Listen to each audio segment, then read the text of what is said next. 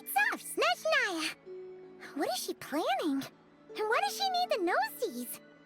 Soon, we'll have our answers.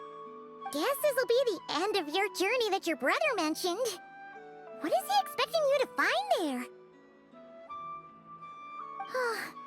Snezhnaya still feels like a long way away. Hopefully, there'll be plenty of time to relax, eat some good food, and have fun before we arrive. But whenever Paimon gets thinking about how our destination is right around the corner, all these questions come flooding into Paimon's head.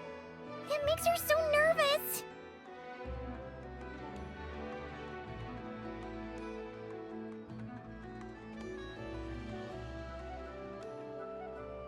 Yeah. Anyway, enough about all that. We can't start the final leg of our journey with that kind of mindset. Just think. We've fought dragons and sea monsters, defeated creations of the gods, faced prophecies of doom and the threat of the abyss. Heck, we've even been to the moon! With all that experience under our belts, how could we be any more prepared?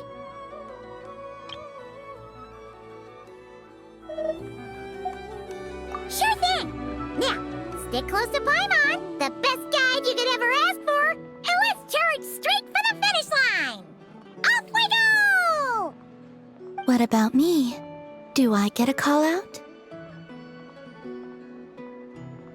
Whoa! Columbina? You kind of snuck up on us there.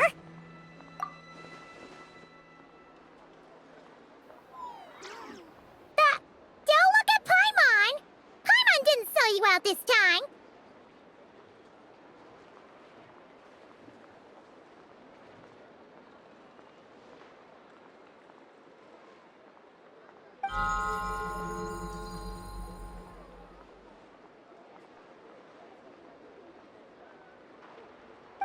Oh, so it was you! Alright, guess there's no hiding it now.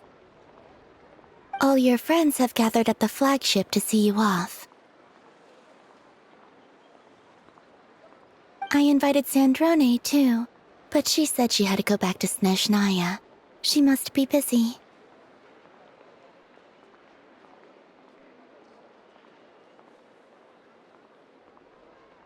She had some nasty things to say about you before leaving. Would you like to hear them?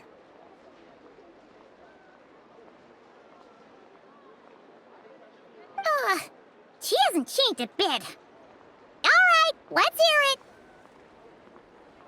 If they're heading to Snezhnaya, I'll bet it's to cause trouble for Her Majesty the Tsaritsa. Attending a farewell party for people like that would not be a good look for me right now.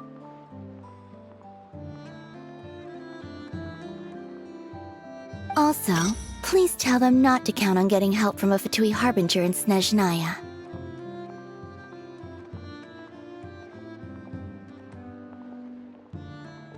Our time working together was not terrible, precisely, but we're on different sides. So when you get there, don't do anything to make life difficult for both of us. Well, that definitely sounds on brand for her. The attitude, the reasoning. Alright, we'll do our best to keep our distance then.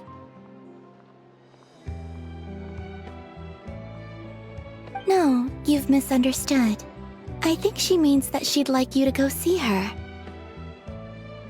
As long as you don't make things difficult for both of you, you'll be fine.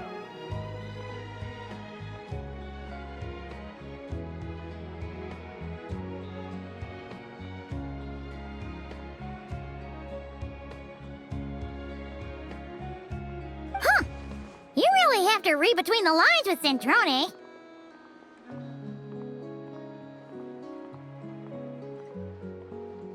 Go on, get to the flagship. Everyone should be there by now. I told Lauma that you once treated me to a truly unforgettable meal.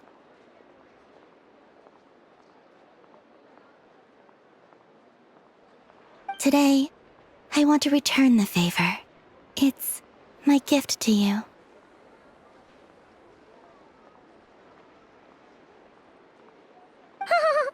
It's definitely nice to be treated, but hopefully by this point, you know that you don't owe us any favors.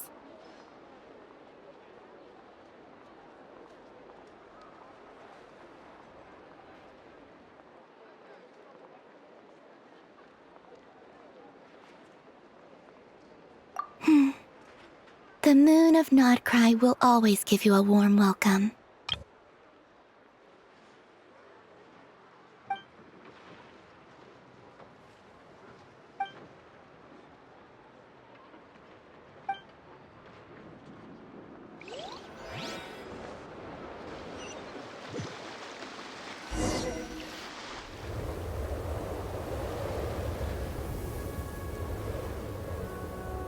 Wow! Pure white as far as the eye can see!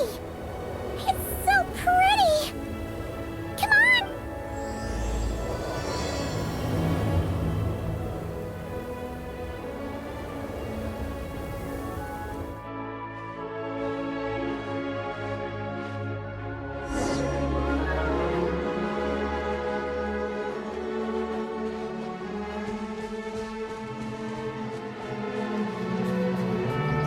Look!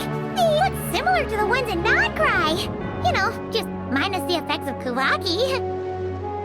That's a sure sign that we're officially in Snezhnaya now.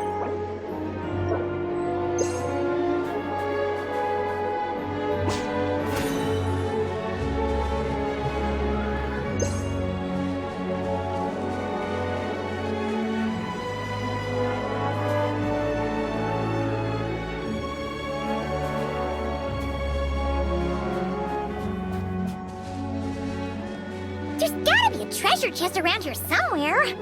No adventure is complete without a chest or two. Ah! Help!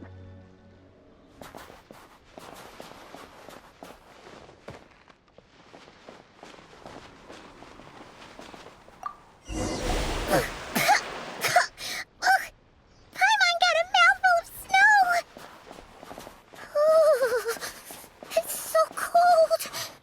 Paimon's gonna snuggle up to you for a bit to get warm!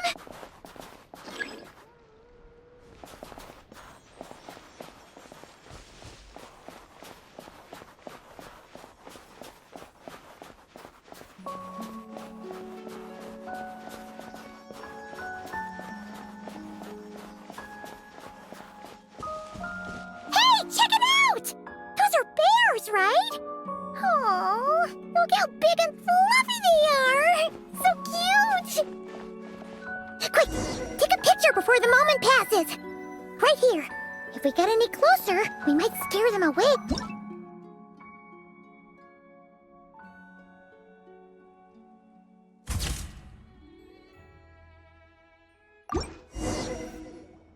Let's see how your camera skill. Come on, quick! It looks like a train carriage.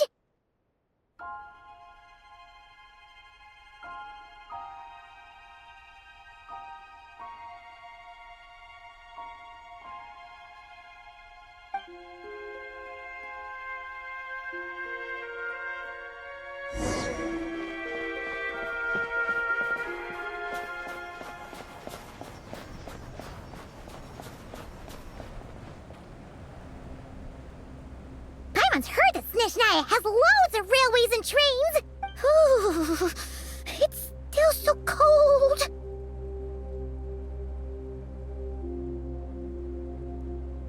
Oh, I don't know. Maybe. Oh, also, is it just Paimon or is the snow getting heavier?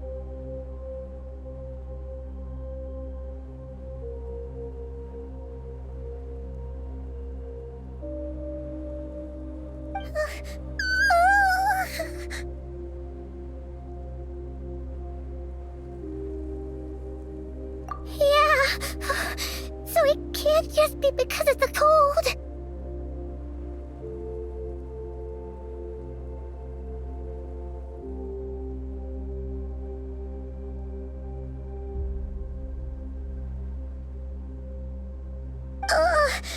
It's hard to describe, but Paimon feels so weird.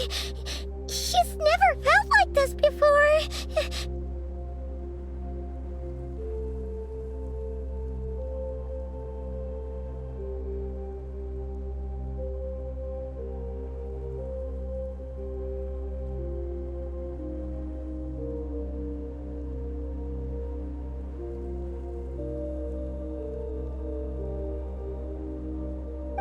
Everything feels heavy.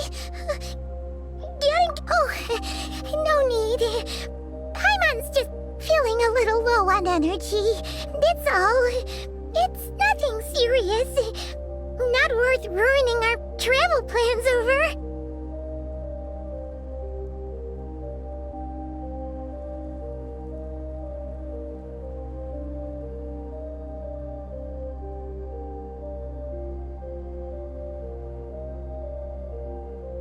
Yep, sure thing.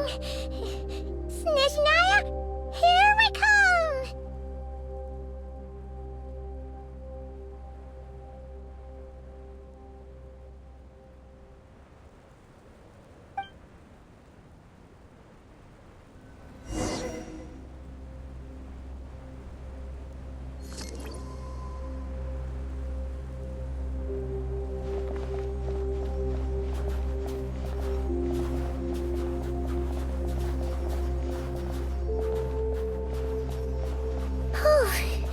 Seems like the snowstorm is getting worse by the minute. Paimon can barely fly.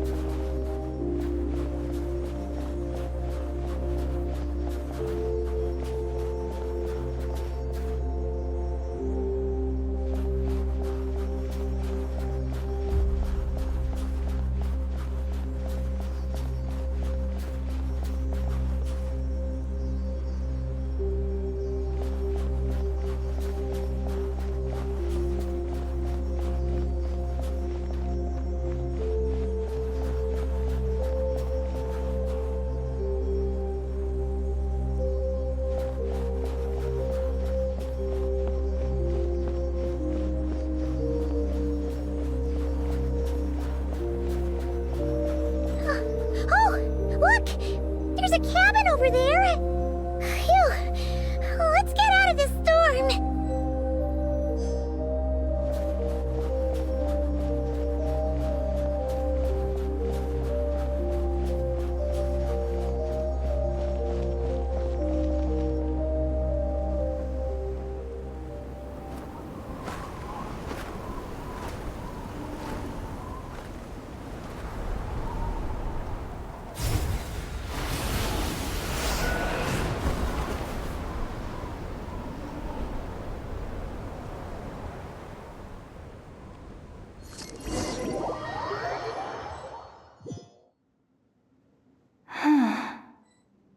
What is this place? Where's Paimon? I need to find her. Fast!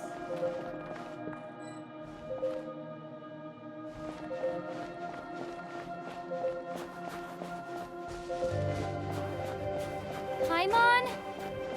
Paimon!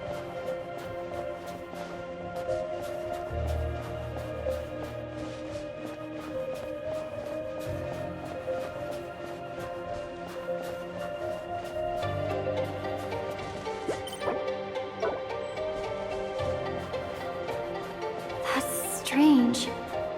Where could she be? I guess I'll try further ahead. Hang in there, Paimon.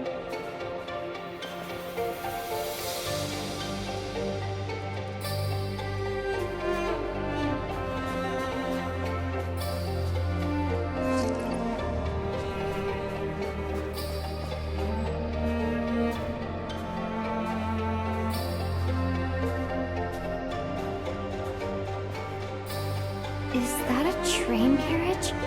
Maybe I can get up from the inside.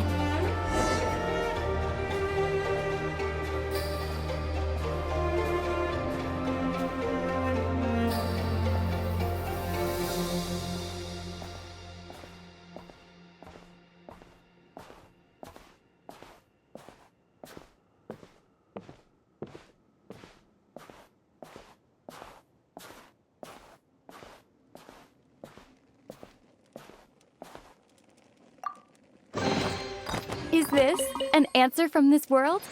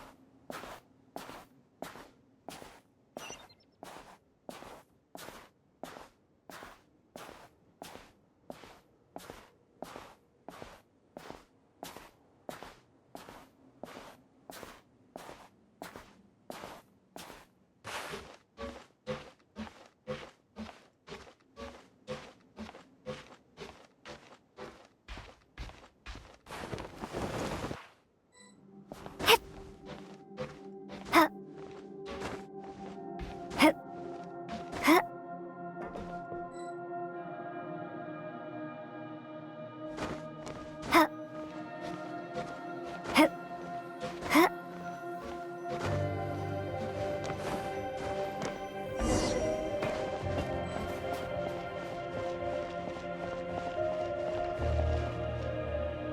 It says here, Krasnik's torch, civilian model. Ah, it's definitely getting a little warmer now it's turned on. I really hope Paimon's okay.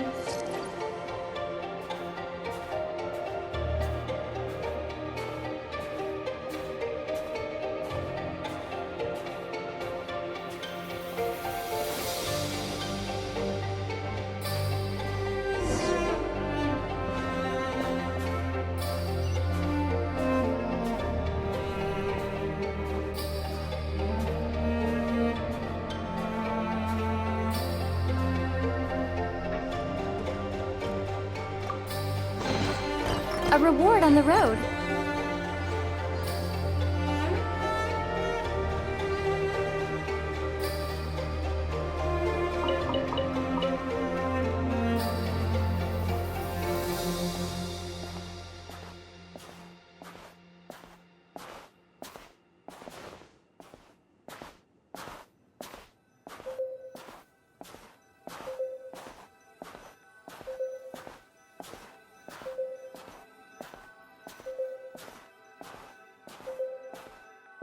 What was that strange sound? I can't tell if... Paimon? Paimon, is that you?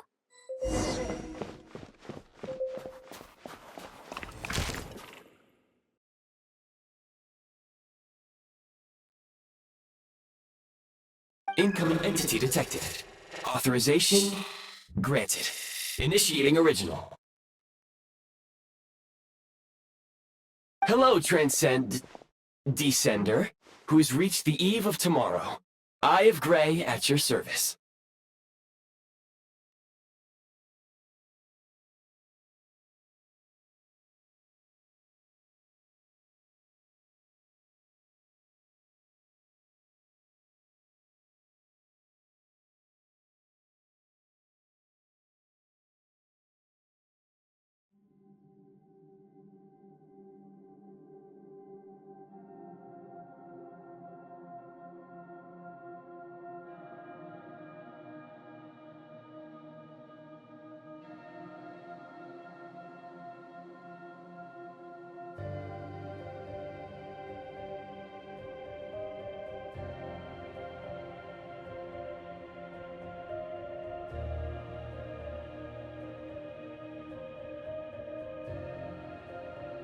Time since last activation. Time measurement unavailable due to the influence of... Anyway, it must have been a very long time.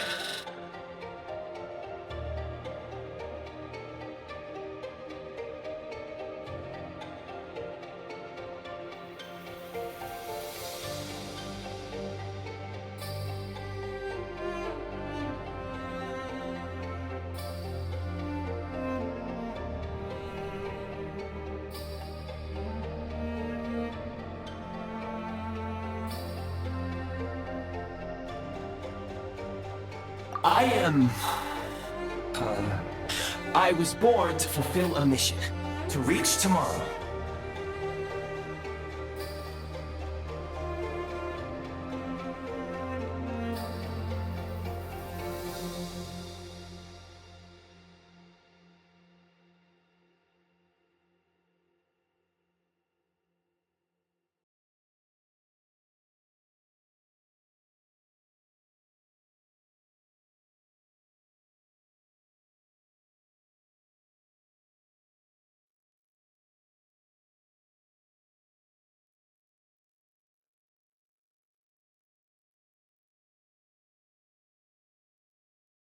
To this end, I must... Strange. What was it? Wait, my body...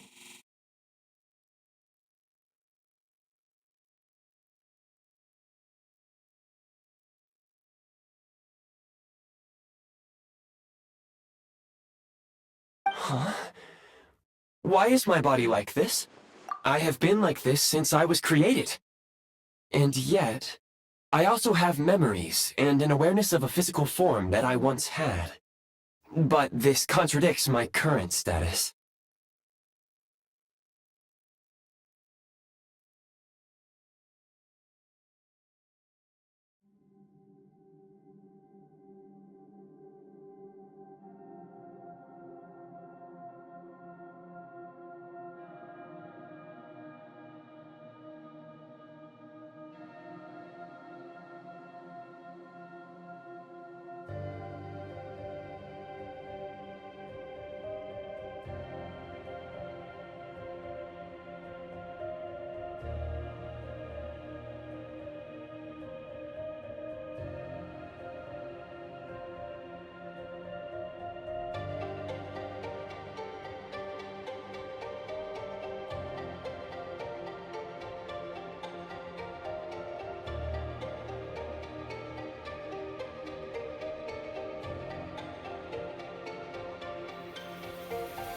Anyway, I was created so that humanity could reach tomorrow.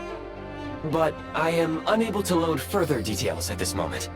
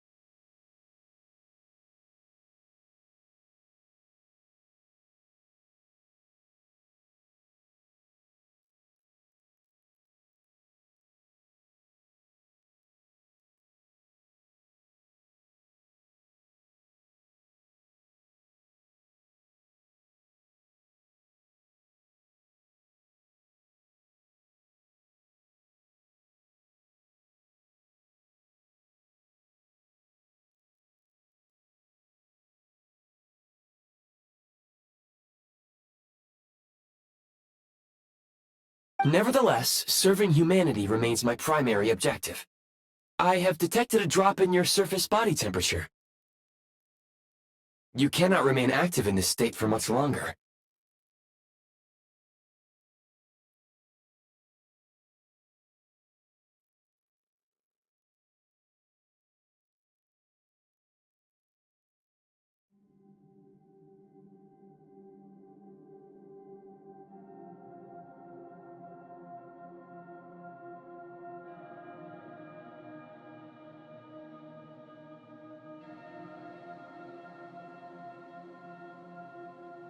In accordance with my preset programming, upon reactivation, I must ask the one who awakened me the following. Will you accept me, Transcender? I will assist you, protect you, and fulfill my mission until we reach tomorrow.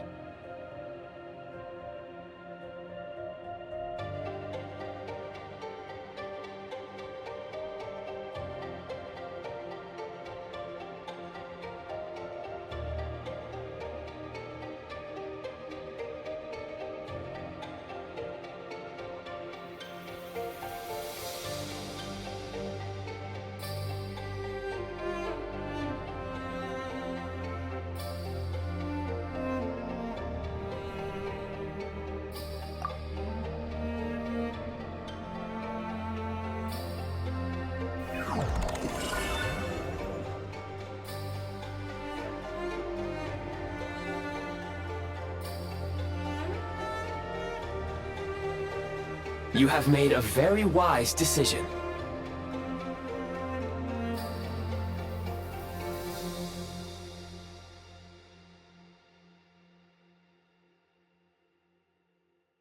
Now, I detected that you called out a name earlier. Presumably that of your missing companion?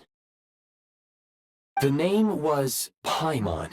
After helping you get out of here, I will search for a match in the nearby area and pinpoint their location. Merely the tip of the iceberg. Now that we have reached an accord, you will be my new user. May I ask your name? Very well.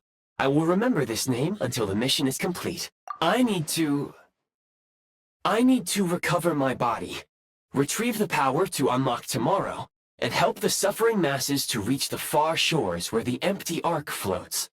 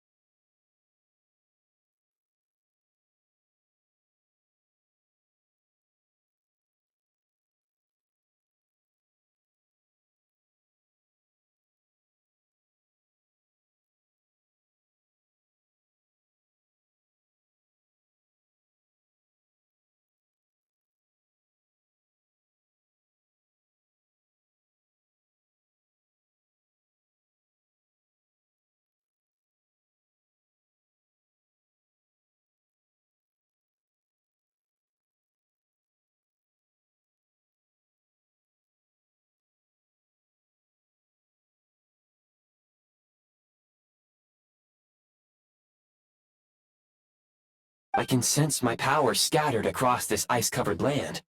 I even have a vague sense of where it might be found. But right now, that is not essential.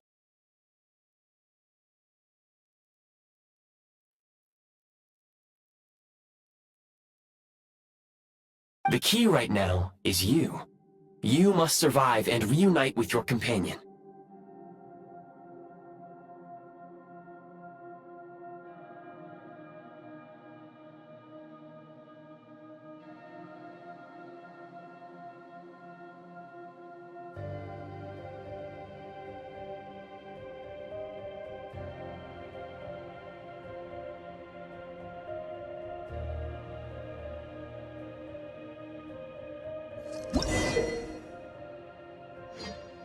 You may now execute the command, Demolish.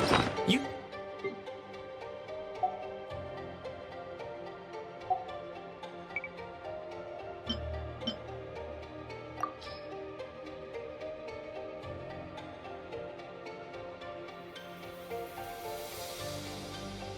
Use it to remove the prime...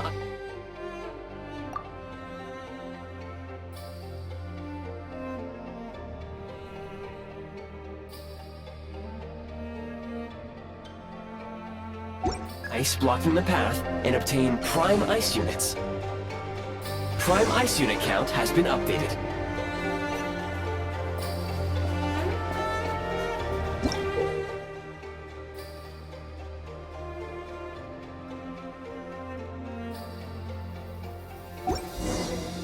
You may now Now execute the command, build. Use it to create a prime ice construct to prop up the door.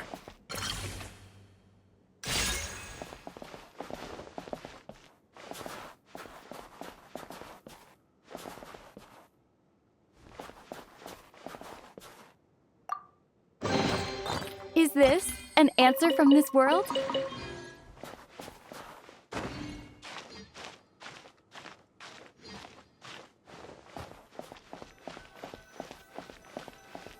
Scanning local environment. Exit has been sealed off with ice.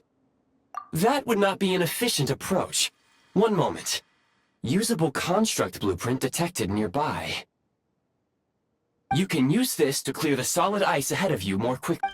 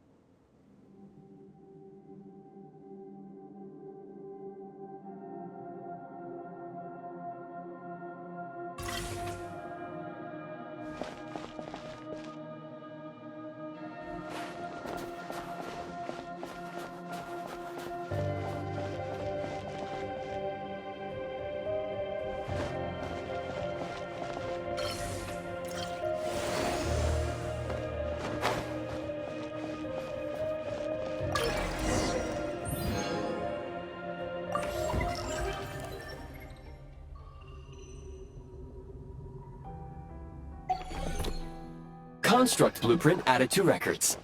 You may now execute the command, build heat source. Generate a temporary heat source to rapidly melt the solid ice.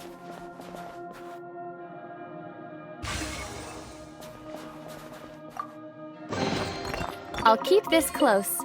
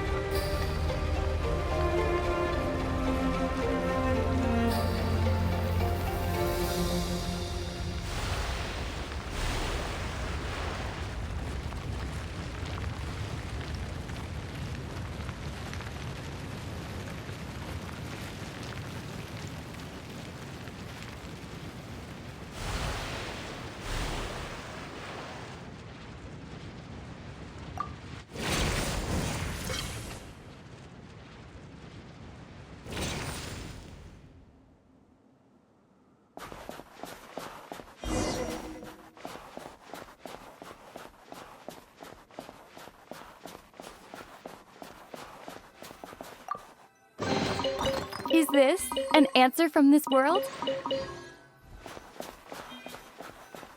My scan indicates the path is straight ahead. I recommend we proceed.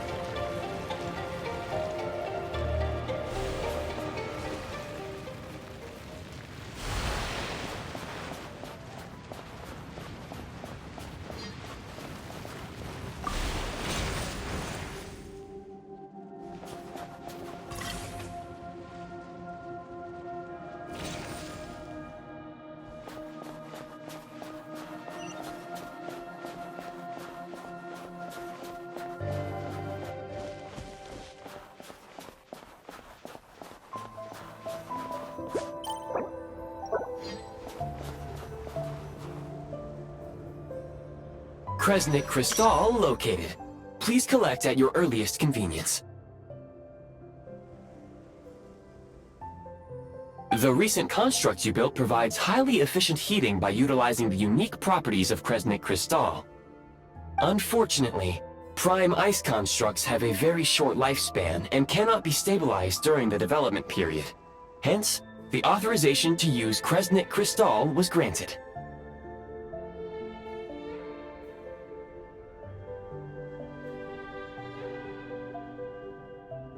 That said, I have already forgotten what warmth feels like.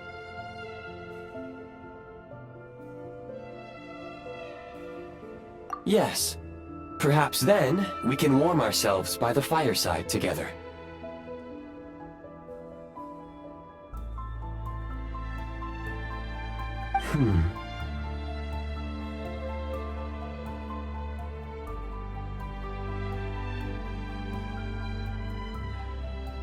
But for now, all you need to remember is this. If you collect Kresnik Crystal, I can extract the energy within and use it to maintain your body's surface temperature.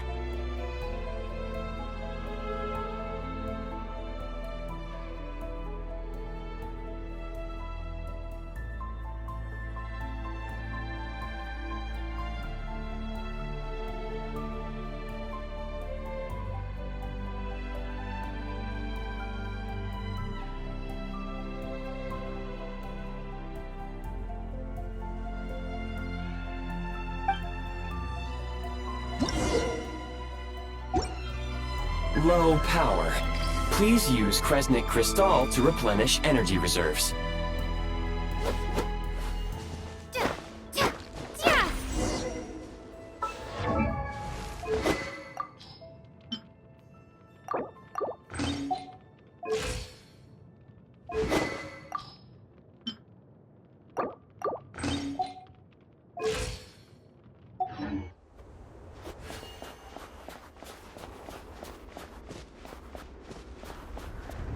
Signs of physiological activity detected in the distance. It is highly likely to be your travel companion, Paimon. Go. Go now. Be reunited and sing together. May all the people be united as one. May all...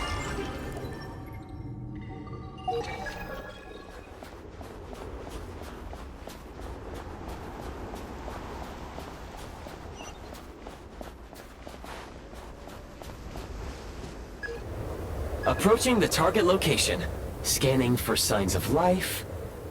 Life forms detected. 2. Affirmative. However, that is not the reason for my confusion. According to my database, this location is a train... Real-time environmental data suggests that the train station may no longer be in use.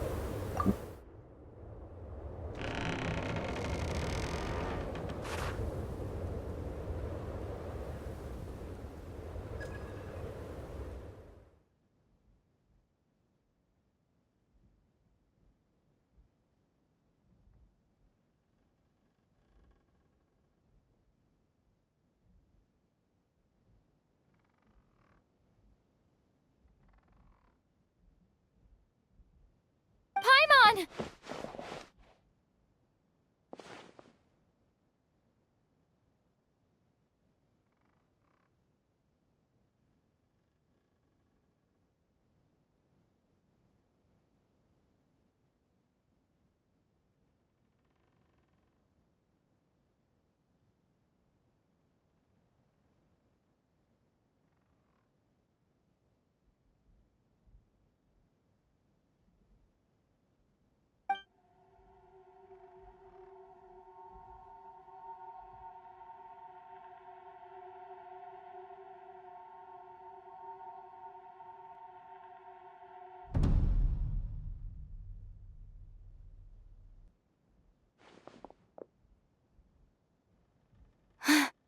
Who are you?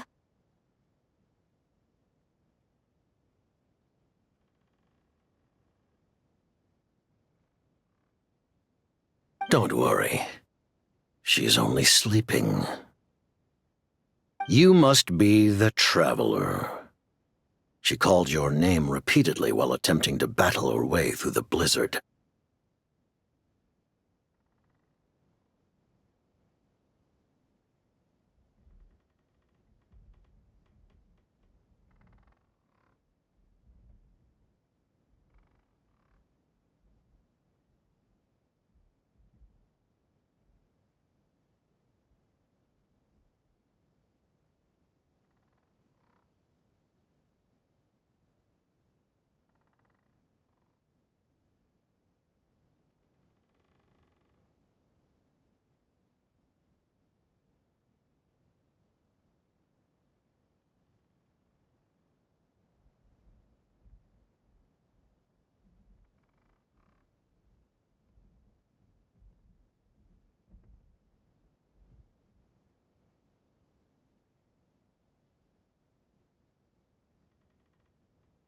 Newcomers to Snezhnaya struggle to adapt to the sheer cold at the best of times.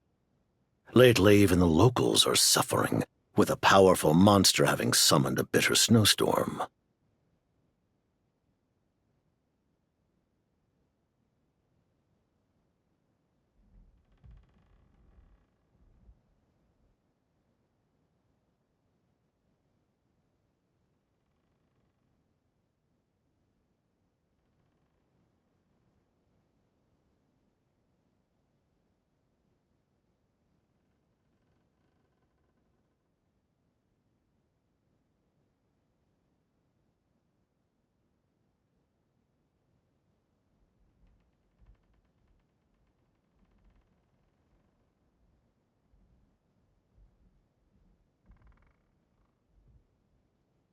You two must be very important to one another. You should take more care not to get separated.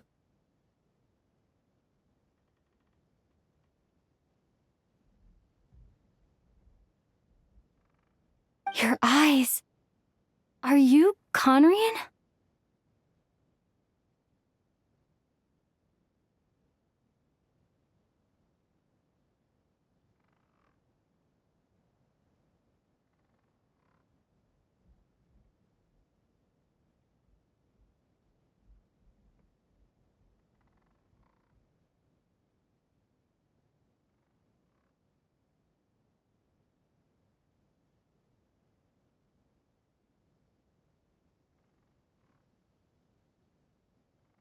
There are indeed some Conrians left in this world who survived the cataclysm. But I doubt that is news to you.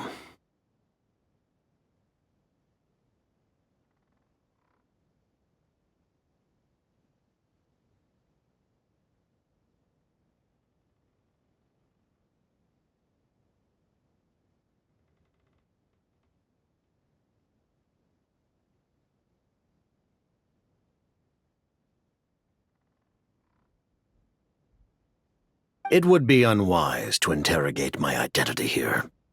Focus your attention on your travel companion instead.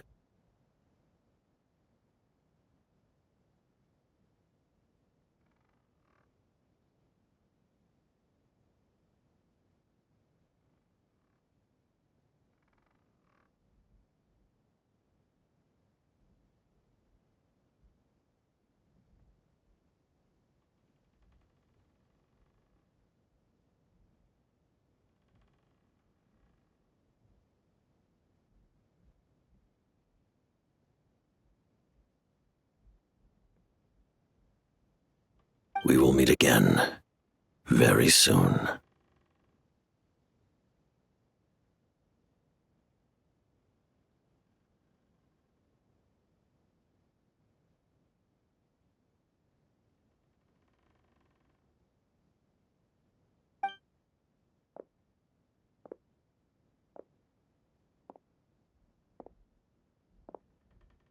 The unidentified subject has now left the area. He appears to be an individual of great significance, but my search has yielded no relevant data. I will try searching the database again.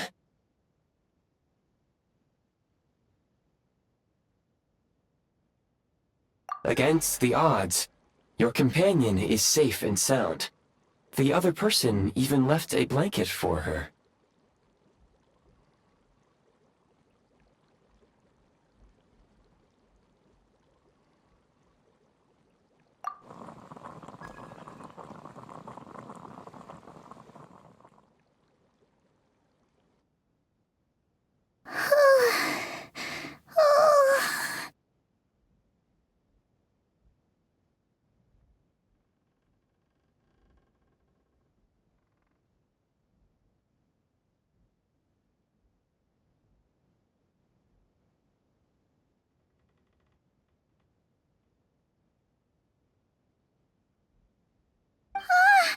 Traveler!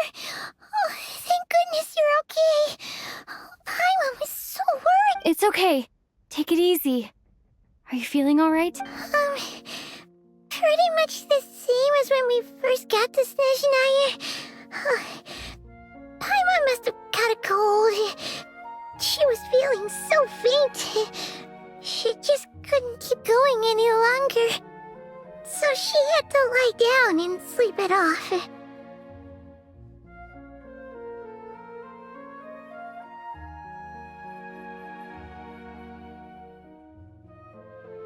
Wait, where did the jester go? Yep, the director of the Fatui. The Jester Piero. So, The Jester must know everything about the Tsaritsa's plans. But there's no way he'd tell me just like that. We might well have ended up clashing.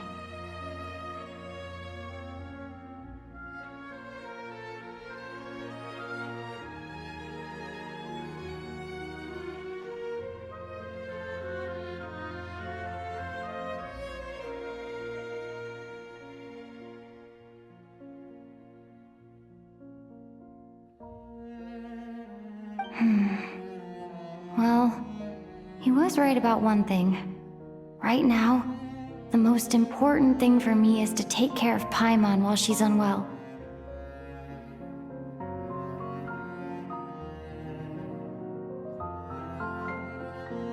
He had no intention of explaining his motives, and he left in something of a hurry.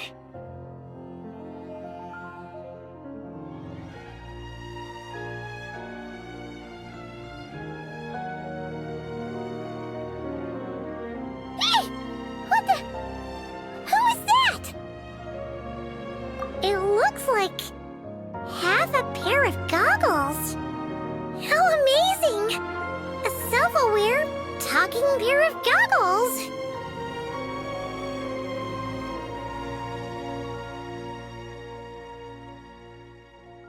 Snezhnaya was once the land of the Fae. There are many ancient creations here that I'm sure would broaden your mind further still. Mind you, my database is also expanding as we speak. You must be a rare creature yourself.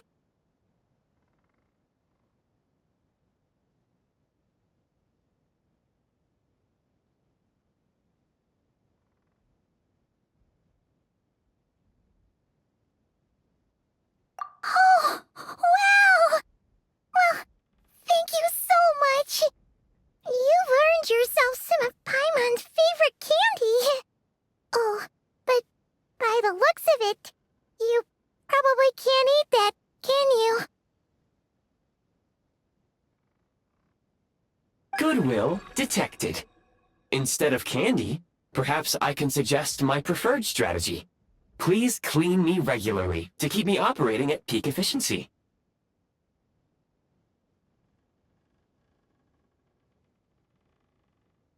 Oh, that makes sense. Every pair of goggles needs wiping clean once in a while.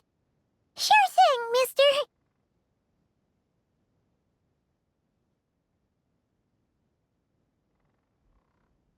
Anyway, back to the Jester for a second. Paimon's still confused about something.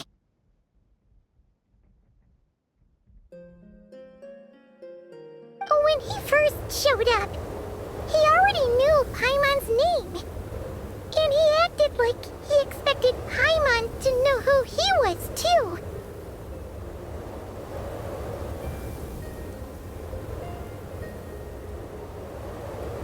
Paimon could tell that he was Conrian from his eyes. And he definitely seemed like someone pretty important. But beyond that, Paimon didn't know anything about him.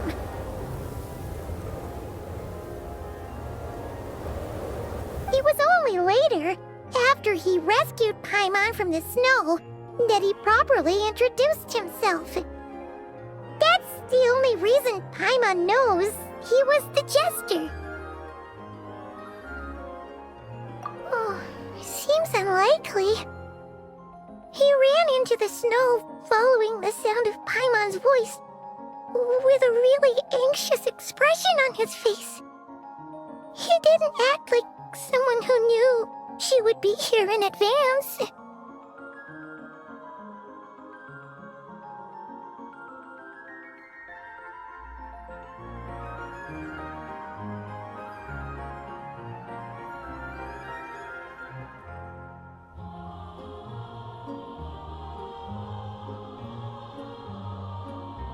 And after bringing Paimon here, he just stared out at the snow.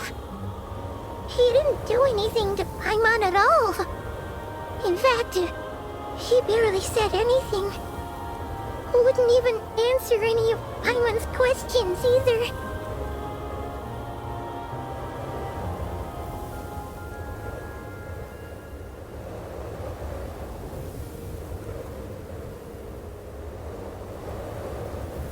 Paimon didn't feel unsafe around him, and he didn't seem to have any ulterior motives. For all we know, he might have just ignored Paimon's questions so she'd give up and go to sleep. Please allow me to interrupt. Fatui and director are unfamiliar terms. May I ask for clarification?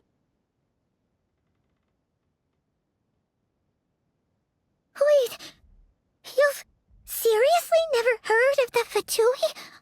Oh, they're like the Tsaritsa's inner circle. Really powerful people. And the director is their boss. Understood. Since they hold elite positions and serve their god directly, it stands to reason that they would conduct themselves with due decorum.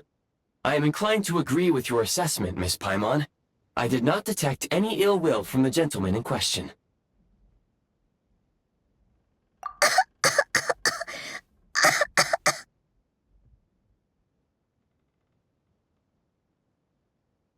Sorry, I shouldn't have encouraged you to talk so much.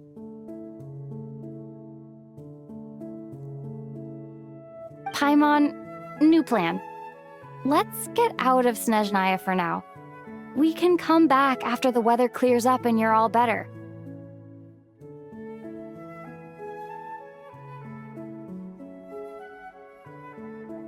The Jester mentioned that this snowstorm being the work of a monster is worse than most.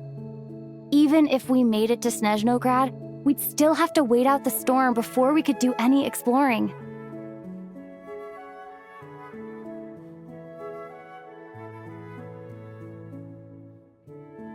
Oh, well, it's really nice of you to look out for Paimon, but she doesn't want to hold you back.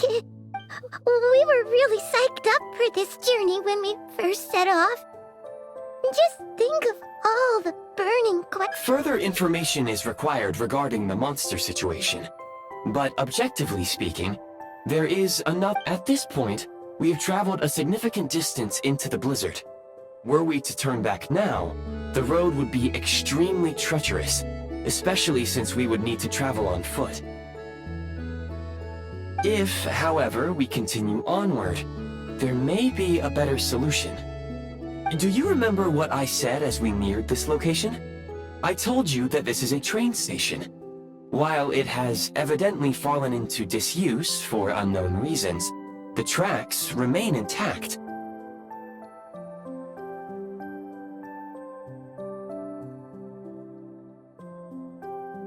We can break through the blizzard and forge ahead by driving a train. That is the Snezhnayan way. There is a small town up ahead, which would be the perfect place for Miss Paimon to rest and recover.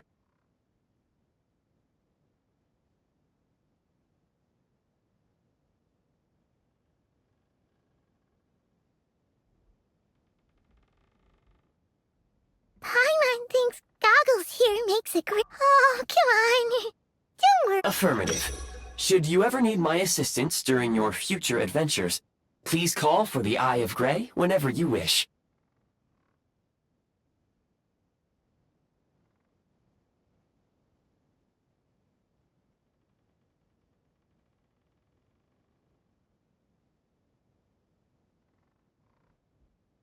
Otherwise, I will remain silent to avoid causing any unnecessary distraction. Now, please follow me to the train tracks.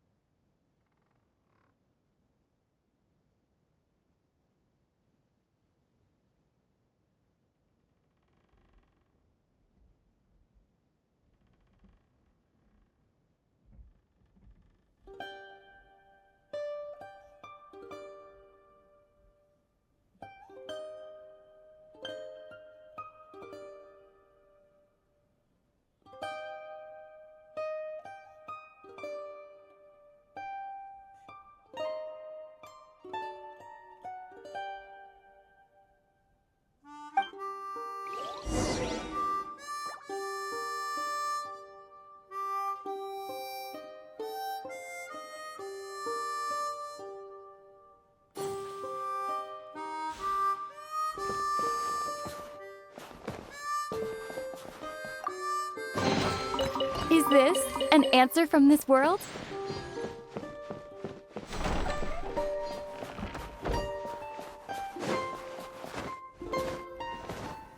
Please confirm when you are ready to depart.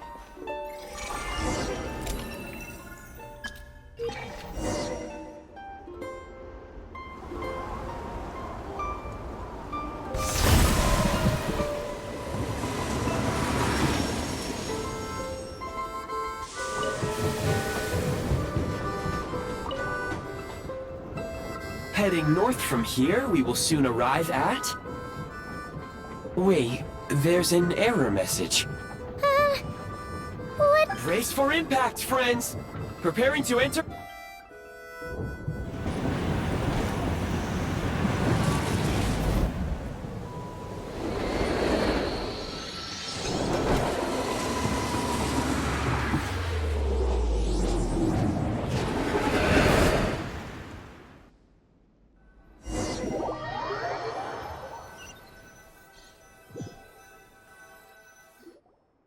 How strange. Not only was the station's status different from my records, but even the railroads and the terrain itself have changed substantially. Yeah. Thanks to your quick reflexes. My sincere apologies for putting you in danger.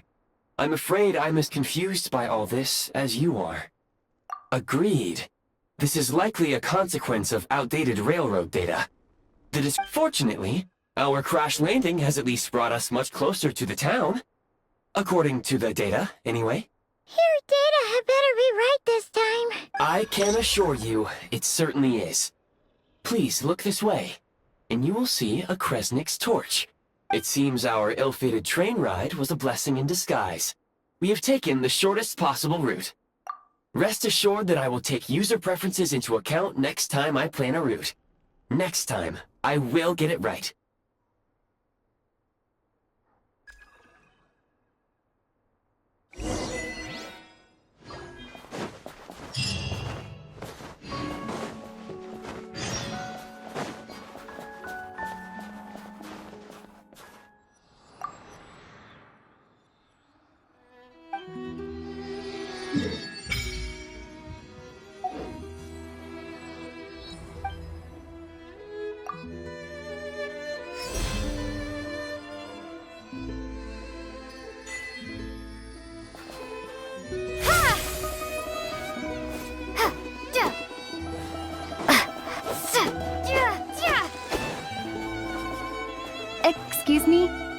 Is there an inn nearby?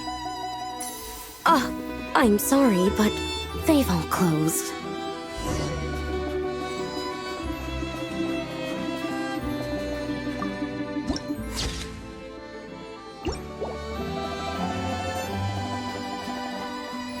Oh, sorry to interrupt. We're looking for a place to stay. I can't even afford to warm my own house, let alone run a business. Excuse us. Is there anywhere we can stay around these parts? I'm afraid not. You'll have to try your luck somewhere else. All we can do is wait for the next shipment of Kresnik Crystal to get here.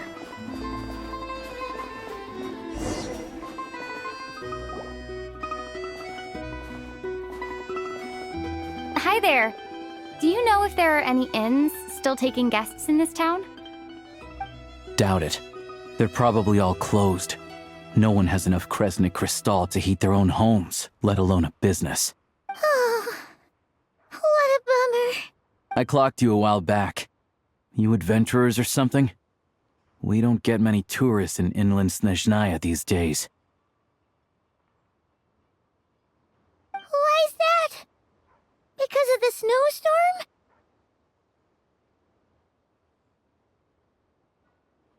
In part. But the bigger reason's Project Stuja. Since it's Her Majesty's will, we have to put up with it whether we like it or not.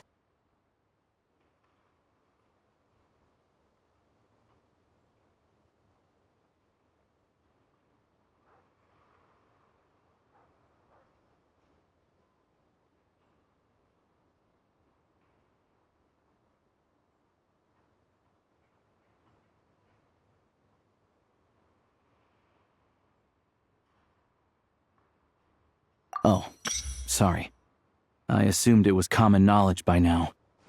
Basically, the Tsarits, even if they used all this, so the Vetja passed a resolution requiring all factories and households to reduce their energy consumption. The policy has thus been charmingly named Project Stuja, meaning bitter cold. Bitter cold?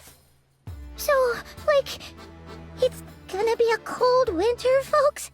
You're all gonna have to find a way to get through it? That kind of idea?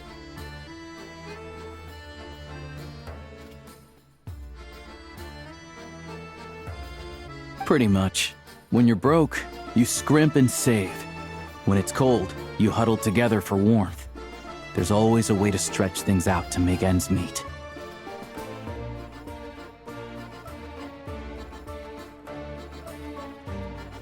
Trouble is, if you stretch someone out like an elastic band for too long, who knows if they can ever bounce back.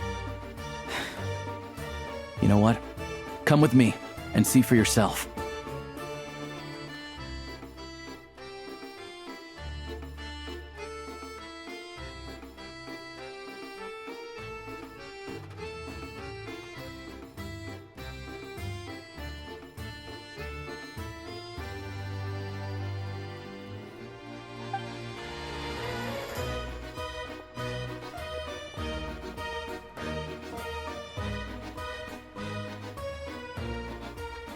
Can you please explain to me why the price of Kresnik Crystal has gone up by 1/3 again? Even as our purchase quota has gone down.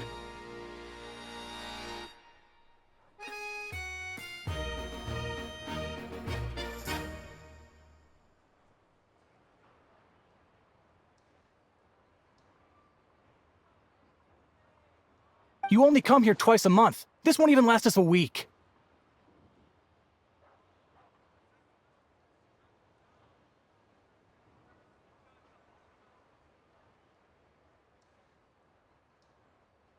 The supply and pricing of Kresnik Crystal are based on current production volumes and price data.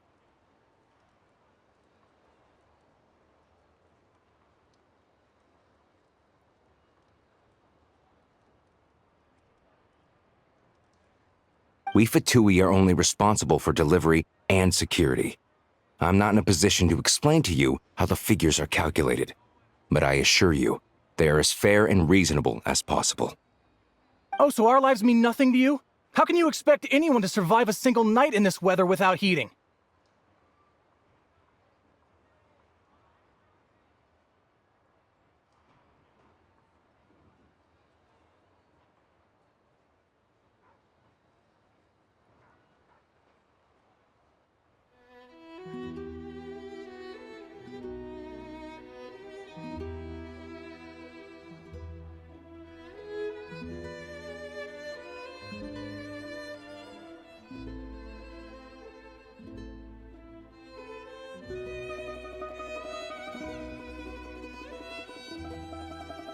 Since you insist on making me repeat myself every single visit, I will remind you again.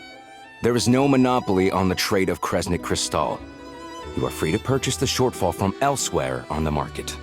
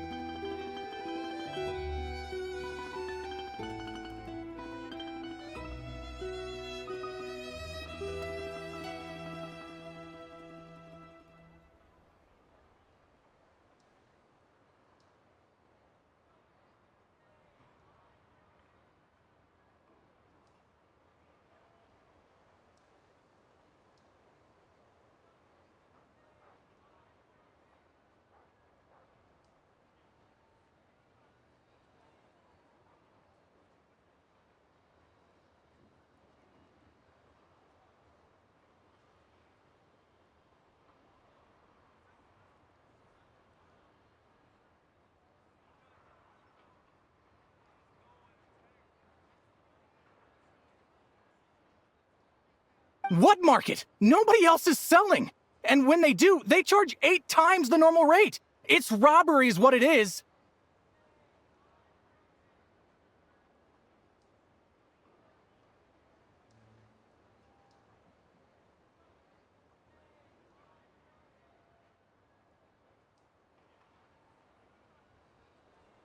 Which is why the Snezhnegrad Veche passed a resolution to support border communities, without which you wouldn't even be able to buy Kristall from us to begin with.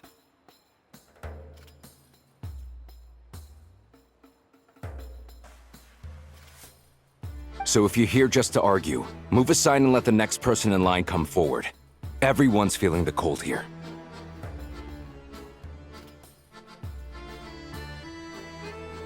You...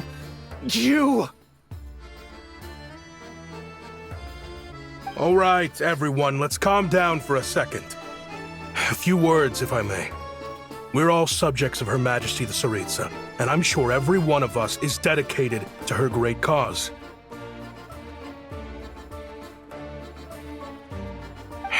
We all know how cold it is, and the more it snows, the harder life gets.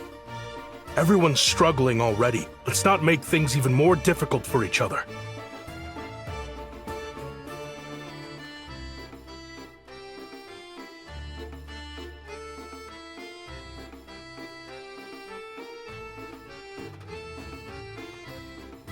But Liaison Shishkin, there's clearly something wrong with this quota. I have a family in Marepasak who tell me they can buy at least double our Kristall allotment.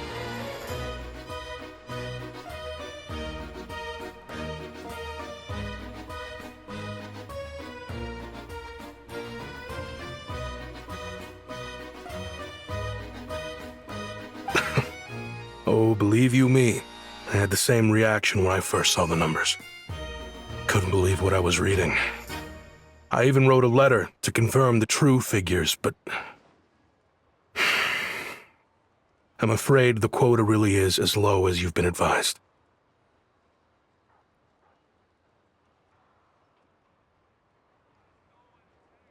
Still, you must understand that calculating these energy quotas is a complicated balancing act.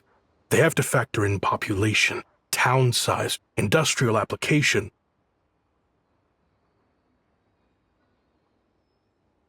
Our top priority must be to keep the largest Kresnik's torch burning continuously. Only then can we sell the remaining Kristall for household use, and in doing so, we must make sure that everyone is treated fairly.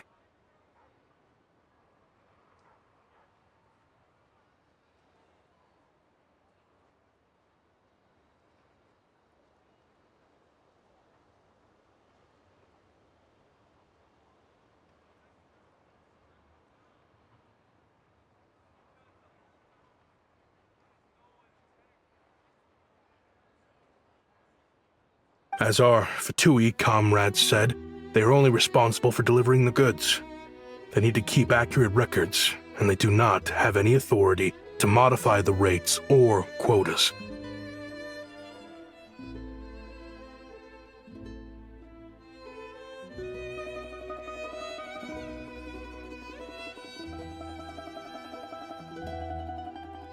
That's right. Our duty is to do things by the book.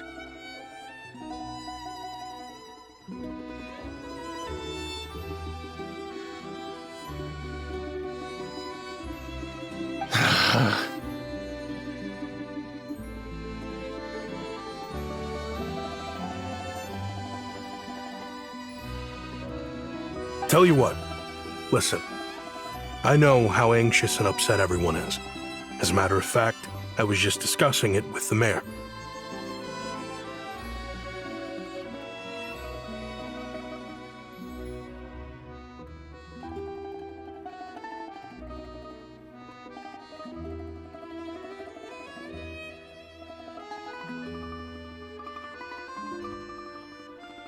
What we can do is open the lower combustion chamber of the Kresnik's torch to the public. You can come to me directly to register, and I will allocate time slots accordingly.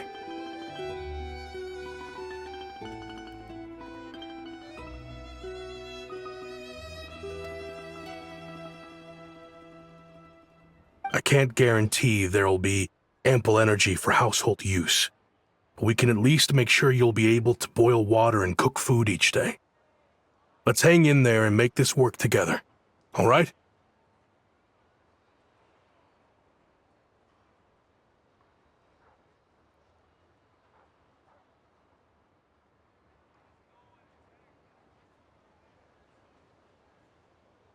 Fine. I don't see any alternative.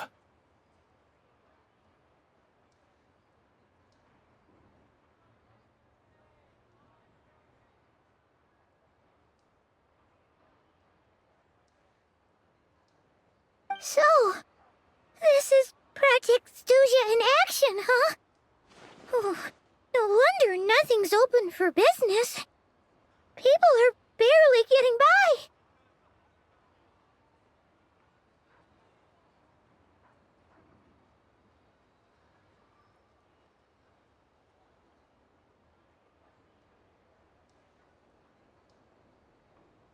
You were looking for an inn, right? For your, Fae friend?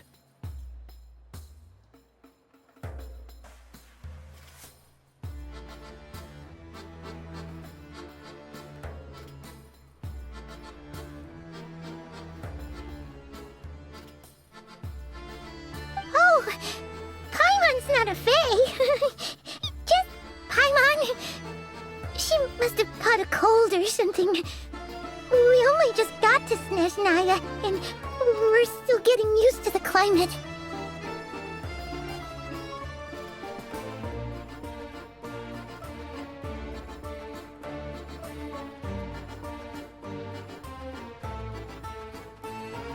I have a small place in Stratomaros. I don't stay there very often, though, so it's pretty basic. But if you're not picky, you're welcome to rest there for now. It's not much, but I've got blankets and a warm fire. Are you sure? Oh, that's really kind of you.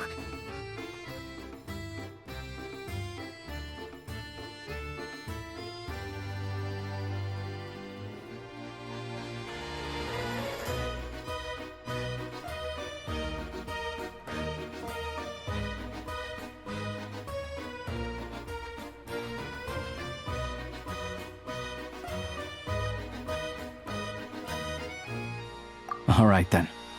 This way. Hello, I'm Alosha. I'm a hunter. Though, if you've talked to any highwaymen, you might have heard a different side to my story. But anyway, let's keep that between us for now.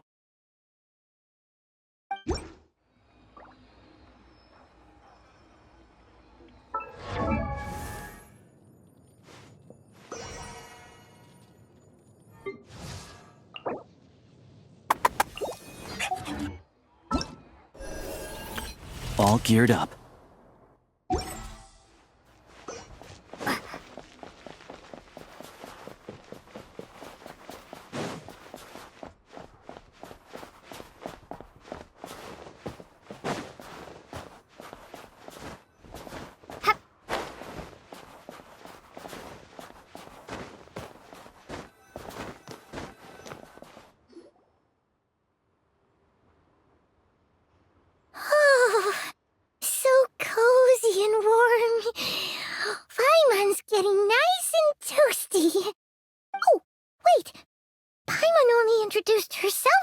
before, didn't she? Good to meet you. I'm Alosha. Most travelers find the Snezhnayan climate to be a shock to the system at first. But as long as you keep yourself warm, you should be fine. Still, you should keep an eye on your condition. When people are too quick to dismiss a cold, it can easily end up turning into something more serious. Don't say that! Paimon's too young for chronic health issues.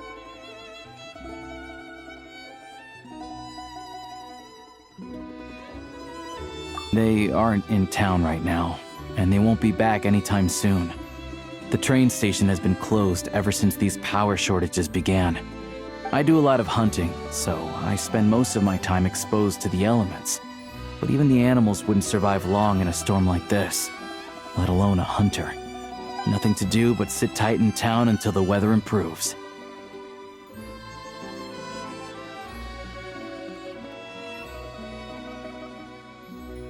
I get that you're in a hurry, but even if the station were open, that doesn't mean there'd be any trains. We could end up stuck here for a long time, I'm afraid. What? Your own train? Wait, hold on. That train? The one that suddenly fell out of the sky and crash-landed on the ice? Oh, we got lucky and found it in a cave. Oh, then our luck ran out and we had a little accident.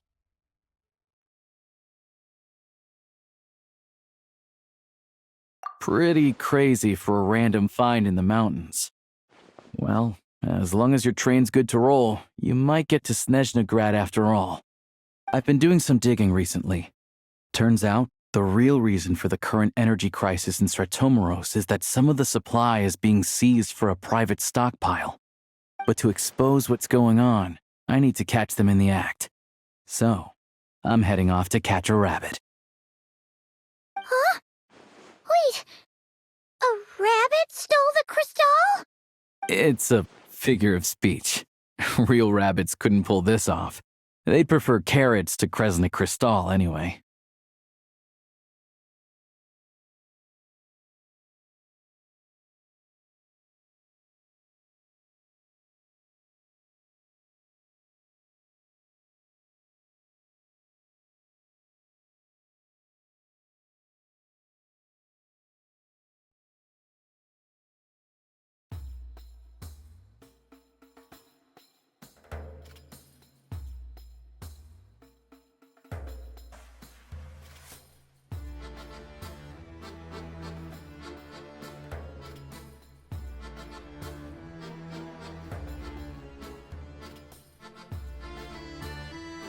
Shishkin, Mr. Positive Attitude, let's all get along now, shall we?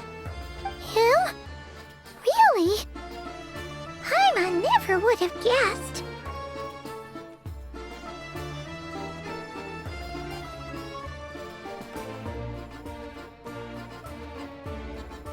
Huh?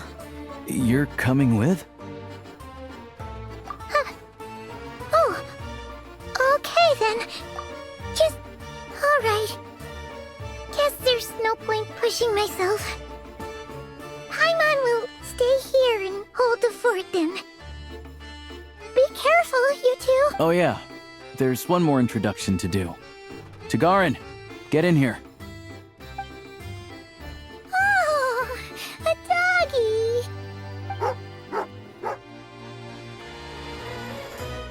Oh, angry doggy. Oh, Tagarin doesn't like being petted then. He likes to think he's above that kind of thing. He's my hunting partner, so he'll be joining us when we head out. Carrots aside, we'll need to stay completely undetected. We can't risk spooking our rabbit, or there's no telling which burrow he'll scurry back into. First, we need to find a way into the train station and see if we can find any real freight data. Shishkin's figures can't be trusted. Then, we get Tugarin to catch a scent and find out which way the crystal went. What are you eating? Oh, check it out. When you're all out of carrots, try jerky.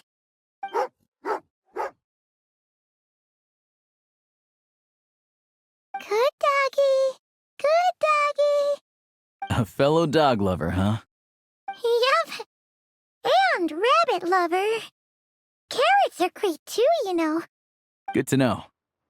Eat up, Tagarin. We got a lot of work to do.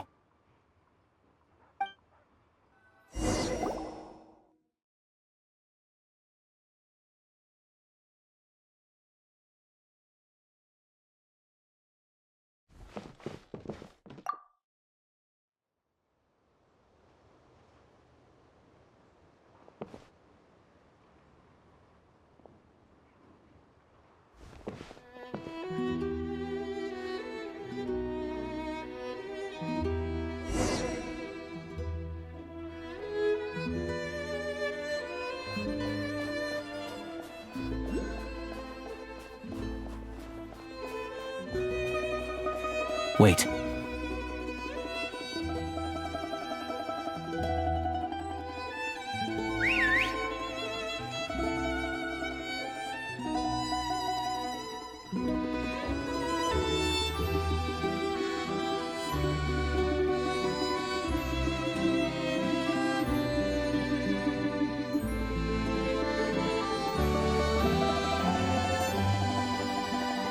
Nice work, Tagarin.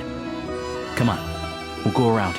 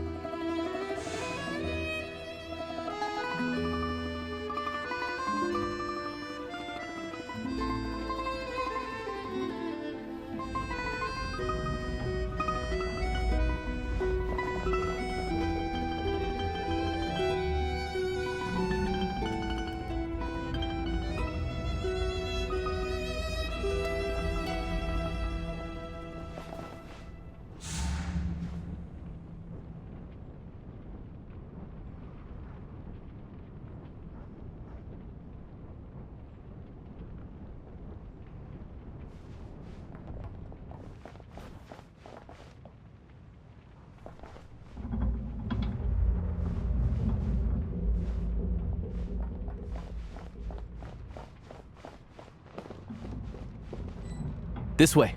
We'll enter from the upper floor.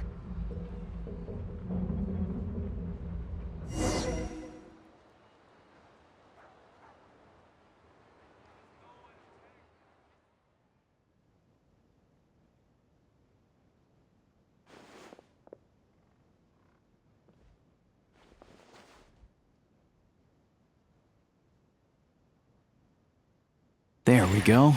A freight list. Straight from the Fatui. So Shishkin won't have had the chance to doctor the figures. Looks as new as the day it was printed.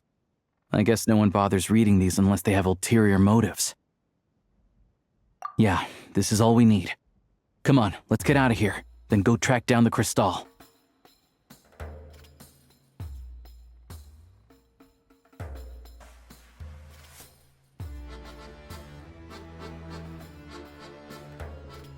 Tagarin's a keen hunter, and catching rabbits is his specialty.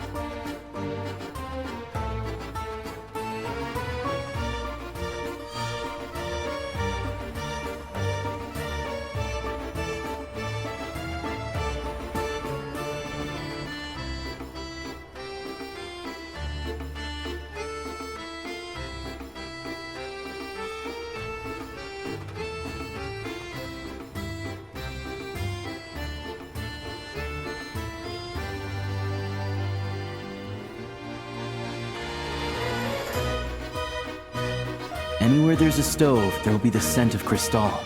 That's normal.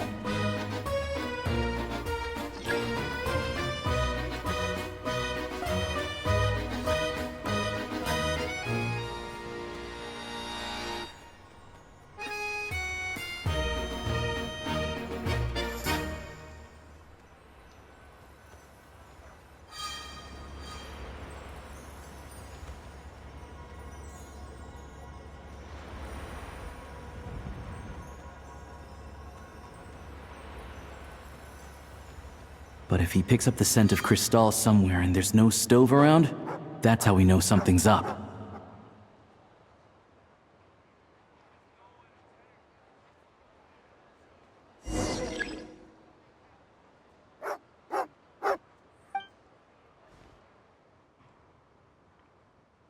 This must be the rabbit's warren. Good job, boy.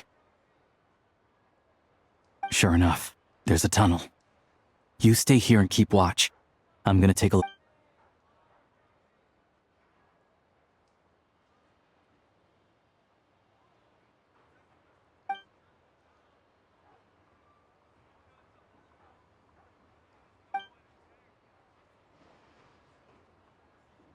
Thanks for looking out for us.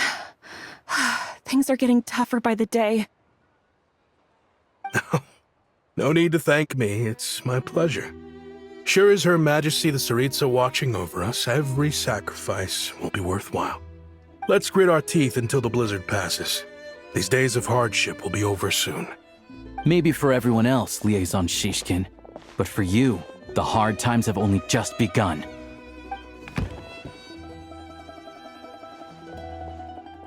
Huh? Who are you? What's the matter?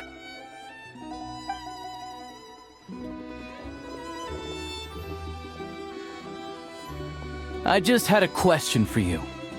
Why, when times are as tough as this, would someone hoard more Kresnik Cristal than they could ever use?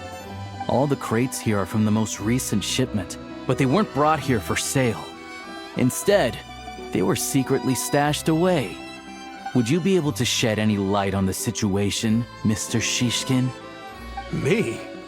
Why, I have no idea. But look at how much there is! It's quite a godsend. Now there will be plenty to go around. This godsend was found in a cellar adjacent to your residence following a tip from Mr. Alosha. And this is only a fraction of what we found down there. We're still taking a full inventory. The official figures will be finalized shortly. I've always been grateful for your efforts to mediate between us and the townspeople of Sretomaros.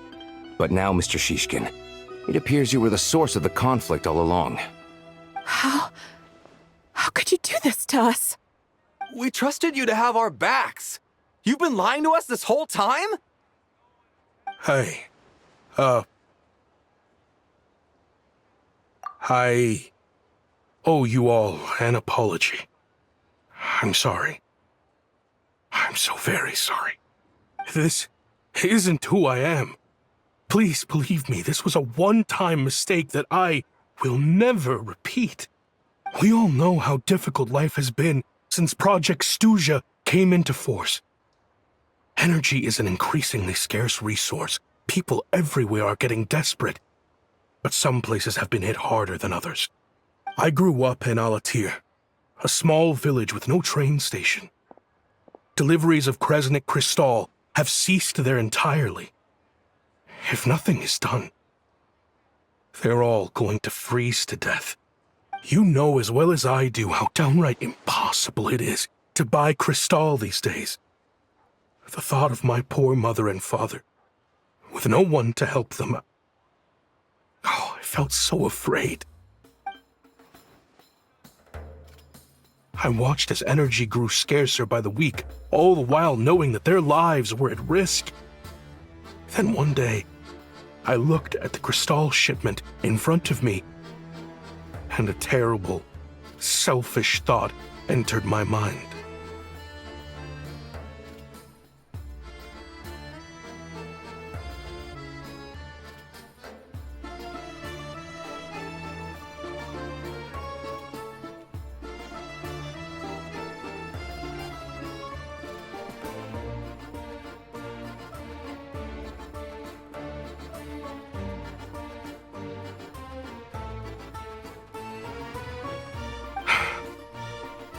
Looks like I'm just not cut out to be a criminal. I'm so sorry.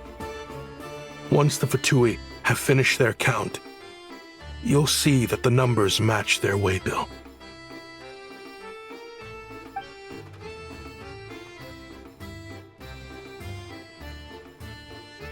I have the official Snezhnayan quotas here. Anyone who has already purchased energy Please, make your way over here to correct your transactions.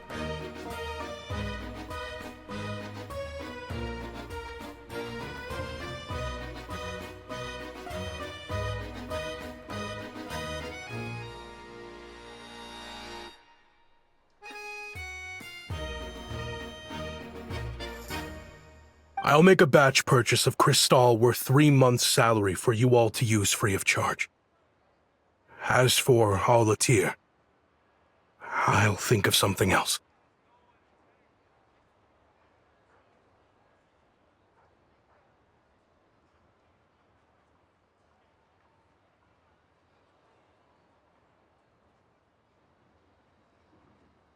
You don't have to go that far.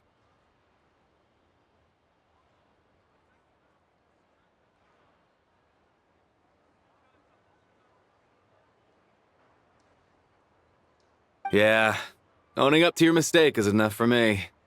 You've done plenty of good for the community in the past. I'm not looking for a handout.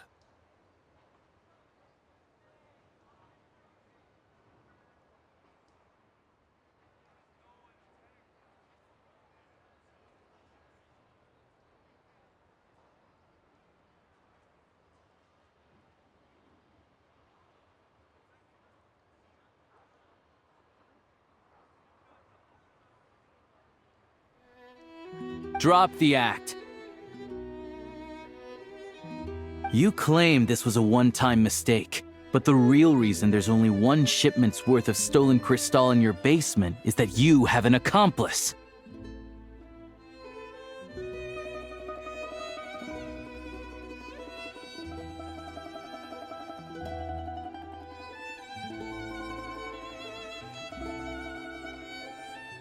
Reporting in, sir. We've conducted a full search of the mayor's house. As expected, we found many— This wasn't your first time at all. You've been colluding with the mayor of Stratomeros for a long time now.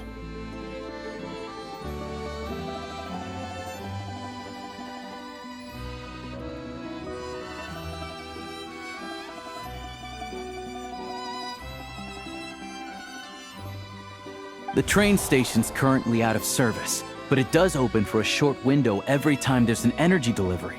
And every time a train pulls in, you're there on site to take inventory and oversee the workers unloading the cargo.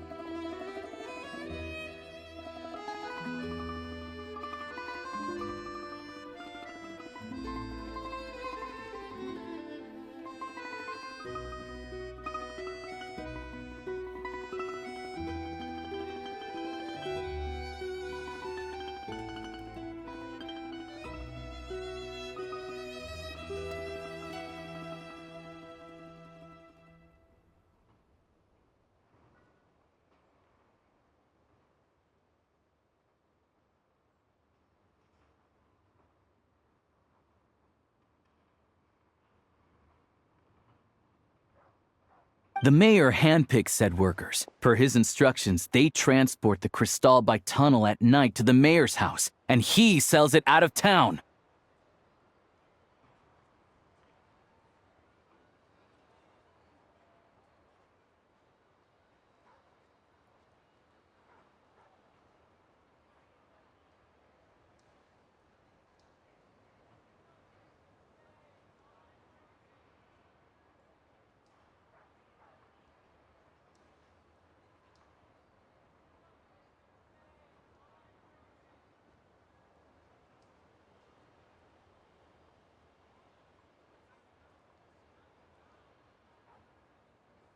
But since he can't get the goods out of town by train, he had to arrange an alternative method of transportation. This meant slower sales, which gave me plenty of opportunity to catch him in the act.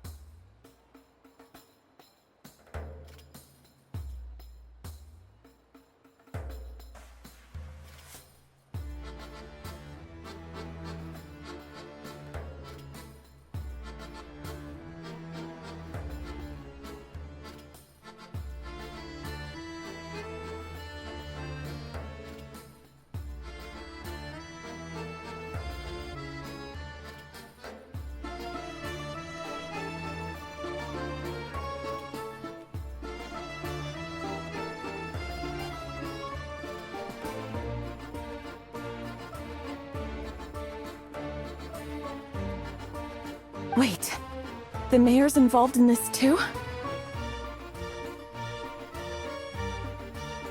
Preposterous.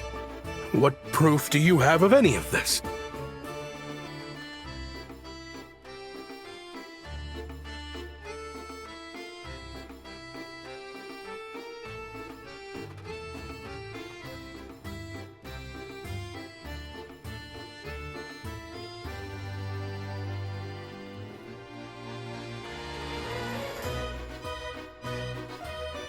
Basic math.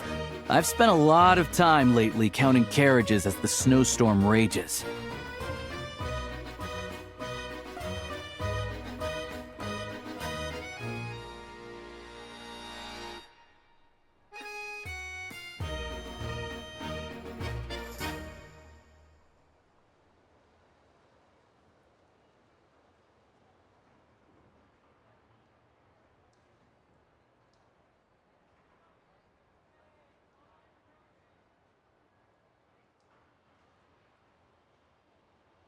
Counting carriages?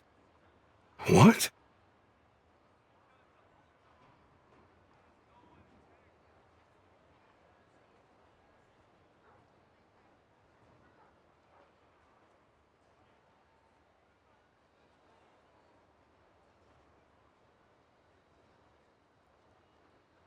The energy consumed by a train depends on its total weight. And since energy is a limited resource right now, it's fair to assume that every carriage is packed full.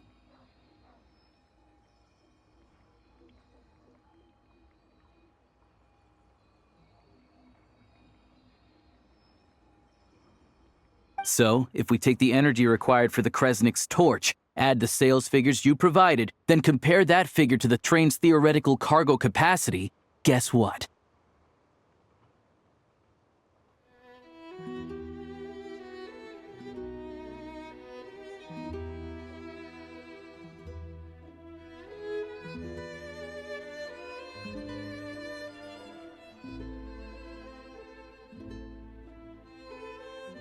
The numbers never match. It's always off by 1 or 2 carriages worth. This time, you set a new record. 3 carriages missing.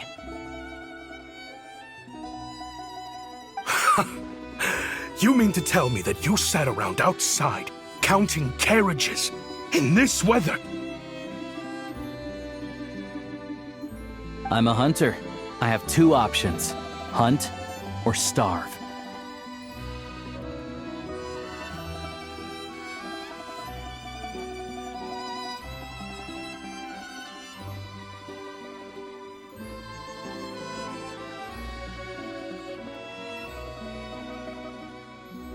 Well, I've heard enough.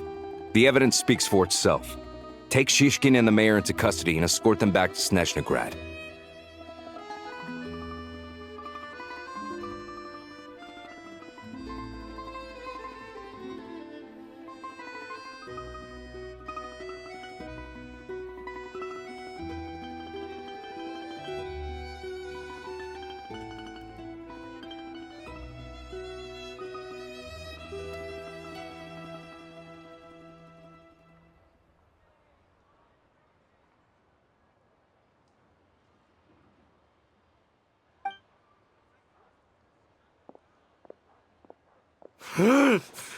You cocky little brat!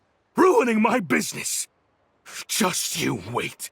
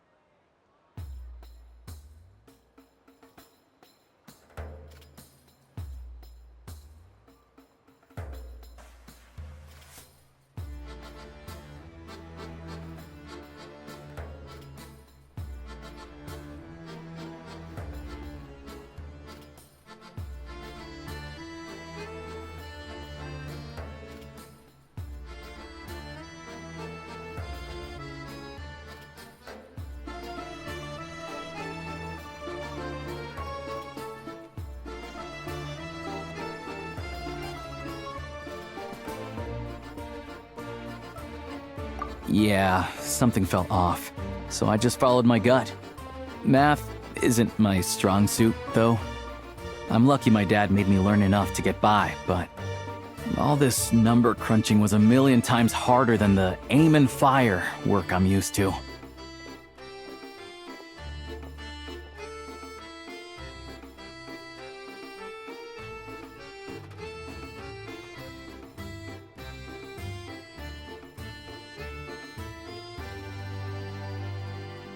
Thank you for your assistance. You're a brave lad. Shishkin was quite the cunning criminal, as I'm sure you can tell. He did all of this right under our noses, and we never suspected a thing.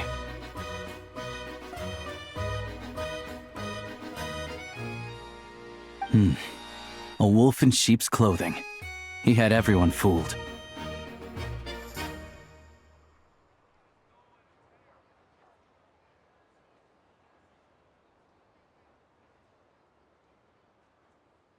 Even with that sob story he fed us. He was probably trying to keep the mayor out of it, not just mask his own motives.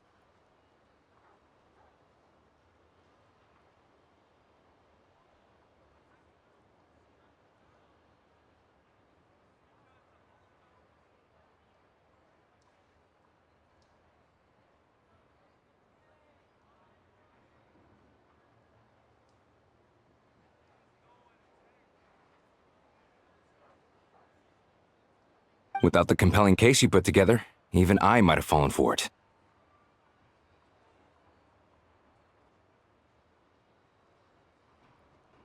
Alosha, was it?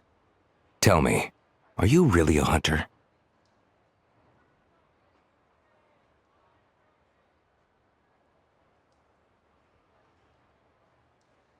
We can go find some wild animals if you want. I'll fire off a couple of shots, and you'll see whether I'm the real deal.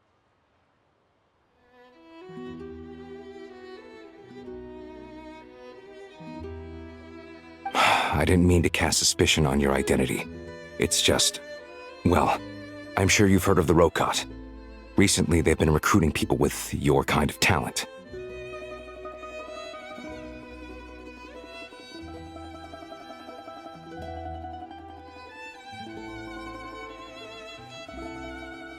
They hide in plain sight under false identities, working against Project Stusha, sometimes directly opposing the Tsaritsa herself.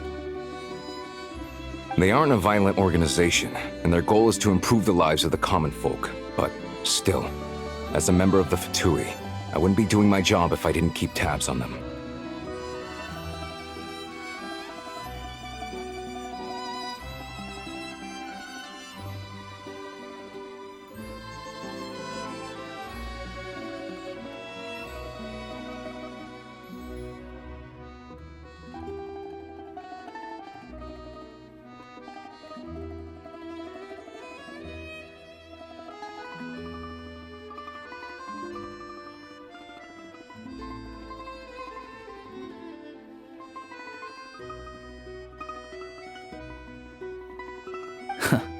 First I've heard of this.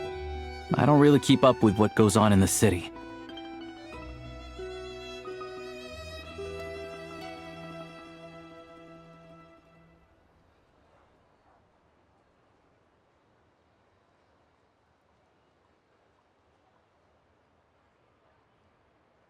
All I know is, people who don't mind their own business in the city end up paranoid about everything.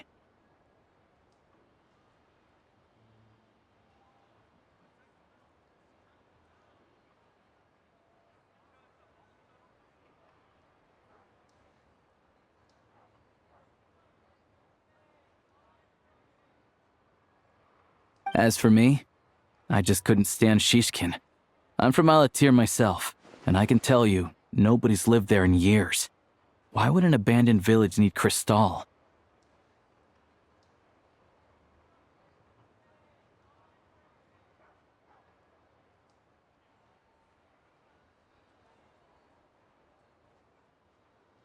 Of course, no one really cares about the fate of that place.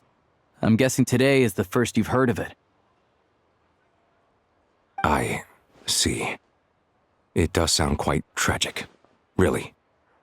Well, thanks again for your assistance, and your friend here too.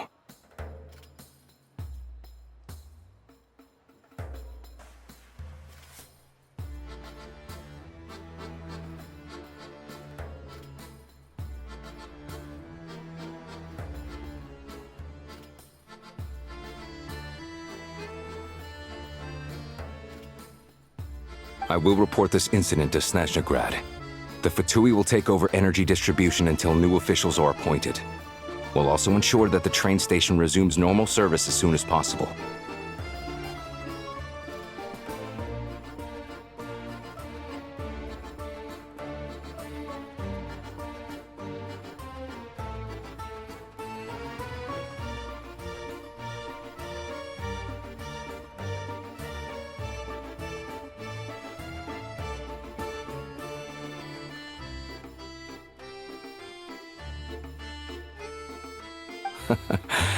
Looks like it's my turn to brush up on math now.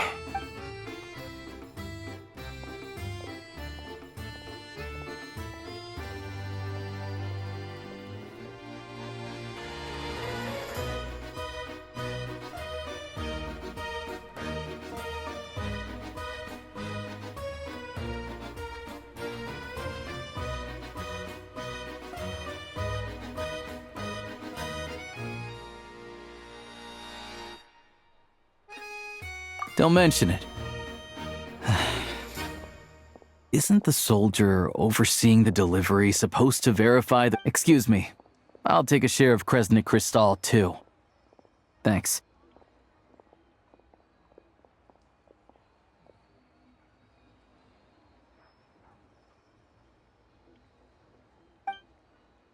I need to take a detour before we head back. There's someone I have to deliver this Kristall to.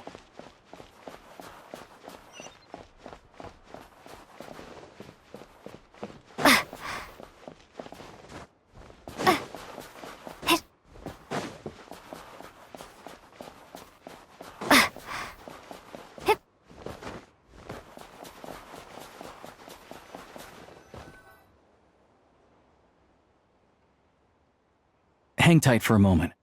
This old lady, she doesn't really know who's who anymore.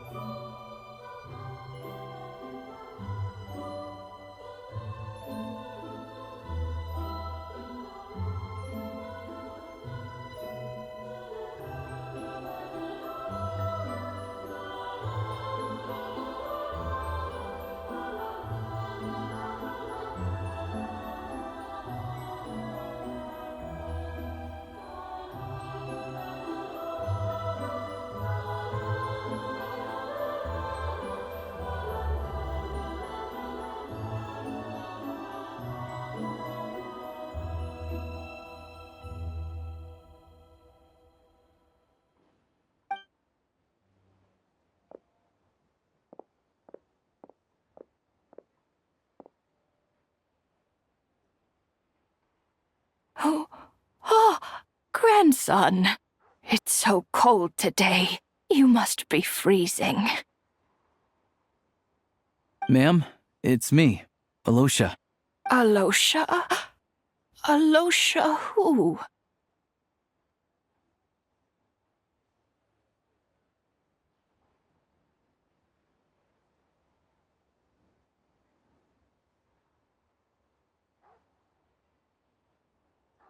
You know me. I came by earlier today. Cleaned the ashes out of your stove, gave you some warmer bedding, and washed your back.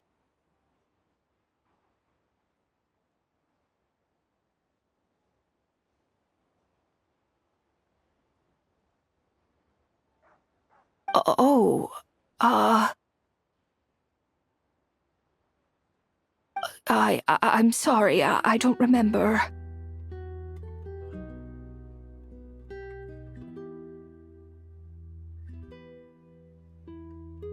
Now, how often do I get to see my grandson? Hmm? Come on, take a seat and relax while I fix you something to eat.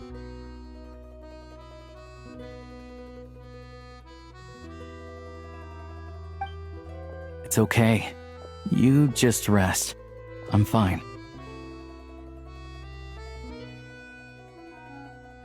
Oh, you. It's nice to come and visit your old granny once in a while, isn't it? Sretomaros, a good town. All sorts of things to do and people to meet. And the local officials are good to us. Sit down. Come on, take a seat. I still have... Please, don't get up on my account. You need to rest. Where's the fruit? Right under the basket by the door.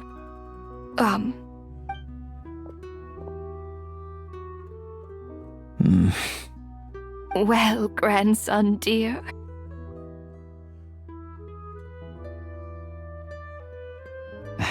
Very much, ma'am. It's delicious. Good, good. You don't need to save any more for me next time, all right? Fresh fruit is hard to come by at the moment. You should eat it. Oh, I don't need it.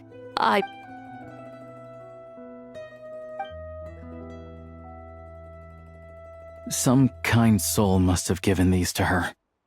But she always saves the nicer things for special... I met her at the market back before her health began declining. Not many people have heard of Alatir. And if they have, it's usually for all the wrong reasons.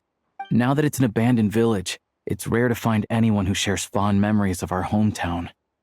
So after we got talking and realized we were from the same place, we decided to keep in touch by letter.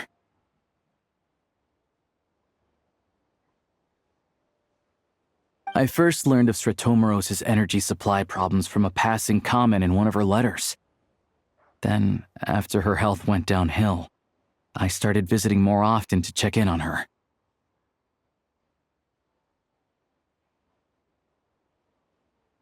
The town's been in decline for a while now, but because of her memory problems, she thinks... That said, I kinda appreciate her optimism. There's not much of it going around in this world of ice and snow. It's fine. Everyone grows old.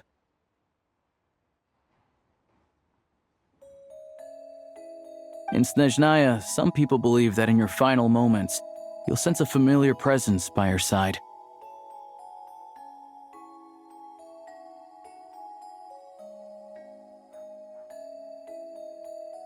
You turn to look at them, but their face is blurry. So you focus hard, trying to make out who it is. And when you finally see their face,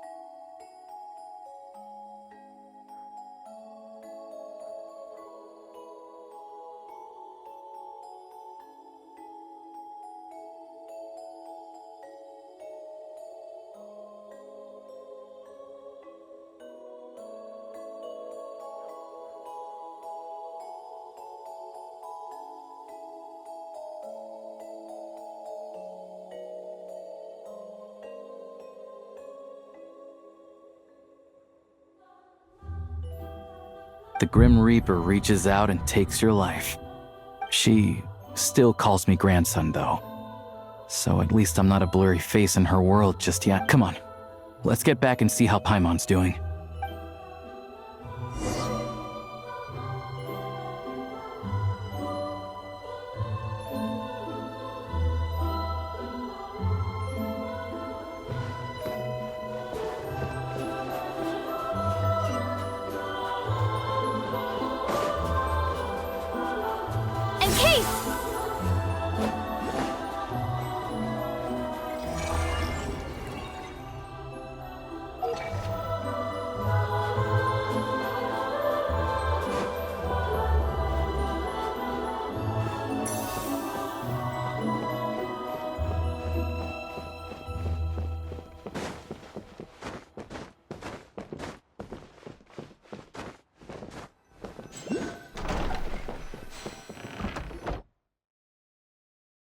Paimon, we're back. Are you feeling any better?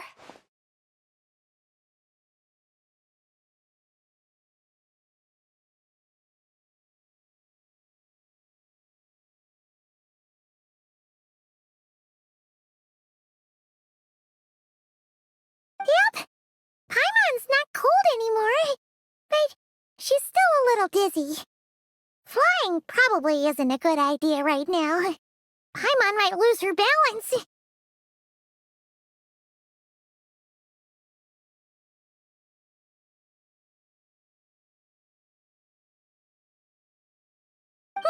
But Paimon's sure she'll be fine.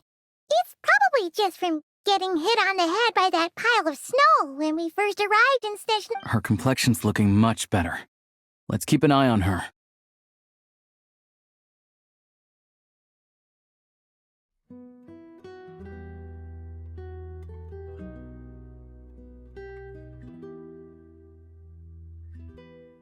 Sure, but enough about that. How did everything go on your end? Are you all set? Did you have any trouble? I'll explain. It's a bit of a long story.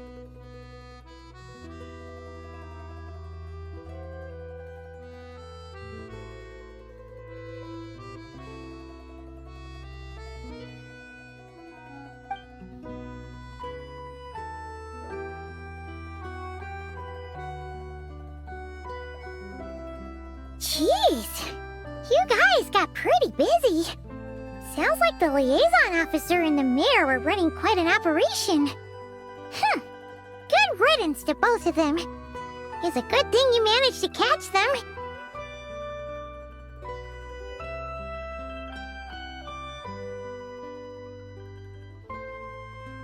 So, you said the train station will open again? Yeah. Well, enough to survive at least. Project Stuja isn't going away anytime soon. People will still have to scrimp and save to make ends meet.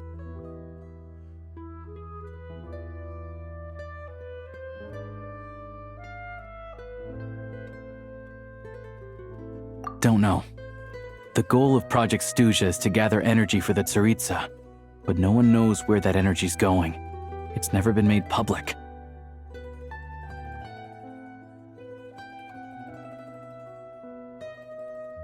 The thing is, we were told that the project would only last for 6 months, but time and time again, they keep extending it.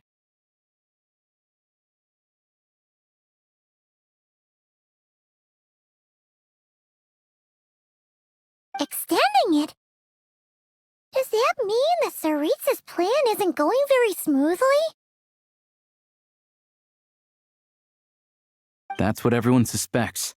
In principle, any proposed extension needs to pass by majority vote in the Snezhnoya Grad Veche. But even though opposition has been growing, any detractors end up caving in to political pressure from the rooster, Pulcinella.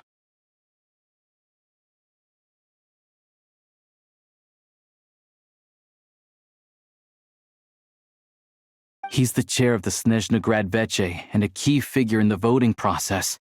He has the backing of... How come the Fatui are picking on ordinary people even here in Snezhnaya?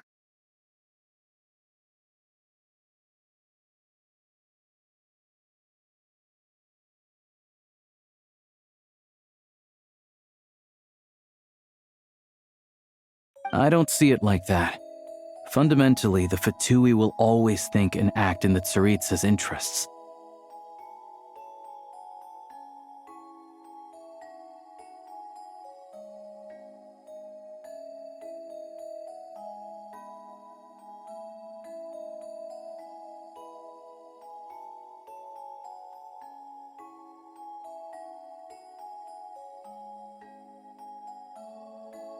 But that doesn't mean they don't care about the plight of the common folk. The only reason Sratomiro still receives Crystal shipments is because of a relief proposal put forward by the rooster himself.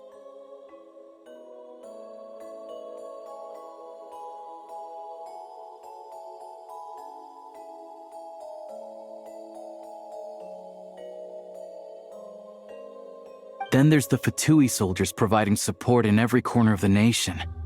Even the Northland Bank provided some mora for disaster relief, and they're as conservative and indifferent as they come.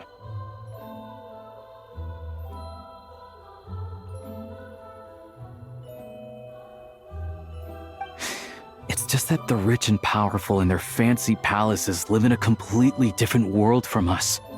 There's always going to be some conflict when those worlds collide.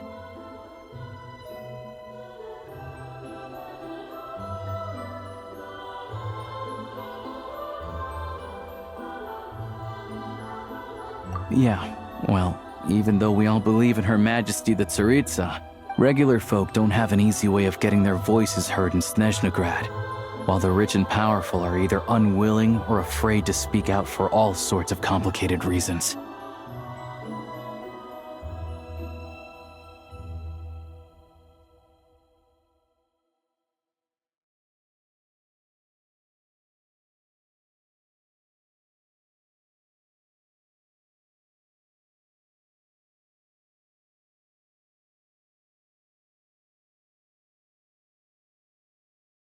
The Rokad provides the disaffected with false identities and an outlet to vent their frustrations.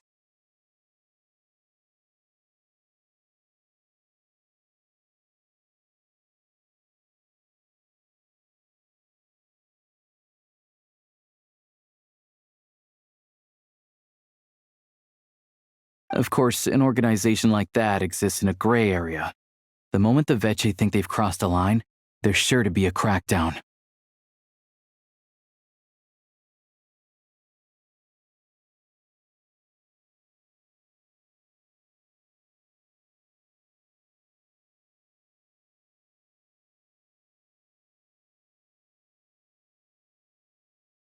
But so far, they've been doing their best to help the common folk.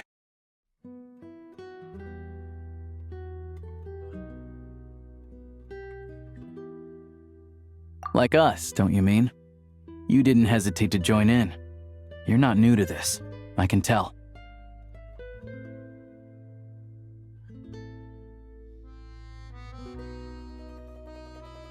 That's because we're adventurers. It's our job to help people out with commissions and get to the bottom of things.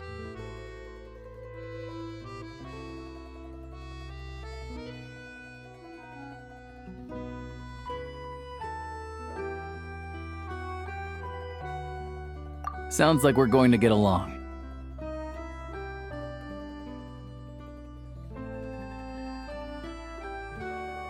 So, what's your business in Snezhnegrad? Aside from taking your friend to see a doctor, of course. I want to meet the Tsaritsa. It's complicated. I've had run-ins with many of the Harbingers along the way, and I really need to know what the Tsaritsa is up to. Her ultimate goal, what the Gnosis mean in all of this. Since I've made it this far in my journey, I have to find the truth, whatever it takes.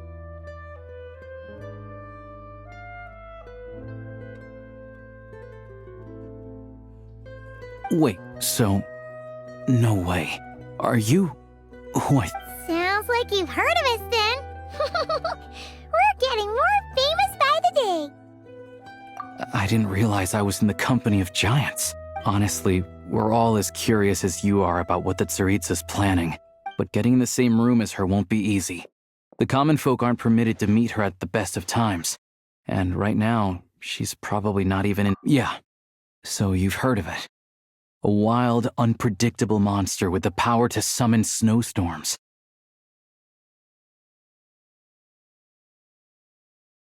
It also absorbs everything around it into its body, so it's growing constantly. Now it's so big that the Tsaritsa has deemed it the #1 threat.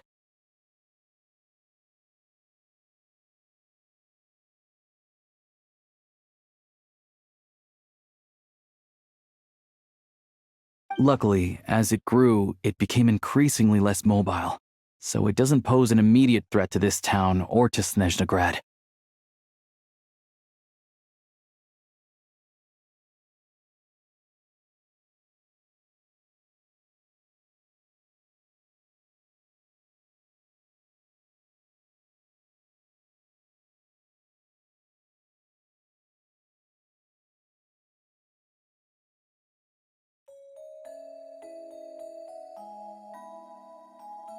I'm sure that Tsaritsa and her personal guard, the Druzhna, won't have any trouble defeating the creature between them. It's just a question of how long it'll take.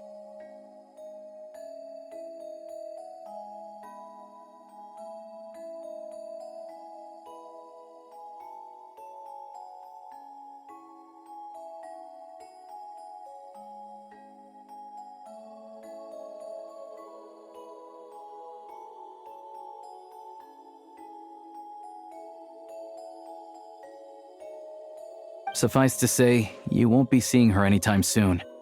You'll have to wait until she gets back. Fair. Well, the Fatui will be taking over management of the train station. Once it's open, we can see about getting your train. Whoa! That's gotta take a lot of... The Fatui aren't exactly spotless in this whole mess. Plus, we helped them out.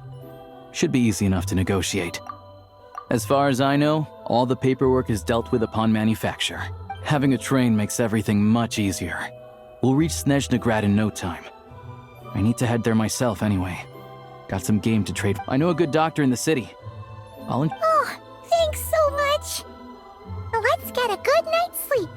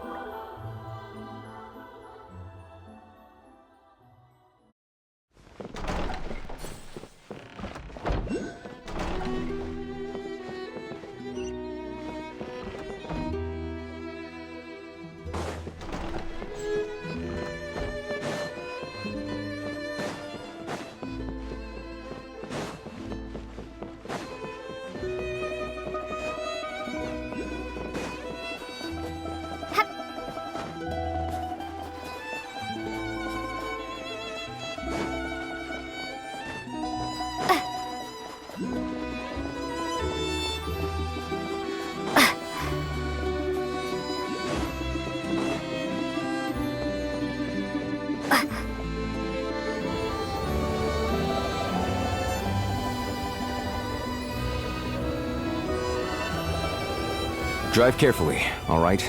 You don't want to end up in this situation again.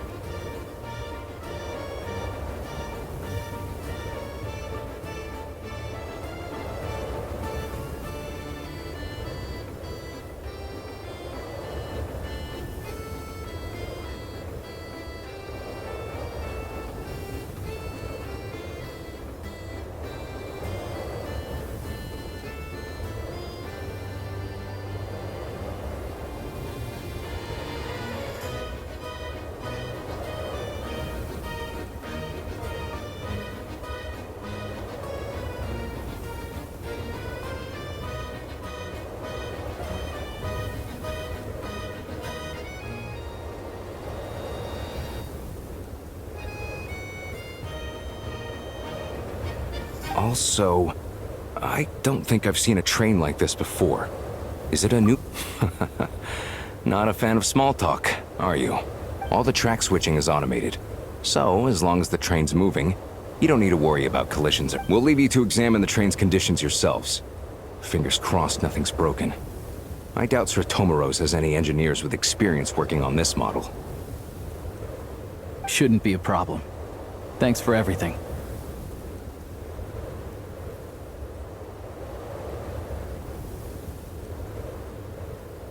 All right then. Have a safe journey. And make sure to...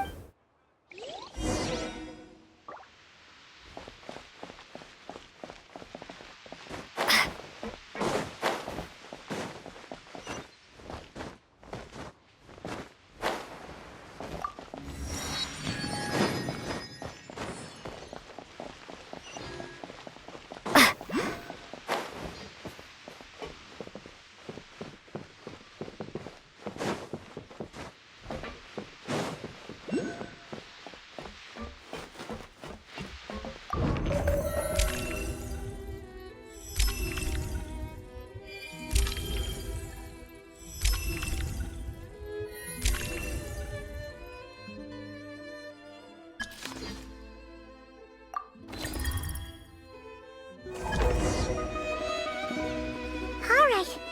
Looks like our destination settings have been applied. Let's give this thing a final once-over and then head out. Goggles, your time to shine! Affirmative. Running vehicle diagnostics. What's this? Engine, green. Wheels, green. Frame, minor damage, but no impact on function. Diagnostics complete. All systems nominal. Neat! Huh. Paimon still can't get over the fact that you just found this tech. I've lived in Snezhnaya my whole life, and I've never heard of an interactive, talking train autopilot.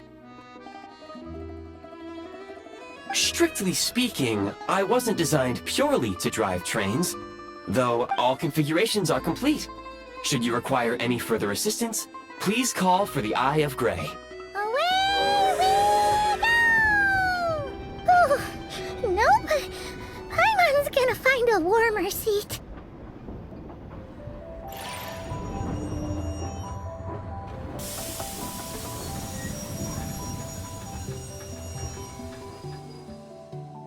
Huh?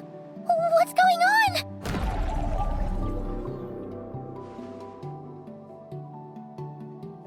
Oh no.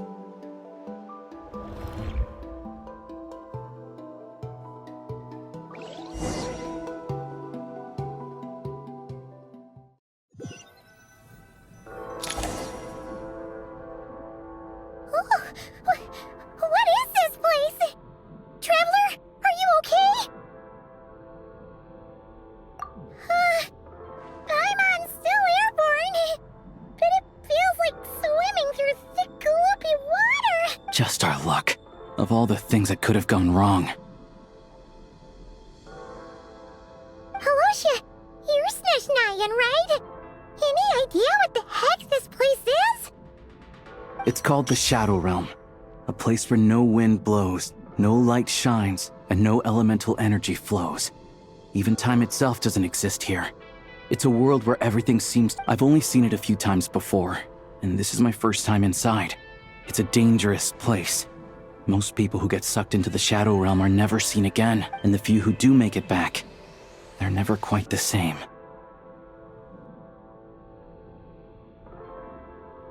Huh? Then what the heck do we do now? Oh, maybe Goggles knows something. Goggles? Great! Now we're done for! Hold it together. Let's not get ahead of ourselves. I heard a story once about the world of shadows. If it's true, there's a way to escape. We just need to find the exit. Come on, let's explore.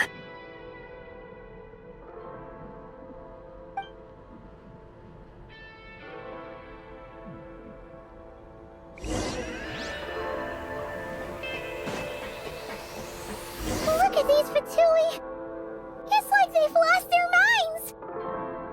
Their shadows have been devoured. They're no longer amongst the living.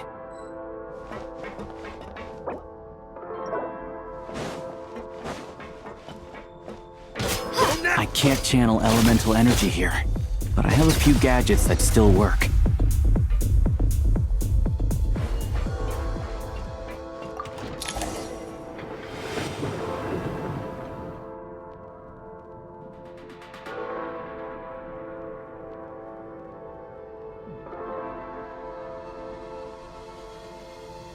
Wait! What's that blue thing? Is that... goggles? Guess we'd better find a way over.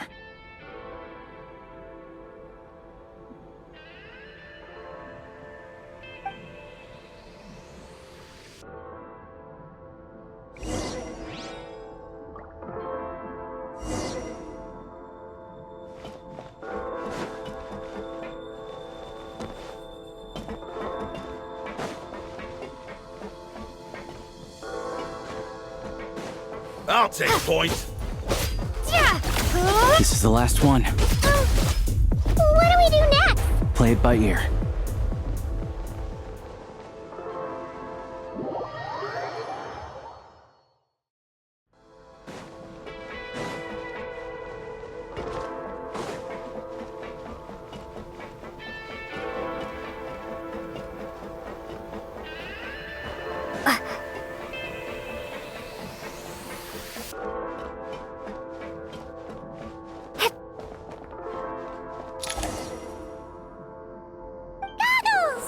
Hello.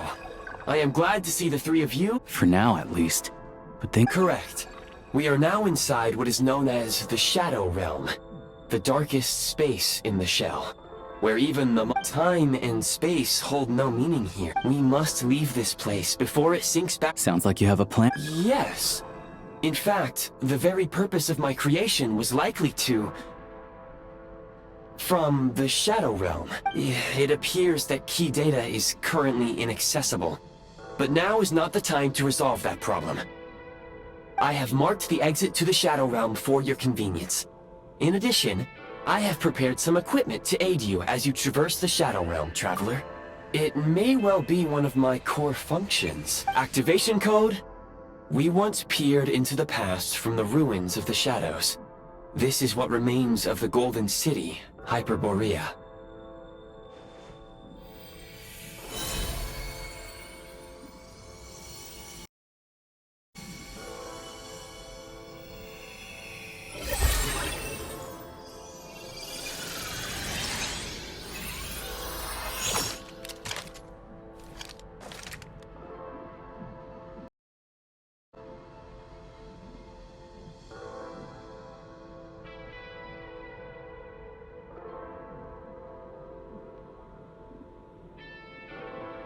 Whoa! Now go. Arm yourselves. Is this a gun? In the Shadow Realm, where humans cannot channel the elements, there... Let's go. We don't have much...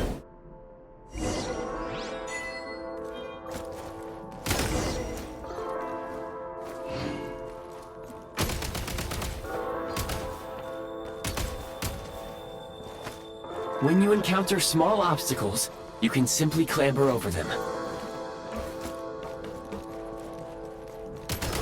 You can slide to navigate through. Since elemental energy is unavailable in the Shadow Realm, ammunition is an important resource. You can replenish your ammunition at various supply points.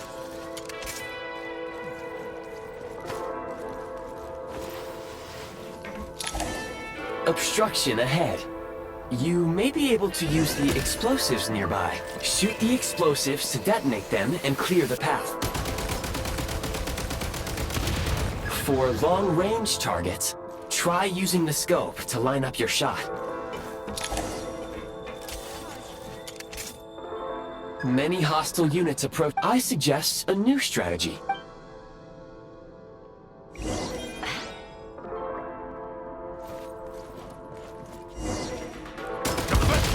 Where's the back? Fall back.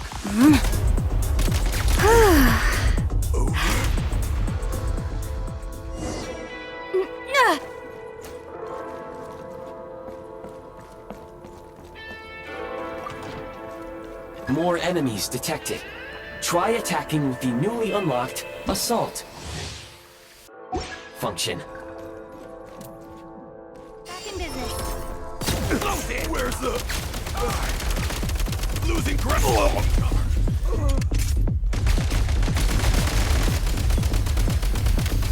Where's the...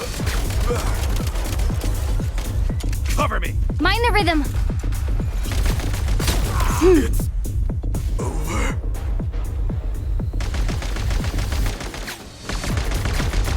Resuming search. It's over.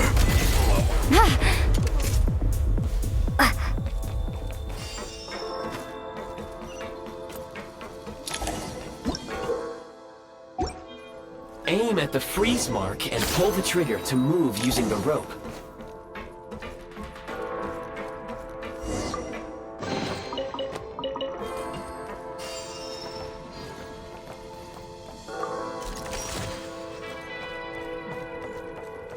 Light him up!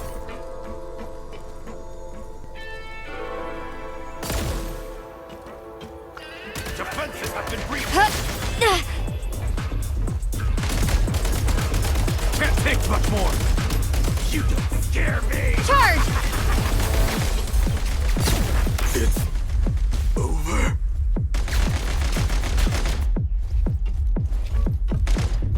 Close it.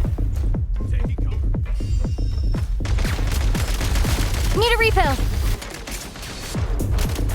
Where's the back?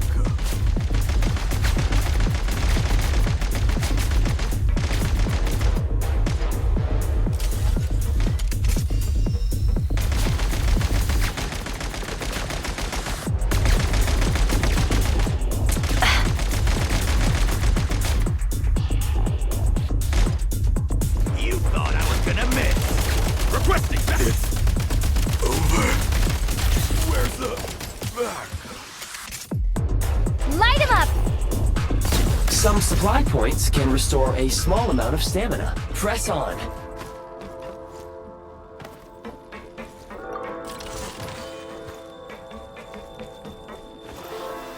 You should be able to use the Prime Ice construct left here to cover long distances.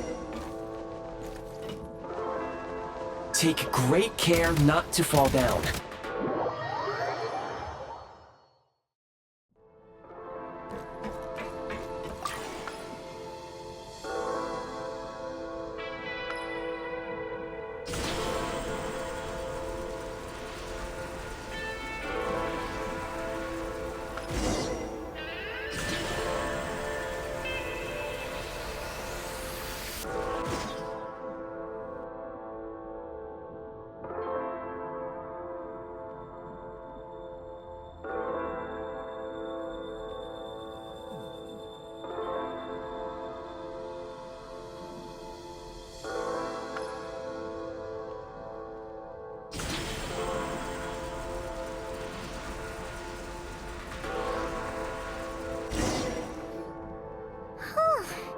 I recommend using this grappling gun. Such devices will, if you detach the connected hook, the grappling gun will automatically...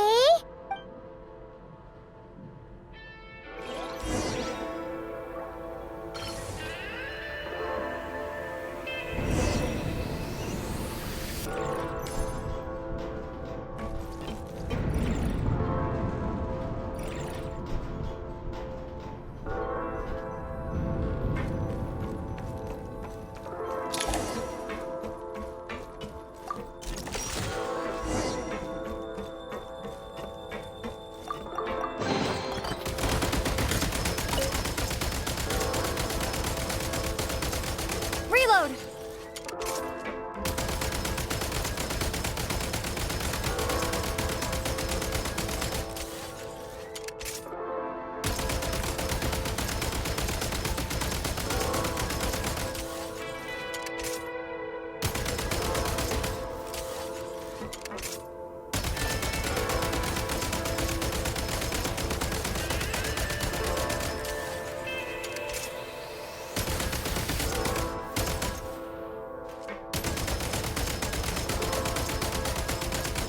Gotta recharge.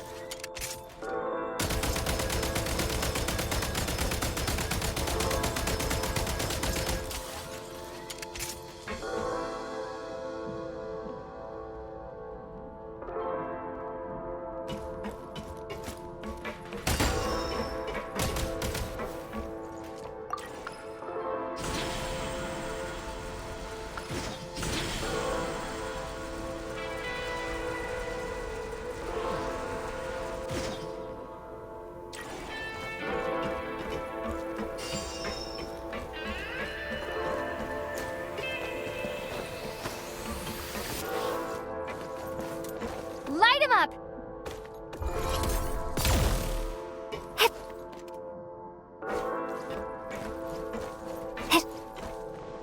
Back in business. Close it!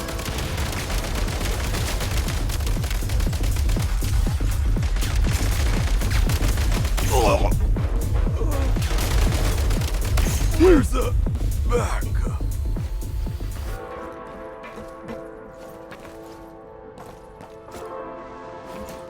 Sprint at the prime ice launcher to reach high places with ease. Defenses have been reached! Fall back!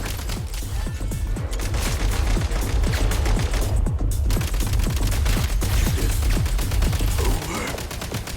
Losing ground!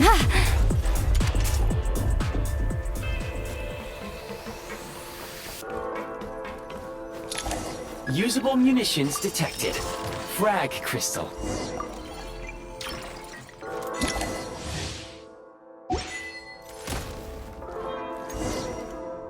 Try this! Grab that advantage! Taking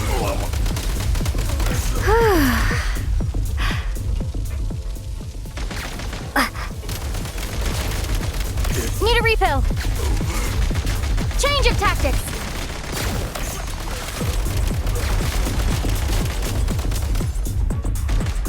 Switch mode. I'm on my last legs now. Where's the... Gotta recharge. Out of ammo! Over.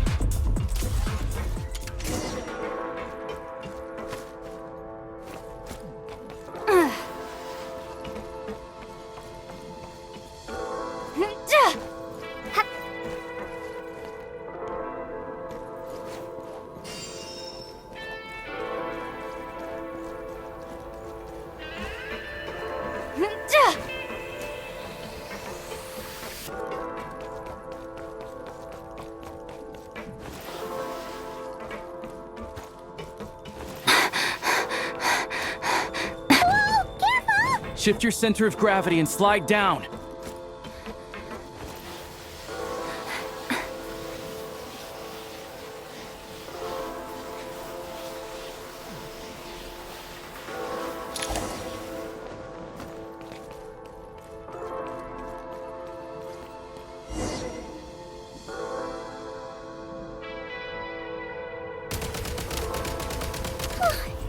How much longer is this gonna take?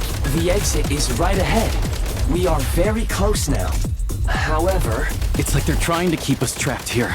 That platform and the carriages are swarming with undead Fatui. Guess we gotta storm through.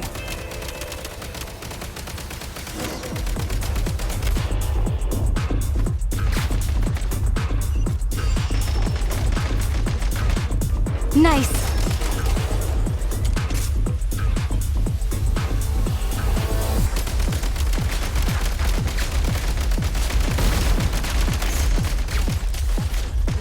State number 2. Frag out.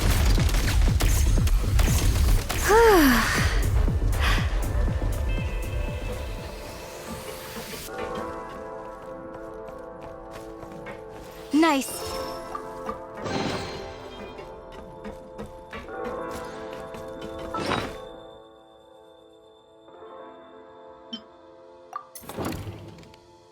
Who should I invite?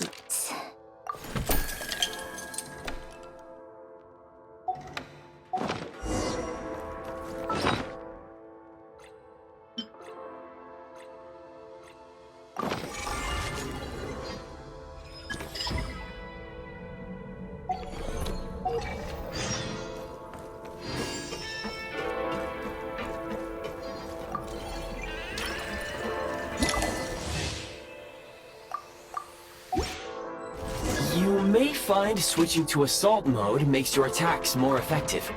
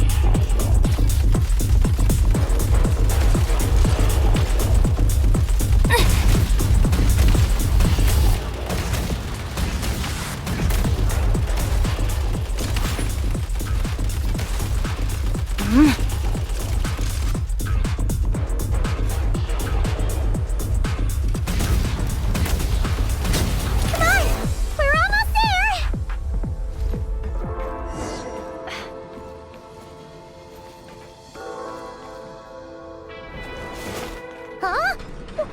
Why is everything shaking so much? Looks like the Shadow Realm is about to sink back down into the depths. The exit is right here.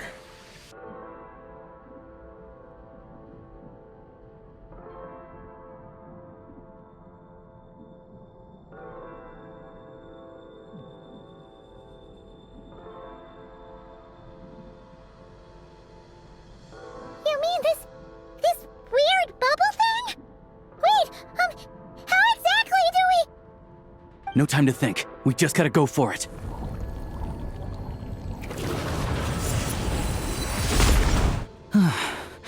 Looks like I was right.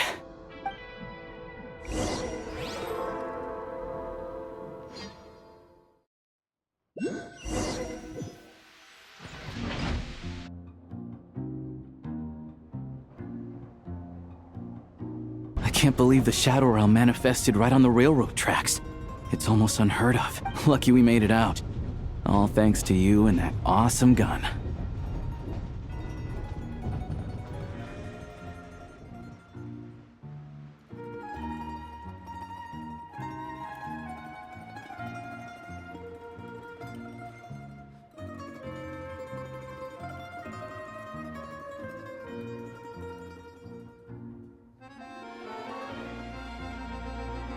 Ah, so you have heard of the Golden City before?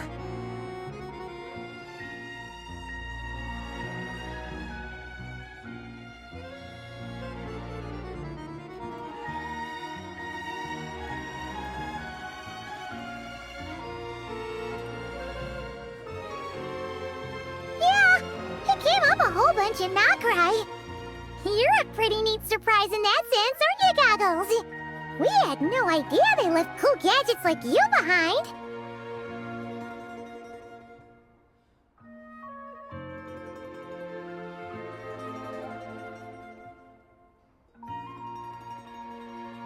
Make no mistake, it was a team effort.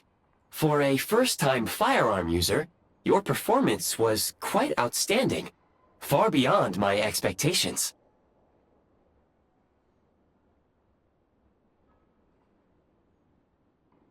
As Alosha said, it is highly unusual for the Shadow Realm to manifest in a place. Oh, let's hope not. If anything else goes wrong with this trip, Paimon's gonna have train trauma for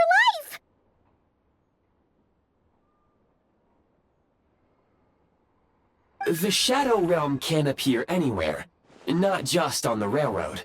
I am simply advising that we take sensible precautions.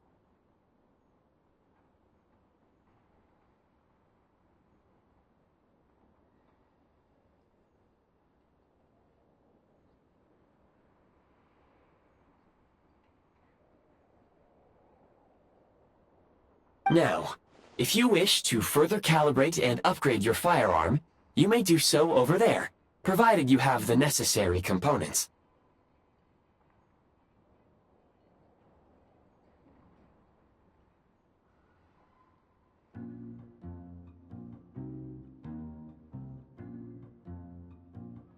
Please take a moment to catch your breath while I repair the body of the train.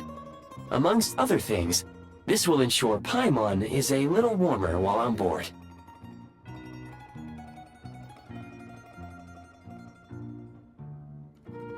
Oh, thanks, Goggles! You're a trusty train conductor! Well, maybe trusty isn't quite the right word, considering.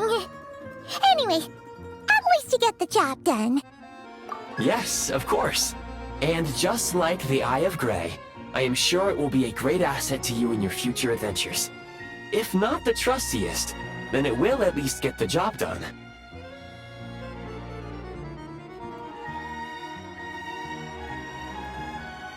Let's get some fresh air while the Eye of Grey fixes the train.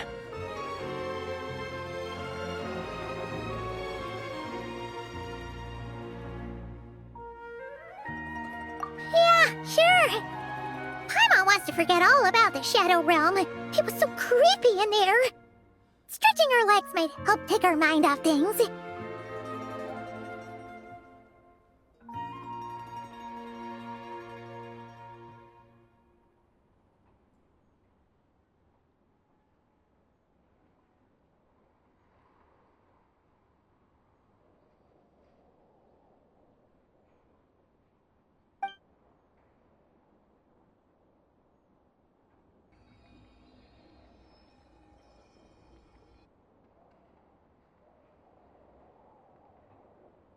It's so quiet here for a train station. Not a person in sight. Just...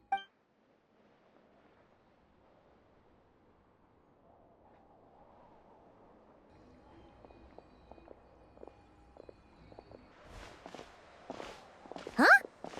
So much for repair? You've swapped our train out for a whole new model! My plan was to restore the train to its original appearance per my records as quickly as possible. Now that the repairs are complete, the train offers optimized performance and a significantly improved trendiness level.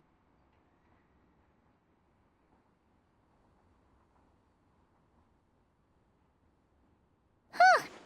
Didn't know trendiness was a parameter.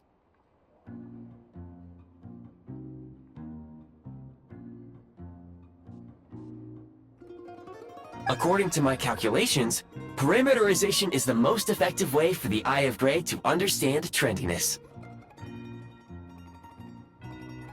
Hyperborea, huh? I'm sure I've heard of that in a story somewhere. What an incredible little gadget you are.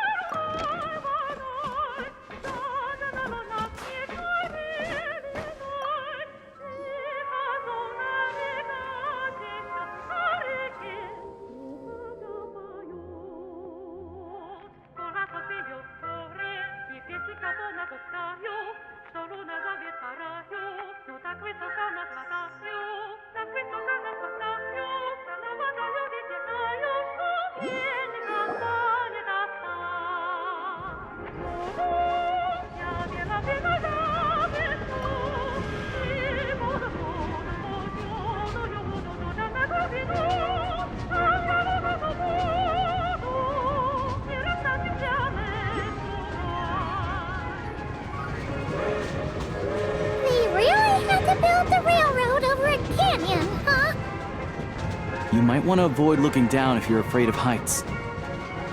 No, it's not that. Paimon's just praying that we don't have yet another accident.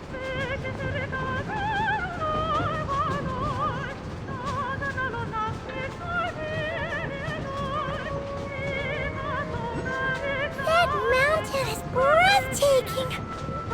Reminds Paimon of Dragonspine. They say this mountain's the domain of a Snegovic lord. A lot of the Snegovic retreated there to live in seclusion, so it's a pretty mysterious place. You hear all kinds of stories. Even the residents of the nearby town of Svietlo Lidovka steer clear of the summit, and they make a living off of harvesting prime ice.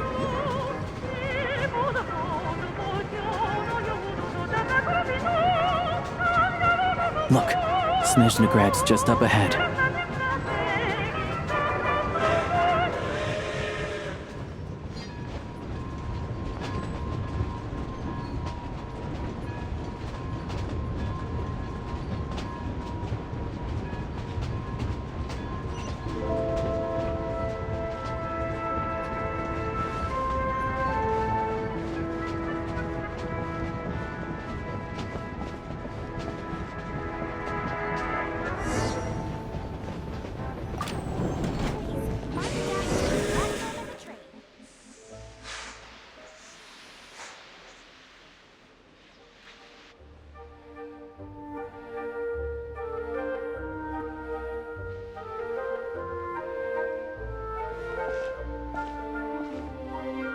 Here we are. Welcome to Snezhnograd train station, the biggest transport hub in the nation.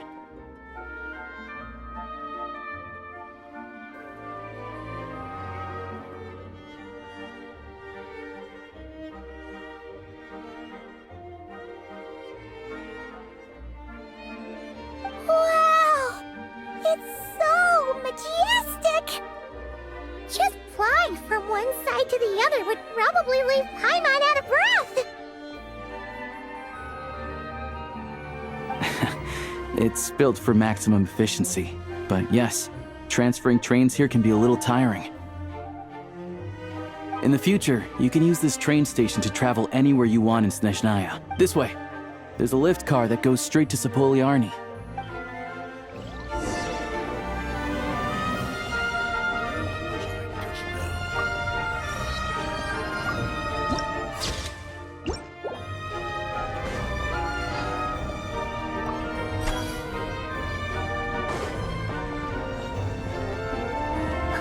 Look! They have really funny-looking heads! And those ones are about the same height as Paimon! But it looks like they can't fly! Those would be Volkudlak and Domovoy. You'll also see the winged Vila and the snowborn Snegovic amongst others. No wonder! We'd heard that Snezhnaya used to be the realm of the Fae. Paimon can really see it now!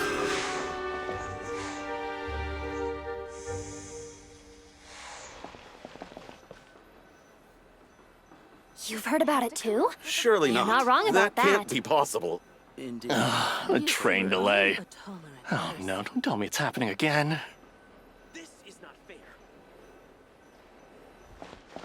Please enter in an orderly manner and cooperate with security checks.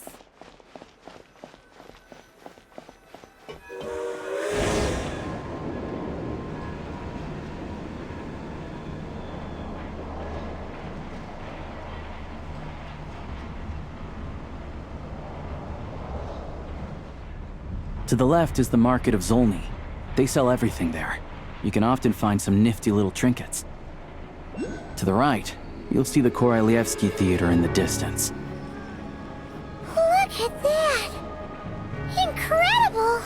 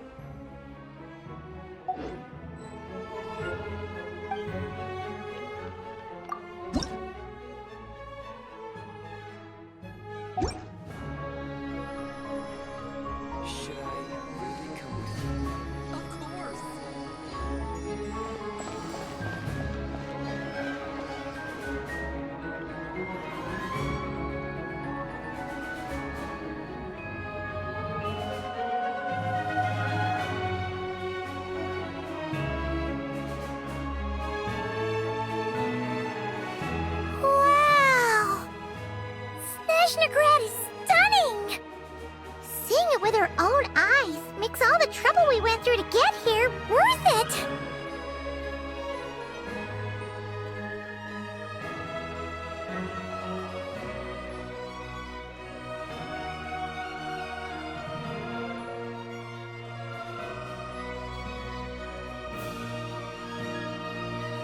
I found it pretty stunning when I first came here too. But I soon found out that stunningly beautiful means stunningly expensive. The prices here are crazy.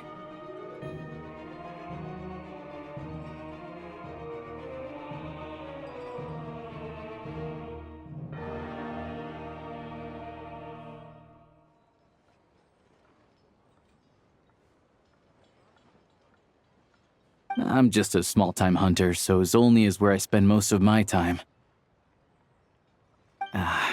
This way will take us to Podvorier Restaurant. They offer food and lodging there, so you can get settled in while I fetch the doctor.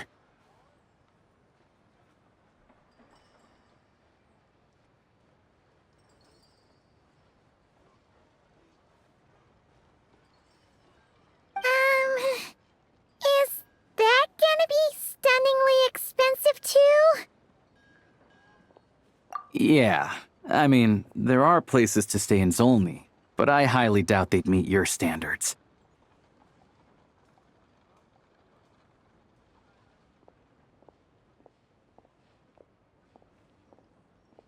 Most of the stoves are out of crystal, the windows are drafty, and at night, four-legged roommates come out to play, sharpening their claws on the roof beams and floorboards.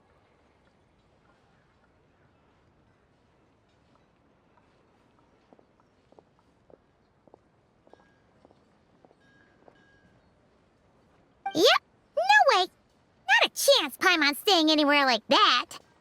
Maybe we can split the cost of the room between us? Fine then. It's your treat. Paimon will save her money for buying a nice little cake.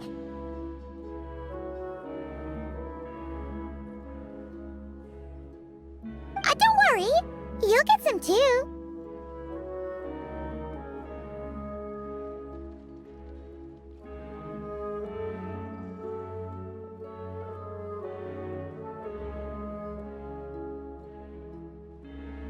I'm glad to see you've perked up.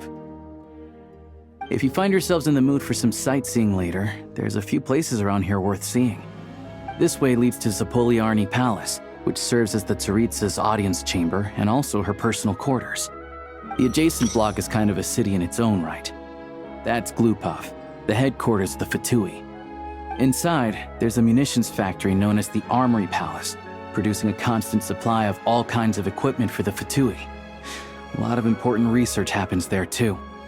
And over there is the Snezhnograd Vecha, where all the big shots meet regularly to make policy. These places are best admired from a distance. Yeah, they probably have The downtown area is near the center of Zapoliarny. That's where you'll find the restaurants, bookstores, and another place of interest is the Northland Bank. Oh, and I'm sure you'll want to make contact with the adventure. Ooh! No one practices alchemy in Snezhnograd, I'm afraid. Oh. We'll just have to use the one on the train then. Kinda inconvenient. Wait, how come there's one on the train if that's Snezhnayan too? Yeah, I don't know. Not my area of expertise. Still, anyway... Finally, there's Zolny in that direction. It's mostly residential buildings and factory. That's about it. Sounds good. Thanks for all the... Podvorier Restaurant is right this way.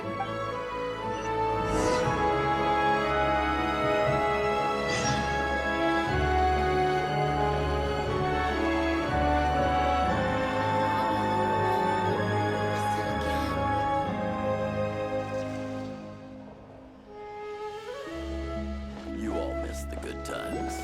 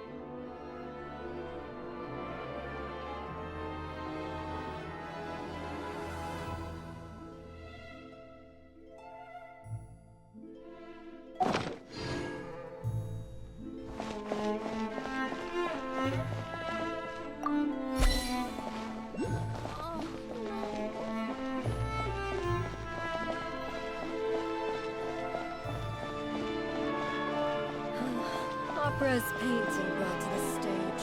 Report anything unusual to me at once.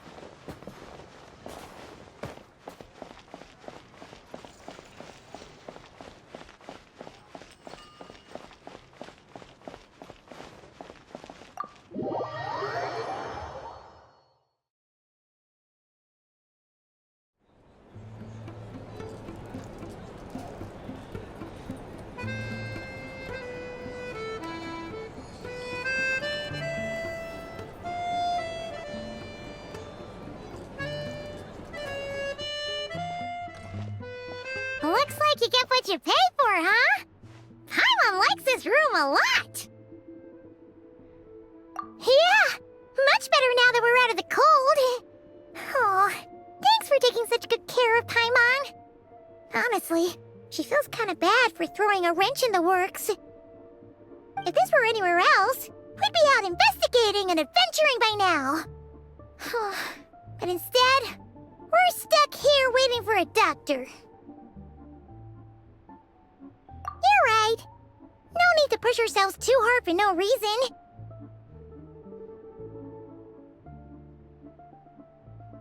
A lot happened on our way into the city.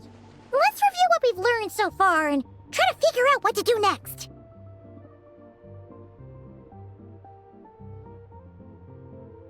Obviously, the million more question is, what is the Tsaritsa planning? Everything else leads back to that.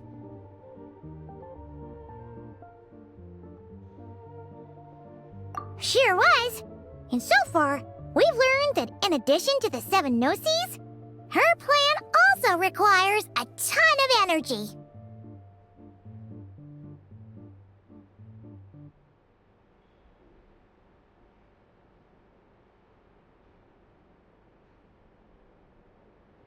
But we won't get to see her anytime soon.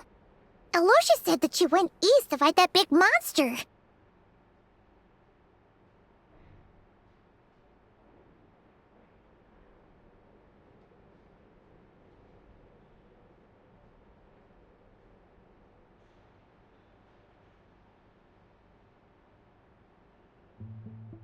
It must be a pretty powerful one if it can blanket the whole of Snezhnaya in a snowstorm this awful.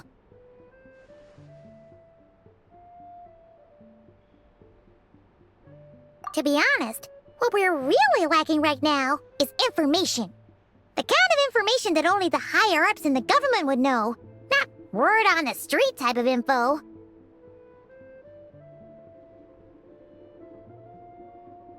Paimon can think of a few people who might be able to help us, but... Right! And when we left Nogcry, Zandroni specifically left a message reminding us which side we're on.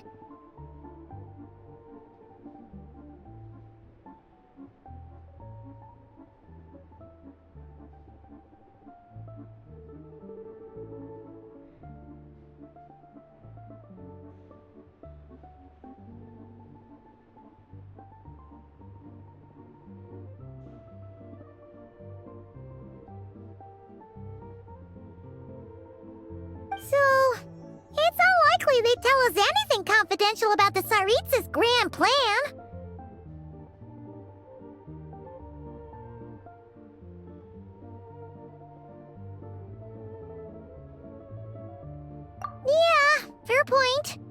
Besides, there's gotta be someone there willing to talk to us, right? Maybe Arlecchino or Cendrone? Or possibly Tartaglia.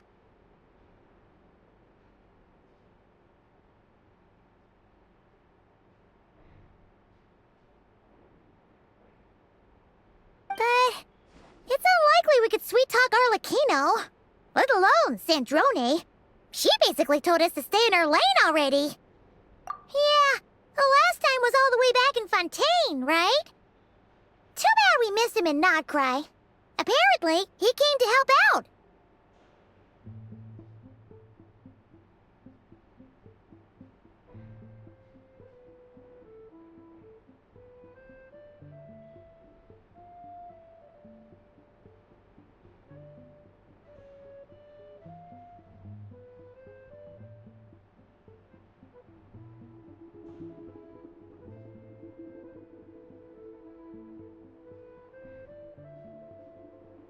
Hello. Is there a traveler in Paimon in there?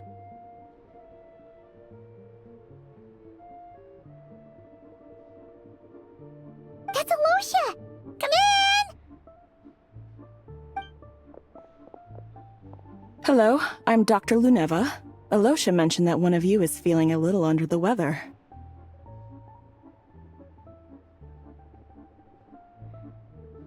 I see. So you're my patient today, yes? Good question.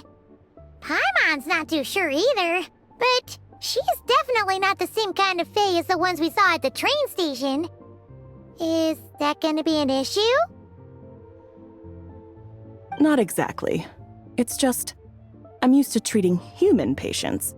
Fae tend to be far more resilient than even the healthiest and most long-lived of humans.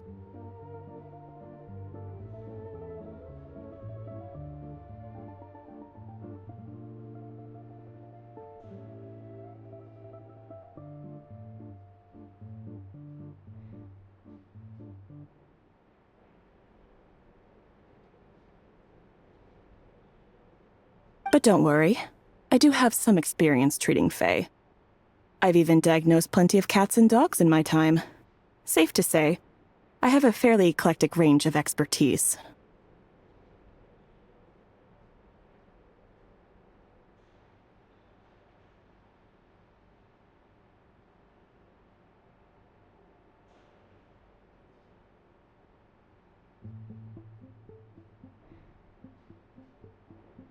It'll be fine. Paimon's basically the same as a human.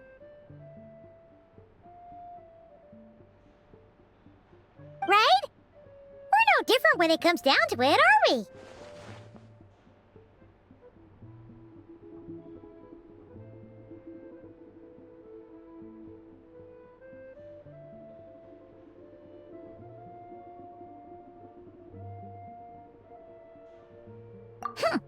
That's just because Paimon knows how to eat. Now, please take a seat.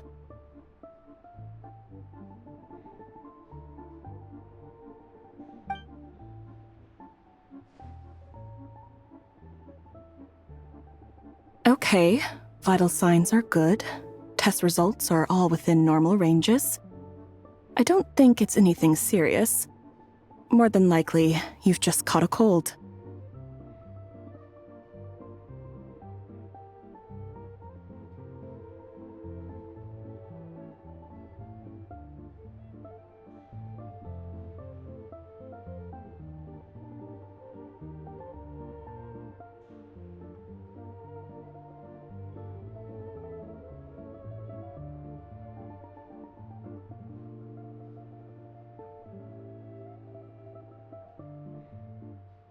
I can give you some medicine to tide you over, but as long as you rest properly for the next couple of days, you should feel better.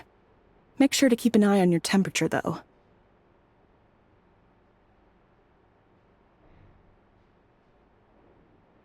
If you find yourself with a persistent low-grade fever, or if your symptoms don't improve, just contact me again. Sounds like there's no cause for alarm.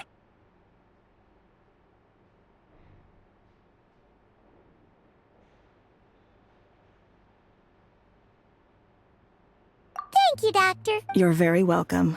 Just doing my job. I'll leave you in peace now. Time to visit my next patients.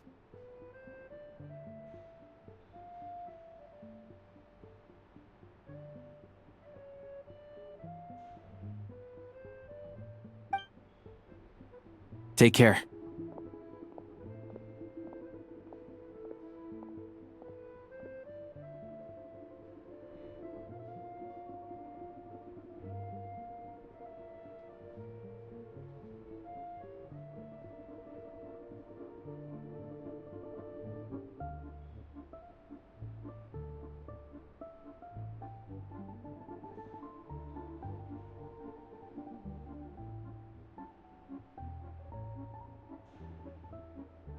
You heard the doctor. Best you rest up here for a couple days. No sightseeing for the time being.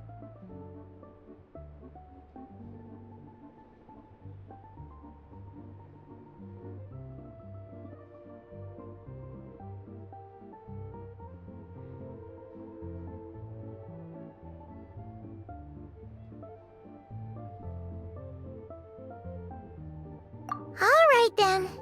Guess we've got no choice. Let's just treat it as a short vacation.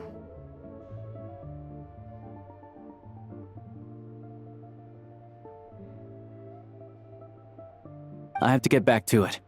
If you need anything else from the doctor or me, go to the Hunter Trade Station in Zolny. The boss there knows how to reach me.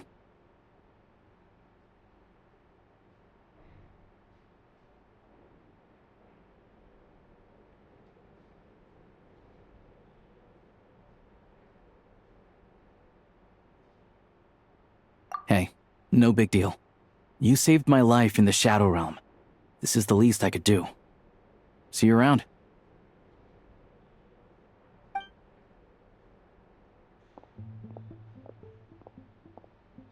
All right. Time to find Child and see what he can tell me.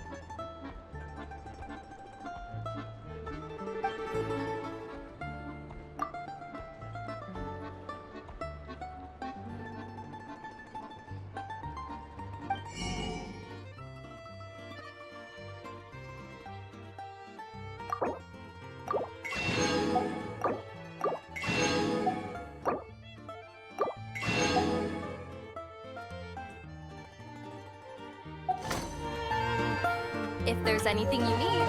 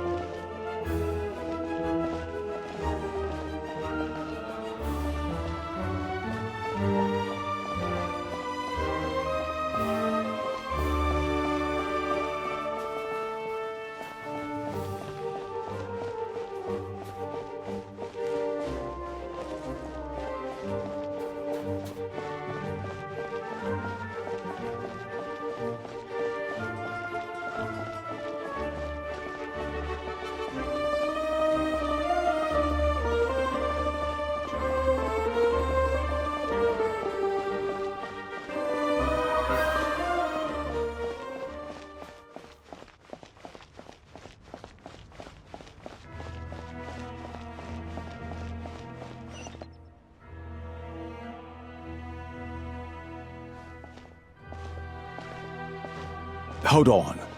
Please display your invitation letter or permit. Glupov does not accept meeting requests without a prior appointment. You'll have to apply per the advertised booking process and wait until your invitation letter is issued. Might I ask who you're hoping to visit? Another one who thinks the rules don't apply to them. I don't understand why people think they can just talk their way in here. You don't just show up and land a meeting with the Harbinger.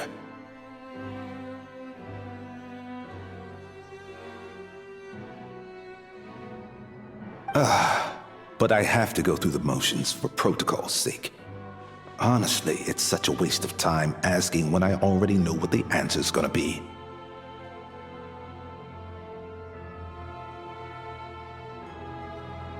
Wait a moment.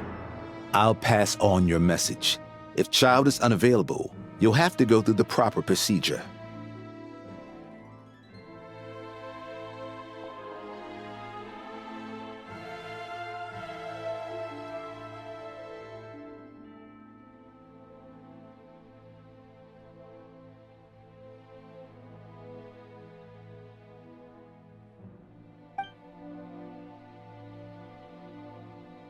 Lord Child is a busy man.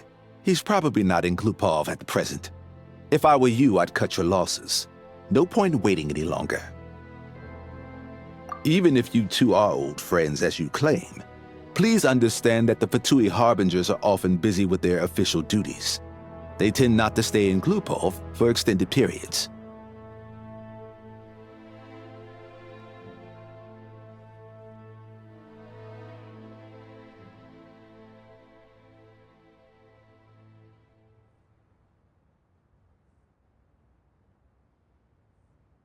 Next time, stick to the rules. You'll make life easier for both of us, Greetings, Lady Marionette. I'll take care of our guest here. It's her first time in Snezhnaya, so it's no surprise that she doesn't know the rules yet. I trust no choice words have been exchanged. No misunderstandings I should be aware of. No, Lady Marionette. No incidents to report.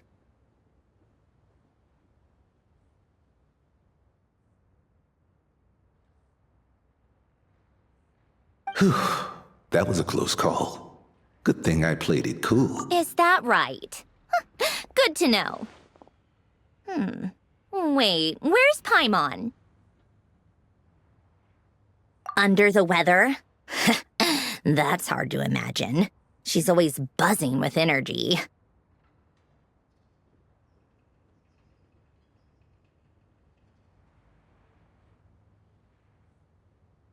I take it she's still adapting to the climate. Happens to a lot of people. It's even colder here than in Nodcry.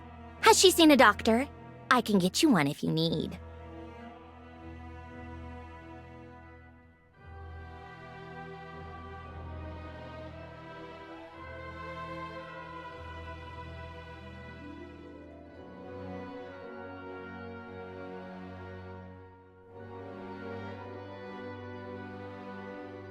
All right, then.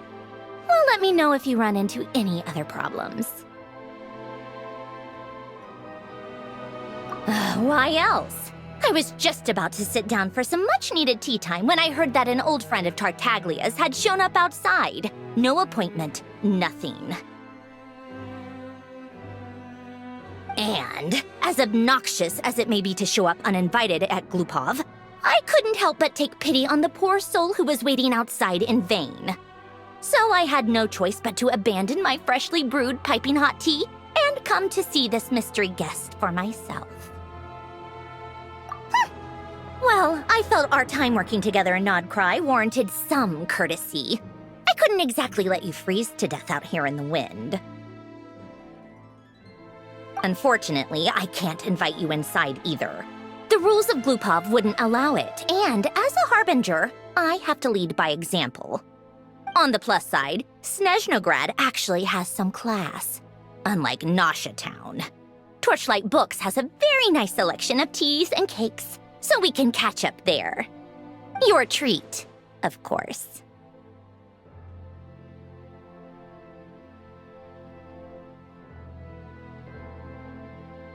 Because I already wasted one perfectly good cup of tea today. That's why.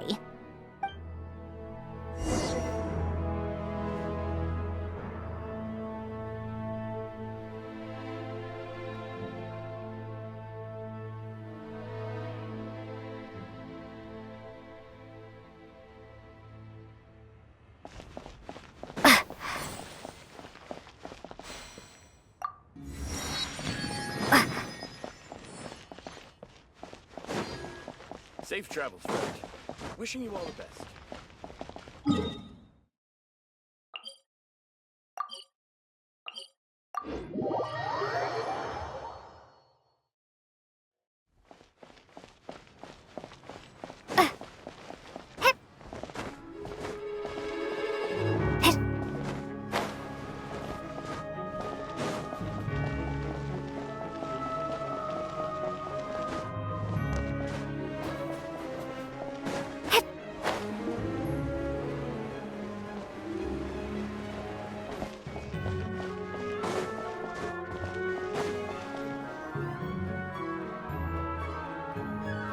I've ordered for the both of us.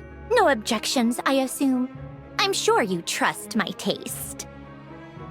Okay, let's get down to business. I'm guessing you don't actually have any urgent business with Tartaglia, per se. You just want information, right? Wanna take a guess?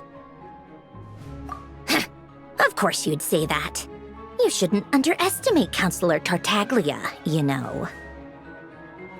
That's right. I'm sure you've heard of the Snezhnograd Vetcha by now. Well, he's busy preparing some paperwork for their next meeting. They'll be discussing yet another extension to Project Stuja. It's basically all anyone cares about in the Vetcha these days.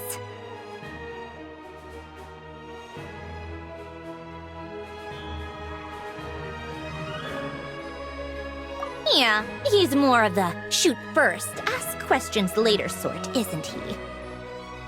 It all started with a very detailed letter that Capitano left for the jester, Piero, before leaving for Natlan. In that letter, he detailed the future arrangements for his subordinates. All of his key people were reassigned to Tartaglia. I guess he'd already prepared to leave us for good all the way back then.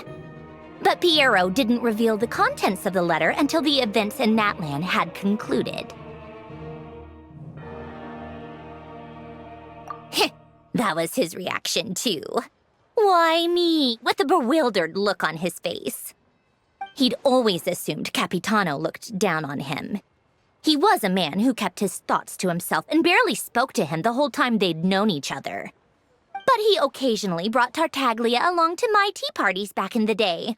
So to the rest of us, it was clear that Capitano had quite a lot of respect for his young comrade. By the rest of us, I mean my tea party regulars. Arlecchino, Rosaline, and... actually, not Columbina. She was probably oblivious to it. Anyway, then the Liyue situation happened. Normally, it took a lot to get under Capitano's skin, but that time he was furious. It's not really my place to talk about it, though. You can ask Tartaglia about it sometime.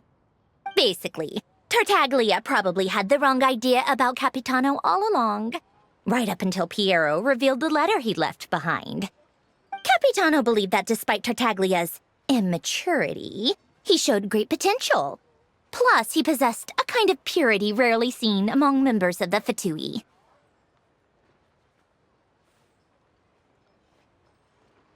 Yeah, it's one of the few things that I'd agree those two have in common.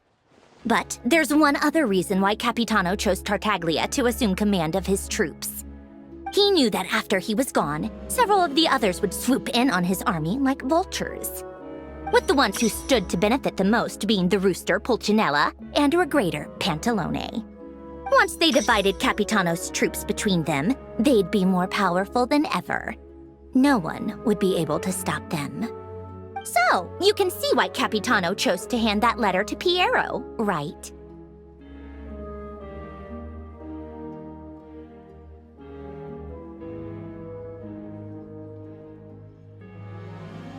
Exactly.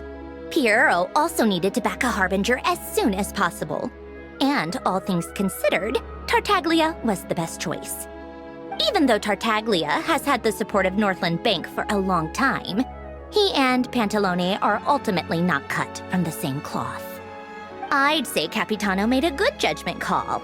Anyone else caught in this situation would probably feel like they'd been hung out to dry.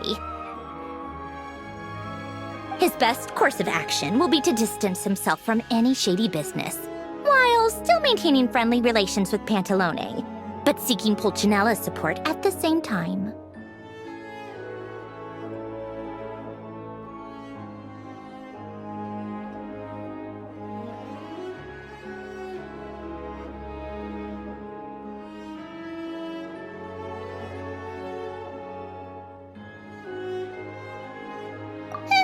What's the point in having a tea party if you don't spill a little tea? Besides, none of this is confidential anyway. Ask any journalist out there. They'll give you all the lurid details. You'll see it firsthand if you ever sit in on a session of the Snezhnograd Vecha. All the factional strife, whether open or unspoken, it plays out for all to see in that one little room. Having a voice in the Vecha is the only way to steer policies in your favor. So, every person in that room represents a particular interest group. Pantalone, for instance, represents the financial sector, and Tartaglia represents the Fatui soldiers. Personally, I have no interest in political jousting, but since I have a number of engineers and researchers under my command, I have to make their voices heard. Then there's Pulcinella, the linchpin of the Vecha. He represents politics itself. Everything involves him, so nothing can bypass him. Any issue that comes up, he knows how to mediate. That's what the Tsaritsa values most about him. I'm starting to see why everyone is so frustrated with the way things are, but also powerless to change it. A complex web of interests connects all parties involved, and the Tsaritsa sitting at the top adds another layer of complexity. It must be nearly impossible to come up with a perfect solution. All right, I'm done carrying this conversation. Time for you to answer a question of mine. You must have known that you can get the info you needed from me. So why was Tartaglia the first person you asked to see and not me?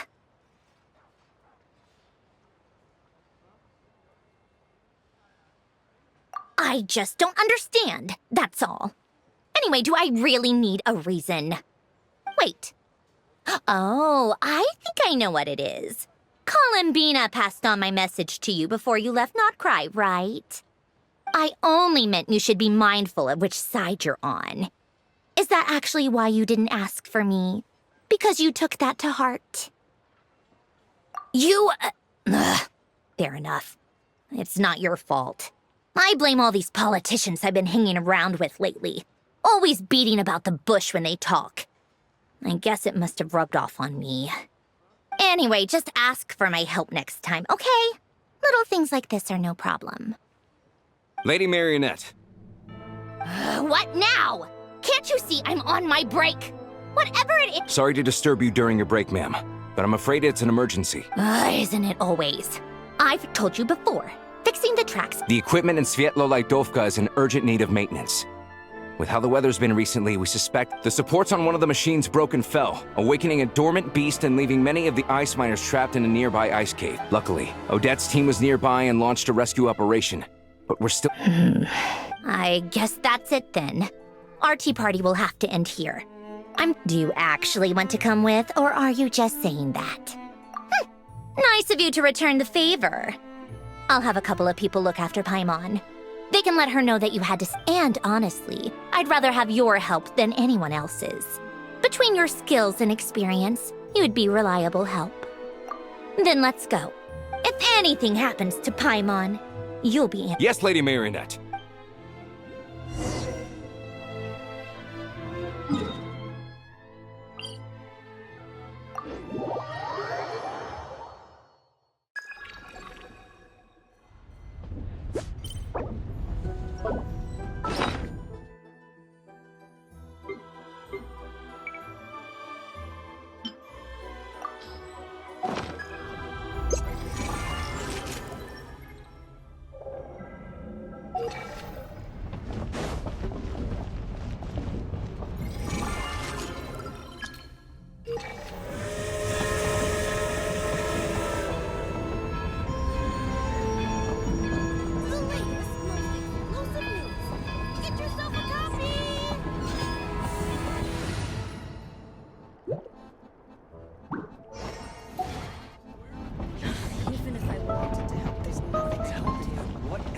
supposed to do?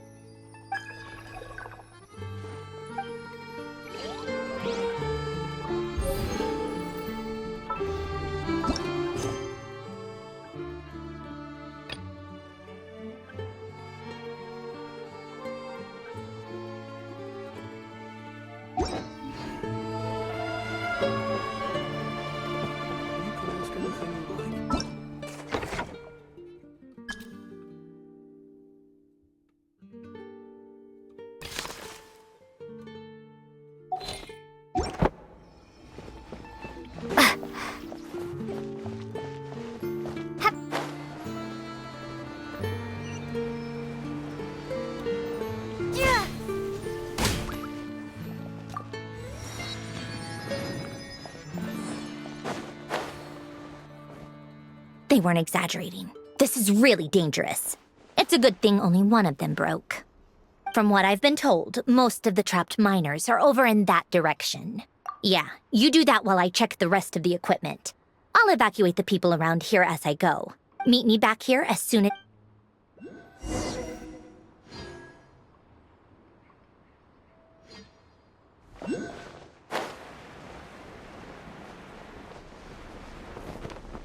Yeah!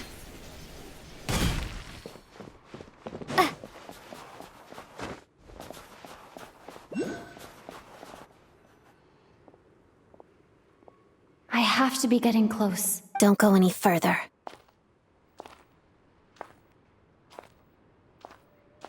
It's too dangerous here. There's a highly aggressive monster on the prowl. You need to leave, now. Ah, I see. You're the backup from Snezhnegrad. Well, I'm Odette. Ah, so this is Odette. She was the first member of the Fatui on the scene. There are 5 people trapped in the cave. Monster type. Let's go. Every.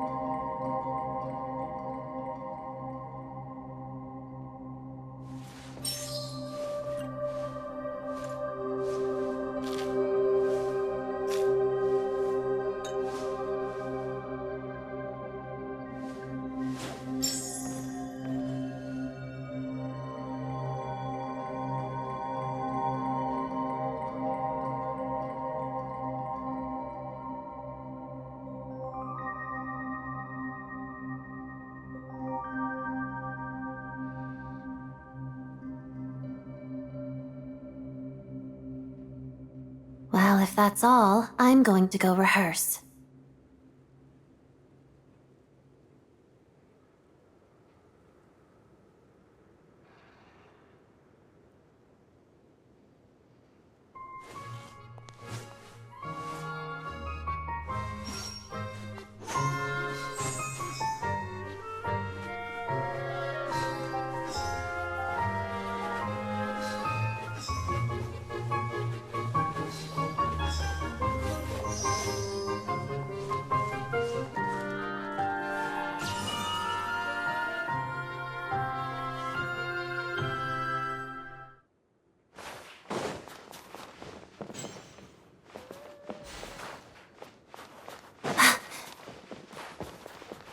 Careful. Something's moving.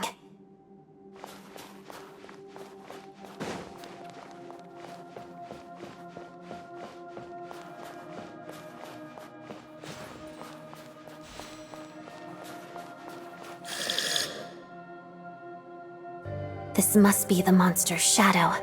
Looks like a tough opponent.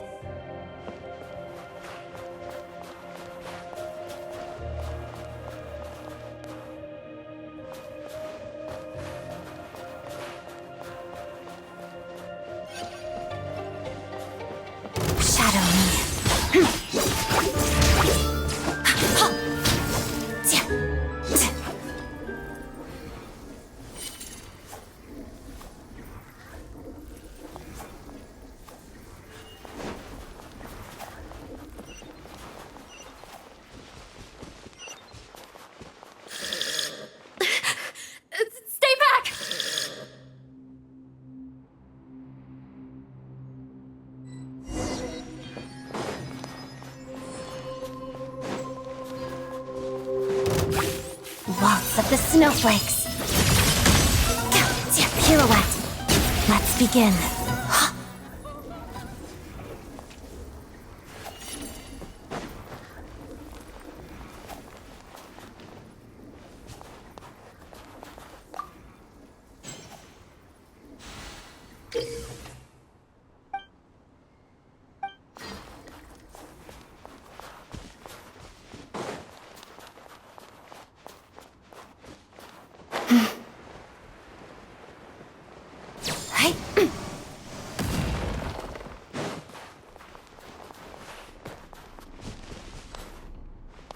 see them. They're right behind the monster. The monster seems very agitated. It could attack at any moment. Let's make the first move.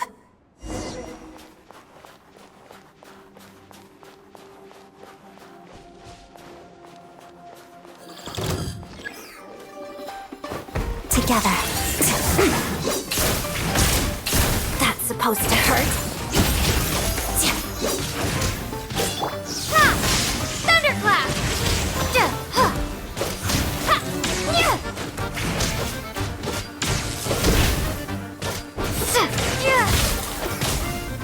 Crystalline Adagio.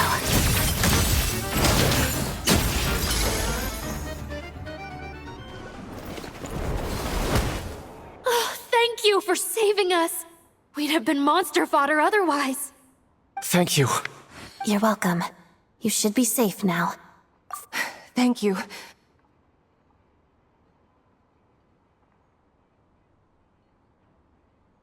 I've searched the area. Pretty sure the monster made a tactical retreat. Yeah, but with us here, it won't be coming back. It may be small, but don't be fooled. It's a ferocious beast. It's lucky we got here when we did. The trapped miners have been successfully evacuated. Wait. This place...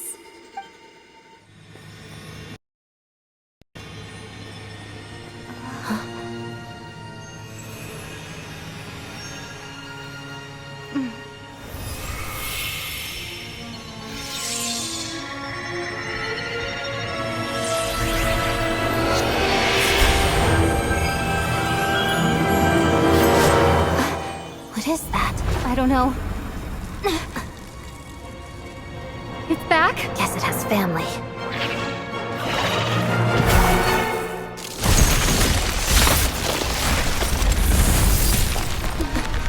This way. Run!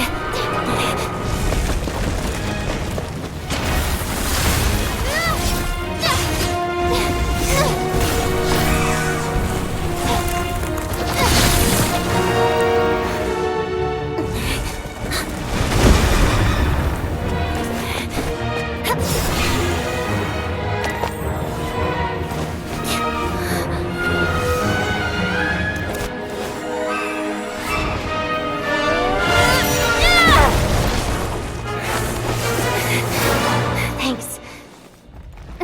Let's get out of here.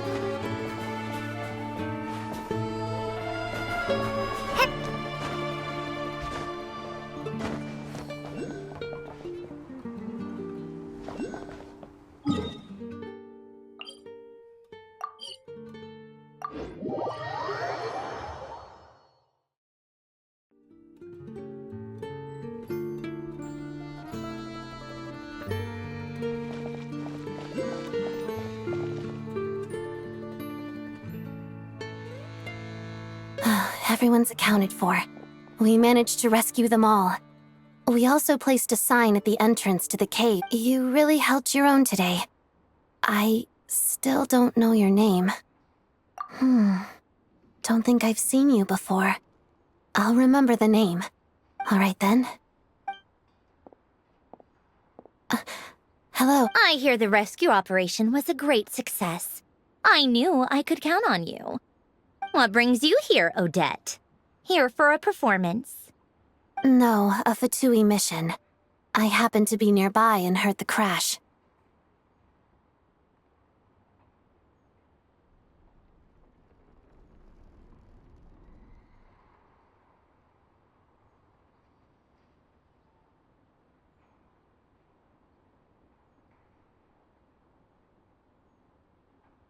She hasn't introduced herself then. Odette is the prima ballerina of Snezhnograd. She's quite the celebrity. If you ever hear people mention the two crowning jewels of the Korailievsky troupe, they're talking about Odette and the prima donna, Vodyanitsa. On top of that, Odette's also a rising Fatui star. It's looking likely she'll inherit the title of the Fair Lady. She learned all her combat skills from Rosaline herself. Used to be one of her most valued subordinates, too. You flatter me, Lady Marionette. If she's Rosaline's protege, that makes me... never mind. There's no need to bring it up. No point making things awkward.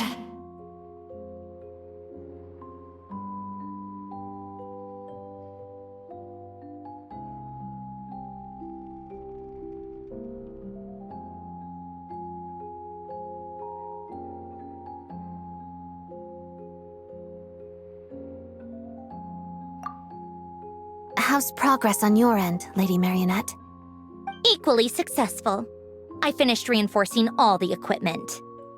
Took me a little longer without Polonia's help.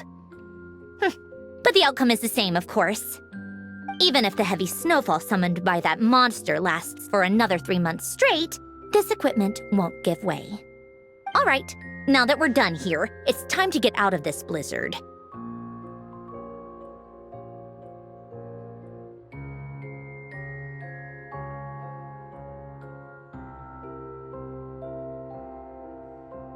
Sure, but Snezhnograd will send someone to investigate and draw up a relief plan. And I guess I'll have to write the incident report myself this time, since it involves a mechanical malfunction. First, Pantalone needs to approve the budget, then Pulcinella has to sign off on the plan. Once they've argued it out and reached a compromise, we can move forward. That's the rough process anyway. Could take anywhere from a couple of weeks to a couple of months, depending on how smoothly it goes.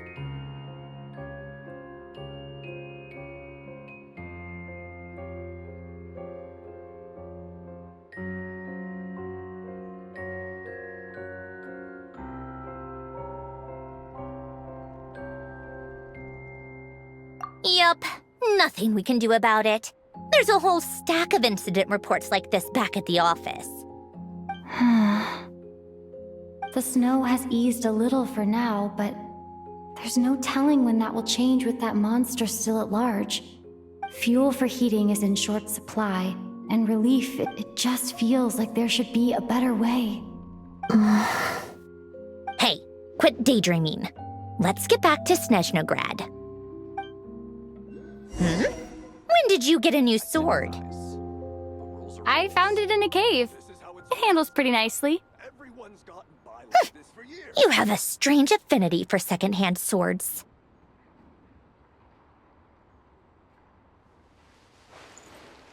I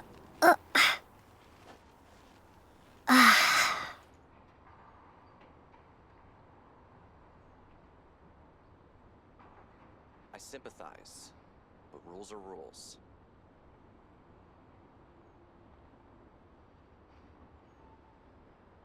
Well, this is how it's always been done. Everyone's gotten by like this for years.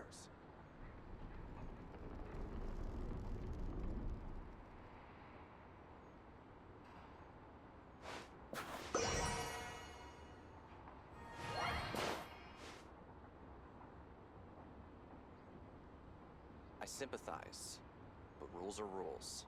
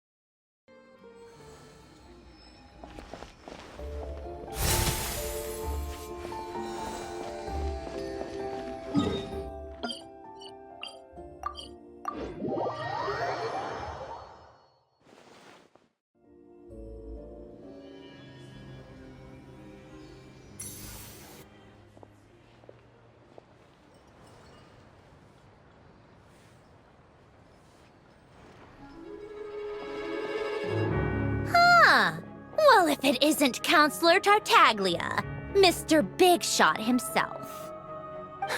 Go easy on me, all right? I'm still recovering from the interrogation the real Big Shots put me through. Hey, comrade, it's been too long. I heard you came looking for me earlier. Nicest surprise I've had in a while. Good to see you too, Odette. I'm guessing you guys just got back from Sviatlo Lajdovka. How'd it go? Crisis averted? It went fine.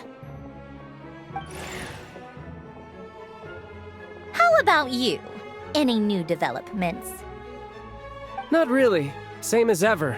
Growing opposition to Project Stuja, and the usual rebuttals are starting to ring hollow. The results of the mock vote were pretty dire. Pulcinella was fuming. I've never seen— That's not good news. Yeah, obviously if push comes to shove, there are ways to crack down on dissent. But— Sorry, I have to ask something. This is going to sound blunt, but may I? Huh? Of course, fire away. It sounds to me like everyone's tearing their hair out trying to figure out how to deal with opposition to Project Stuja. But what exactly is this project's purpose? And how can it be so important that even people like you two refuse to stand up for the ordinary people of Snezhnaya? Interesting. I gotta hand it to you, comrade. You sure don't mince your words. Excuse her? What does she mean? Refuse to stand up for ordinary people? Oh my gosh. How does she dare speak to the Harbingers like that? Are you interrogating us now? It's okay, Sandrone. Let me explain. I think I understand where she's coming from.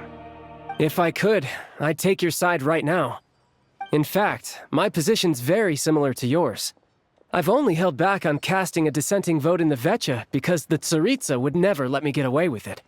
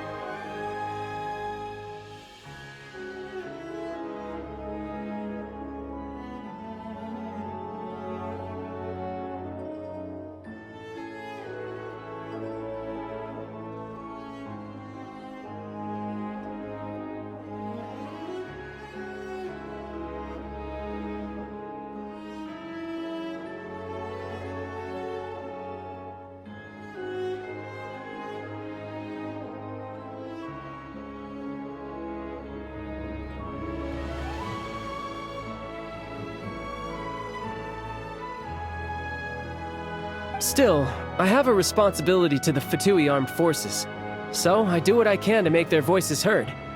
Most of them are just regular folks from small towns far from the capital.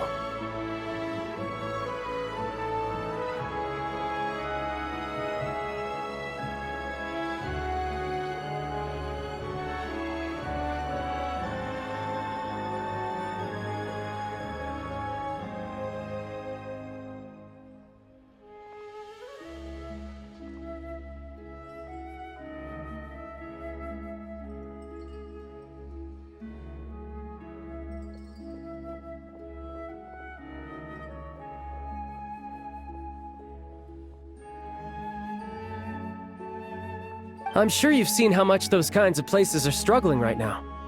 Oh, and for what it's worth, I'm from Arepasak myself. Things aren't going so swell there either.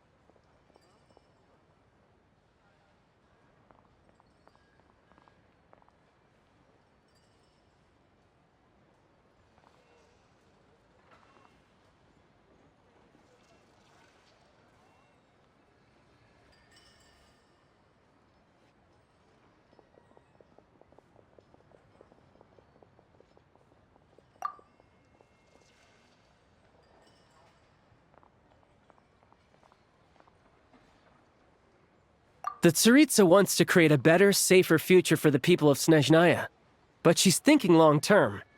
I don't doubt that from where you're standing, Project Stuzha seems to be creating all sorts of issues for everyone. But considering the Tsaritsa's vision for the future, these are sacrifices worth making. Sounds cold, I know, but I promise it's not as black and white as it seems.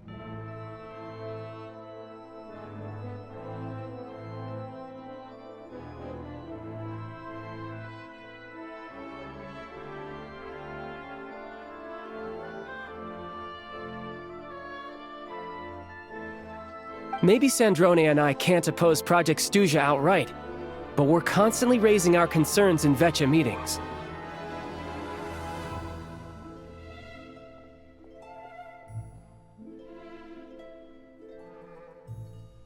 And even though we can't put an end to it, there are plenty of other ways to make a difference. We're trying everything we can think of, and so is Pulcinella. I respect Her Majesty the Tsaritsa and trust her decisions. But at the end of the day, I'm still just a normal guy who cares deeply about my homeland. And my family, who all live here.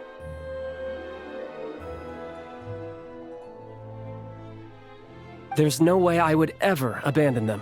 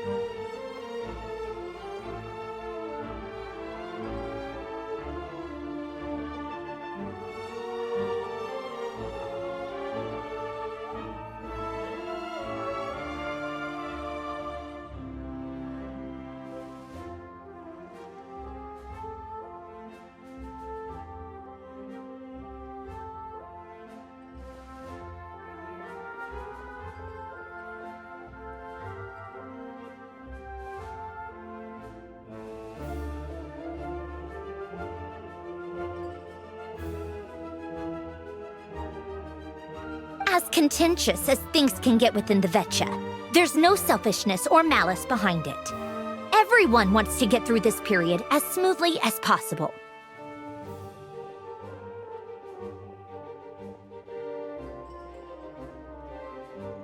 The issue is that there's no way of pleasing everyone under the present circumstances. Most of the time, we're trying to decide on the lesser of two evils, which obviously isn't a great look.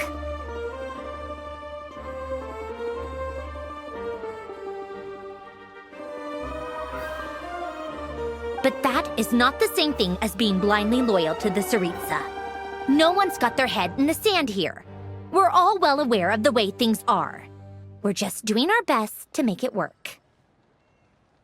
In fairness to Sandrone, she rushed to Sviatlo Laidovka's aid the moment she heard that people were in danger.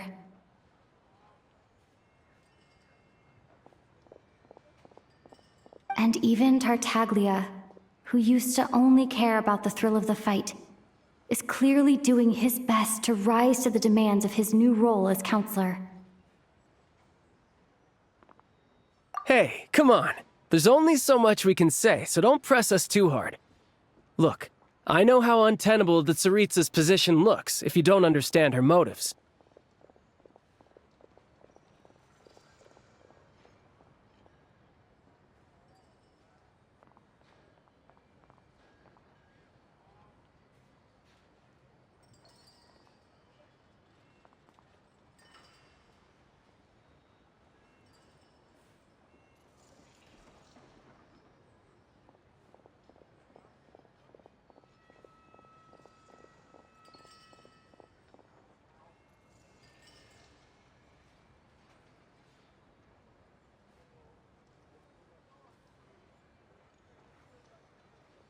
Maybe you've heard already, but she's currently leading her army on a campaign to the east to defeat the monster that's been causing these brutal blizzards.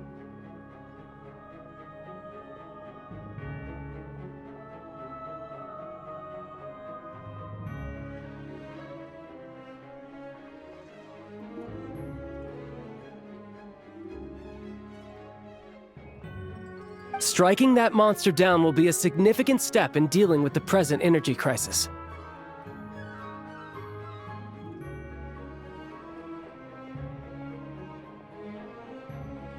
As laser-focused as she is on realizing her lifelong ambitions, she's still putting time and energy into taking down this powerful monster.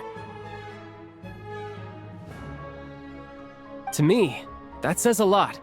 If she thought Snezhnaya and its people didn't matter in the grand scheme of things, why would she waste her time on something like this?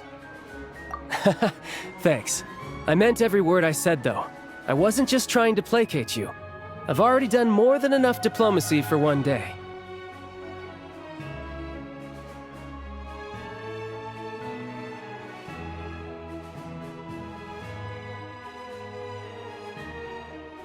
I still think this adventurer raises a very important point.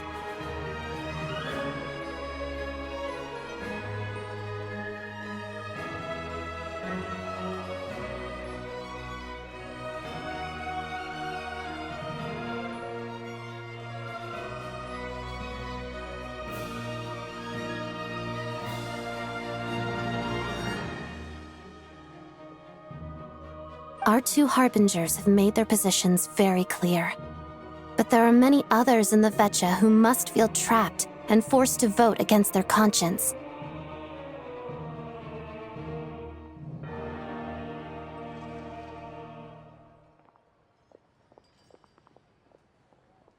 I think it's a very valuable quality to be willing to speak one's mind, despite the risk of offending powerful figures.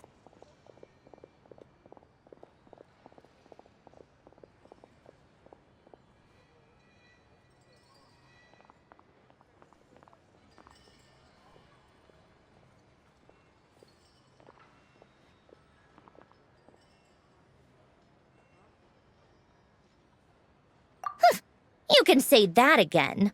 I highly doubt we'd feel the need to explain ourselves so much if we didn't know you so well.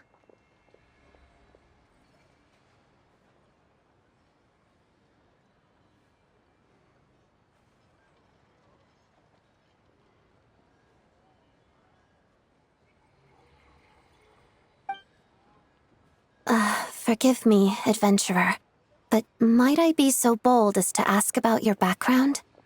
How is it that you can converse so openly with two harbingers?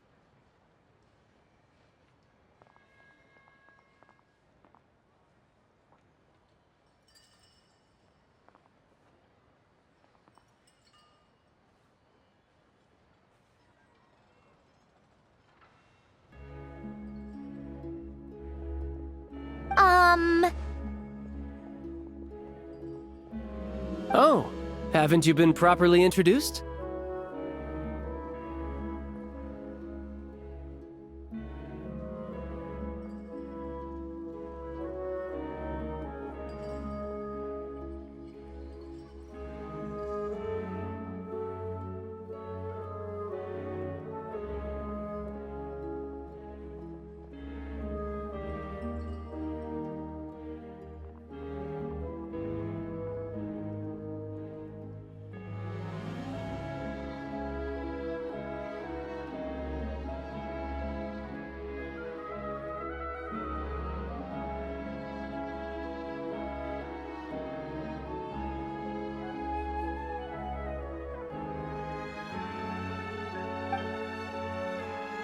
Easier said than done. I like to think I'm not the kind of person who goes around busting open people's old wounds.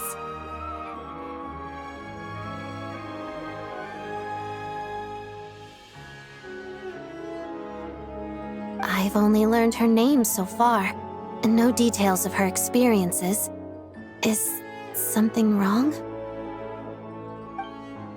Uh-oh. Is there no avoiding the subject of Rosaline?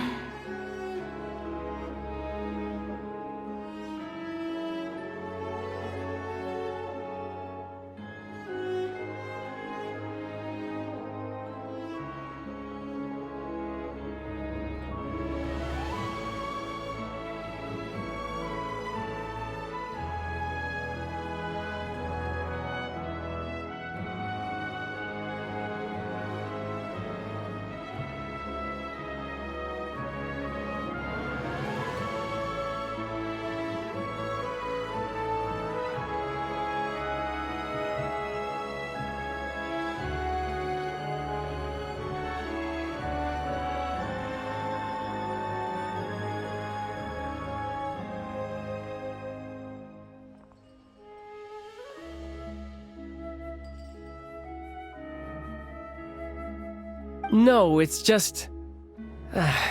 all right. I guess there's no getting around it.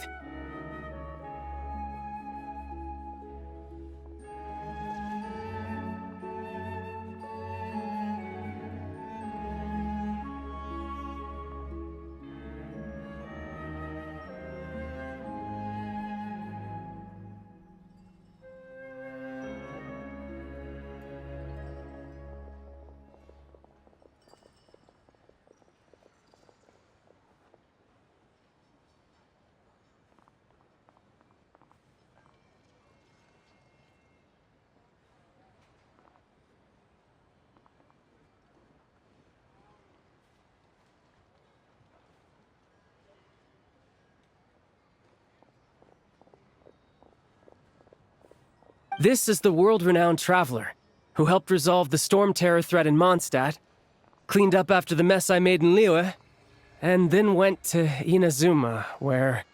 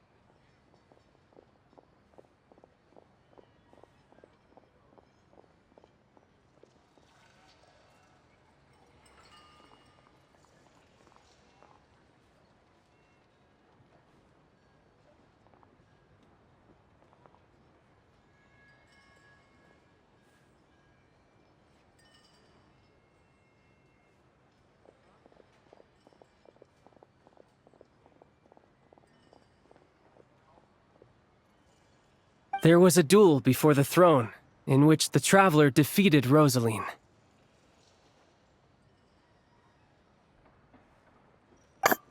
Oh. I'm sorry. I didn't think you two would be seeing much of each other, so I figured it wasn't worth bringing up. It's fine. It was a long time ago. It's fine. Sorry. I just remembered that we have a rehearsal coming up. Please excuse...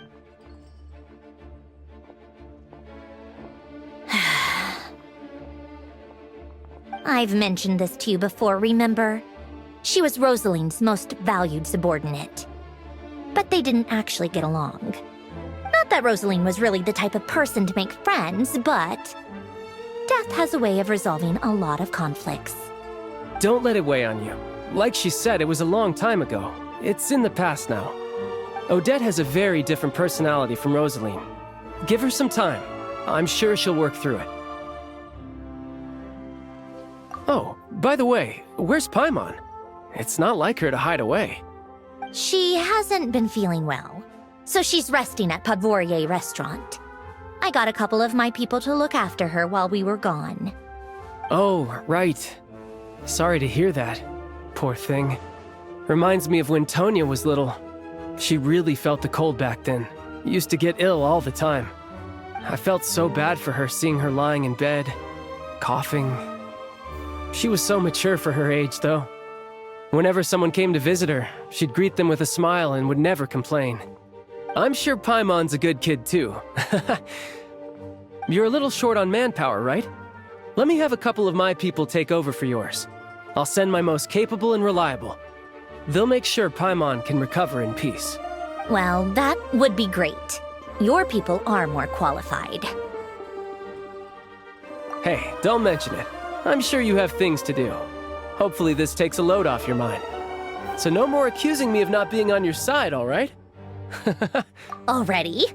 That was quick. I'm afraid I can't help you there. Our director's recent movements are confidential. Even we're not in the loop. If you hadn't told me, I never would have known he'd gone south. I assumed he'd been in Glupov this whole time. Well, I guess I'd better go sort out Paimon's security situation. I have some other work to catch up on at Glupov anyway. Me too. I have an incident report to write up. Let's leave it there for now.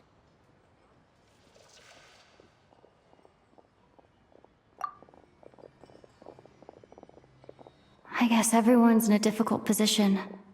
But Tartaglia's right. I have things to do. Things I want to do, and things I ought to do. To start with, I should go ask Alosha if he knows of any way to help Sviatlila Dovka.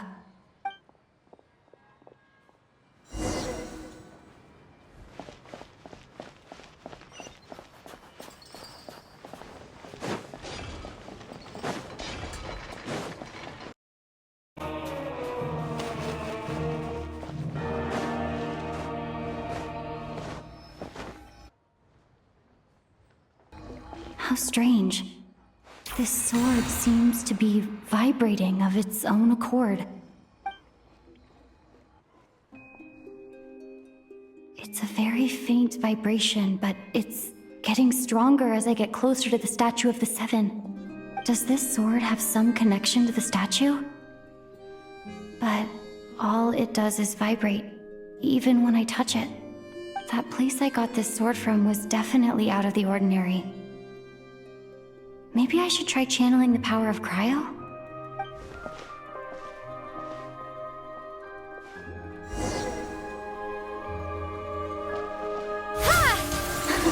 It worked! They're really...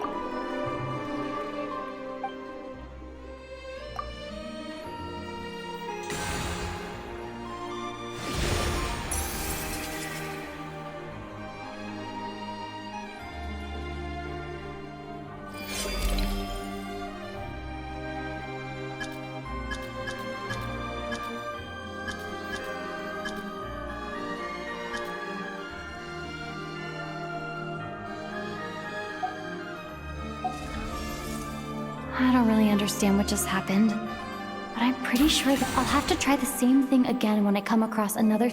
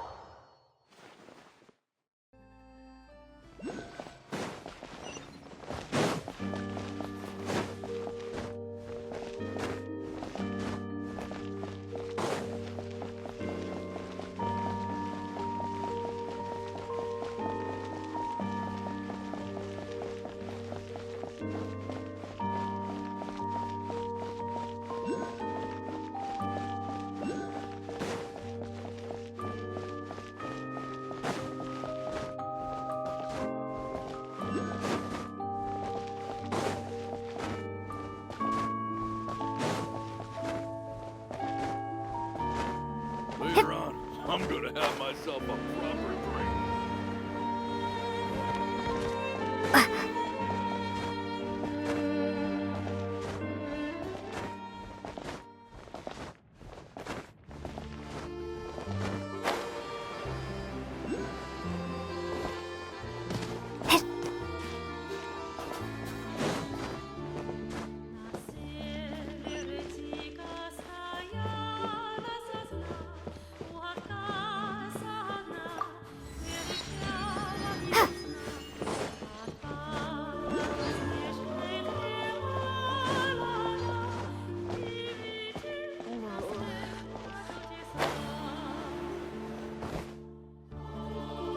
Hello there. How can I help? Ah, sure thing. Give me a second. I'll go fetch him for you.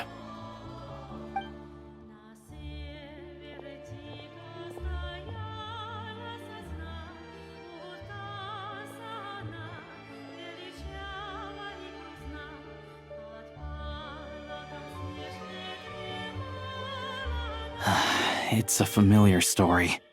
I've had similar experiences. Although Snezhnegrad doesn't deliberately delay or withhold relief, those first few days of waiting for help are always the hardest. It's a fundamental contradiction. If emergency relief can't be delivered in time, what's the point in even calling it emergency relief?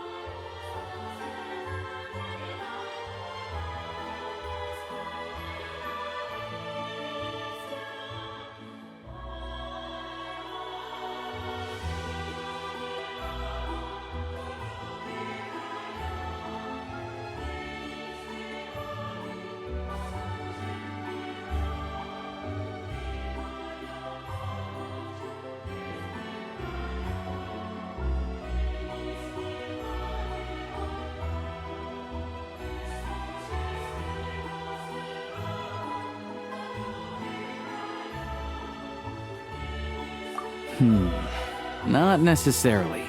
I think there's a good chance that Kresnik Krystal from Stratomaros will start flowing into the market.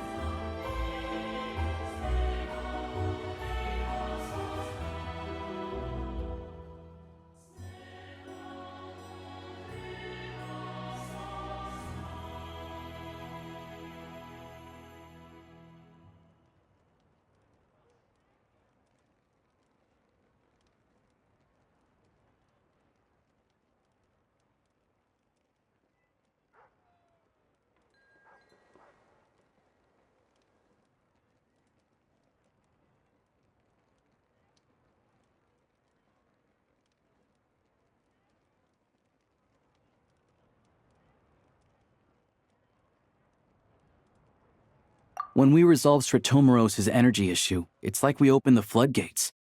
A huge backlog of Krystal is now available to the townspeople. There's no way they can use it up at once. A lot of them will probably stockpile it and slowly work their way through. Probably a good idea, since energy prices are only going to keep rising. But there will always be people who urgently need Mora. Exactly.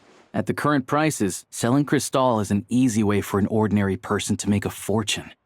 Hey boss, how much do I have left in my account? 1 second, let me check. So, you're planning on buying the Krystal out of your own pocket? Yeah. I don't know if I have enough, so I'll chip in a little extra and buy as much as I can afford.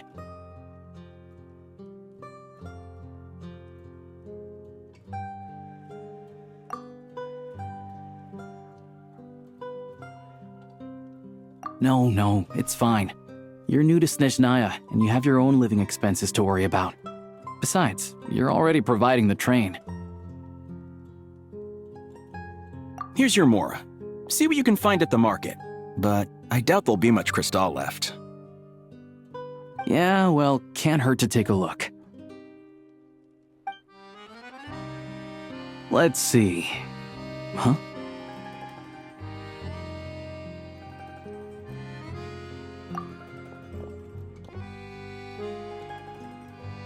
Oh, Alosha, and... Hello. I didn't realize you two knew each other.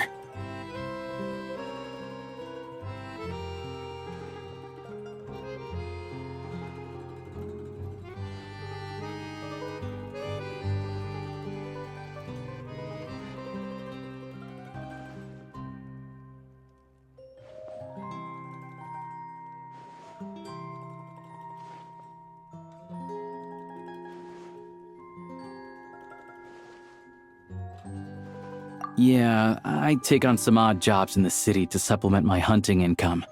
Sometimes I work as a cleaner or prop hand at the theater where Odette is one of the big stars, so I've met her a few times. When the weather's as bad as this, it's better for a hunter to adapt than to keep looking for game. Yes, and we sometimes need extra help.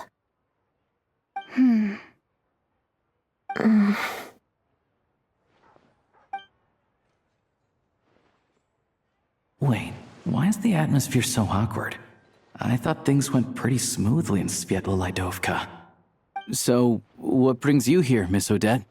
Looking for some new props? No. After I got back to the theater, I couldn't stop thinking about the situation in Sviatla Lydovka. It bothered me, so I decided I'd come here and see if there's anything I can do.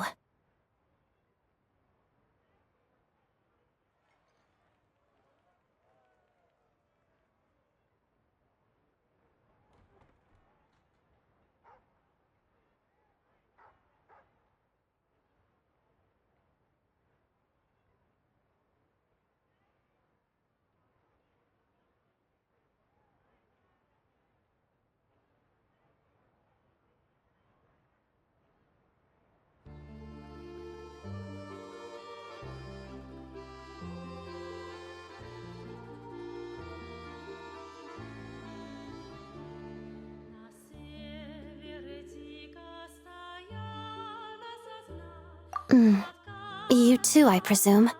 I suppose that's why you're here. I didn't feel comfortable expressing my true opinions in front of the Harbingers. Not least because ordinary Fatui like me don't even know what Project Stuja is all about. Without knowing the full picture, I can't make sense of it. And at some point, if things aren't making sense to me, I can't just keep going along with it. So many people feel the same way. They wish they could do something, but all kinds of reservations hold them back. Explains why groups like the Rokot are springing up to fill the gap. Yes. Well, that's one option. But there are risks to consider with organizations like that. Right, because things can get out of hand, and it's hard to hold the right people accountable when they do. I've heard about a few cases like that. Sandrone said Odette was on track to inherit the title of the Fair Lady. If so, she'll be able to find out what Project Stuja is really about. Still, it's probably a little soon to ask her about that. There may be more to the story. What's on your mind?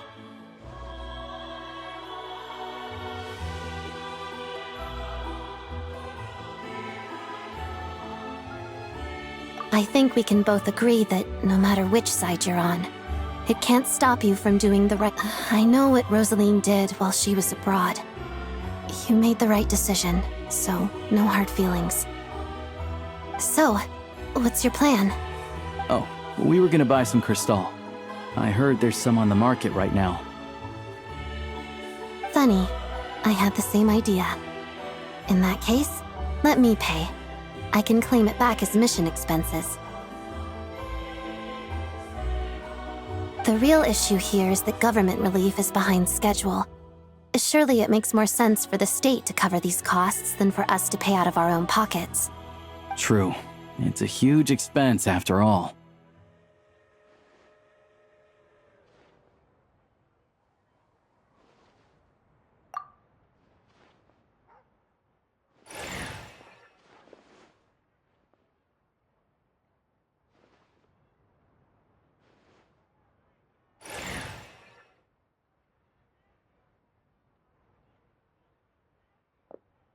Let me see.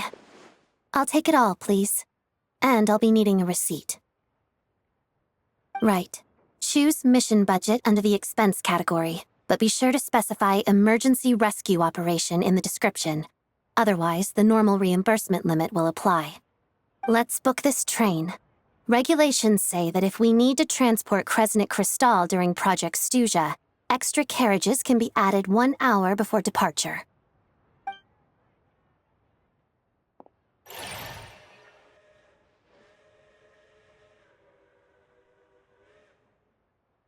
That should do it. The train will be escorted to its destination by Fatui guards. This is my first time seeing you handle Fatui affairs, Miss Odette. It seems you're as skilled an officer as you are a dancer. You flatter me. It's only because I've been doing both my whole life.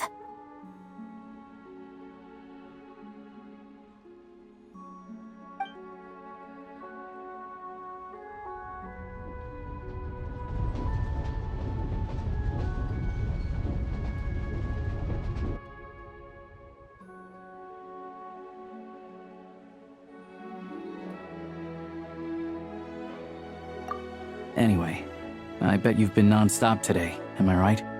Any idea how Paimon's doing?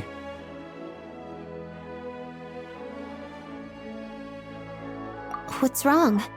Who's Paimon? Her travel buddy hasn't been feeling well. She caught a cold right after they got to Snezhnaya. Sounds like she's important to you. I can't believe you've been dealing with this on top of everything you've been doing to help the people of Snezhnaya. I've got nothing going on right now, so I'll join you. I want to see how she's doing. May I come too? I have some candy that someone gave me back in Svietlo Laidovka. Plus, I know a little bit about relieving cold symptoms. All right then, let's go.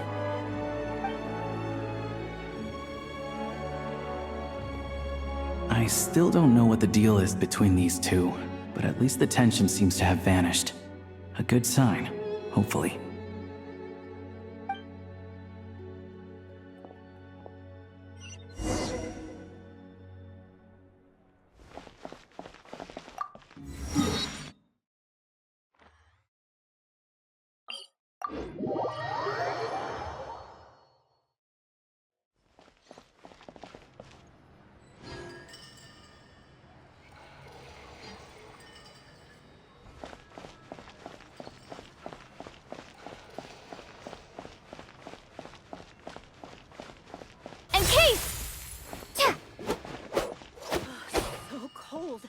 Can I get you anything? Go for a fire water to warm up.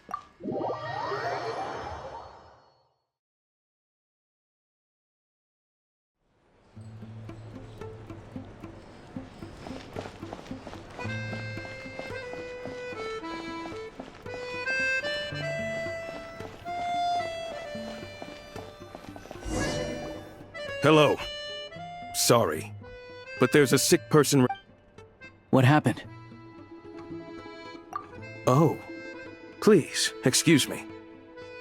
Are you the Traveler? Could I take a quick look at your Adventurer Handbook? Master Child said I should verify your identity.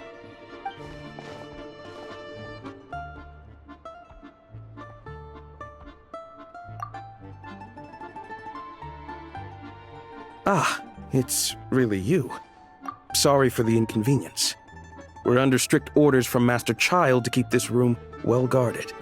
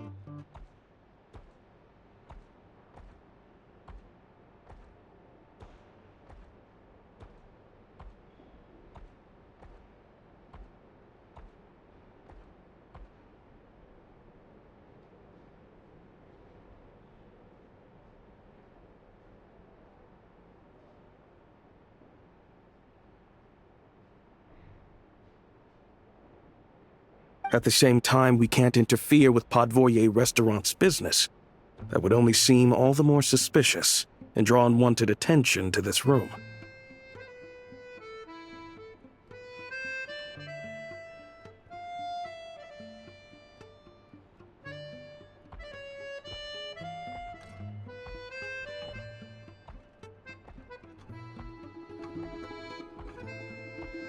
Besides myself, a few of my colleagues are stationed in and around the restaurant, in plain clothes, of course. Rest assured, you're in safe hands.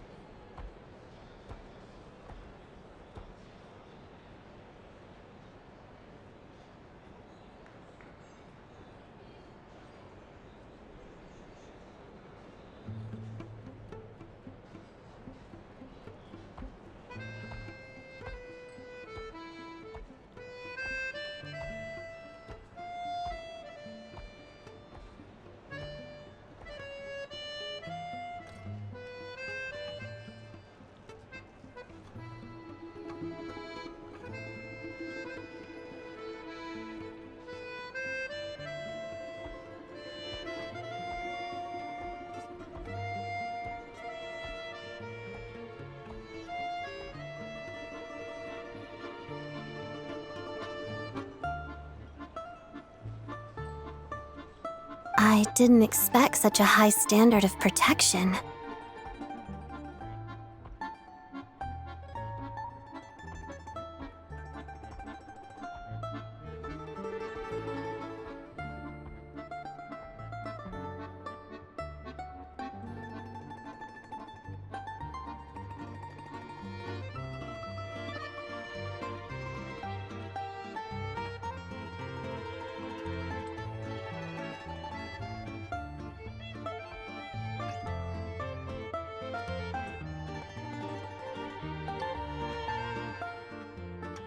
Well, Master Child handpicked us for this special assignment. We're not about to let anything go wrong.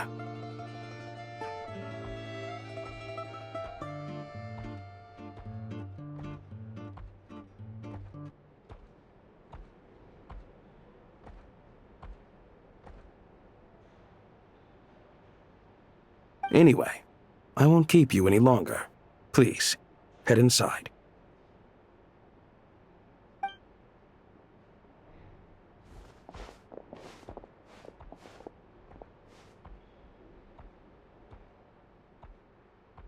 Traveler! Alosha, you're back! Oh, hey! Who's our new friend? Hi, I'm Odette. The Traveler and I crossed paths a few times.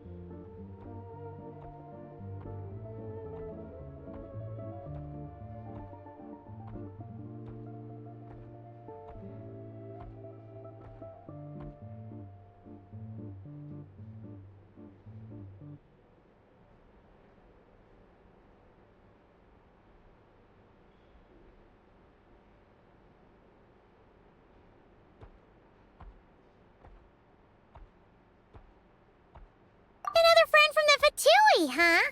You're practically a member yourself by this point. Paimon's definitely on the mend. We should be back to our usual travels in a few days' time. Seems like that doctor was right. It's just... Paimon's limbs are still feeling a little... I have just the thing. Whoa! What's this? Is that... a flame inside an ice cube? Wait, is this real ice? How's it not melting? And how does the fire keep on burning? All keen observations. You're right. This is called Core Ignis.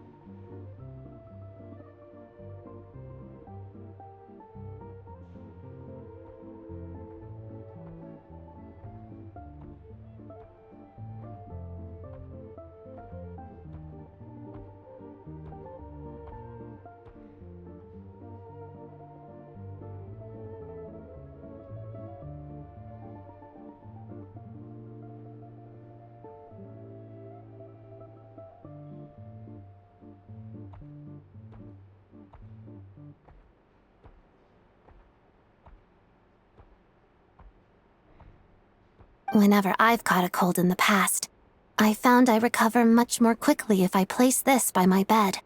You're welcome to borrow it.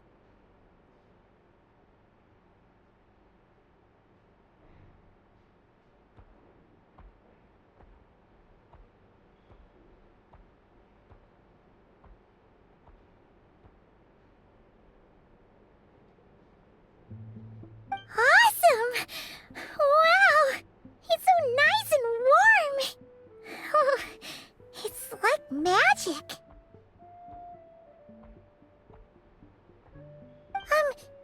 Your name was Odette, right? How did you two meet again?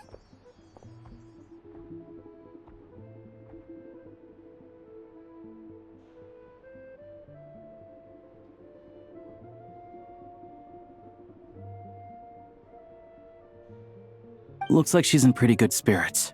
That's a relief. Any progress with your investigation yet?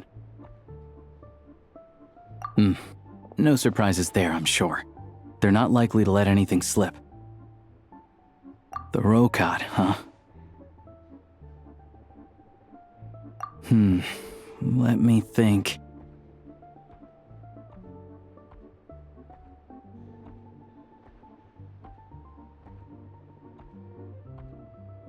Members of the Rokad keep their true identities hidden, but I think there might be someone I can introduce you to. Leave it with me. Meet me at the Korolyev's. Would anyone like a drink? Paimon will have...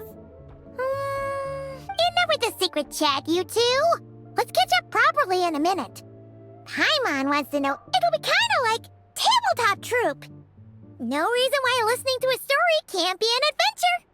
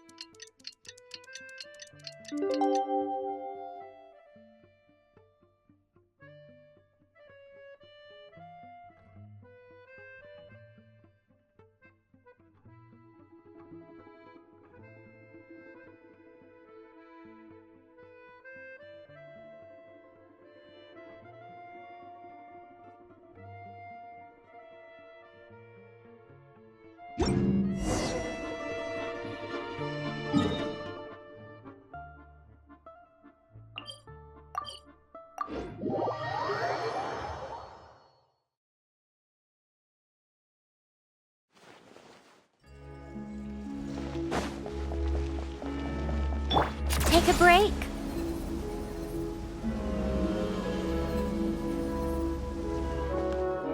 How tiresome.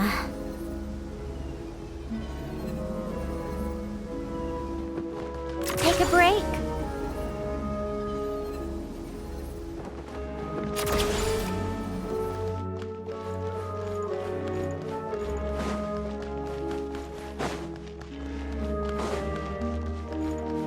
How tiresome.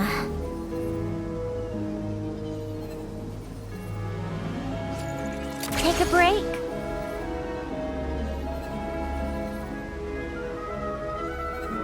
Come on, keep up.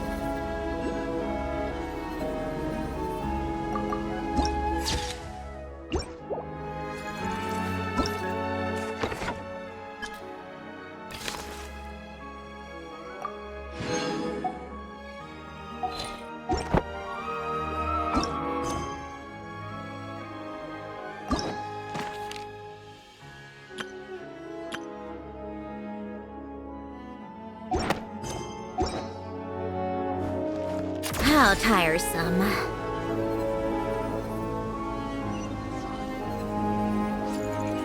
Come on, keep up.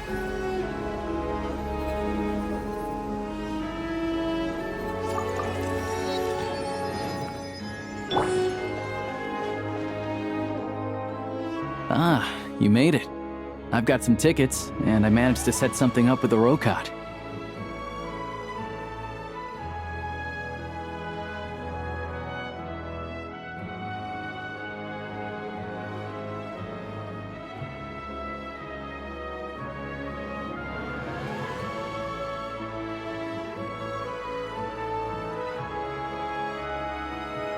It'll have to wait until after the show, though. Happy to stay and watch? I doubt you've seen the pleasure. Here.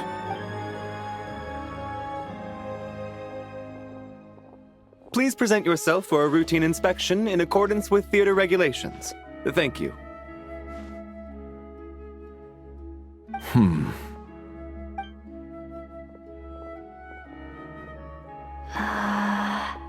Is that guy with the fatui?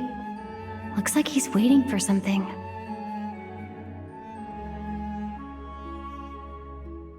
Okay, all done. Thank you for your cooperation.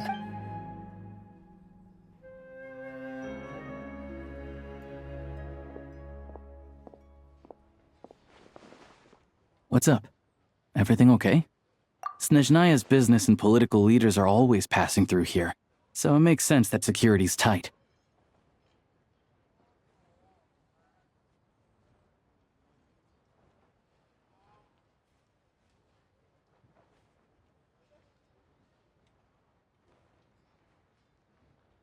Still, it's a little unusual to see the Fatui's Armory Palace guard here.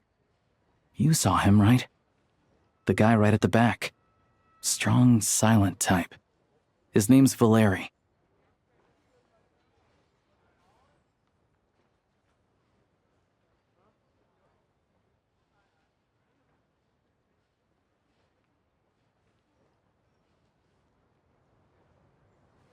He's part of the Special Assignments Battalion, but I only ever see him here for one thing: to look for a guy named Mitya. Supposedly a researcher, though he never seems to put much time in at the office. The theater is one of his favorite places to hang out when he's playing hooky from work. But that's not for us to worry about. Let's go. The show's about to start.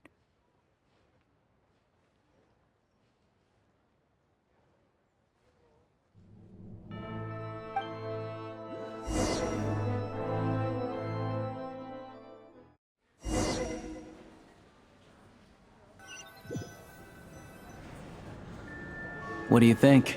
Pretty impressive, huh?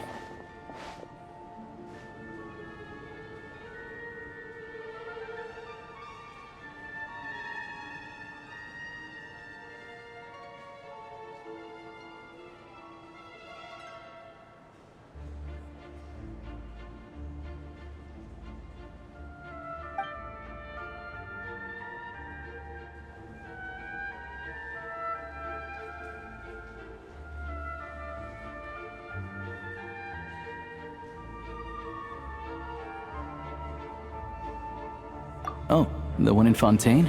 I hear it's iconic. Never seen it for myself, though. Here we are, just in time. Sorry, coming through.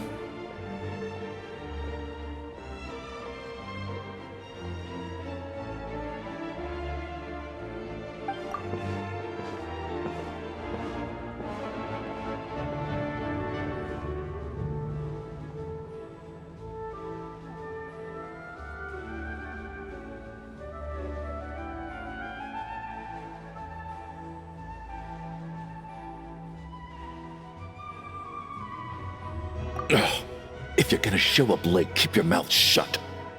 What's his problem? Whatever. No point arguing with people like that. Look, there she is. That's who I'm introducing you to later.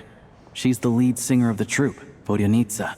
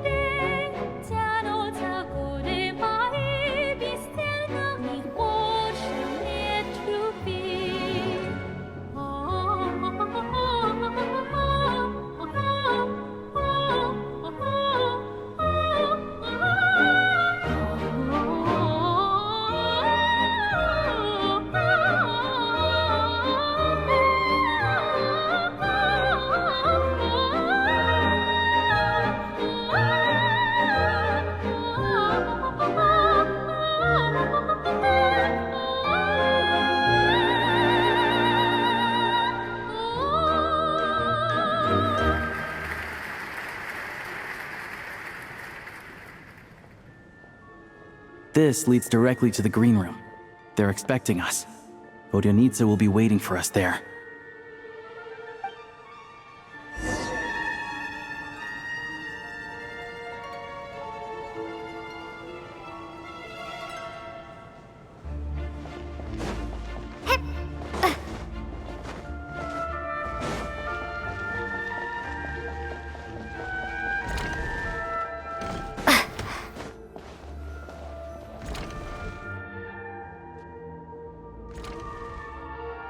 Hey there. Excuse me. Ugh! Can you believe it? I am so mad right now. Come in. Oh, it's you two.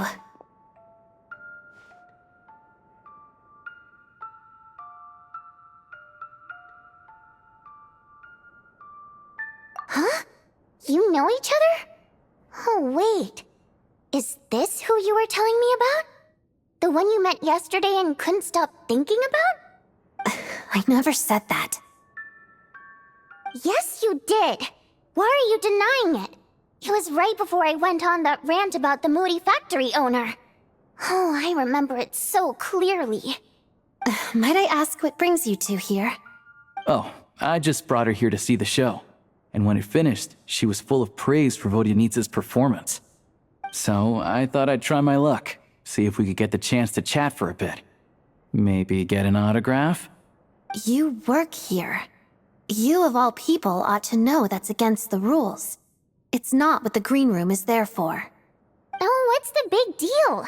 Come on, don't be shy. I can give you an autograph. You can take a picture too if you want. Do as you please. I finished all my shows for the day. I'll leave you to chat.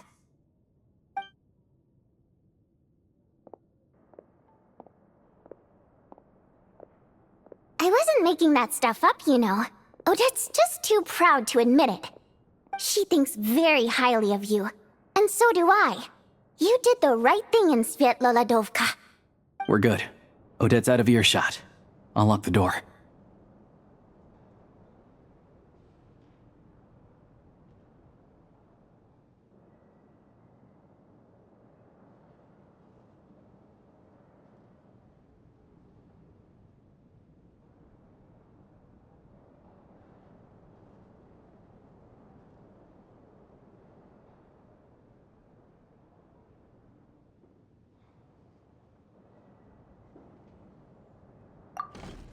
Confidentiality, of course. The Rokot is very strict on that. Whoa, Alosha! Not out loud! Not with an outsider here! Relax, I've taken care of it. Look at this. The President's reply sent this morning. Wait, so she's been approved to join? You told me last night that you wanted to get intel from the Rokot. Unfortunately, Rokot intel is only available to members. But ever since you set foot in Snezhnaya, we've been working together. Everything about you is perfectly in alignment with what we're trying to achieve in the Rokot. So I figured I might as well cut to the chase. I wrote a letter to the President explaining your situation, including just the right amount of detail. His approval came very quickly. Of course, it's still your decision whether you want to join or not. We'll respect your choice. Well, assuming Odette was telling the truth and she didn't misjudge you, I guess we don't need to worry about you blowing our cover. Still, you gave me a real fright. I didn't know that's why you came looking for me.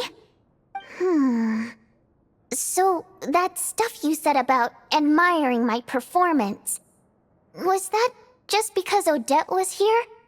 Did you actually mean it? Now you're talking. That's what I like to hear. Anyway, let me give you a quick rundown of how things work. Like I said, the Rokot is a covert organization, and we hide our identities. Members typically don't meet in person or even know each other's identities. This helps us maintain Because of this, members are basically free to decide their methods without constraints, so long as the After all, we don't have any ostensible contact with each other. Beyond the freedom to choose how you operate, it's also your choice whether to act at all. In short, Joining the Rokot in and of itself won't place any There's a code of conduct you can read if it interests you. But basically... I tried reading it 5 or 6 times. Never made it all— Great. Then I'll...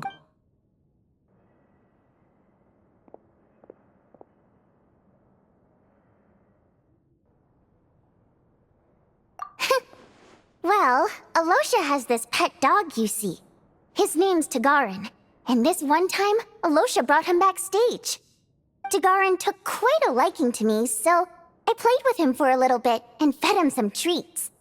Then, the Rokot was out on a mission one day, and even though we were all in disguise, Tagarin recognized me right away.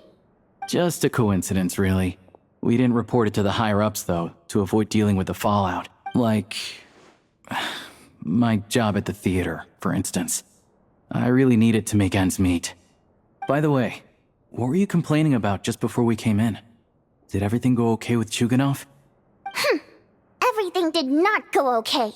That's why I was so mad. I tried to make some small talk with him before I went on stage to fish for intel about the Iskra manufacturing plant. But he wouldn't take the bait. No matter what I said, he kept dodging the question. And then he started complaining. He said he didn't appreciate his second-rate seat in the stalls because he usually gets a private box. I mean, what did he expect? Everyone knows that if you want a box seat, you buy a ticket well in advance. But instead, he sends me a letter the day before the show when we're practically sold out. I had to juggle things around just to get him a half-decent seat, hoping he would appreciate the gesture enough to share some information. But nope, he didn't give me anything. Yeah, meeting Chuganov in person has definitely been a disappointing experience. Oh, you probably don't know who we're talking about, do you? Chuganov was that older guy you were sitting next to today. To the citizenry, he's a family man and a kind boss. But our interactions with him tell a very different story. It's one thing to ask for a favor, but he acts like it's his right. He always expects special treatment. Take the ticket situation, for instance.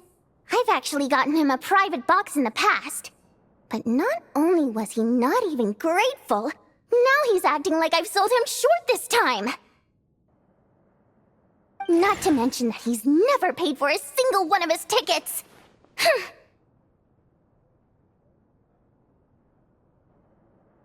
And another thing, if he's such a big family man, why doesn't he bring his wife and daughter to see the show once in a while?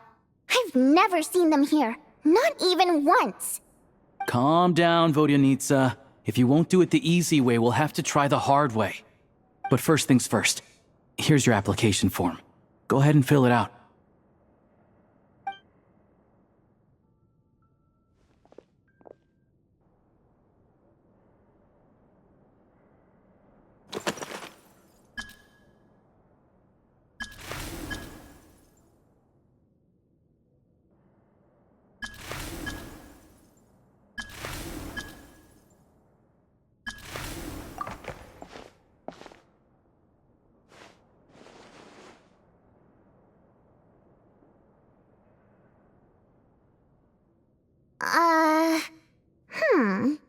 Looks like I'll need to make a few little tweaks here and there.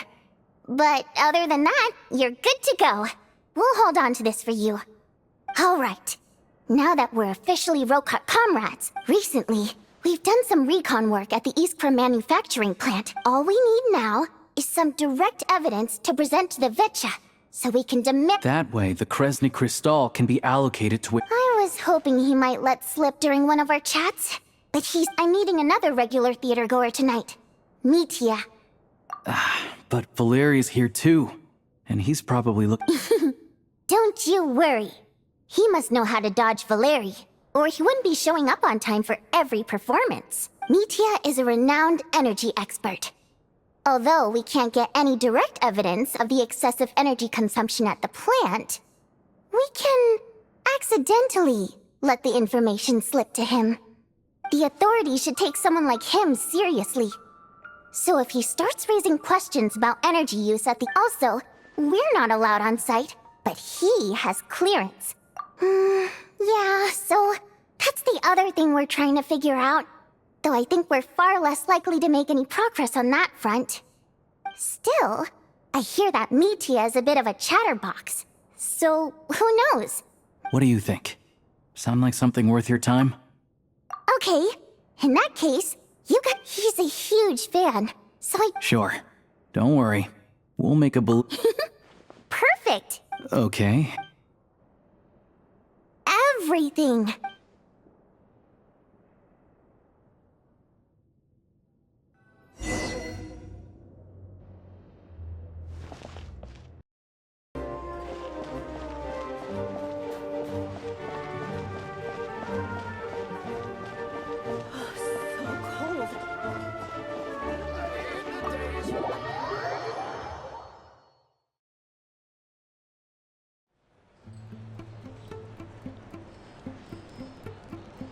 We come here often, so we shouldn't stand out.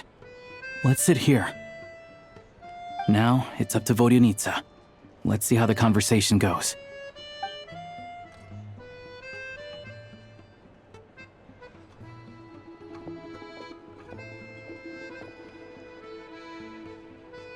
Mr. Mitia! Over here! Over here! Oh, sorry. I got a little held up on my way here. Now we have even less time than we planned.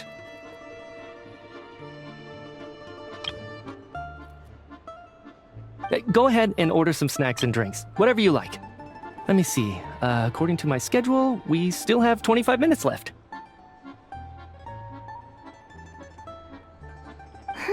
You're really pressed for time today, huh? I was imagining this would be a leisurely chat. If... No need. Getting to meet the lead singer is a very precious opportunity for me. I'm not about to pass it up.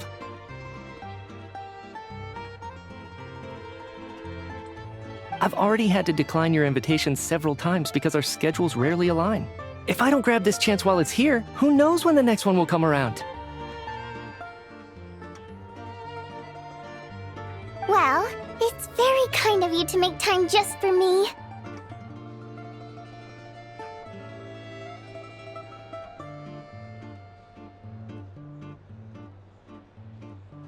I'm not too sure, to be honest.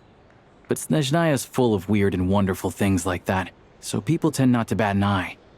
I'm sure the same will go for the Eye of Grey and Paimon. The reason I invited you out for tea and a chat today was to get some feedback from a true fan of the theater.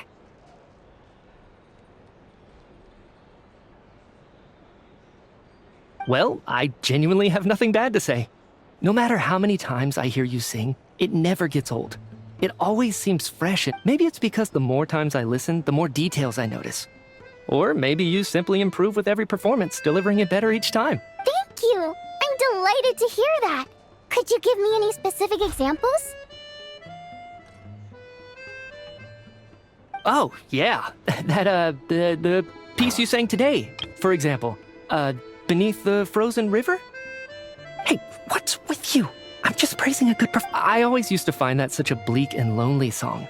But the more you listen, the more you realize that it's not as cold and nihilistic as it appears.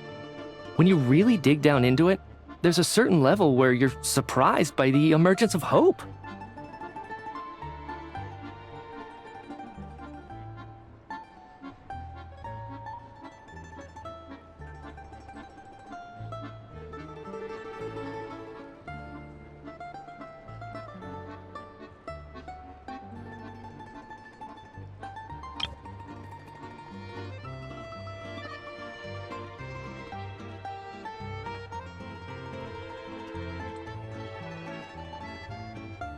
Wow, I'm impressed. I didn't expect you to pick up on that. Actually, I only tried out that angle after talking with the composer. Still, Beneath the Frozen River... Oh, really? But it's a classic. You sing it every time. Almost every time. Oh, well then... I didn't sing that one today either. My voice wasn't quite up to it, so I switched it out at the last minute. Oh. Sorry, Mr. Mitia, but you were at the theater today, yes? Of course I was! Remember? I said hello to all the troop members before the show started. You, Odette, and the others. So, what did Odette sing today? Elegy of the Snow-Winged Goose, of course. Correct. I see. You find my singing boring, don't you? That's why you don't remember a single song. Looks like I'll need to cut a few from the program next time. No, that's not it. I swear. All right. I'll be straight with you. I'm sorry. My mind was wandering as you took the stage today. I enjoy watching your shows because the exquisite performances stimulate the mind. It always sparks some inspiration for my research. So, whenever I get stuck at work, I come to the theater for a change of pace.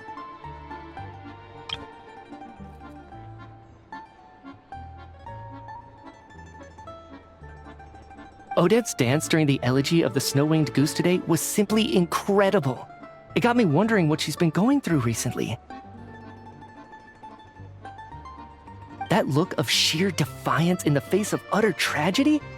It was so inspiring. I started scribbling in my notebook right away.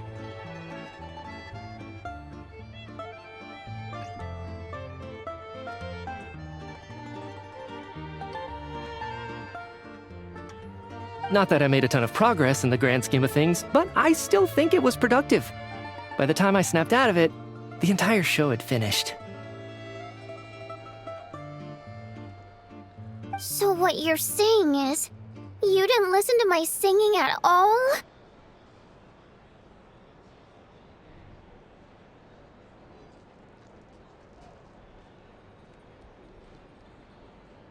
Unfortunately not. I'm sorry. I don't know which is more disrespectful.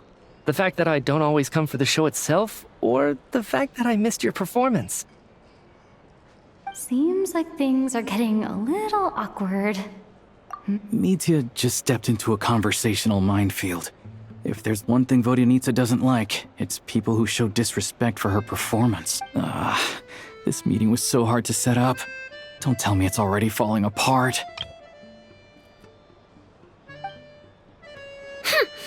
It's fine. I suppose this is affirming, and don't let it bother you. She's showing a lot of restraint. Well, I'll be sure to let Odette know how much you adored her performance. Please don't say that. I always love your performances too. It's just that inspiration struck at the wrong time today. I know. I can tell. That's why I'm sure some people can't stand it when others praise their coworkers right to their face. But not me. No, sir. Fair enough. I still feel kinda bad, though. But you know what I really can't stand?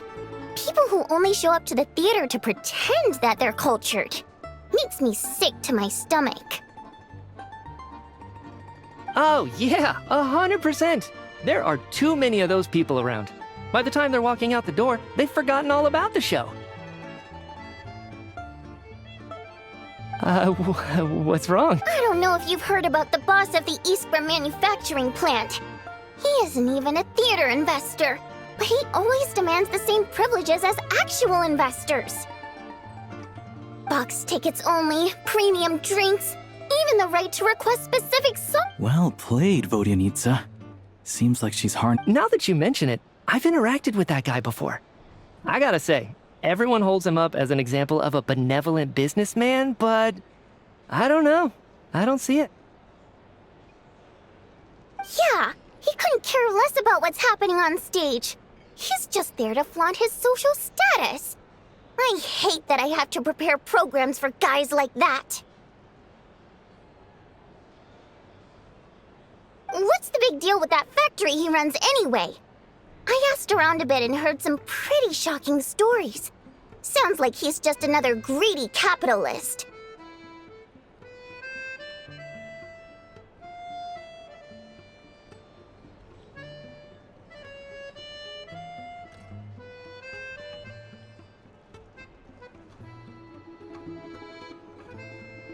Oh, really? Yep, the things people are saying are pretty damning. Low wages, insanely long working hours, equipment running around the clock. And as if that's not bad enough, he also strictly forbids his employees from giving any kind of interview.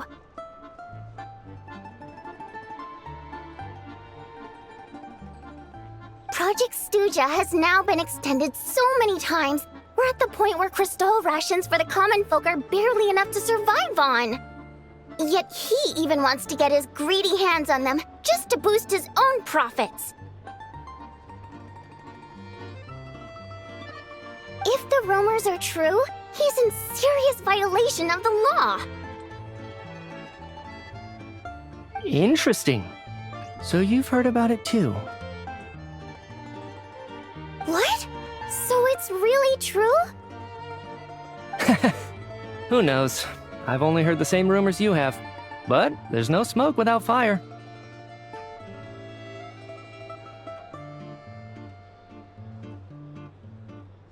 The Rooster's been coming down on us hard lately, demanding that we track and trace every single batch of Crystal. My coworkers in the Department of Energy have been tearing their hair out over it. The Rooster? I didn't... Yeah. Even though there are no restrictions on Crystal trading, the poor will wind up freezing to death if we let the rich buy as much as they want. That's clear. Looks like we'll need to arrange an investigation into the Iskra manufacturing plant as soon as possible.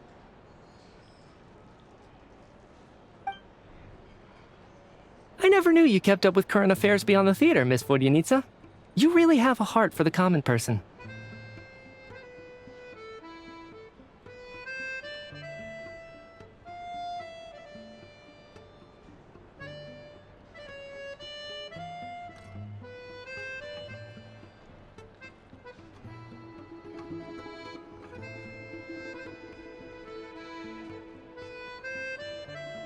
Most Fae in your position have long been indifferent to the plight of humans.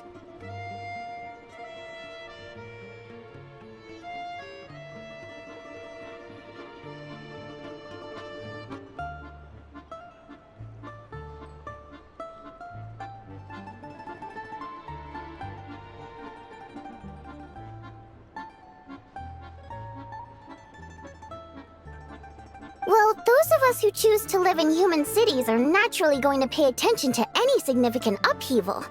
Isn't the Rooster a Fae himself?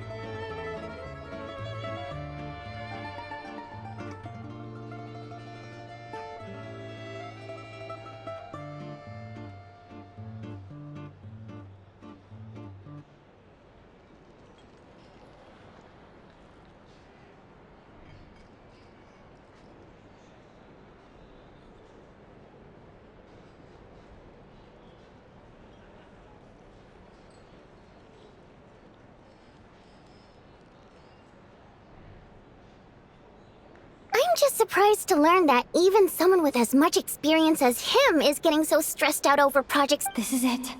We're finally going there. I'm sure Mitya can sense on some level that she's fishing for information.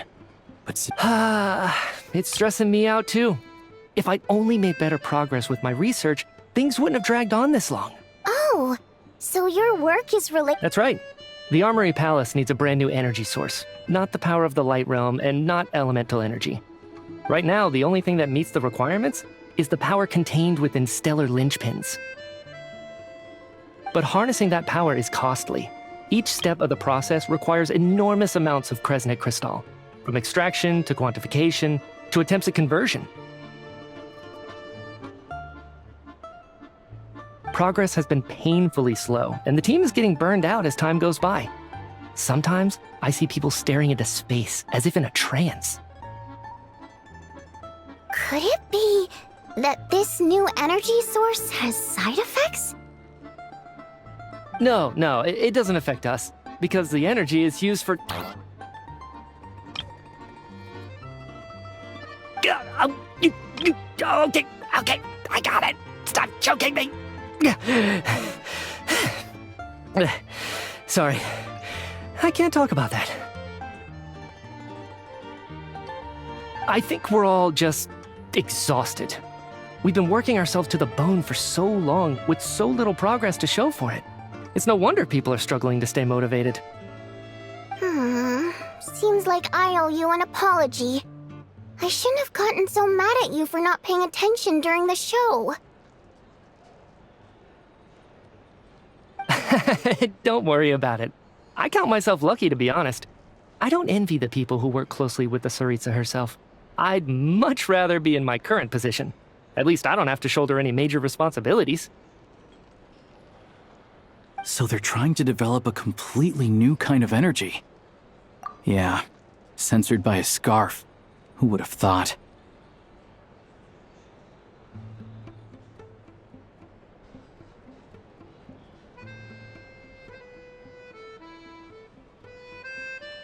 Oh, dear. It looks like my time is... I'm so sorry. We ended up barely... That's okay. It was a pleasure chatting with you, really. Let's make up for it next time.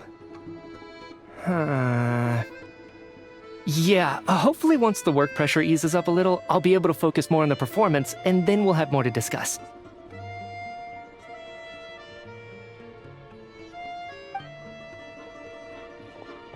We touched on some confidential issues today. I'd be grateful if you could keep it between us.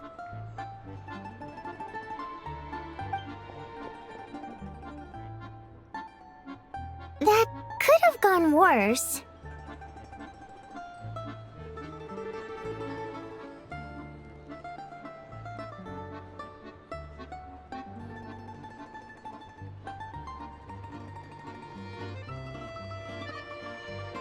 Nice job. Why was Mitya in such a hurry?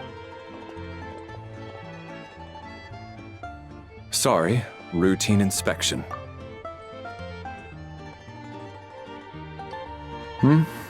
Okay, let's go. So he wasn't rushing to get back to work. He must have calculated that Valeri would find him here in exactly 25 minutes. One of the main duties of the special assignments, but All right, time for us to get going too. Excuse me, check please.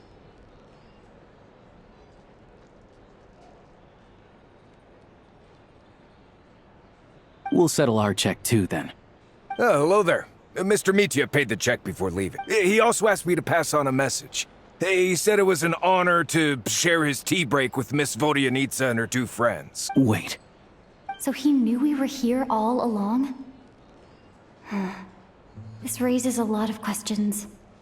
Did he deliberately mention the new energy source so that we'd overhear it? Maybe his work isn't confidential after all. Maybe the key here is the purpose of this new energy.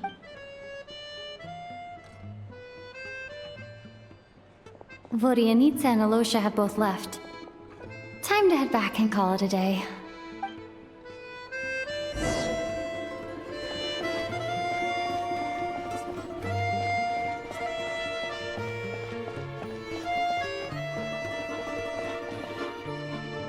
You're back! You're pretty early today.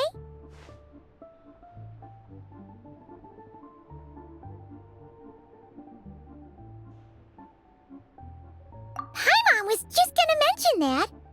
After she woke up today, Paimon felt like her temperature was completely back to normal. But her strength still hasn't returned.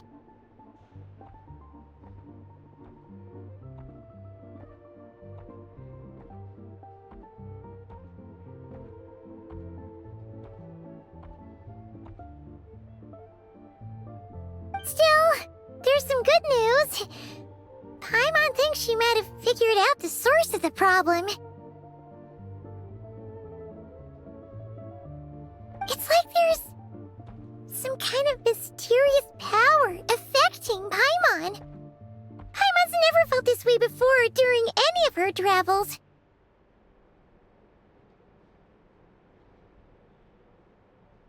She only started feeling this way since we arrived in Snezhnaya. That's right. The Armory Palace needs a brand new energy source.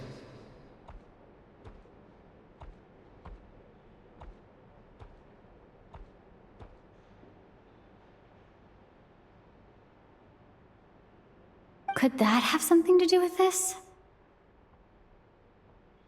What is it? You're making that face again.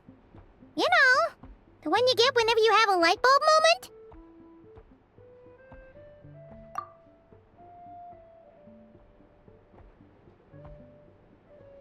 So, they're trying to develop a new energy source here? And you think that might be why Paimon's feeling unwell? Well, Media denied that the energy they're researching has any side effects. Although, he did say that people working on the project have been having issues with their concentration and short-term memory.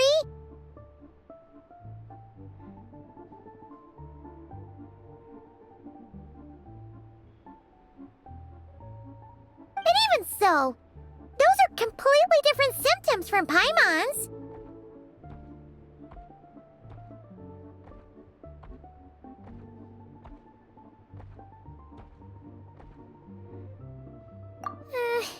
It's pretty faint, so it's kind of hard to tell. But if anything, it seems like it's coming from roughly the same direction as the Armory Palace. Sure, Paimon's with you there. But how, though? The Rokat only has a limited amount of intel. Oh, great point!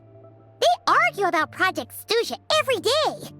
If we could sit in on one of their sessions, we might pick up some new leads. Good idea! Oh yeah, while you were out, Paimon tried all the yummiest looking desserts in the Potforia restaurant.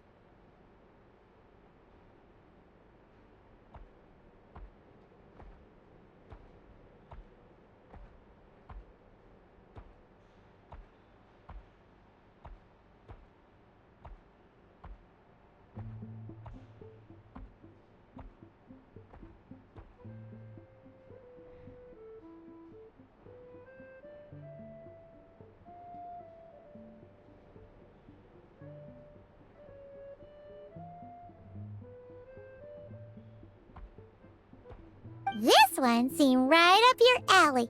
So, Paimon saved some for you. Come try it once you finish writing your letter.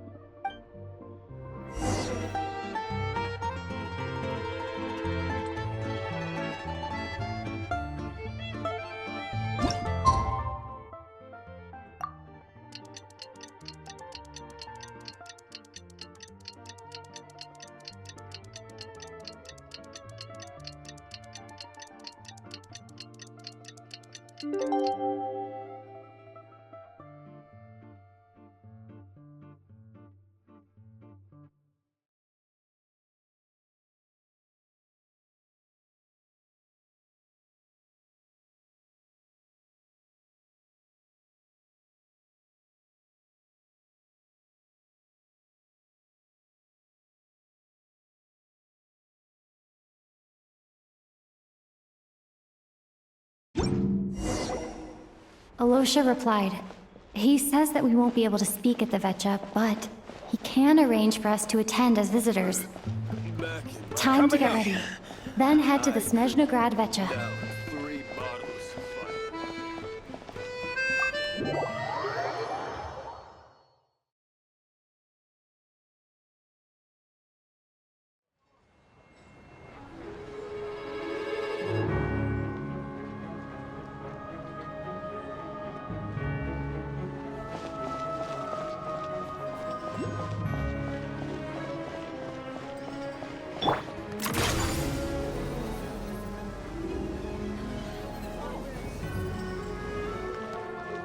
take a break.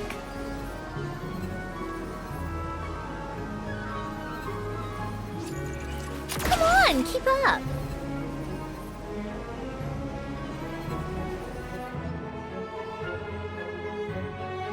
Ah, Miss Vodyanitsa, prima donna of the Korolievsky troupe. What a surprise meeting you here. Will you be sitting in on a session of the Vetcha?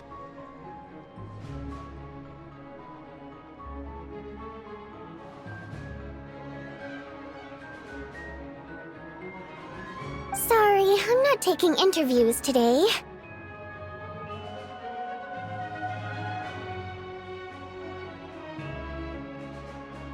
Oh good, you're here.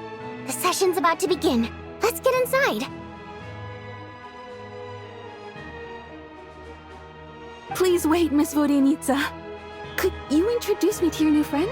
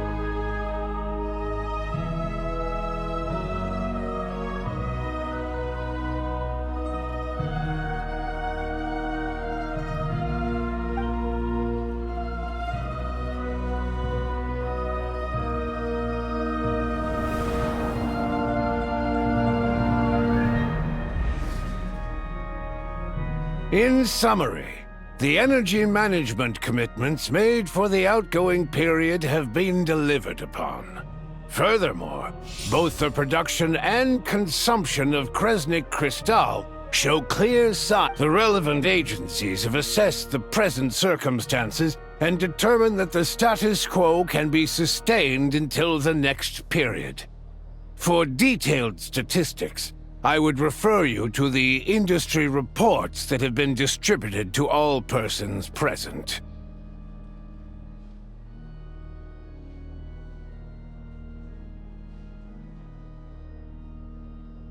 It should also be noted that while the recent blizzards have led to a significant increase in people's energy expenses, this is strictly a short-term phenomenon associated with a remotely located monster.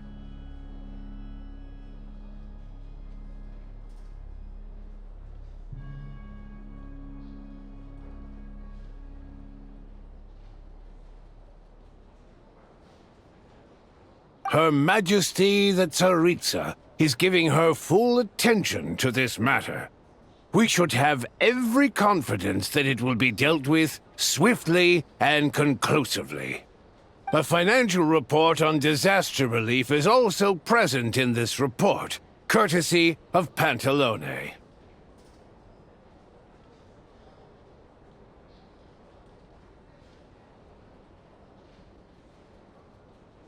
They cover the same old ground every single time.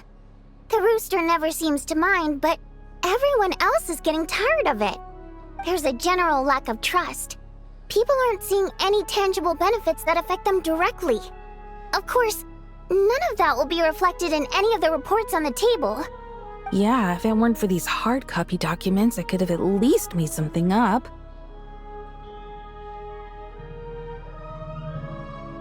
Oh, don't mind me. I'm just out here trying to hit my interview quotas. Bring out the Kvass. Ever read it? Best-selling newspaper in town. If I remember correctly, you guys don't even have a sales permit. You have to sell from stalls on the street. Okay then, best-selling street stall newspaper in town. Still counts.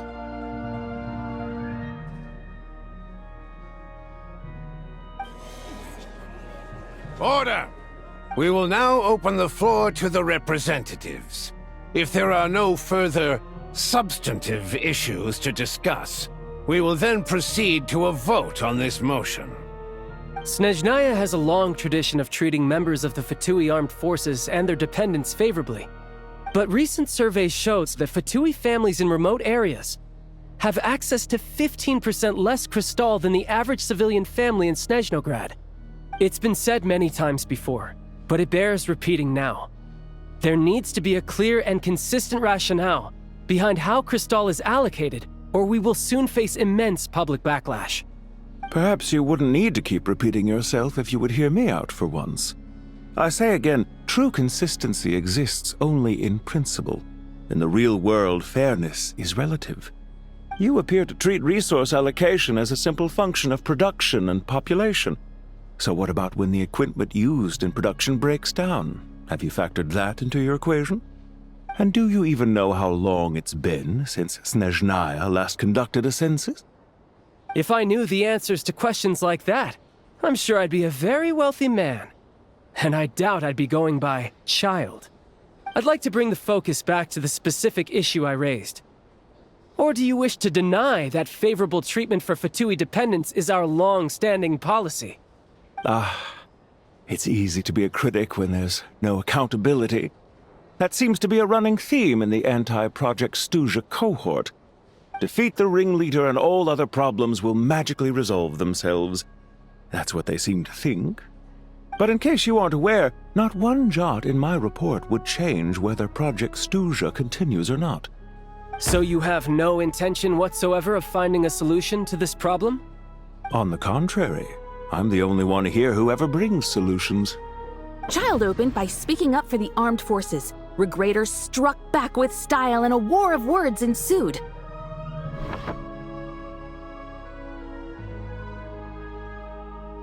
Our reporter was live on the scene to get the audience's reaction as it all unfolded. Who do you support?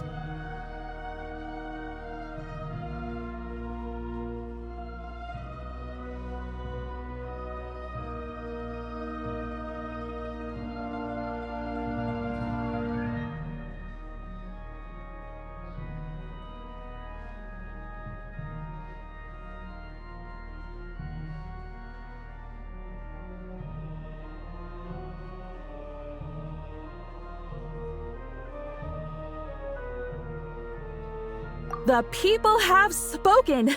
Child received raucous applause from the crowd as he pushed Regrator onto his back foot with a relentless barrage of questions. It had to be seen to be believed. Now you see why they don't have a sales permit.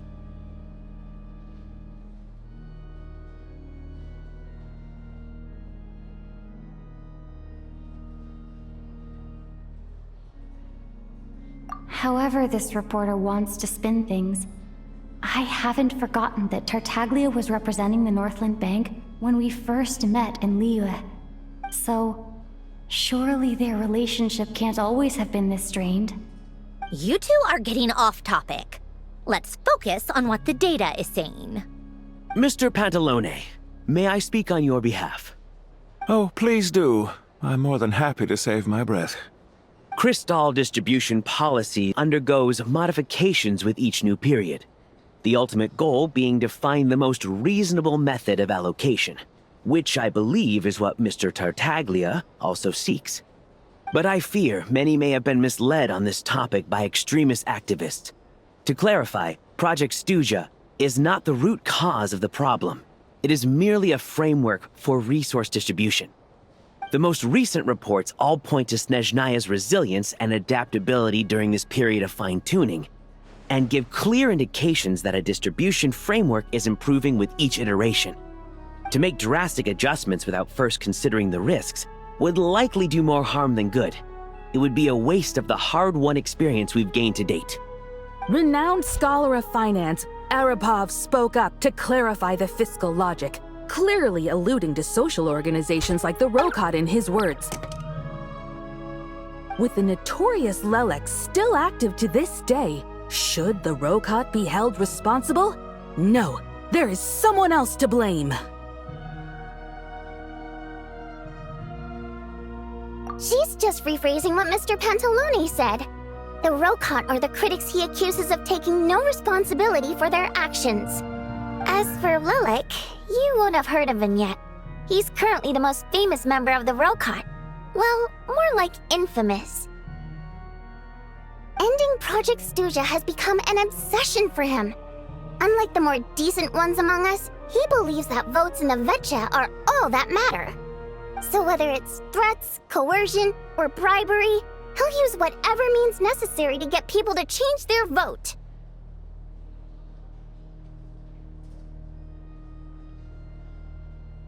And since we're already on the subject, what do you think of Lelek's methods? Are you for or against?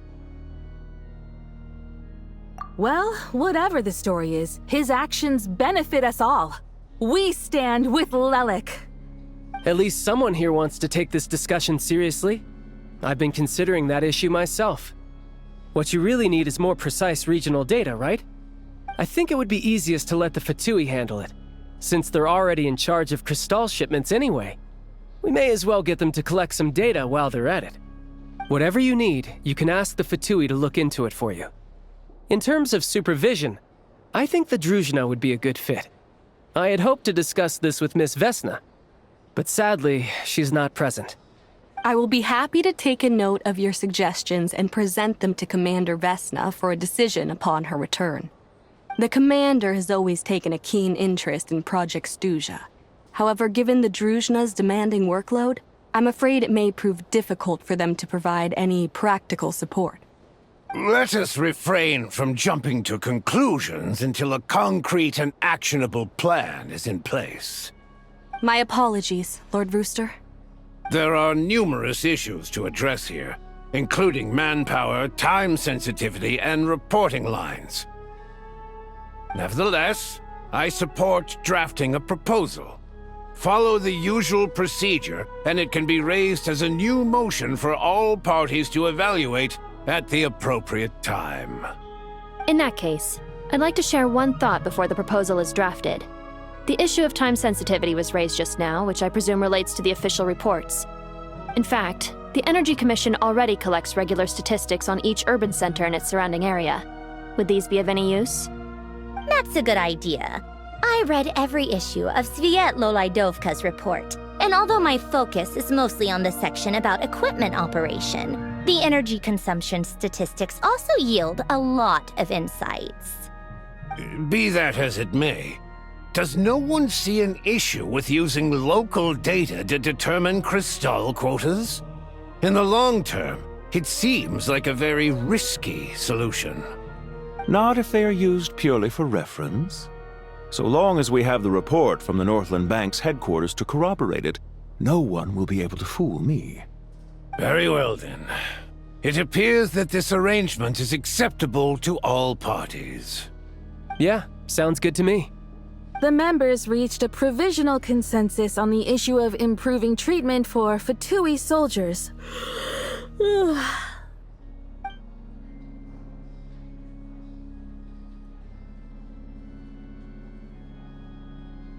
Today, the prima donna of the Korailievsky troupe attended a session of the Snezhnograd Vetcha in the company of a most charming young lady. The question on all our minds is, what is the true nature of their relationship? Write anything like that again, and I'm revoking your permission to interview the troupe. Got it?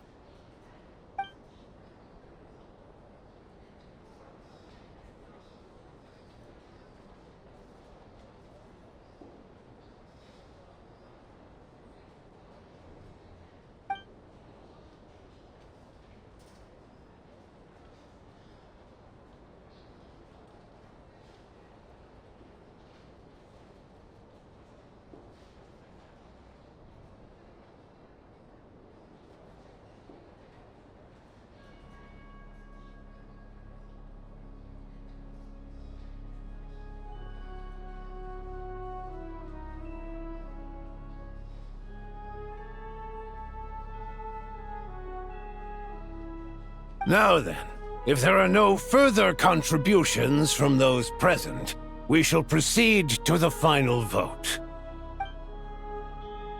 Hey, check it out!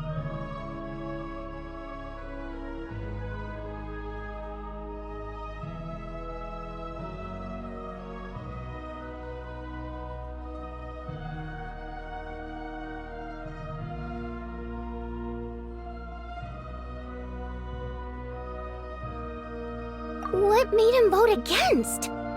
Why now?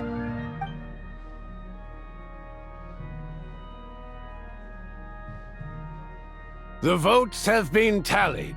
Those in favor of continuing Project Stuja total 61%, securing a clear majority.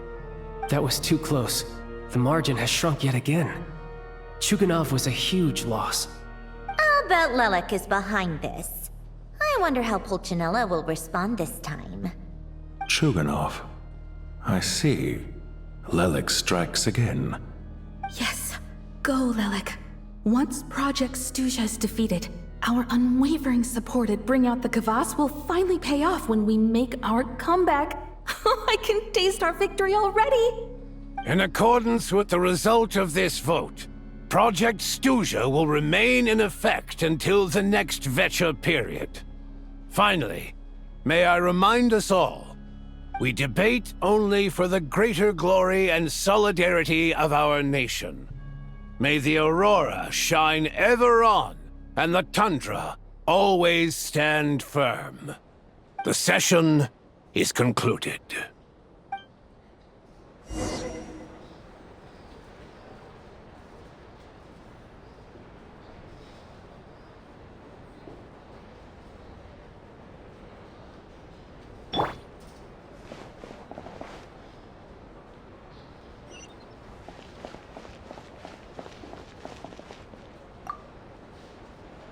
I have to say, I really wasn't expecting Chuganov to vote against Project Stuja.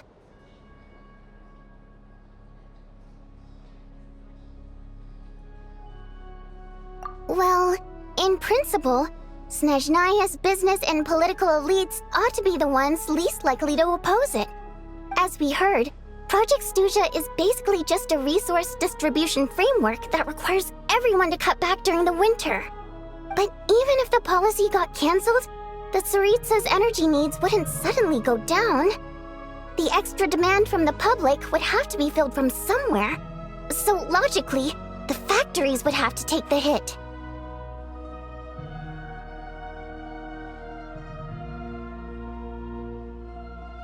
I got a letter from Mr. Mitya just before today's session.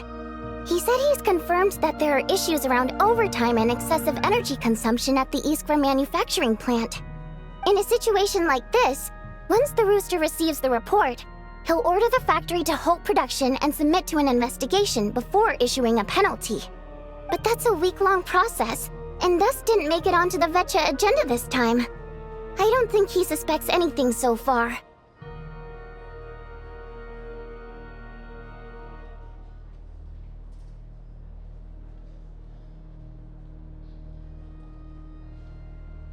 Exactly. And as you know, he's a very selfish person.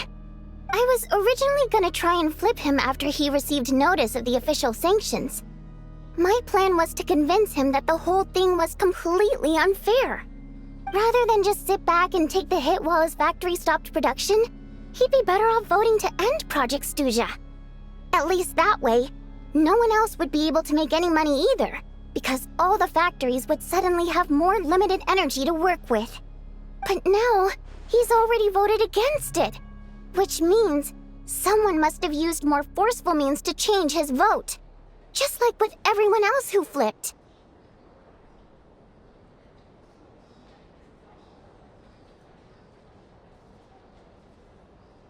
Yeah, no one knows why Lelek is so obsessed with ending Project Stuja, but by the looks of it, he's inching closer and closer to success. Lelek must have strong motivations, given how he'll stop at nothing to achieve his goal. Maybe he knows the full truth of Project Stuja. Maybe my next step should be to focus on him. All right. What are your plans for the rest of the day? Shall we head out? Hey, comrade. I noticed you were here during the debate. I didn't take you for a political enthusiast. Greetings, Harbingers. I just happened to have some free time today, and my new friend here thought it might be fun to check out the Vetcha. Ah, Odette must have introduced you. Looks like you two are getting along pretty well. I'll leave you to catch up.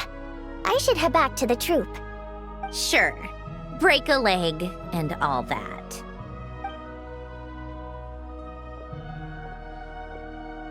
Thought it might be fun to check out the Vetcha, did you? Things are never that simple with you, Traveler.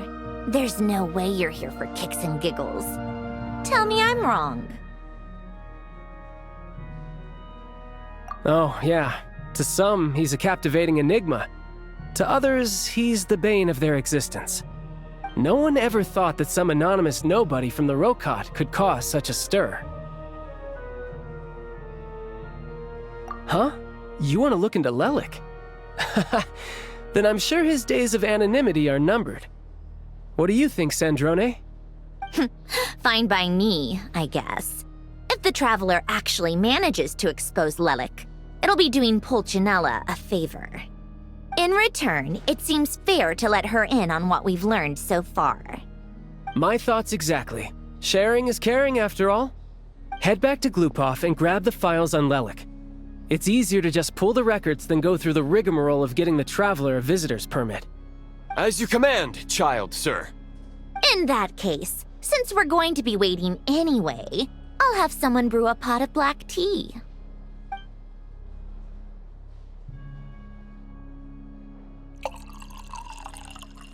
One common thread among the many incidents Lelik has been involved in is that the victims are all too scared to share any real information about him. Clearly, he must have threatened them in some way. His modus operandi is to silently infiltrate the scene and leave a threatening letter behind. But neither the letters nor the crime scenes ever yield any clues to his identity. So all these files have to offer are short statements by the people affected. They don't give us a lot to go on. If nothing else, it shows we're dealing with a trained professional who's versed in counter-surveillance. Yes, and to that point, he often strikes in highly secure locations. The victims are high-ranking and influential people who take their personal security very seriously. Somehow, Lelik slips right into their rooms without making a sound. There's never any eyewitnesses, nor the slightest trace of a break-in. If he can get in and out undetected, it means he can strike without warning. Not that that's ever happened so far, but the thought is enough to scare these people sleepless. It's hard to believe that a human being could pull this off flawlessly every time, so they switched the focus of the investigation to Faye. Careful, don't underestimate me. Although truth be told, I'd probably find it hard not to blow my cover. Direct confrontation is more my style. We haven't ruled out the possibility of Lelik being human. It's just, there can only be a handful of people in all of Teyvat who'd fit the profile. Faye, on the other hand, plenty would have the ability, but few would have the motive.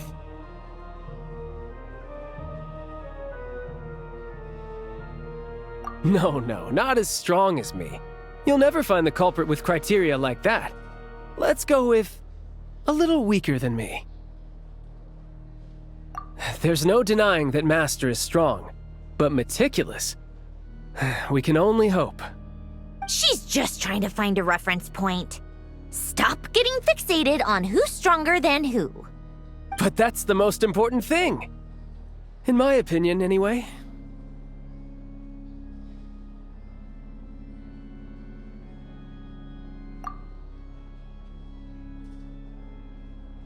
Odette? Yeah, that seems about right. Her skills are solid, and she's always calm under pressure. Except she's Fatui, so the likelihood of her working against us is pretty low. But yeah, much more accurate than your previous example, at least. No, wait a moment. Maybe we should interrogate that assumption. What do you mean? Which assumption? Her Fatui identity doesn't necessarily exonerate her. And when you think about it, the Rokot would be precisely what she needs to conceal her identity. Plus, she wouldn't need to be such a pro at covering her tracks. She'd already know where the Fatui will be and when, so she could choose the perfect time to act. Oh, yikes. I was just thinking out loud. Why is this starting to sound like such a convincing theory? Still, what reason could Odette possibly have for trying to call off Project Stuja? Arlecchino would be the best person to ask. She knows Odette best. Unfortunately, she isn't back yet. Rosaline used to open up to her in private about her struggles with Odette. As I'm sure you can imagine, Arlecchino is quite a lot better with children than Rosaline was. She gave her some tips on how to handle the situation, and Rosaline managed to reach a settlement with Odette before leaving. So I suppose there were at least no lifelong regrets left behind. Beyond that, I don't know the details about that side of things. But I do know that Odette definitely has a motive to hold a grudge against Project Stuja. The reason being, her father passed away during the early stages of the project. That was back before it had been named Project Stuja, when things were still being worked out. But in essence, it's remained the same ever since. Huh. The more you know. Rosaline was always so self-centered. I never understood why she started paying so much attention to Odette.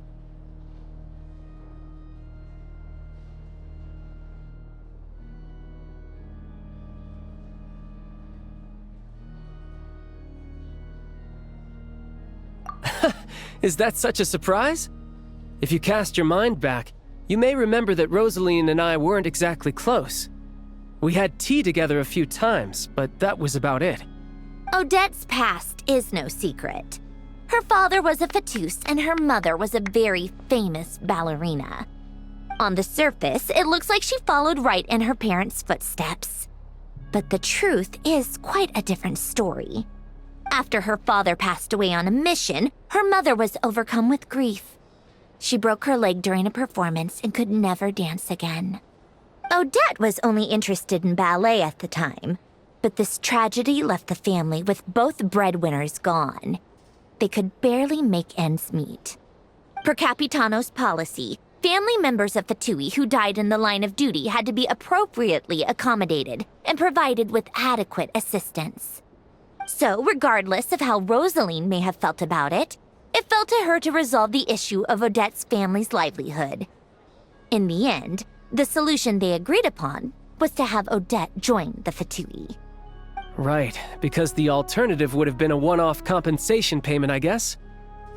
In that sense, joining up was definitely the better option. Still, she must have had mixed feelings about it, right? If she doesn't even like the Fatui. It's just a theory, a possibility. But as a motive for Odette to become Lelik, it holds up. That said, I have no idea where Odette's head is at right now, or what her conflict with Rosaline was about. Plenty of people were on bad terms with Rosaline. I have no intention of trying to figure it all out.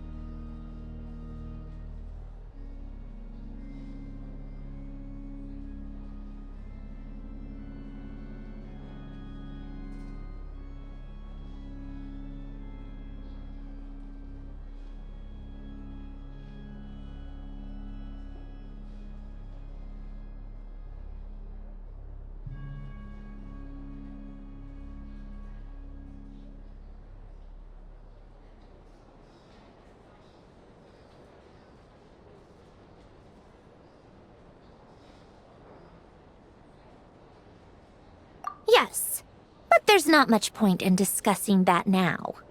Yeah, back to Lelik. Since our investigations so far have turned up next to nothing, we've got nothing to lose by trying a new angle. Funnily enough, Tonya and I had actually made plans to go to the theater tomorrow to watch Odette's rehearsal. Unfortunately, thanks to this Lelik situation, I'll be stuck working overtime again. Which means you can go in my place. No point wasting the ticket. Plus, you'll get to meet Tonya.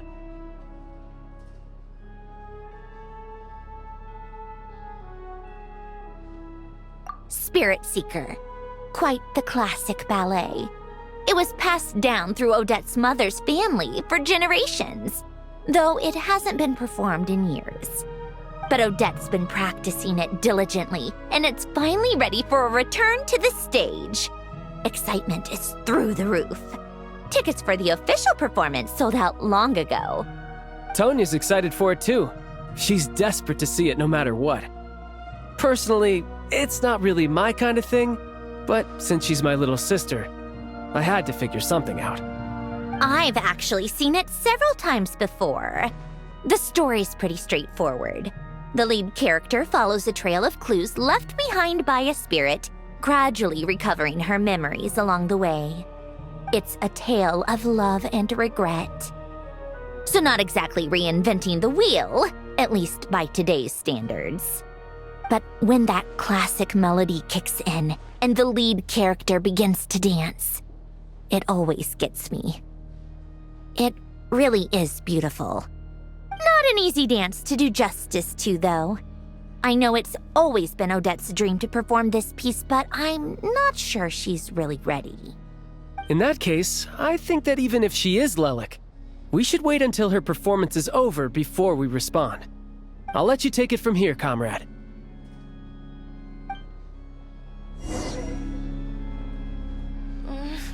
Only I'd been born.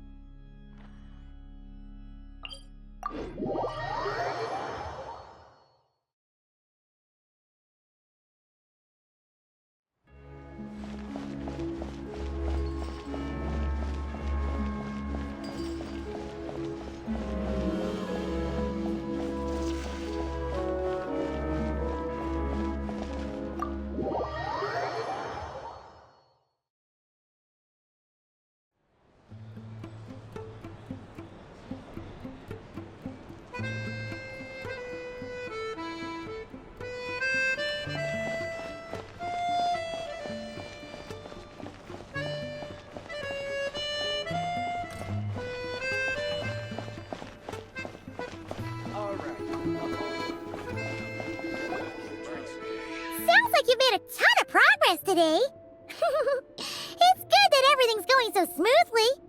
Next step is to head back to the theater and get a clear either way. Paimon doesn't get the sense that she's a bad person. Sure, she might have done some pretty extreme things, but Paimon bet she has her reasons. Maybe this is going too far, but like, with everything she's managed to do so far, wouldn't it make more sense in theory to be even more, heavy-handed? Why leave a letter when she could, well, we know there are plenty of other ways to keep people in line, right? The point is, she could have gone further, but she didn't. So, if it is her, she's got some principles at least.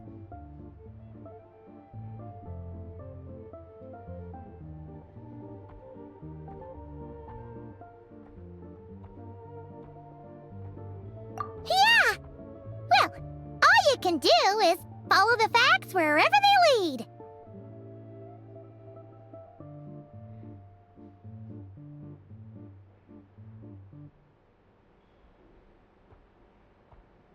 No change, really. But that thing Paimon told you about yesterday? Paimon feels like she can sense it more clearly now. Hearing you talk about your day makes Paimon itch for an adventure.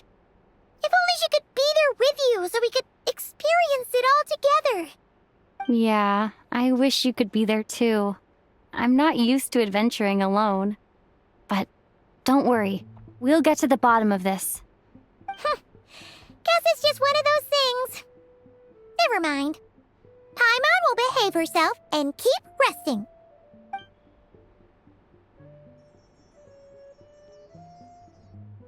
If Odette is Lelek, she may well have inside information on Project Stuja. Her father was involved with the project's early implementation and tragically died in the process. Now, she's dedicated herself to bringing it to an end.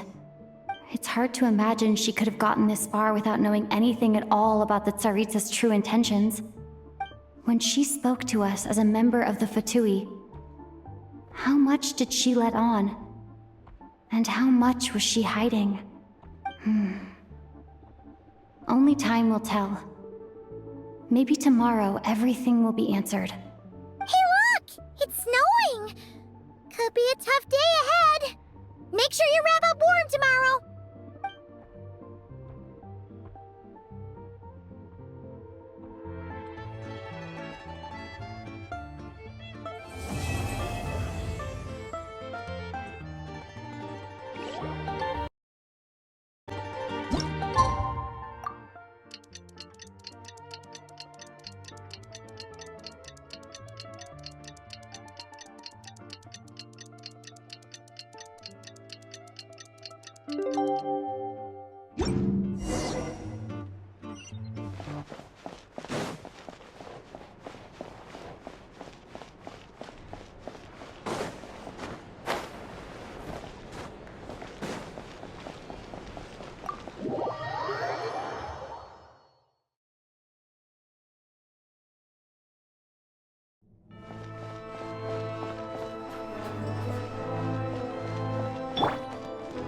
Take a break.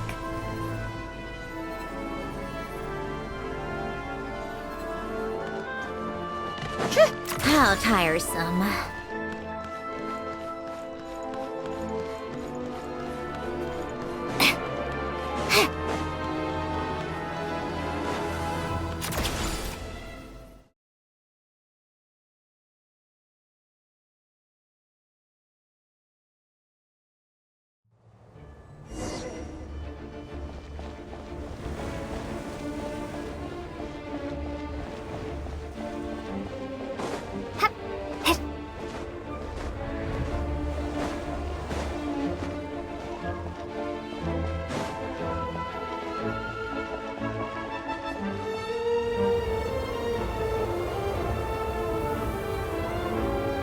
Ooh, it sure is cold today.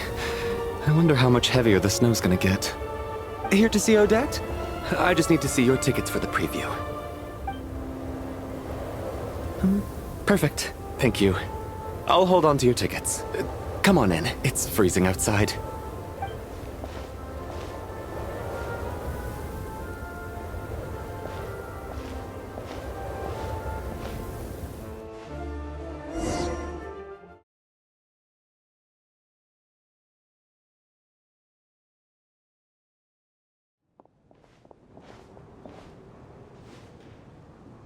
I think I'll leave the Lelek question until after the show's over.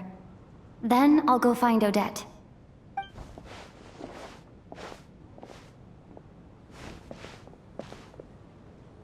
Child said he was originally going to come with Tonya, so I'm guessing Tonya's already here somewhere. Is there anyone here who looks like a Tonya? Let's see. It's a small audience. Makes sense for a preview. But wait, I do see some familiar faces. Mr. Chuganov's back again by the looks of it. Oh, and is that Mitya? And that Fatui officer, Valeri. Guess he must be playing cat and mouse with Mitya again.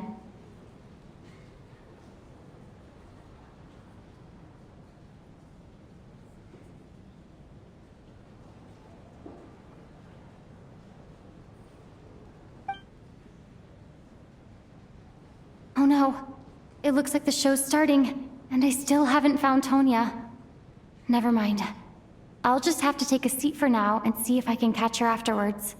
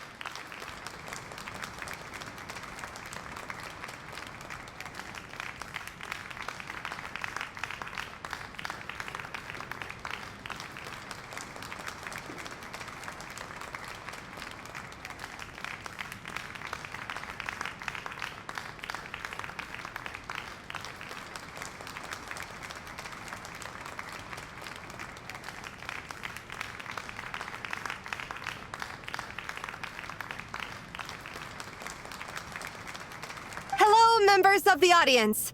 I'm a staff member here at the theater.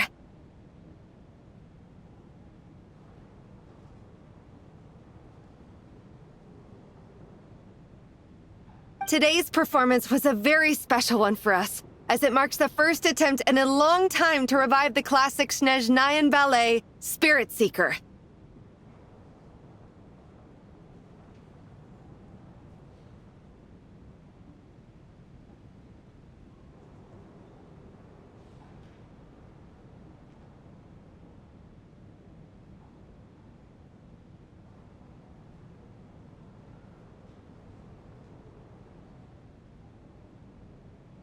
To commemorate this occasion, we would love to take a group photo of the cast, crew, and audience members present today.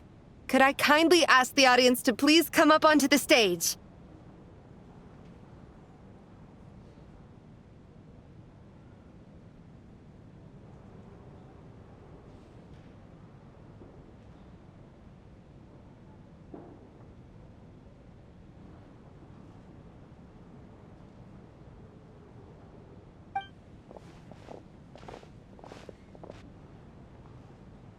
All right, everyone, huddle in a little more.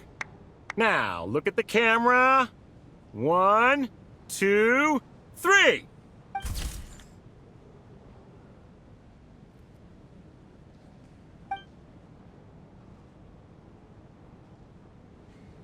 Are you quite satisfied, Mr. Energy Scientist? I rather hope you don't have any other escape plans to add to my workload today.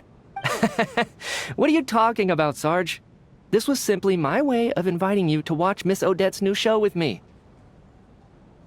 And wasn't the performance spectacular? In the future, I heartily encourage you to take a leaf out of my book. Find some soul-nourishing pastimes to enrich your time outside of work. It was indeed a fine performance, but I must correct you on one point. This is not time outside of work. These are Working hours and non-working hours are just a social construct. Human technology can never advance if we're too rigid in our thinking, Sarge.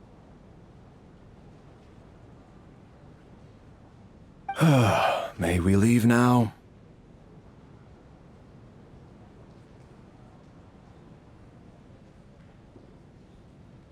Already? I mean, I was kinda hoping to soak up the atmosphere for a little longer, but... No? Okay, guess I'm pushing my luck. Didn't seem like too much to ask, but fair enough.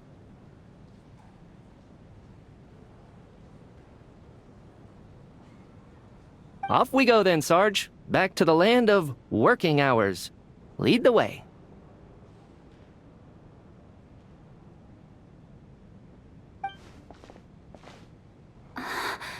That has to be her. She's the only person in the audience around Tonia's age.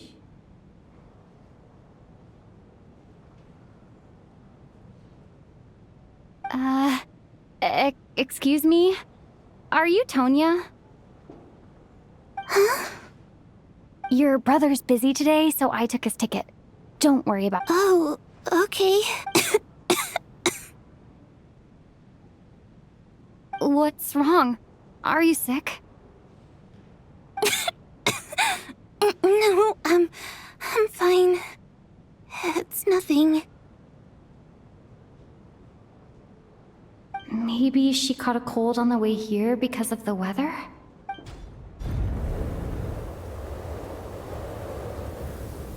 I haven't seen snow like this in a long, long time. It's most unusual. I know. It's completely white out there. You can barely see a thing. I've never seen such heavy snow in my life.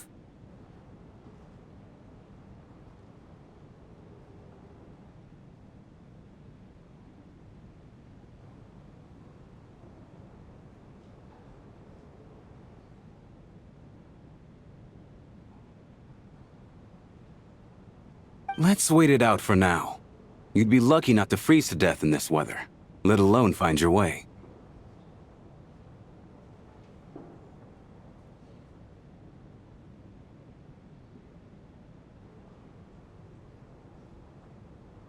Well, look at that.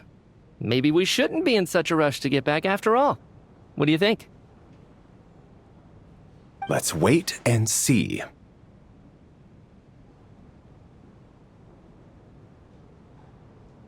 Why do you need to take it so seriously?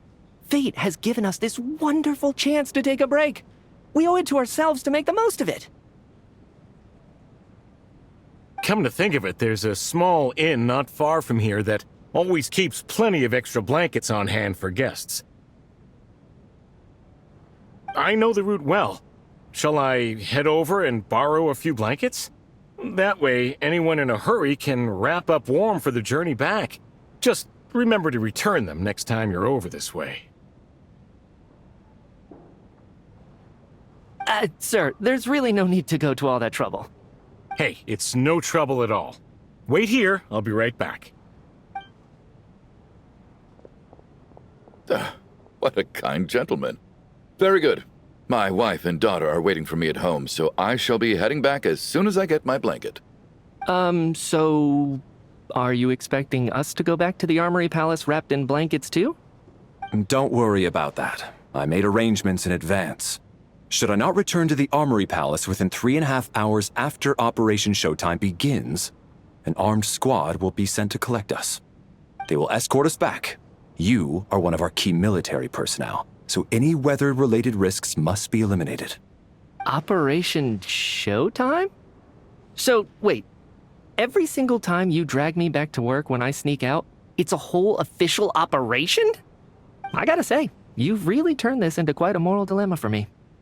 It's snowing pretty hard out there. I think you should stay here for now. You seem a little under the weather. Sure. My brother might come pick me up in a bit anyway. Time to get to work. I should head backstage and find Odette. I need to look her in the eye and ask her about Lelek. Excuse me, are you looking for someone? Ah, you're a friend of Elosha's. Sorry, but that area is currently off limits to Huh. Bad timing, I guess. Well, I might as...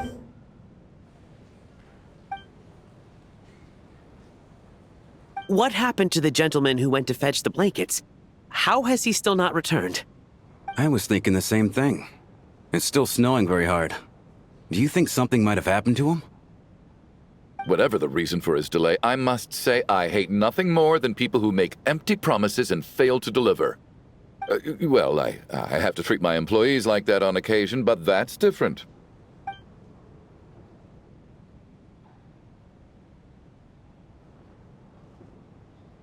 You seem anxious, Mr. Valeri. It's been nearly 4 hours since I left the armory. The army should have arrived to extract us by now. They know how much I despise tardiness and disrupted plans. There's simply no reason that they shouldn't have shown up by now, barring exceptional circumstances. Surely a snowstorm like this one counts as such. Few things in this world can stop the Snezhnayan army, Mr. Mitya. And a snowstorm is certainly not one of them. Why don't you go out and take a look? They might be right outside, waiting for your orders before they dare come in. An absurd hypothesis. I have no intention of leaving your side for even a moment until I have escorted you back to the Armory Palace. This doesn't look like an ordinary snowstorm to me. That guy who left earlier. It looked like he just vanished into thin air. Either that, or my eyes were playing tricks on me. A man-eating snowstorm? Come on. Night hasn't even fallen yet. Spare us the ghost stories.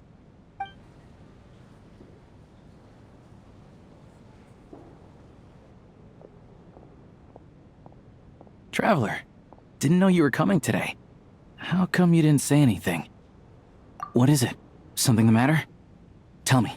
Whoa, that's quite a snowstorm out there. I've been working backstage this whole time, so I didn't even notice. No wonder the audience hasn't left yet. Huh. Is weather like this rare even in Snezhnaya? Yeah, snow like this. I'm sure I've seen it out in the wild before, but never in the city. Actually, I take that back. I don't think I've seen snow this bad even in the wild. This is something else. It's not normal.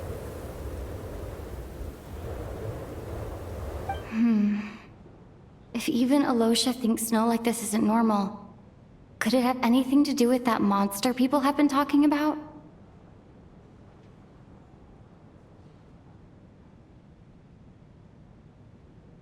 We can't stay cooped up here forever. Someone needs to go out and take a look. No need. I have plenty of experience with snowstorms. Besides, I work here while you're an audience member. I should be the one to do it.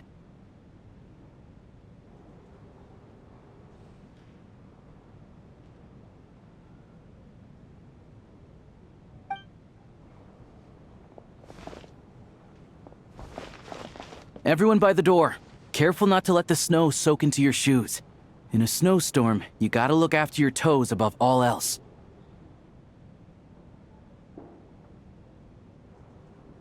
Heading out, my man? Be careful. I've been told the snowstorm eats people alive.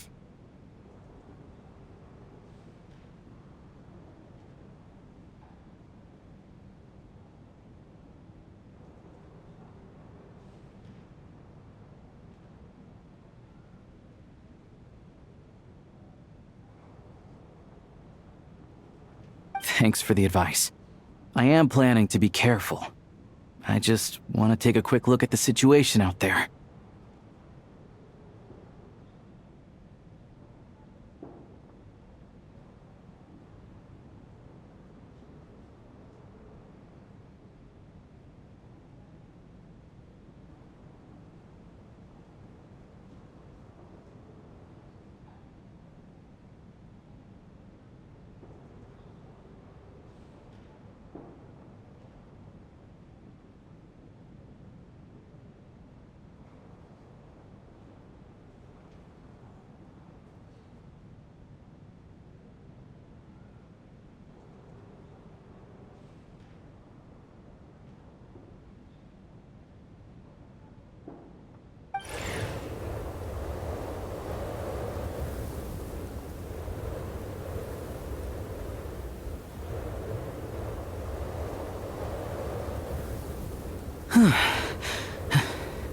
He's back! He's back!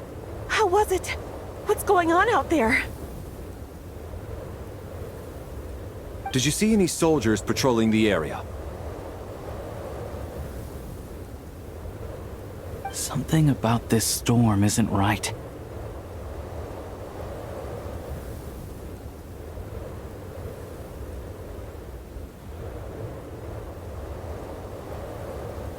There's no one out there. I didn't see a single soul. And something in the air gives me the creeps.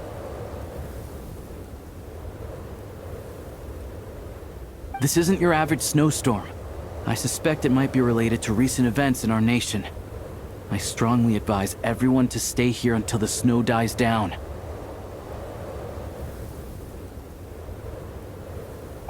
Are you serious? So all of us are trapped here now? That sounds a little far-fetched to me. You want to go outside and see? I, for one, am not risking my neck in that weather.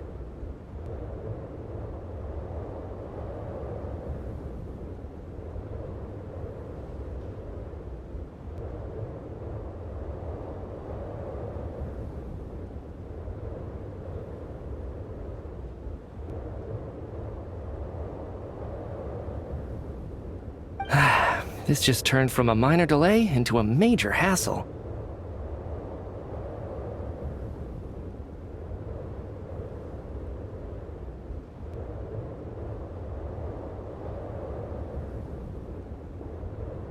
We can only hope that our friend who went to fetch the blankets just ditched us and went home. Is it really that bad? But my daughter, I won't be able to read her a bedtime story tonight. Huh? What are you all still doing here? Whoa! It's snowing hard! So now we're stuck here? Oh, this is terrible! Luckily, it was just a dress rehearsal today, so there aren't too many people here.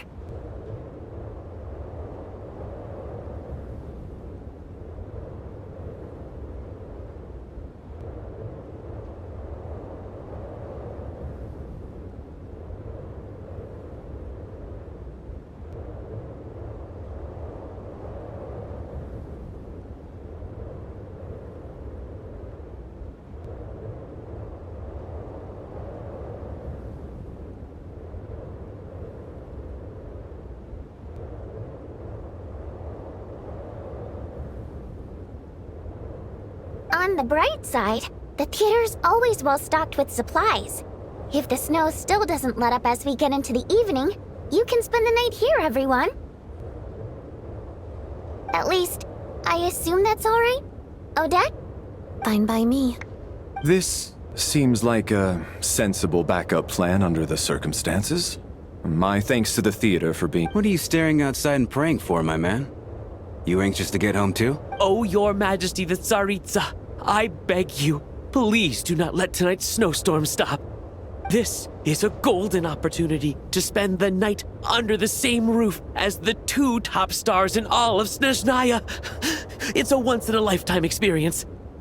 I think I've changed my mind.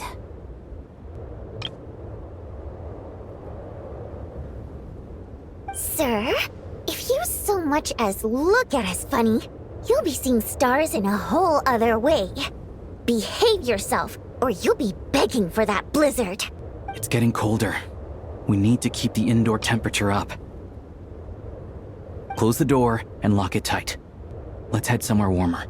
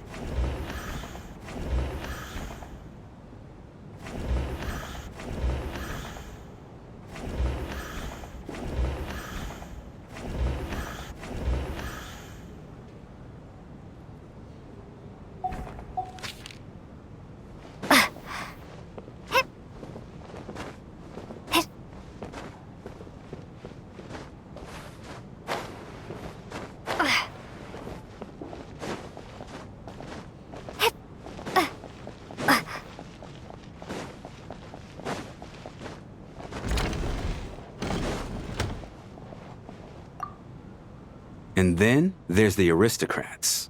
Easiest of all to deal with. You don't need to use any force whatsoever. All you have to do is show them the rope you plan to tie them up with.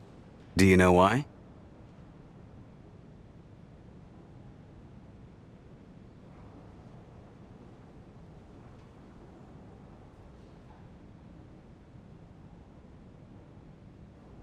I don't. Do tell. Because nothing horrifies them more than the thought of a cheap, coarse rope leaving creases on their precious million more coat. They'll do whatever you ask to avoid that fate. Unexpected, but funny nonetheless. Tell me another one. Well, look at that. I got myself a new listener. Hey there. Let me introduce myself. The name's Shram, and I'm a mercenary. The kind that gets paid to do odd jobs for rich folks. And I am Chuganov, an entrepreneur. If my name is unfamiliar to you, you will no doubt have heard of my factory, the renowned Iskra manufacturing plant. Are you really that famous, Mr. Chuganov? How come I've never heard your name before? Excuse me? Is that a joke? Or are you being serious? Oh, I'll have to ask my rope later. He's probably tied up more entrepreneurs than I've ever heard of.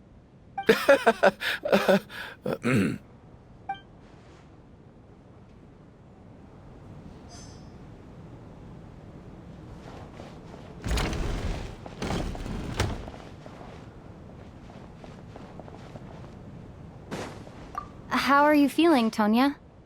I'm fine. Sorry to worry you. I'm used to it by this point. I take medicine for it. My brother usually helps to get it ready for me. Child must take great care of his sister. He's never mentioned Tonya's illness, though. You know, I actually stuck in a strange place thanks to a snowstorm. Having to spend the night with a bunch of interesting characters. It's pretty cool, don't you think? Kids, huh? My brother always says I'm not mature enough. Maybe he's right.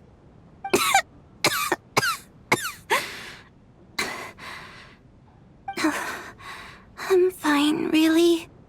Just got a little overexcited. Look after yourself. Otherwise, your brother will come after me.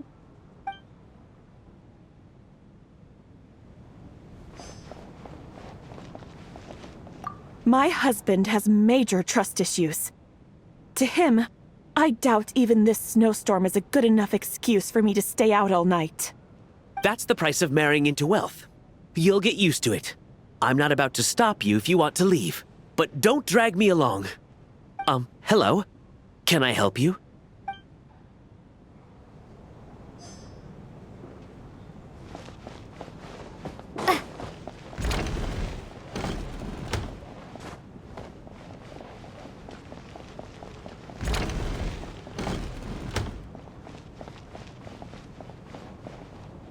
I have to say, even though today was a rehearsal and there were some hiccups along the way, Miss Odette's performance was one of the best I've ever seen, even compared to an actual show.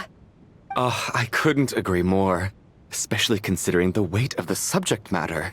It takes a truly seasoned professional to do justice to a theme like love and regret. Do you think we were coming on too strong? Odette's ignoring us again. What about you? What did you think of today's performance? Huh. That's actually a more insightful critique than I was expecting. My mother would agree. She's always thought that was my biggest flaw. Maybe I need to work on making my facial expressions appear more natural. I'll make sure to save a ticket for you when the show's performance ready. This doesn't seem like the time or place to bring up the subject of Lilac. I need a chance to speak with her in private. So unfair. Talk about double standards. And now it looks like I've been spotted. You know Mitya too? No, I don't. I just have a feeling that he might be dangerous.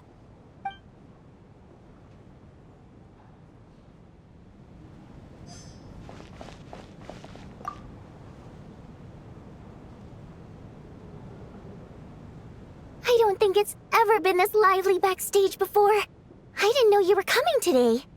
Hey, have you seen Chuganov? I heard he was coming today. Have you spoken to him at all?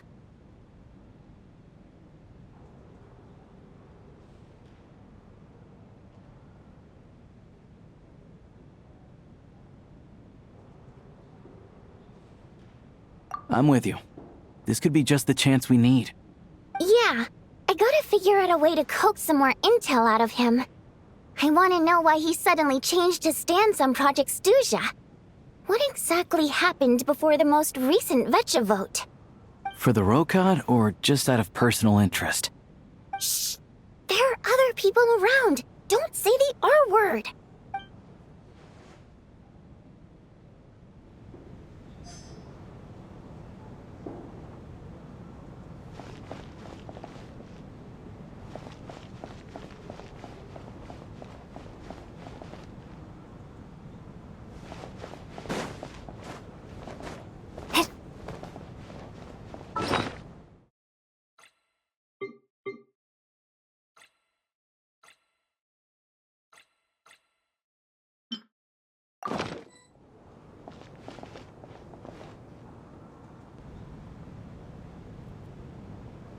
This is highly irregular. A delay of over an hour during an operation like this theoretically warrants a Harbinger-level response. I wonder what the issue is. The storm, or something else. Sarge, the day you learn to let go and just enjoy moments like this is the day you'll finally understand the meaning of life. Why, hello, ma'am. I believe you were the one sitting at a nearby table back at Podvorye Restaurant. Any friend of the theater's star performers is a friend of mine. It's a pleasure to meet you. I'm Mitya, from the Energy Commission. Greetings. Major Valeri, head of the Special Assignments Battalion. Armory Palace Royal Grenadier Guards, 1st Regiment. I am here to ensure Mr. Mitya's personal safety. Please let me know if I can be of any assistance. Miss Traveler, I cannot help but notice that Miss Odette is stealing glances at me. Any idea what that could be about? I've racked my brains, but I can't think of anything I might have done to offend her. Perhaps she noticed me spacing out during her performance?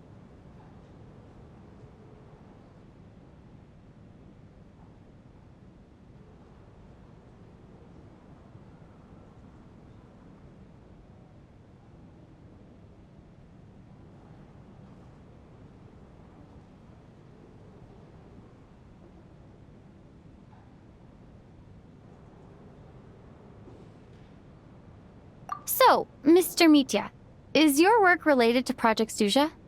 Yes, that's right. The higher-ups in the Fatui transferred me from the Energy Commission to the Armory Palace because they wanted me to...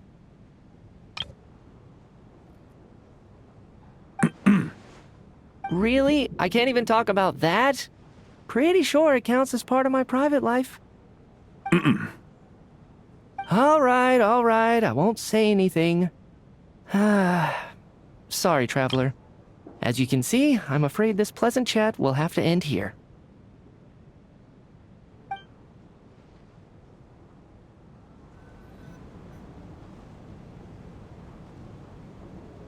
How's it looking, Alosha?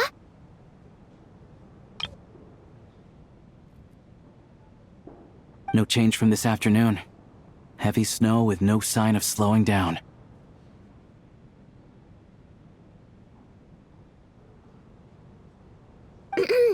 May I have your attention, please? The storm is unlikely to stop tonight, and it'll be even more dangerous outside at night than it was during the day. We at the theater owe everyone here a duty of care.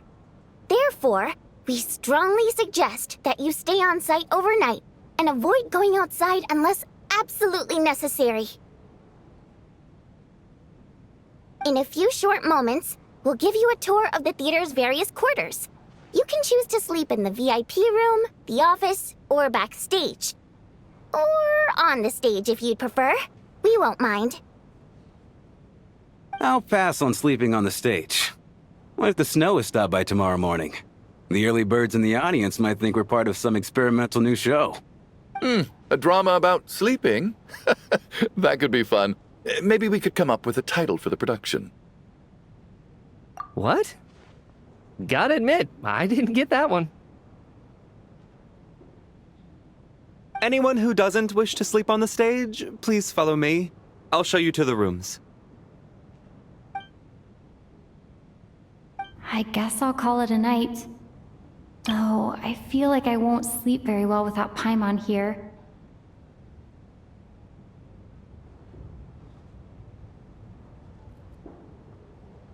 I'm sure she'll be worried that I haven't made it back yet. But as long as she looks out the window, she'll probably realize what's holding me up. I wonder if she's feeling any better yet? At least she hasn't been getting any worse. Still, I should try and get back first thing tomorrow morning.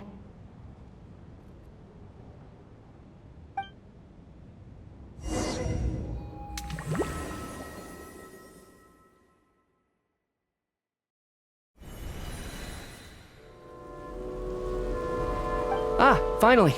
Welcome back to the world of the living, lazy bones. I was about to wake you. The black mist is almost on us. Still waking up, huh? You know, the black mist. It's been chasing... Come on, let's keep heading up. Onwards and upwards is the only way to survive. Don't listen to a word those black mist cultists say. Here we go again. The endless march towards survival. What's going on? That black mist down there is The Black Mist cultists believe that being swallowed by the Black Mist leads to everlasting peace. But if you ask me, they're just lying to themselves. We're the only heretics left, the only ones who refuse to give in. We have to keep going. But how do you actually know that they're wrong? Dangerous question there, Torgov. The moment your faith wavers, you start a chain reaction that ends in the collapse of your will. Put the question out of your mind. Stay strong and believe that the Black Mist means certain death. Okay, but it's not my mind that's the problem. My body's about to give up on me. It's already starting to falter. I can't do this anymore. I've had enough of being forever on the run. What? All this will pass eventually, I promise. Keep fighting. It will be worth it. You accuse the Black Mist cultists of being liars. But you're lying too. The cult of the Black Mist has poisoned your mind, Sobolova. Are you thinking— I am. I think I'll take my chances with the Black Mist over this perpetual torture. As much as I detest the Black Mist cultists, I'm just too weary.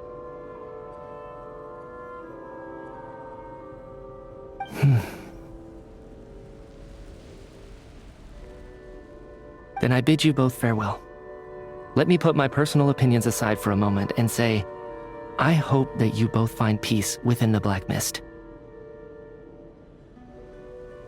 Fate always appears so impossibly complicated, but at moments like this, its raw simplicity is laid bare. Their fate was sealed from the instant they entertained doubt. From then on, the outcome was both inevitable and irreversible.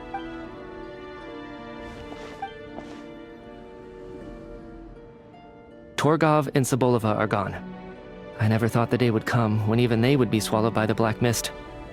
It's just you— Yes, it looks like it's satisfied. For now.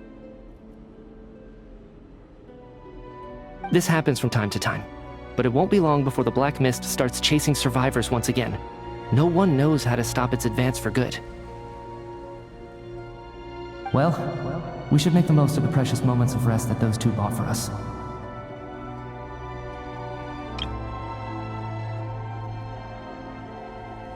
Huh? Are you really that—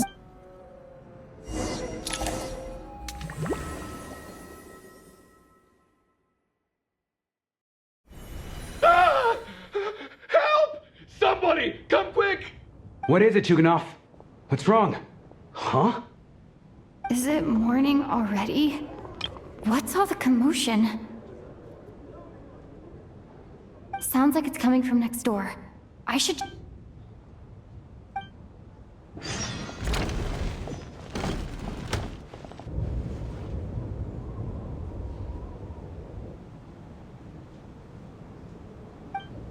Don't look, Miss Tonya. Stay here. Okay. What happened to them?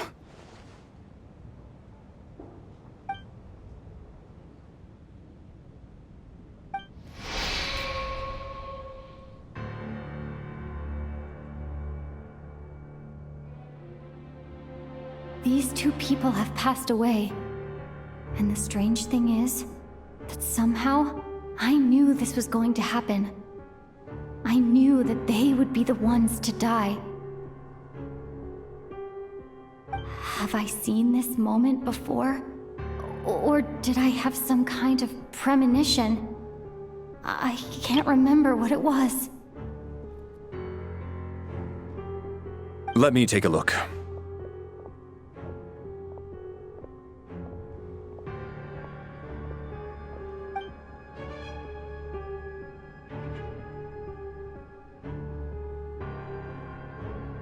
No vital signs in either of them. They're dead.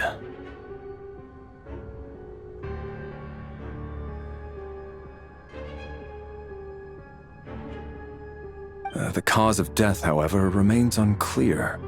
No wounds on the bodies, no signs of a struggle, and no skin discoloration caused by the buildup of toxins. But just last night, they were chatting and joking away. This is so sudden.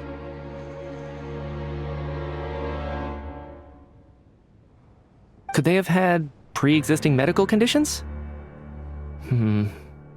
Even then, the odds of them both dying of sudden complications on the same night are extremely low.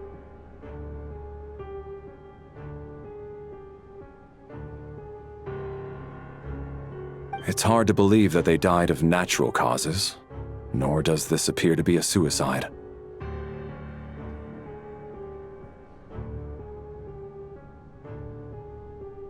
Who was the first to discover the bodies?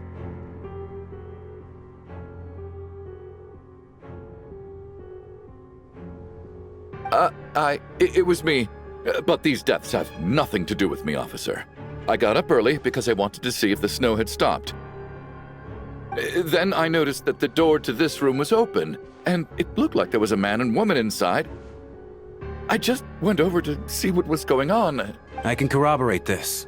I was doing my morning exercises near the stage. When I saw Mr. Chuganov heading this way, I followed him. I can also confirm that I didn't see a single person approach that room before him. The snowstorm was raging all night, and it's still going now. There's no way someone could have come in from outside, correct? You mean an intruder? No, not possible. I slept by the door last night as a precaution. There's no way I wouldn't have noticed if anyone had tried to open it.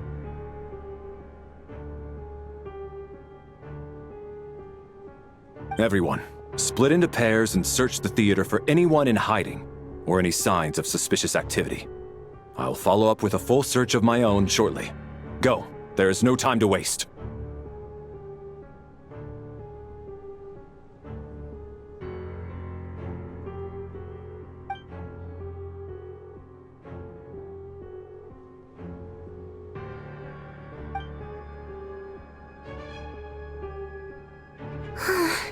Nothing on your end either?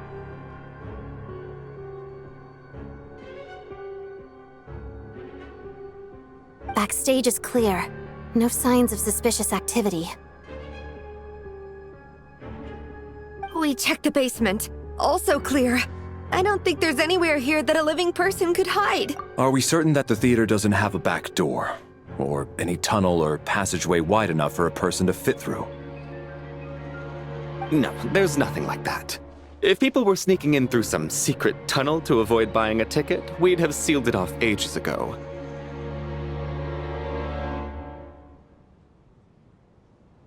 I also checked the windows. All of them are locked from the inside, and there's no sign of anyone entering or leaving.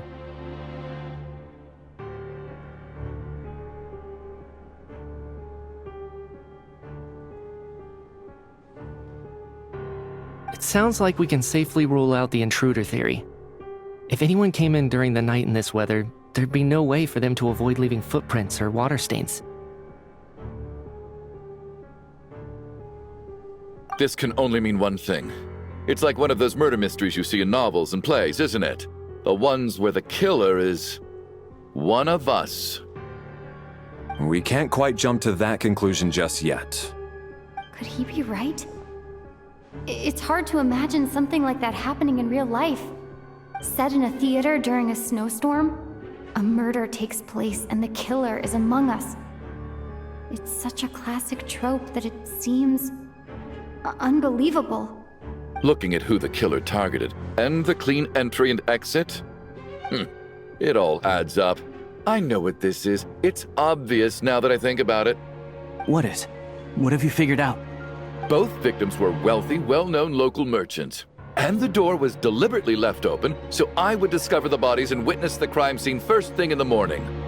Such ruthless methods. This was your doing, wasn't it, Lelik? Lelik? You mean Lelik is among us? And he's the killer? Lelik. I know this code name. Member of the Rokot, anti-Project Stuja. Always works alone. I've read the case files at the Armory Palace. Walk me through your reasoning, Mr. Chuganov. What do you know about Lelik?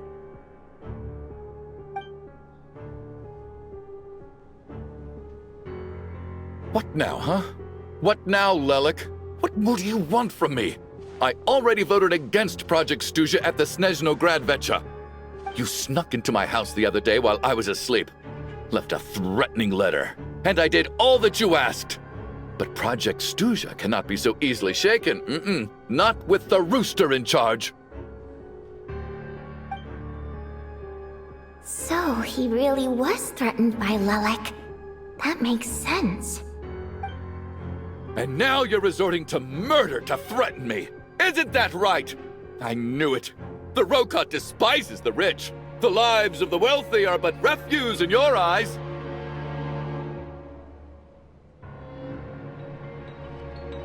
Show yourself! Which one of you is Lelek, Tell me! I'll do whatever you want! Just stop playing these mind games!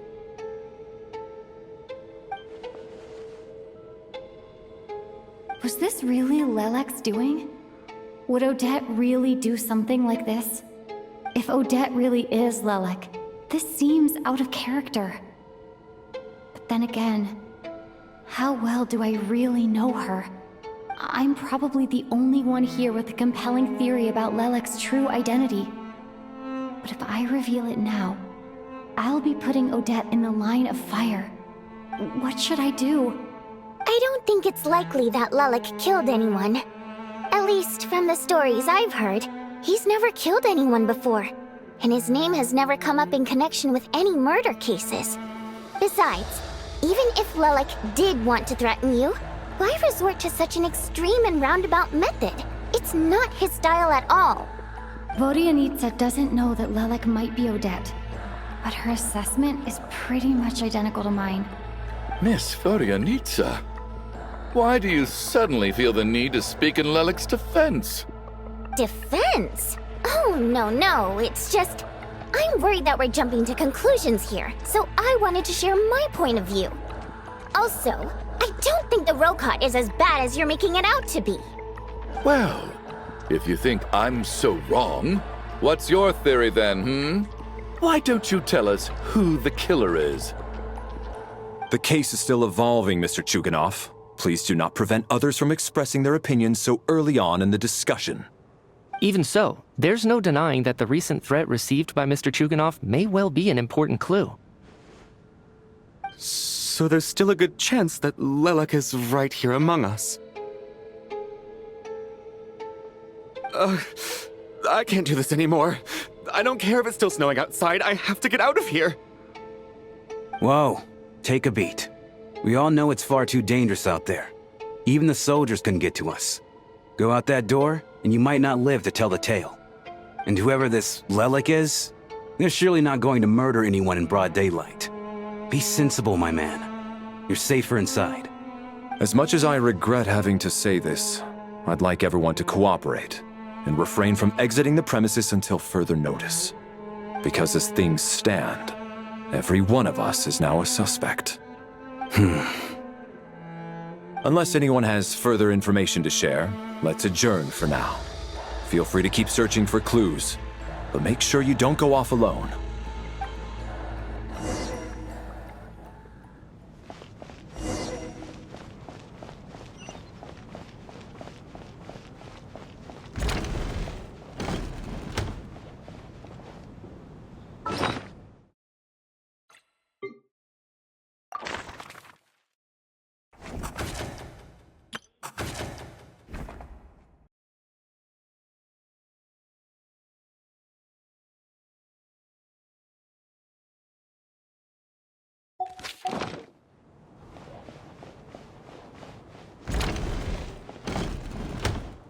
You're right, that was my bad. It was a knee-jerk reaction. I didn't think it through. Luckily, no one suspected my identity. Oh, phew, it's just you. I thought someone was eavesdropping. Since Vodianitsa and I were on the same page earlier, I think I should share my thoughts with the Rokot members first.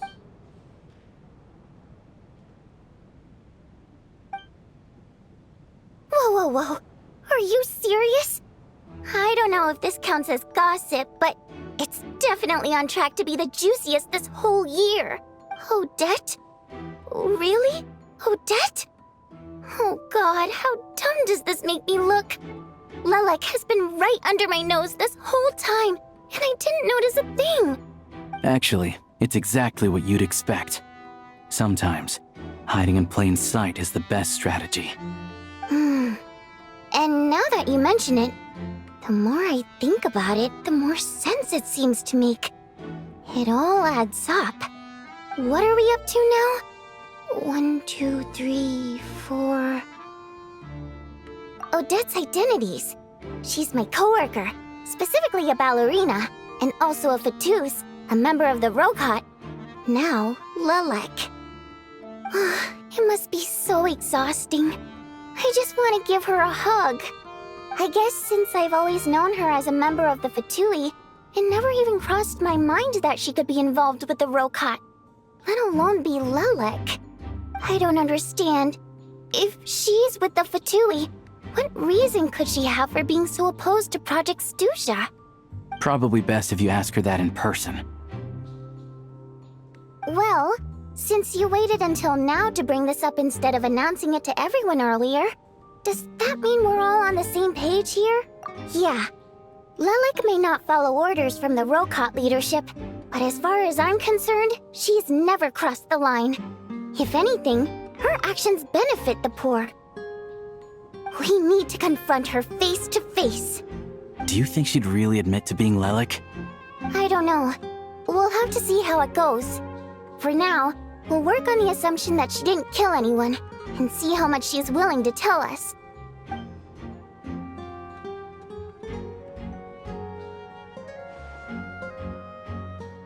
Now's her chance. Odette's alone. Let's go.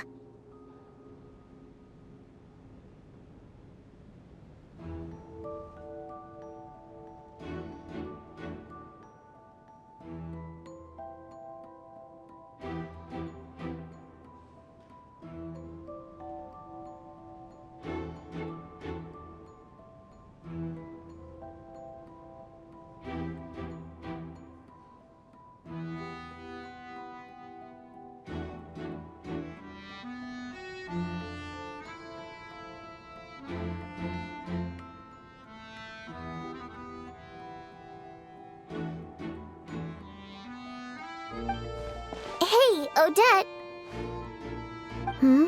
What is it, you guys? Shh! Keep your voice down.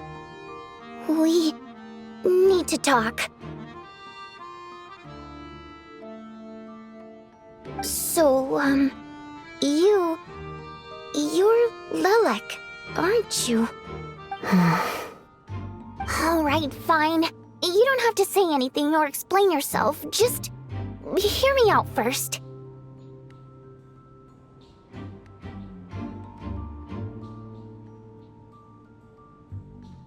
None of us believes you'd kill innocent people. Whoever murdered those 2 people last night, it wasn't you. Traveler was the first to figure out your identity, but she kept quiet during the discussion just now.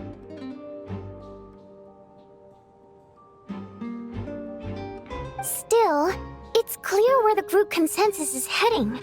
Everyone believes Lelek is the culprit. If your identity is exposed, you'll be in a really bad spot.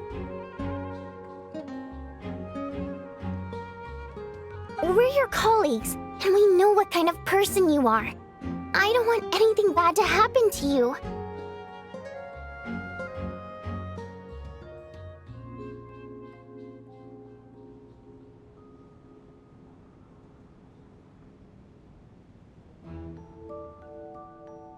So, can you clue us in? Tell us everything. The more we know, the more easily we'll be able to cover for you.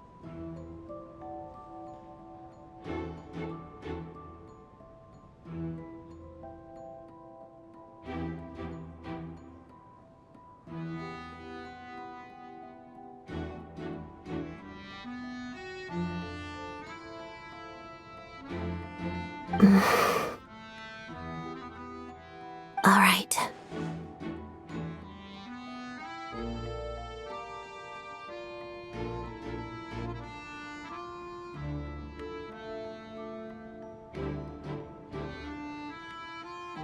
Yes, I'm Lelek.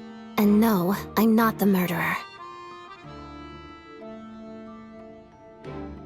And thanks, but I don't need you to cover for me.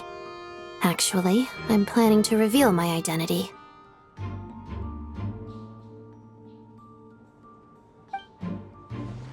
Huh? You're gonna reveal that you're Lelek? Here?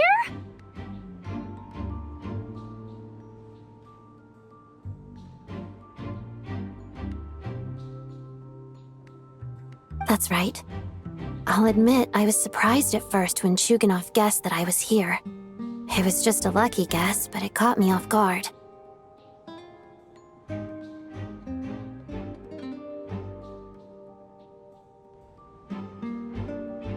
But after taking some time to assess the situation and confirm where everyone stands, I don't believe I have anything to worry about.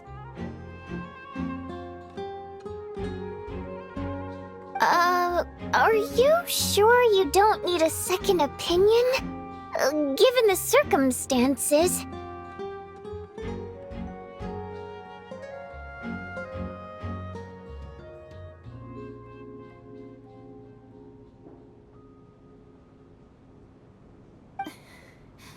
Mr. Valeri! What?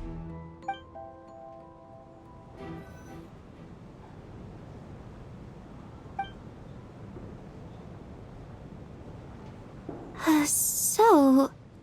Odette is Lelik?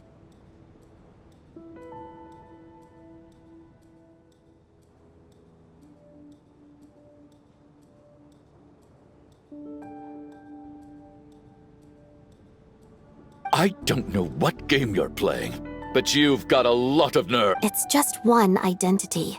So what if it's exposed? I can disappear and adopt a new identity anytime I please. I made my peace with this when I chose to become Lelik.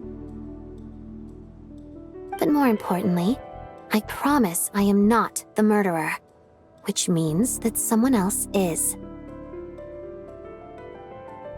So, if anyone still insists that I did this, you'd best produce the evidence now.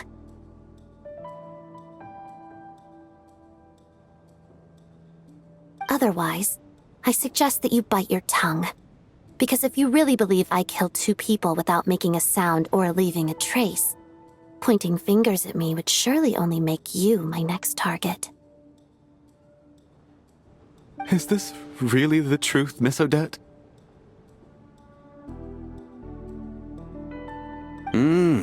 That's confidence, all right. I believe you. A real no-nonsense attitude. I can see why Marionette said that she's on track to inherit the title of the Fair Lady.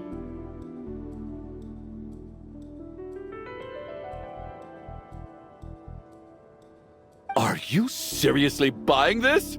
Hey, officer! She just admitted to being Lelik. Aren't you going to do something about this?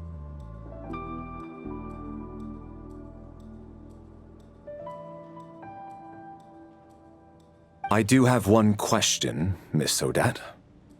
Why have you chosen this moment to come forward and reveal your identity?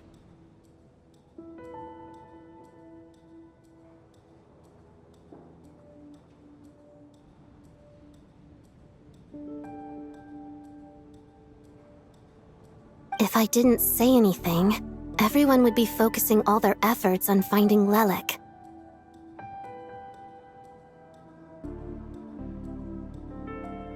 And that is exactly what the real culprit wants. I don't want to be the scapegoat who lets the murderer get away with this crime.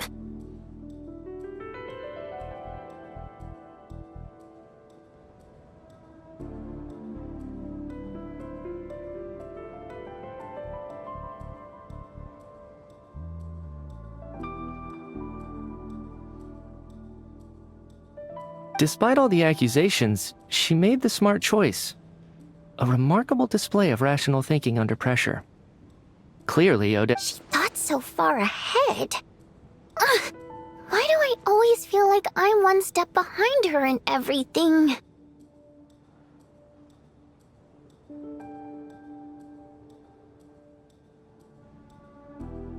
You've convinced me. Dealing with the murder case remains the top priority right now. Let's put the name Lelik and all related incidents aside until further notice. Nevertheless, the group still considers you the prime suspect. I assume you have no quarrel with that, Miss Odette? I understand.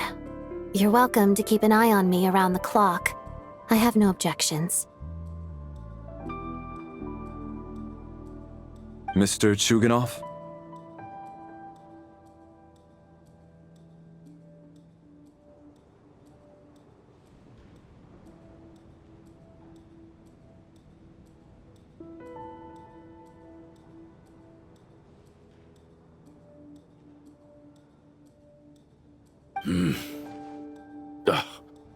For my wife and daughter's sake, I'll let you off the hook for now. But don't think you're forgiven for breaking into my house and threatening me. Just wait till we get out of here, Lelik. We'll settle the score then.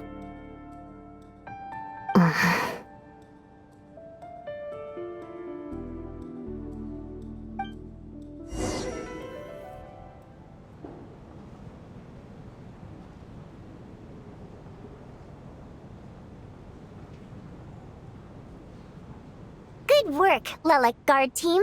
And Lelik, too. Here, have some hot water.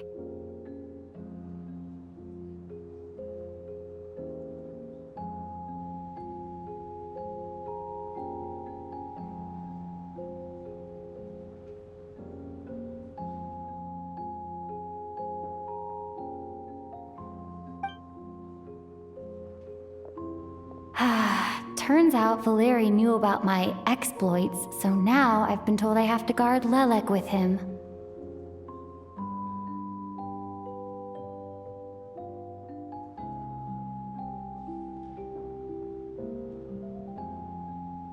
Shouldn't you be facing my way if you're guarding me?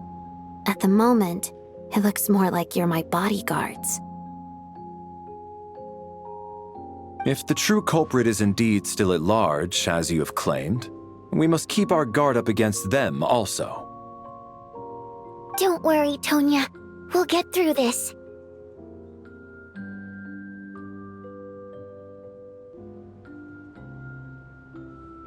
Once the snow stops, the officials will step in. The investigation will get easier, and then we'll be safe.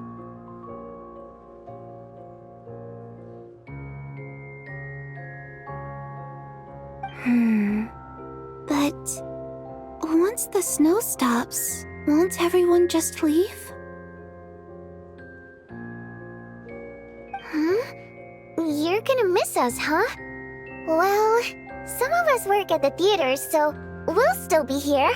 I'll even give you a special backstage pass. Really, Miss Vodyanitsa? That's awesome! You've made a fan for life!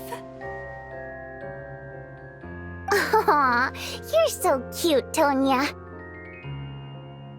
All right, let's swear to it. I promise to give you the pass, and you promise to never change your mind about being my fan. Promise. Don't indulge her, Tonya. You don't have to swear an oath over things like that. You really do get carried away sometimes, don't you, Miss Vodyanitsa? Hey! Mind your own business!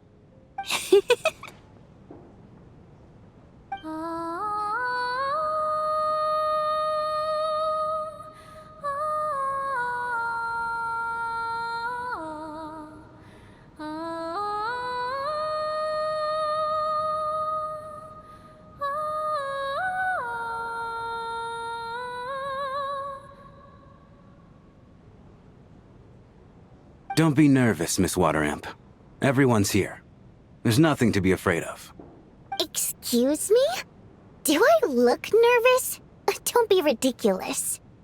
No. You sound nervous, lass. Oh. Wait, but how...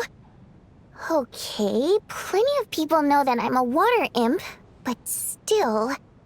How come you understand our primary mode of expression? Primary mode of expression. I've not come across that concept before. Do enlighten me, Vodyanitsa.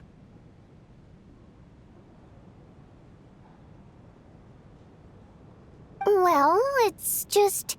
We water imps tend to communicate our emotions to each other by singing, rather than facial expressions. The emotions we convey through song take precedence over our facial expressions. So, we think of it as our primary mode of expression. I'm impressed, Shram. I didn't take you for a man of culture, but you're clearly rather learned.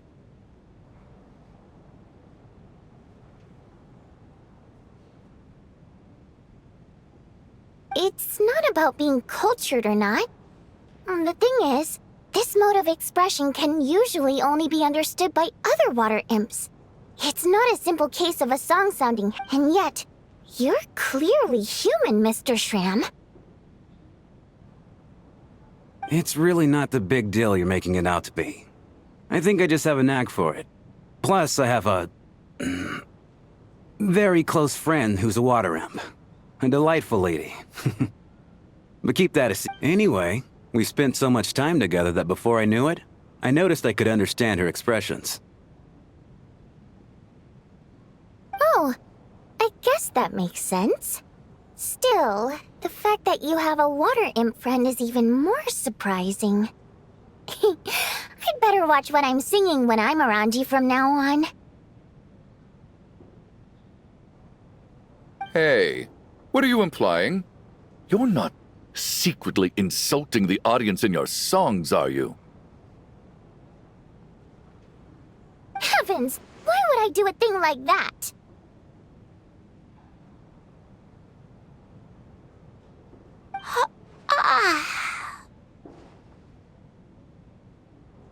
It's getting late. We should discuss our sleeping arrangements for tonight. To guard against the killer, someone needs to keep watch.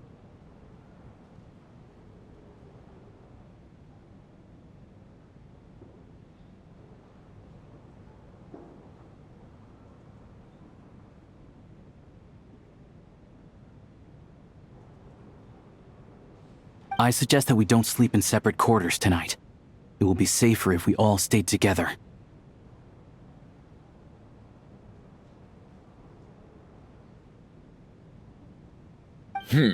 As long as someone keeps an eye on Lelik, I'm quite sure we won't have any trouble.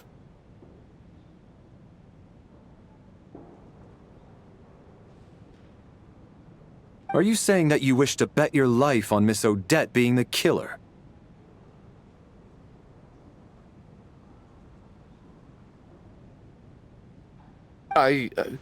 Nonsense. Of course not.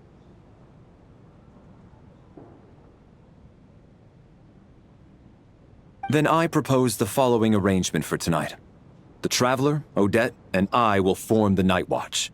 We'll sleep in shifts, but 2 of us must be awake at any given time. An excellent idea. This allows us to handle the Night Watch while also keeping an eye on Lelik. Meanwhile, the rule of taking shifts in pairs resolves the other issue. Namely that we can't necessarily trust the Traveler or Valeri either.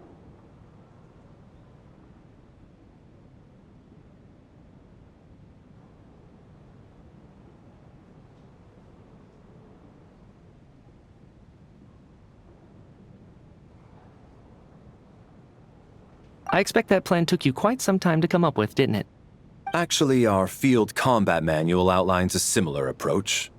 Although the scenario there involves guarding prisoners overnight during field operations. That being said, I must clarify that I harbor no disrespect towards you personally, Miss Odette. In fact, Lelik's numerous covert operations make fine textbook examples for military agents. I care less about respect and more about the fact that you just robbed me of 2/3 of my sleep tonight. I'm calling dibs on being the first to rest. Good night.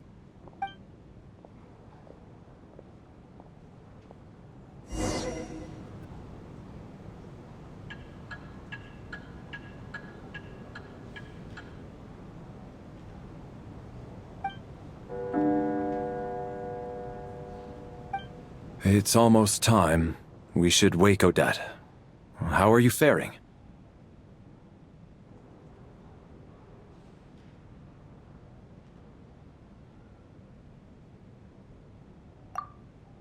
Oh, not going to argue with that. I'll take a quick nap. It's finally time for Odette and I to share the night watch. I should wake her up.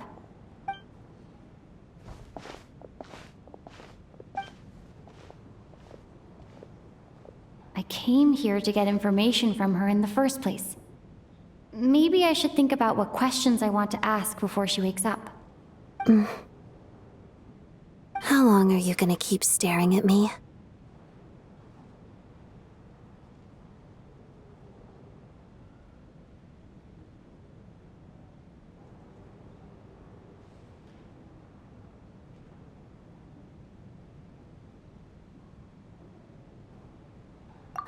Couldn't sleep. My mind's been running haywire. Plus, there's something I've been meaning to talk to you about.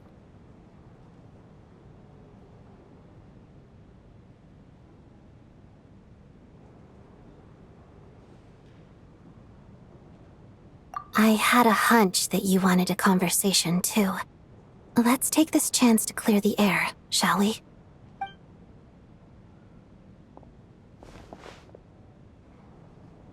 I just had a simple question for you, really.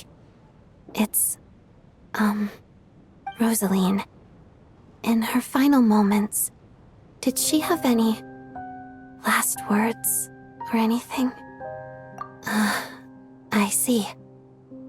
Well, that was all. I have no other questions. No. She was utterly ruthless in pursuing her goals. That kind of person should be hard to miss. And yet, even though I never approved of her methods, and she was an abrasive person, the fact remains that I am indebted to her.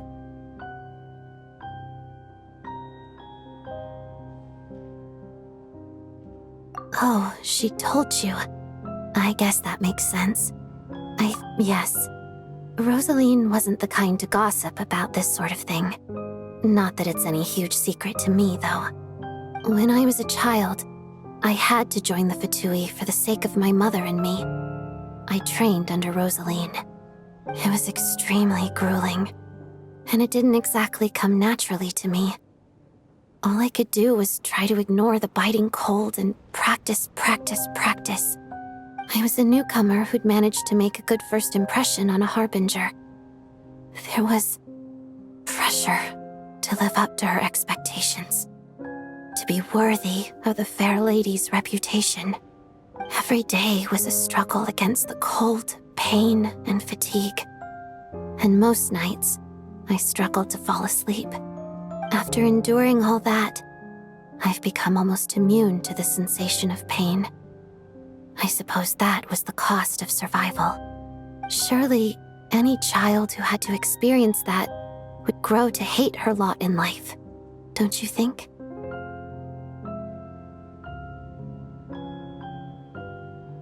So, I put an equal amount of effort into my ballet. Because in my young mind, that was the only way to defy my fate. It was my way of telling her, the Fatui's demands and your expectations of me are not what I wish for. One day, I will leave. I think she probably blamed my poor performance in training on my passion for ballet. She knew my heart wasn't in it. One time, when I was secretly practicing a dance at night, she suddenly showed up. I knew she was there to catch me red-handed. I told her, "You don't deserve to watch the dance I learned from my mother." She looked stunned. I guess she was surprised that I lashed out first, before she had the chance. But strangely enough, on that occasion, she wasn't fierce with me like she was during training. Instead, she fell silent for a moment, and then left. After that, she never interfered with my dancing or asked me how it was going. She never came to watch me dance again either. Not even once.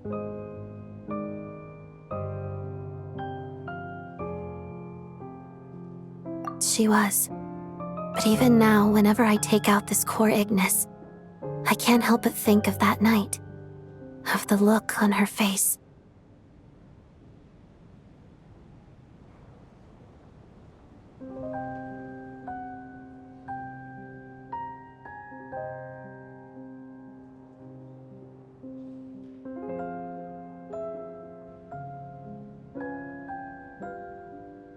Sort of. Although gift might be too kind a term. This is her flame sealed within ice.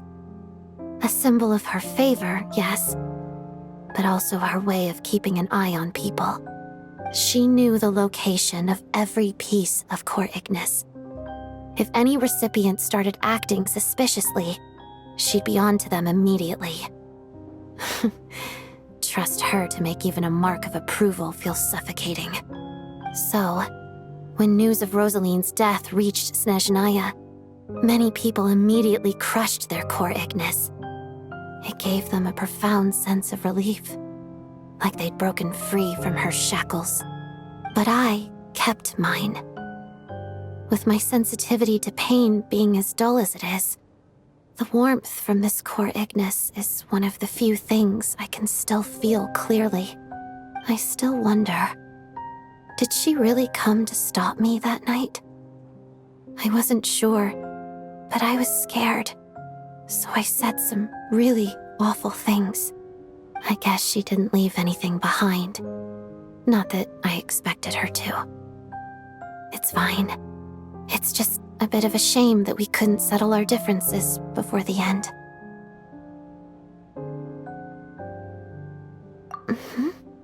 She did. Are you sure she was talking about this event? Huh. No, she didn't.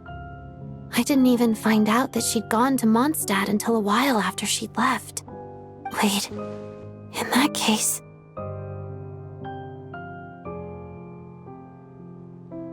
Okay, I will. Thanks for letting me know. There's something I'm trying to figure out. I'm beginning to suspect that Paimon's mystery illness is being caused by the energy research behind Project Stuja. Paimon's very important to me, so I have to get to the bottom of this. I figured that since you're Lelek, you might know something about all this. The ultimate goal of this energy experiment is to create a weapon for the final battle. The weapon's construction was completed in Nodkrai. Now, all that remains is to arm it with a sufficiently powerful energy.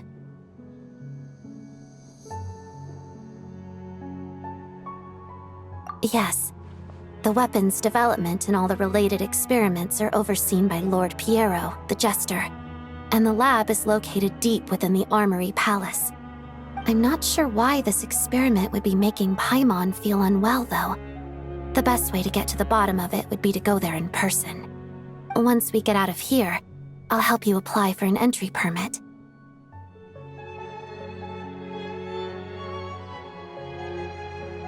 And I'm hardly the organization's proudest member, as you know. You answered my question about Rosaline. I want to do you a favor in return. It's that simple.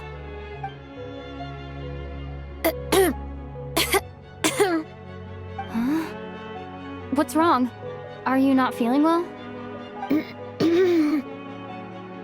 You two seem to be hitting it off.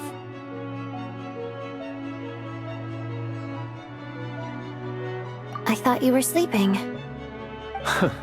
Of course I was. In the military, one learns to fall asleep quickly, even in the most inhospitable environments. Even if he was awake, he can't have overheard us, right? Well, thank you both for keeping watch. Traveler, I'll take over for now. It's your turn to get some sleep. Sure.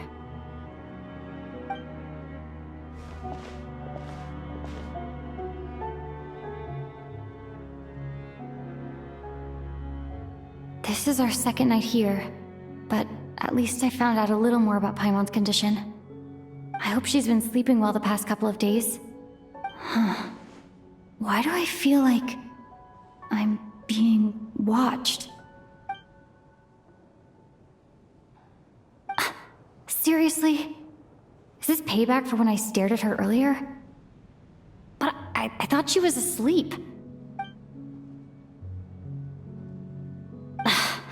Never mind. I'd better try and get some sleep myself.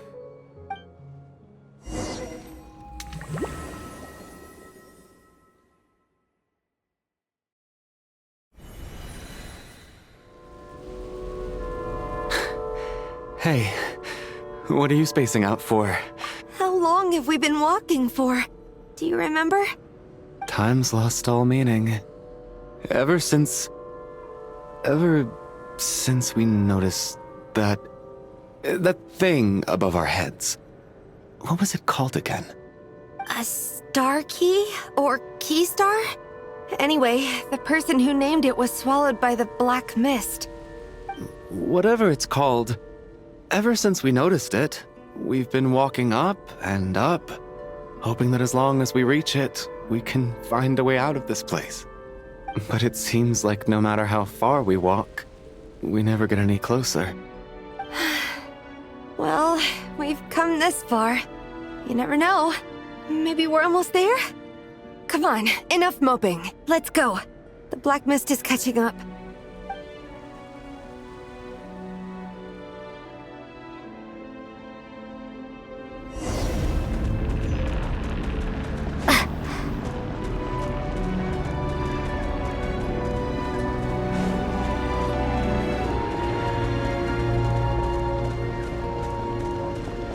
We got ourselves a straggler.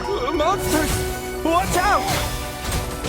Not again! Fine. I've lost count of how many times we run into them. Be careful.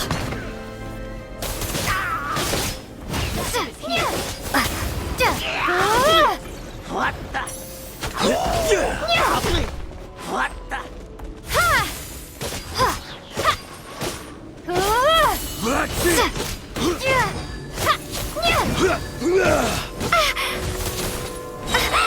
Fighting cross!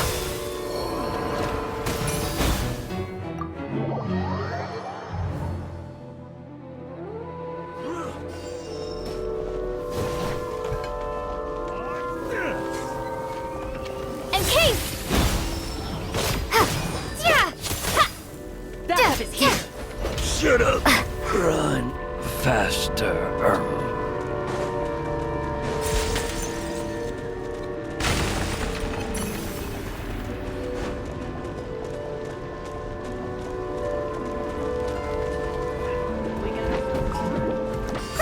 Here they come again! Get ready! Let's go. Gotcha. Having second. What the? Here. What the? Condense! Got it. Encase!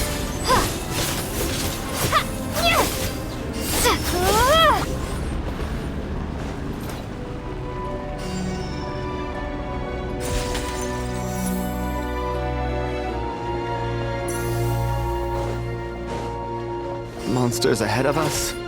The black mist behind us. It feels like there's no escape.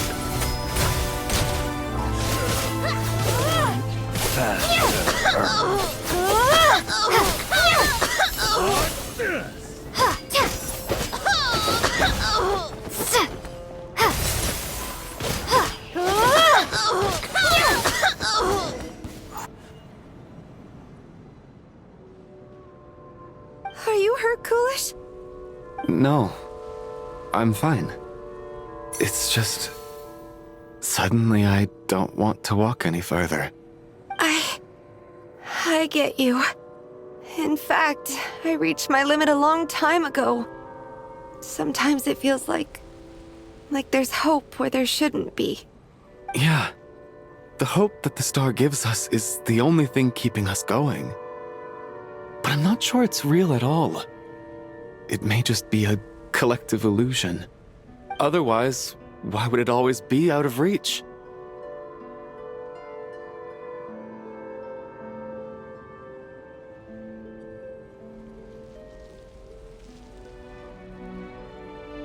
We know you mean well, but you're only saying that to try and encourage us to keep going, aren't you? Thank you, friend. But enough is enough.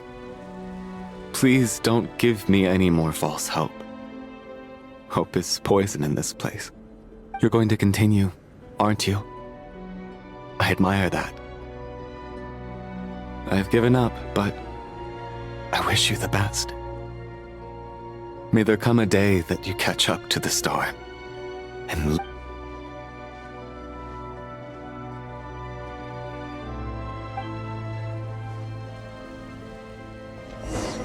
It's not an illusion. We really are getting closer to the star. Congratulations. You're the first person to make it here.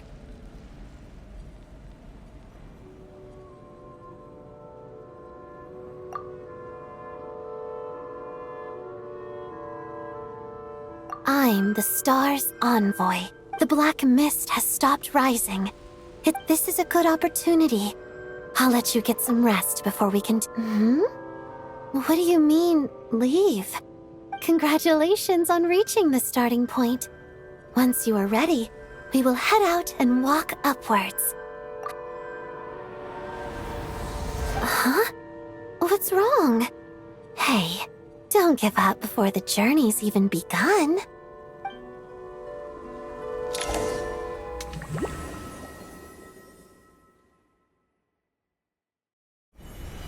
Rampana! Rampana!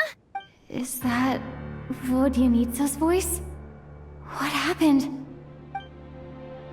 Coolish, wake up! Please wake up!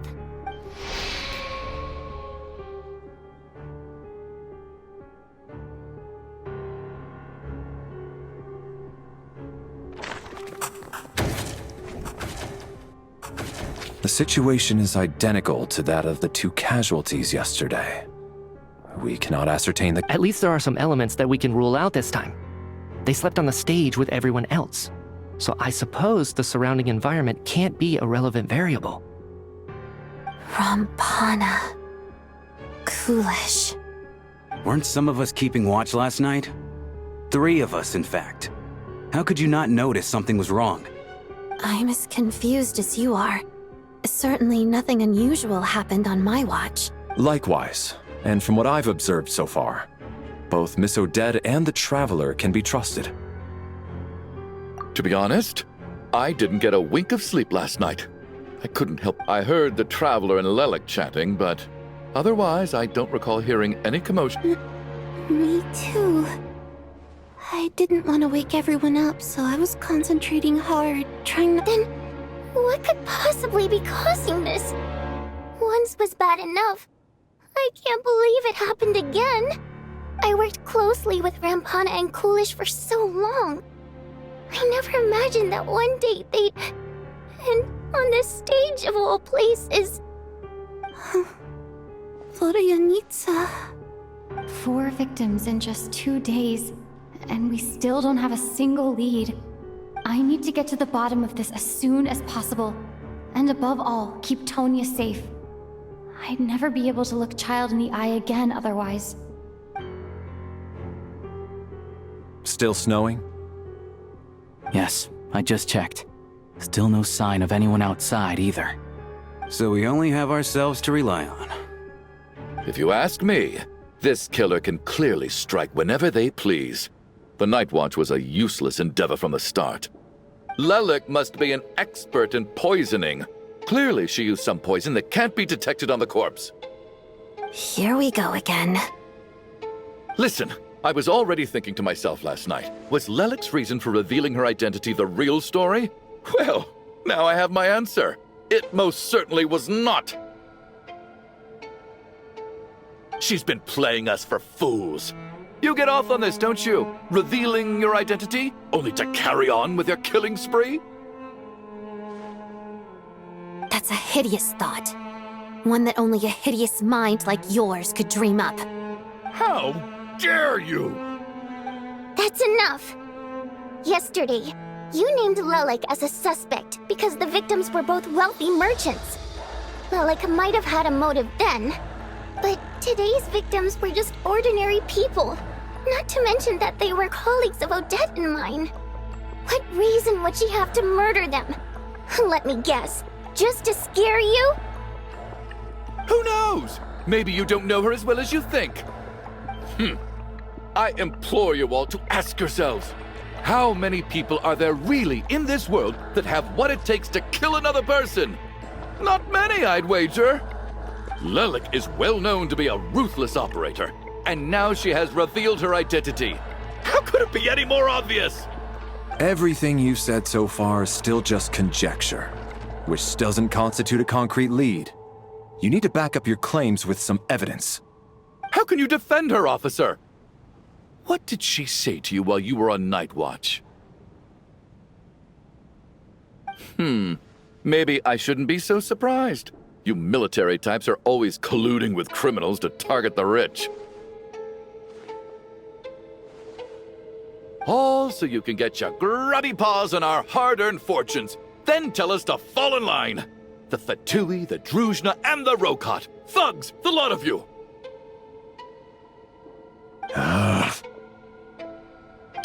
Don't you dare!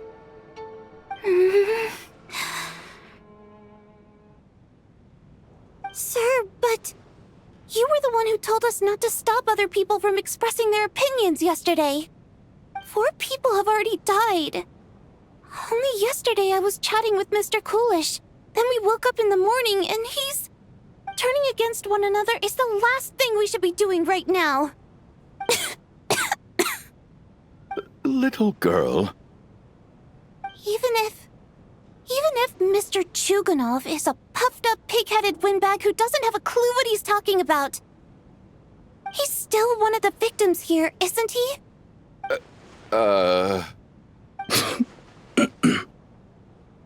Quite. I had no intention of resorting to violence. But you're right, Miss Tonia. I ought not prevent him from speaking his mind. In any case, I believe Mr. Chuganov has calmed down a little now. We may resume our discussion. I don't think there's any need for that. What is there to discuss? Nothing about this situation is normal. Did you have an idea, Mitya? You're the brainiac here, right? Come on, clue us in. I've been mulling something over. All the leads we have so far concern things from outside the theater. Miss Odette's alter ego, the threats Mr. Chuganov received. But then there's the 2 double murder crime scenes themselves, which have given us absolutely nothing to go on whatsoever. That's high. So what are you suggesting? I think this could be a supernatural event. It isn't characteristic of human-on-human homicide at all. Correct me if I'm wrong, but aren't you supposed to be a scientist? That doesn't sound like a conclusion someone like you is supposed to make. I got into scientific research because of my insatiable curiosity.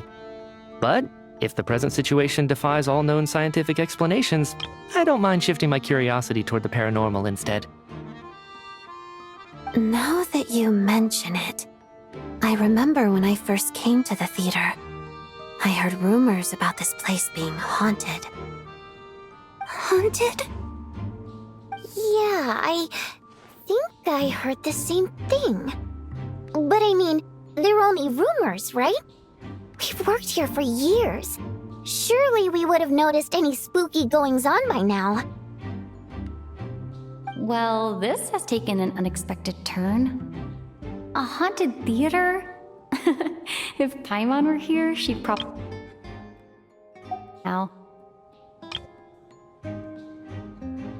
Why don't we take this opportunity to look for clues again with a more open mind? Maybe it... Very well. Whether it's criminals or ghosts we're looking for, the same rules apply. Everyone needs to tread carefully. I'll move the bodies into the same room for now.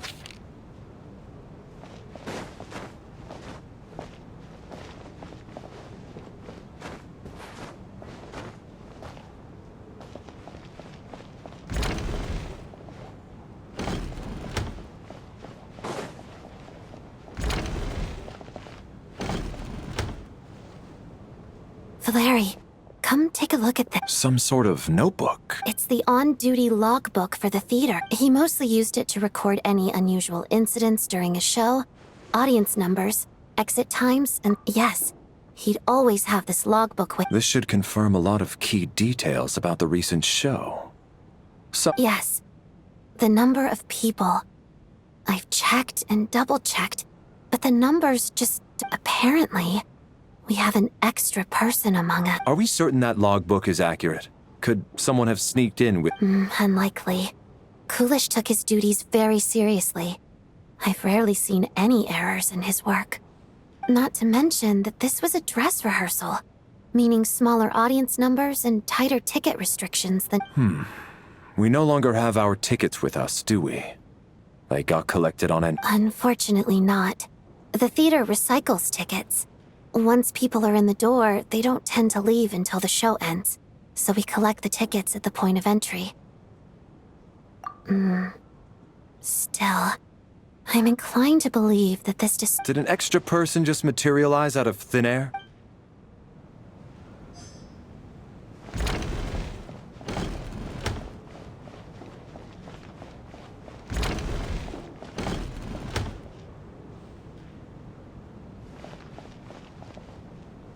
Tonya? Did you find anything? Not yet. Still looking. So... This looks like somebody's notebook.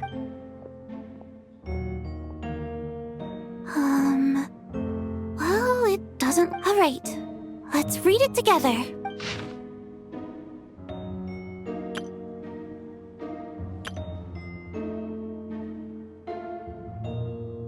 Huh.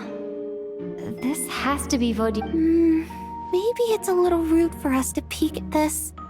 I feel like I just read someone's secret diary by accident. It sounds like she's writing this for her parents, right? Because her water imp parents belong to the aristocracy, who were driven out of Snezhnaya by the Tsaritsa long ago. And now they live somewhere new, where the postman can't get to.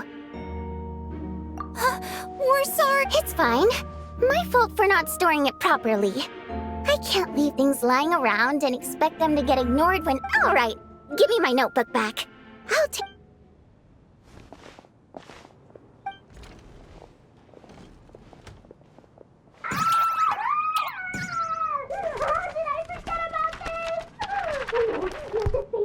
Oh, God, and this one... Oh, my. Why am I so embarrassed?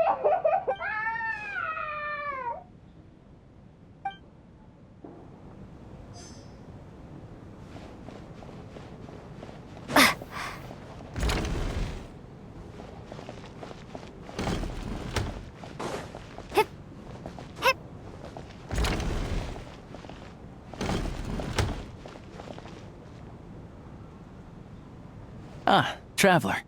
Since you're here, come take a look at this. Alosha found it. We're both curious to hear your perspective. It appears to be an investigation report. And the focus of the investigation was the rumors of haunting we heard about earlier.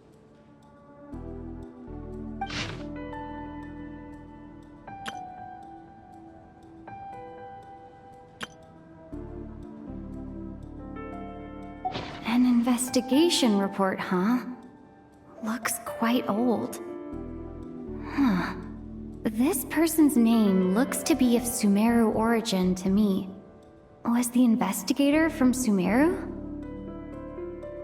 The theater manager must have hired an investigator once specifically to look into this issue. But it doesn't look like anyone ever looked at the report. Presumably, the manager wanted to know if the supposed haunting was dangerous while also being fearful of word getting out in case it affected the theater's business. Anyway, the bottom line is, the haunting is actually real after all. It's caused by an obstruction in the ley lines. Is there any chance this is the key to finally making some progress with the murder cases? Ley line problems are pretty unexceptional to me by this point. And while it certainly offers an explanation for the ghosts, it's hard to imagine what connection it could have to these two murder cases. Some of the language that appears at the very end of the report caught my eye. Angel civilization, ley line renovation? My area of research doesn't touch on any of that, so it's completely outside of my wheelhouse.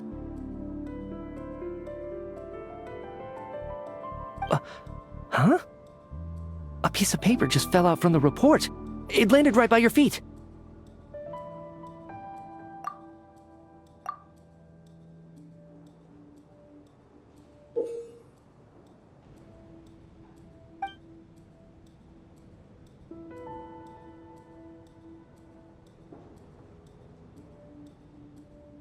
How unnerving.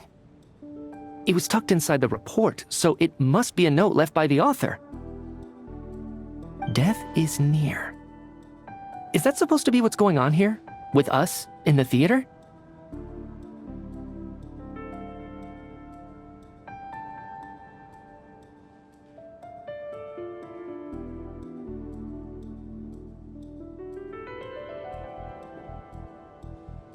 But if so, how did the author foresee it? Could he predict the future somehow? Maybe things are more complicated than we thought. No, wait a second. If we take the report and the note at face value, they completely contradict one another. The report definitively concludes that the hauntings in the theater are harmless and cannot affect the real world. But the note seems to be warning of potential danger.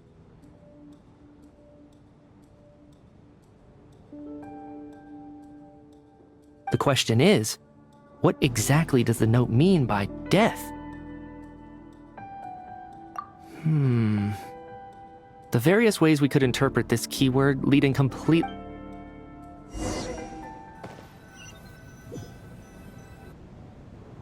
If we take all this together, it's not impossible, is it? If anything, it's the natural conclusion. Oh, I beg to differ. This sounds to me like a product of a researcher's vivid imagination. And perhaps it's because I'm still viewing. Does it really sound that far-fetched? Alright, well, let's treat that as speculation for now. I do agree with what you've said, so let's go with your idea for now. Good. Okay, now that we finally have some meaningful lead.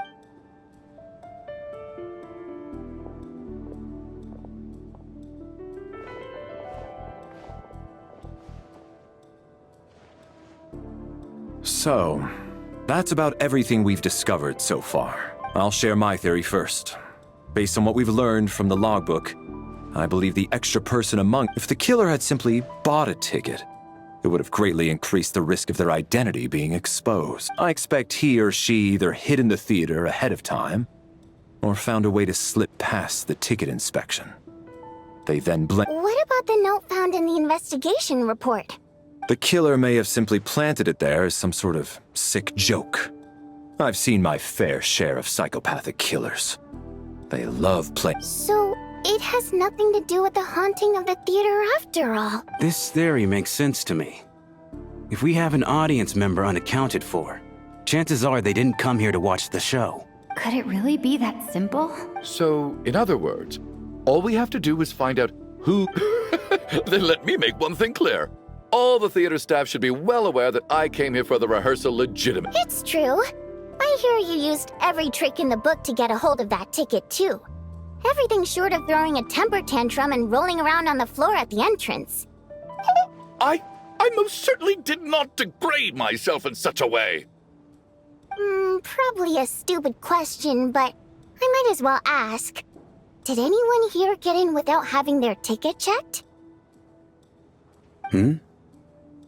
Guess it was naive of me to expect them to just admit to it. Especially after the unprompted Lelik reveal. Once was already a miracle. Twice...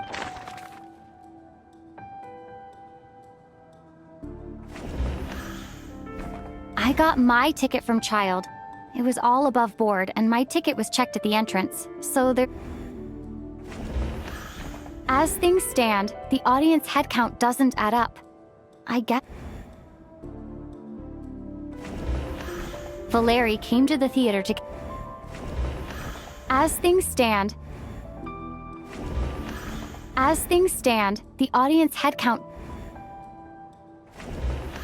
Valeri came to the theater to catch...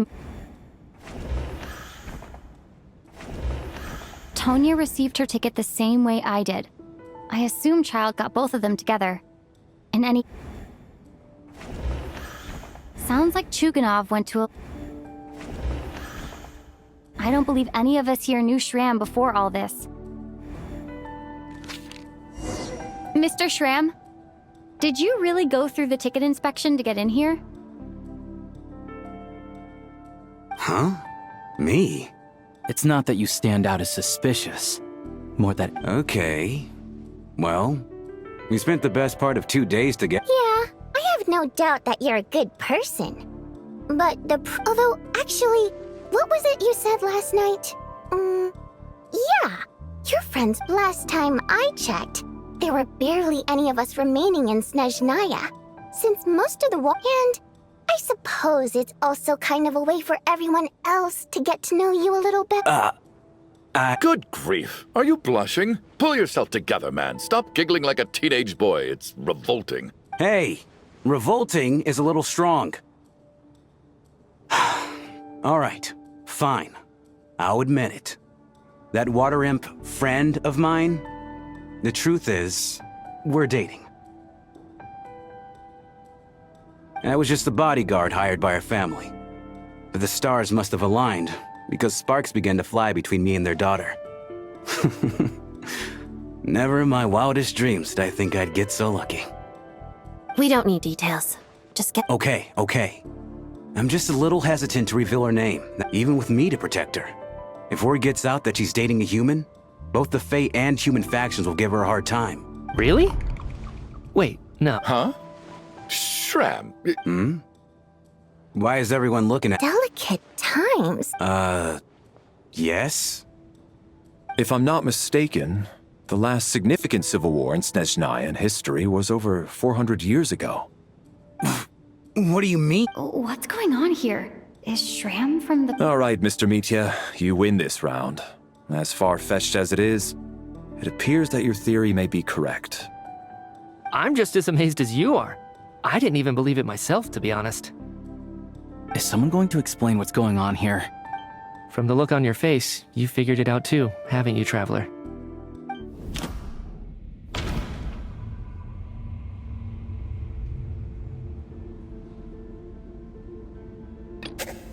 That seems to be the case. Vodyanitsa's private letter touches upon the history of the Water Imp heirs. No. The theater's ley lines have been modified to block souls within its grounds from returning to them. Mr. Shram's statement proves he's from hundreds of years ago. And according to the investigation report,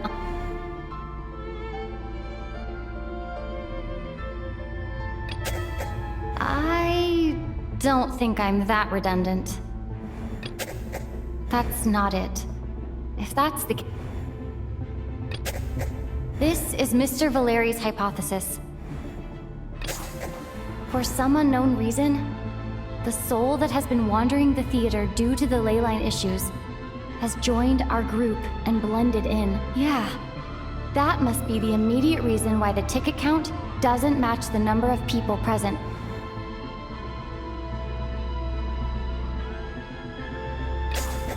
The contents of the investigation report have been verified.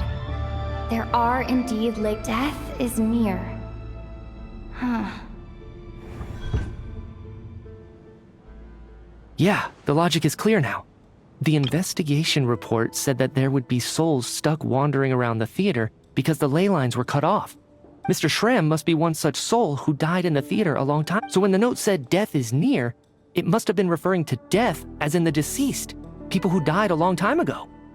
Someone who died. In short, there's a dead person among us. The extra person we've been searching for is a ghost from the past.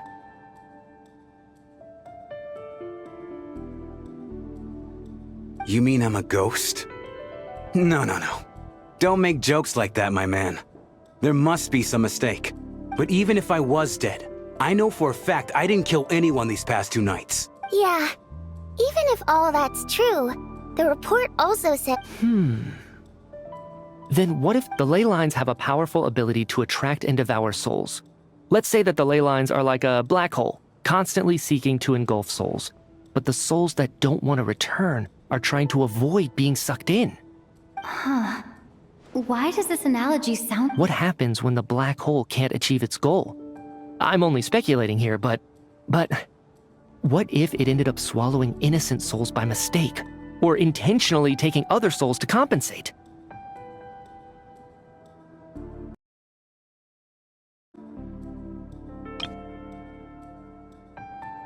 That could explain why we weren't able to determine a cause of death. If you're right. It does seem to explain a lot of the things we couldn't make sense of. Except there's no concrete evidence. Still, it seems like the best explanation we have under the circumstances. Alright, so how could Shram not know that he's dead? Seems a little unlikely that he hasn't noticed anything unusual even after several days interacting with— On the contrary, it's perfectly normal for a soul to wander the theater for centuries without questioning their existence or reason for being there. You know what, Mr. Brainiac? I think you might— I'm trying to remember and— even though I was the one who didn't want to remember my own death. Well, I'm sure those are painful memories. My lady and I snuck out to go on a date one day. We bought tickets for the theater. All of a sudden, a group of people burst into the theater, shouting for all the water imps to get out. Performers and audience members included. It was clear the conflict between humans and Fae had reached a boiling point. This time, the extremists were even coming after the water imps who had nothing to do with the war. I thought I could pull one over on them. So I took off my jacket, draped it over my lady, and tried to sneak out amid the chaos. But I got caught. They started shouting, calling me a traitor to humanity.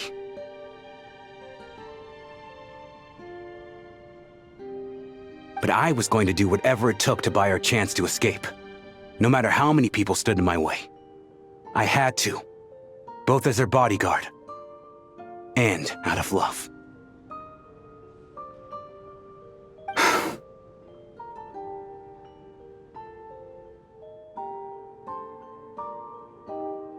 It's all right, friend. You can stop there if you want. You don't need to dig all that up again.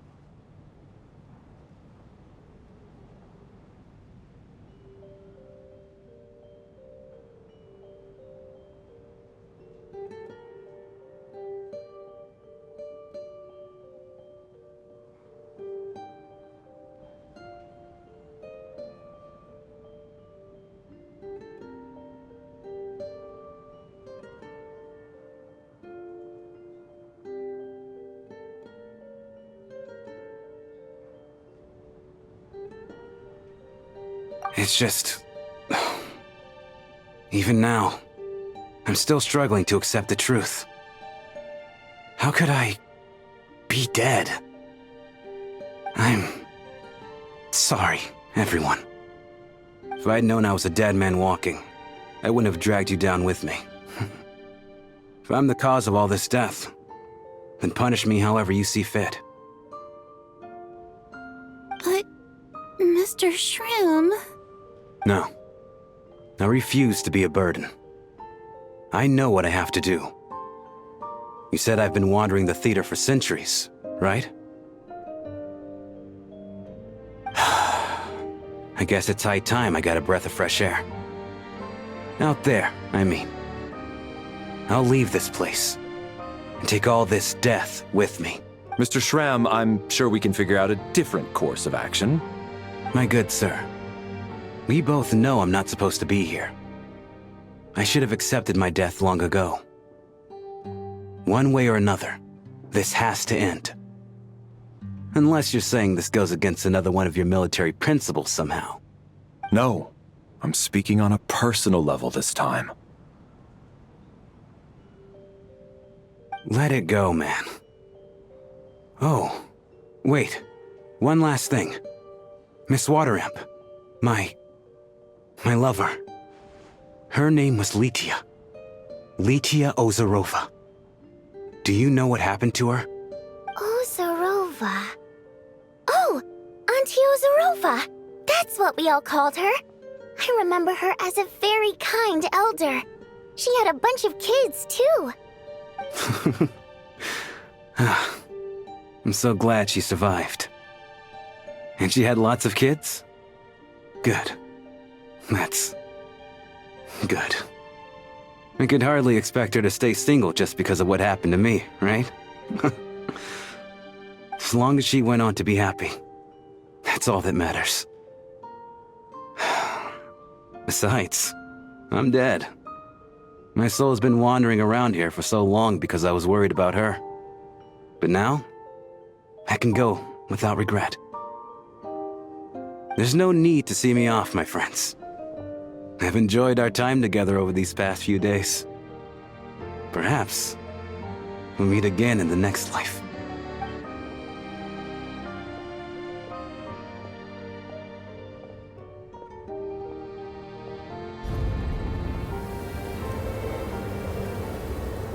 Take care, my man. I know Mr. Shram was already dead, but I still feel so sad. Death is cruel, no matter how we might try to make sense of it. So, was the conflict between Fae and humans really that bad back then? I was only little, so I don't remember much. It's terrible to think that so many innocent people had their lives turned upside down. Even the historical records about that time period don't say much about it. All people know is that the Tsaritsa founded the Fatui, drove out most of the Fae aristocracy without explanation, then used her terrifying power to suppress the humans. It seems to me like the Tsaritsa chose to make herself the enemy. She downplayed the conflict, directing whatever animosity both sides had for each other at herself instead. That's also why, despite how brutal the conflict was at the time, there hasn't been much lingering tension between humans and Fae since. Things have been fairly harmonious for the past few centuries. So, the Tsaritsa banished the Fae to protect the Fae living in the city? She offered herself up to be hated in exchange for peace.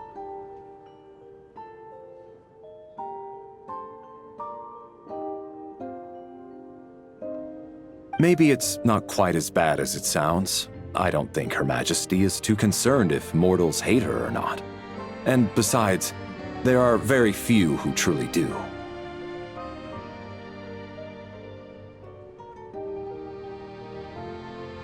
All this time, I had no idea.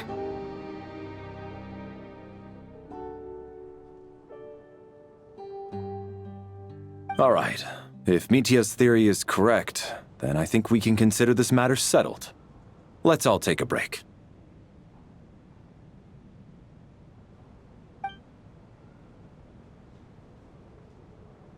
Ugh, if only this blasted storm wasn't still raging on.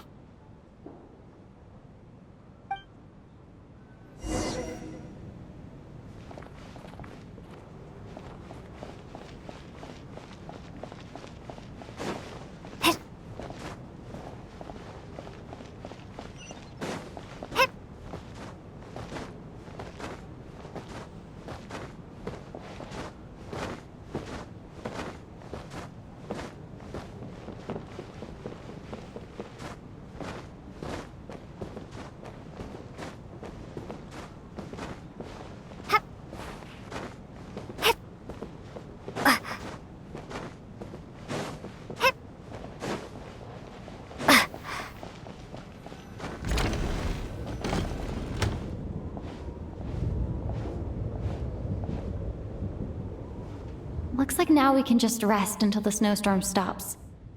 I still can't believe Shram turned out to be a ghost who'd been in the theater for hundreds of years. To think he was dead this whole time.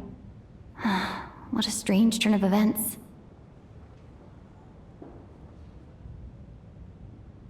Knock knock.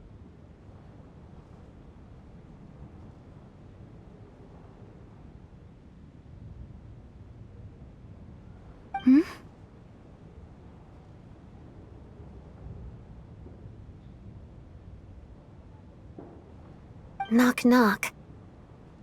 You know the door isn't closed, right? You don't have to knock. Think of it as a signal then. When I'm entering someone else's room and I knock, I'm here as Odette. If I don't knock, it's Lelik. Thanks.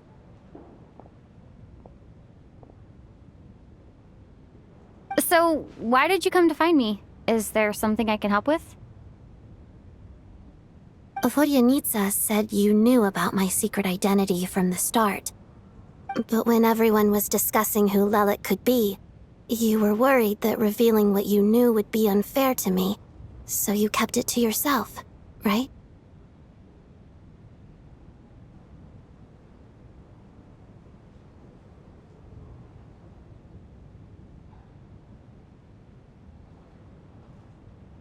Yes, I'm extremely grateful for that. It's nothing. I mean, you didn't hold what happened to the Senora against me, so I should thank you for that as well. Actually, there's something else as well. I found myself in a situation similar to the one you were in when you helped conceal my identity. So I thought I'd come and ask you for advice. It's about Mitya.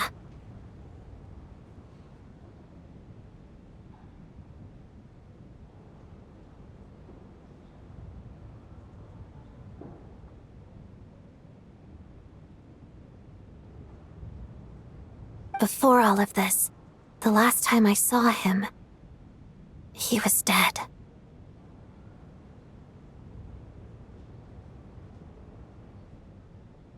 As I'm sure you know, my goal as Lelik was to stop Project Stuja.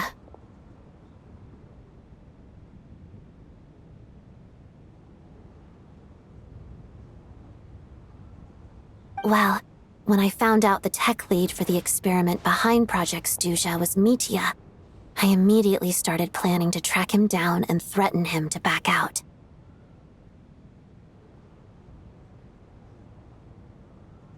I often saw him around the theater, but I soon concluded that making my move there would risk exposing my identity.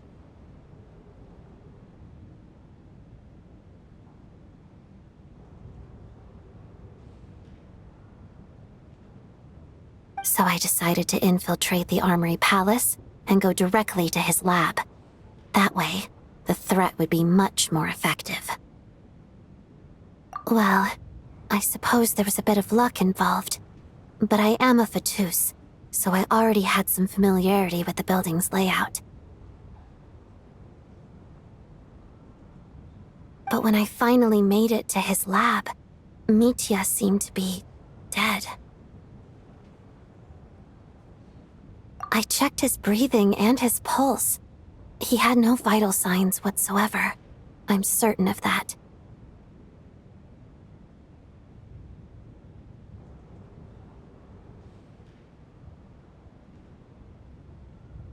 I thought maybe another anti-Project Stuja activist had beaten me to it, and chosen a much more brutal method, so I made myself scarce. That's why you were so on guard around Mitya that first night here. Yes. When I saw him sitting in the audience during the performance, I could barely contain the shock. To me, it was a miracle. Somehow, he'd come back from the dead. But then, the murders started happening and things got so complicated that it wasn't really at the front of my mind. That is, until Mitya himself said there must be a dead person among us. Then I couldn't ignore it any longer. And yet, you thought that bringing it up right away would single Mitya out. Just like when everyone was suspecting Lelik. Exactly. I thought there could be something I was missing. Besides, we soon figured out that Mr. Schramm was a ghost. And we knew there was only one extra person. So we thought he had to be the one. But now it seems like there's another candidate. I understand why you kept it to yourself. There was so much information being thrown around during that discussion. Bringing up Mitya would have just introduced more confusion.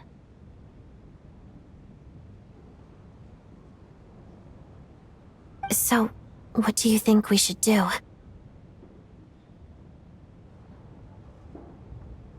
Let me confirm one thing first. When was it that you found Mitya dead? Around a week ago, sometime in the afternoon. A week ago? That's earlier than I thought. He seemed completely normal to me. Chatting with Vodyanitsa, trying to avoid Valeri.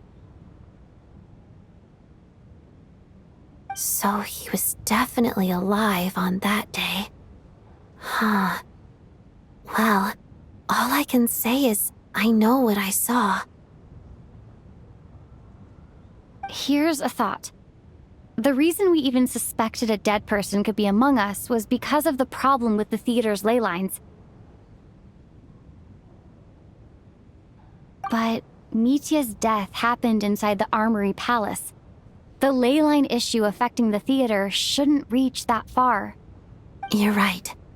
I guess he doesn't fit the profile of the person we were searching for. I think the chances of it being him are very low. Surely he can't have died for real in the Armory Palace. Unless... Unless what? Unless he really did come back from the dead. You're right. Do you think we need to disclose this to the others? Huh, what's this? A private meet and greet? Where do I line up? That's not what's going on here. Well, I was just making the rounds. Thought I'd try to lighten the mood a bit. Vodyanitsa's handing out food if you're hungry.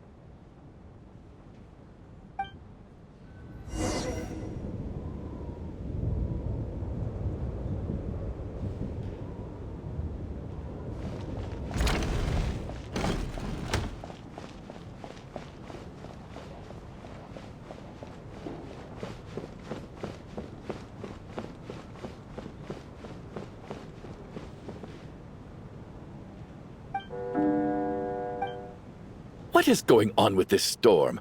Could it be connected to that monster that just arrived in Snezhnaya? I almost hope it is. Her Majesty the Tsaritsa left to vanquish that beast herself. We just need to wait for her triumphant return. Do you think people still feel the cold after they die? I'm wondering about Shram. Oh, maybe we should have given him a coat before he went out there. Death itself is cold, isn't it? I'm sure the storm will embrace him.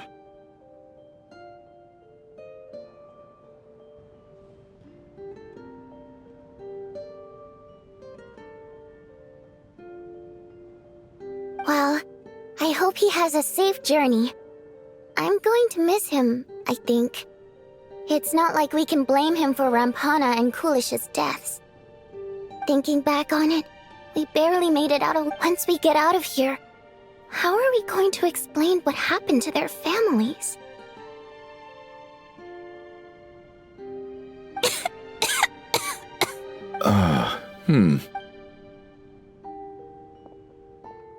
Are you okay? Here, take this. Look who's Mr. Nice Guy all of a sudden. Is it because Tonya stood up for you? Yeah, without Tonya, who knows how badly he would have been hurt. I told you already, I never intended to resort to violence. Duh, bunch of rascals.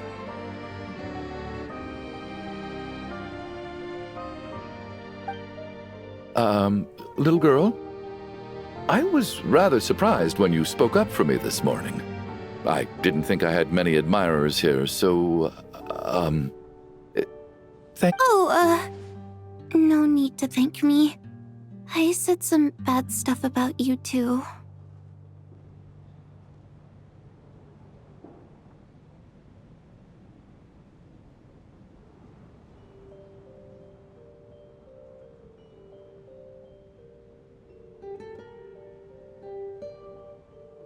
I've been too embarrassed to admit it, but you remind me a lot of my daughter. So kind to everyone, but never lets her old man off the hook.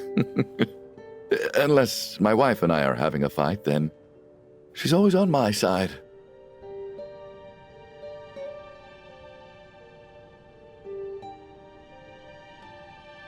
Especially when she was little.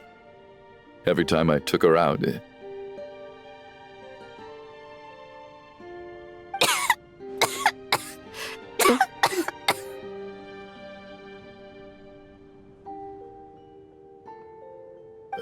All right, easy now. How long have you had that cough, Tonya? I don't know. It's probably been a while. I'm fine.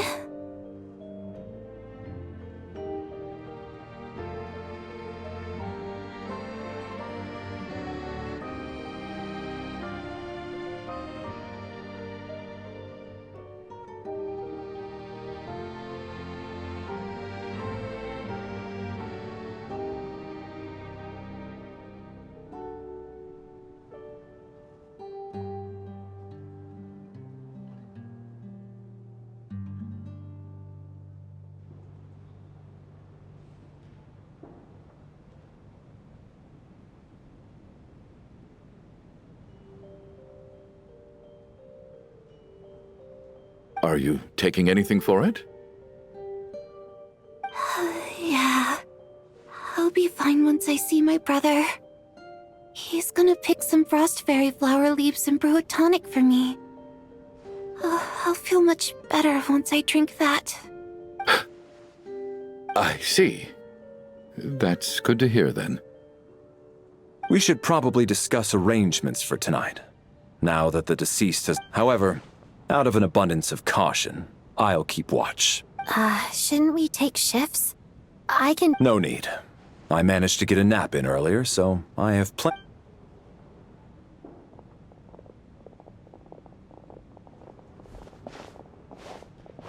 What a long day. This whole situation turned out to be way more complicated than I expected. But Valeri's right. I should just try to calm down and get some rest. The last thing I want is to give myself nightmares.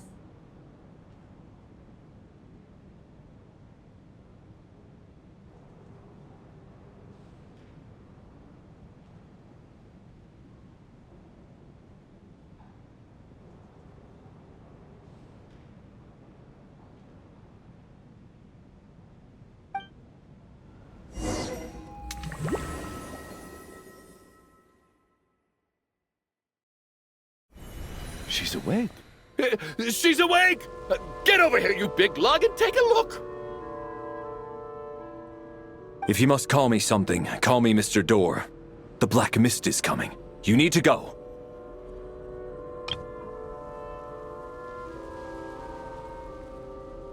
Are you all right? Can you walk? We just got attacked by monsters on our way up. That Mr. He just seemed to come out of nowhere. Not much of a talker, but it... Curses! The Black Mist is catching up to us. We need to keep going.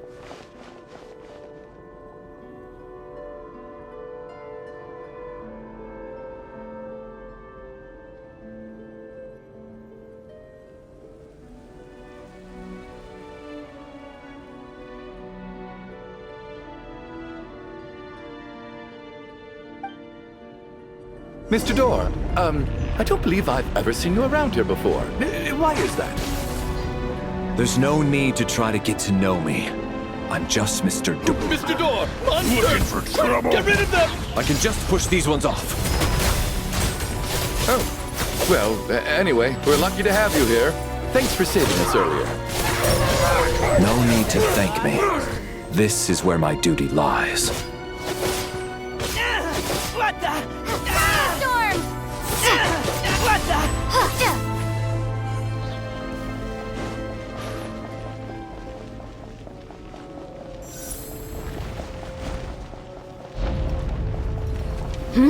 So we're doing this the hard way. Yes, you boy. Oh, remarkable work, Mr. Door. If I had your muscles, I'd do the same.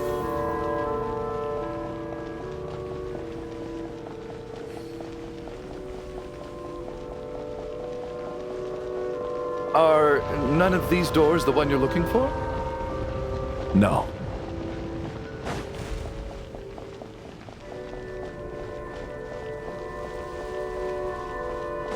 And Case!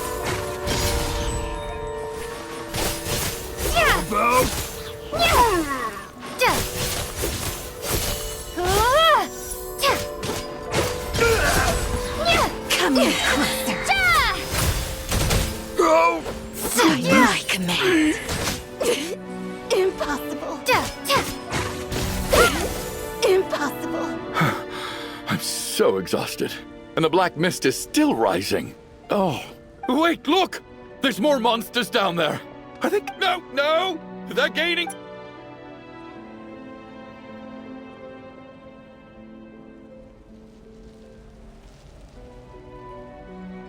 Mr. Door, what are you doing? We need to get out of here. They're coming! Found it.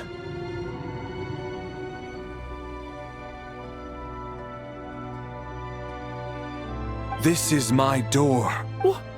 What? You mean you're going to stay here? I am a door. This is where my duty lies. No! You saved us. We can't leave you behind. You must keep going. A door can only keep things out for so long. You must make haste.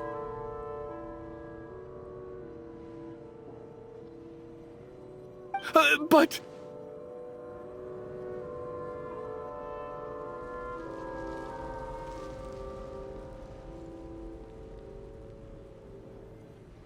Oh, you're right.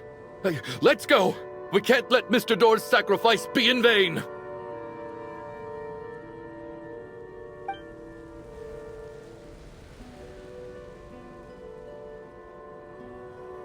The black mist isn't moving anymore. Looks like both the monsters and Mr. Door are gone.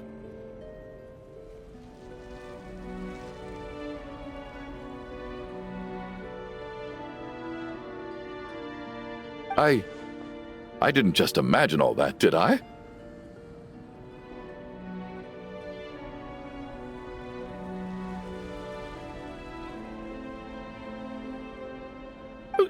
Surely I wasn't so scared out of my mind that I hallucinated a door as a human being?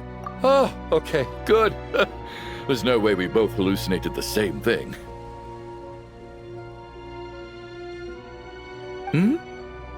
Getting sleepy?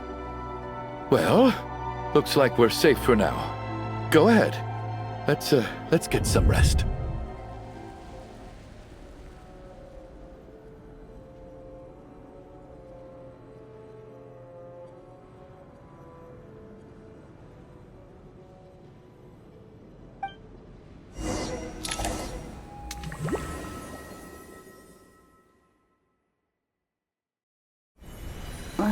What time is it? Is it morning? I think I had a nightmare. Oh, I guess everyone's still asleep. These past 2 days have been exhausting. Valeri?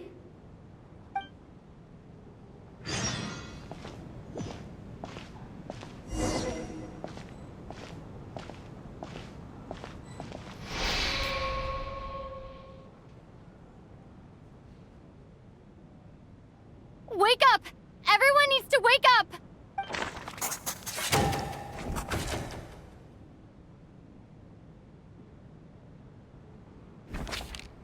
Just like the last 2 nights. No clear cause of death. I've been a real thorn in your side, haven't I, Mr. Valeri? Now you can rest in peace. But for me, life will be all the duller for not having to run away from you, my friend. How's Tonya? I just checked on her, and it doesn't seem like anything serious. She's just exhausted from the past couple of days, and she's still recovering from her illness.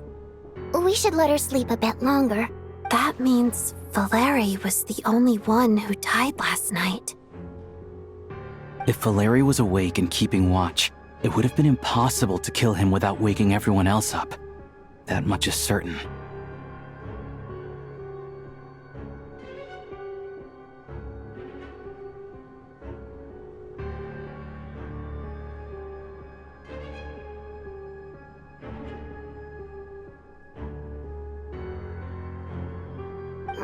This is so frustrating. Why has nothing changed since yesterday? I thought we already dealt with the dead person causing all this. Actually, one thing has changed. There's only one victim this time, not two. Does that mean...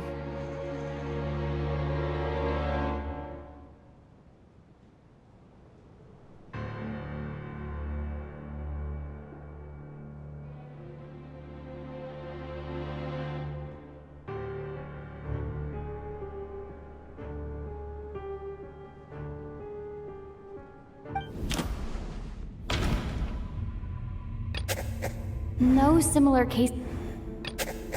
Can a death at night even... After the deceased Shram left, there was one less victim last night. That more or less tracks. It's a reasonable conclusion, considering the only Oh. The number of people who die each night is equivalent to the number of dead among us. That's your theory, right? Exactly.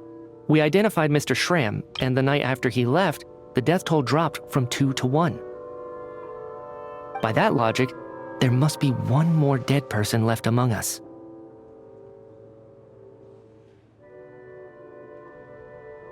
Another one?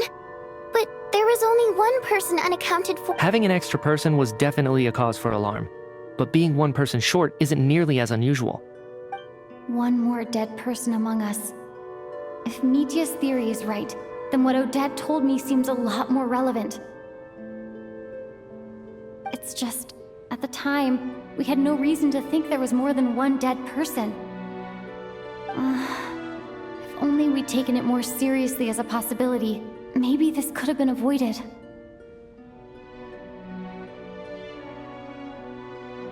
I'm sorry. This is my fault. I had information that could have been helpful, but I held back. I should have brought it up right away.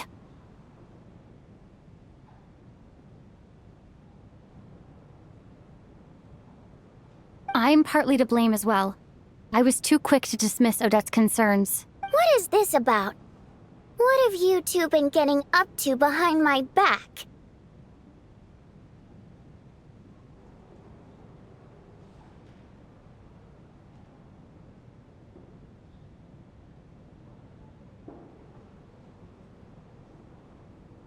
Sounds like there's some big news you've been keeping from the rest of us. Well, we're all ears.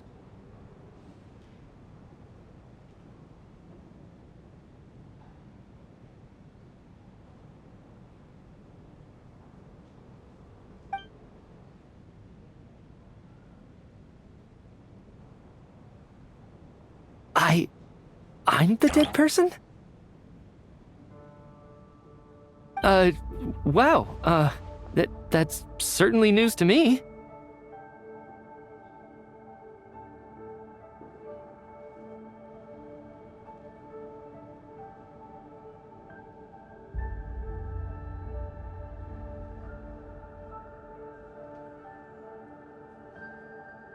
Odette and I talked about it yesterday, but we thought it just wasn't possible, so we left it at that.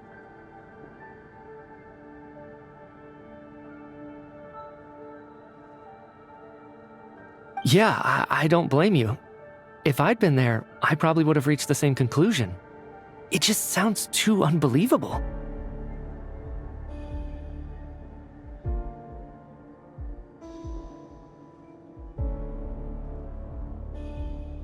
Let me just try and verify this.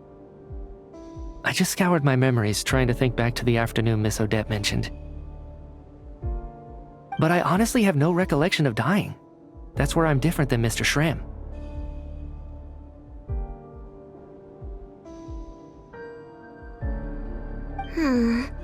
Having seen Mr. Mitya a few days ago myself, I also find it hard to believe he could be the other dead person among us. Well, if it isn't Mitya, then who? Do we vote on it? If you don't mind me asking, Traveler, I believe you mentioned that you know Tonya's brother. Had you ever met her before all this? No, never. Wait, are you saying... Now, just 1 minute. I know where this is going. You can't just randomly point a finger at anyone you want.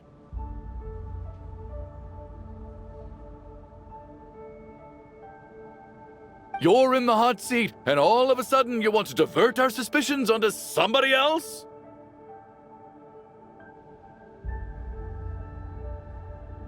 Trying to pick a fight, Mr. Chuganov? Whenever you open your mouth, all you do is attack people, and I've had enough of it. If you don't want to engage in a civil discussion, you can shut up. You little brat!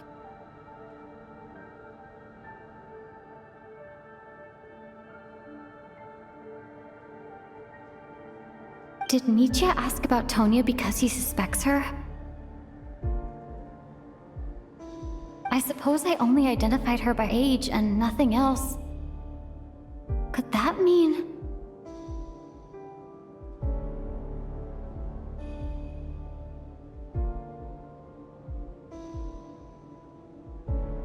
I'm just saying, you're going around casting suspicion on people for no reason.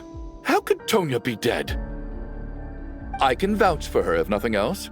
I've seen her before. She's the sister of that Harbinger, isn't she? The one called Child. Oh, really? You're telling the truth?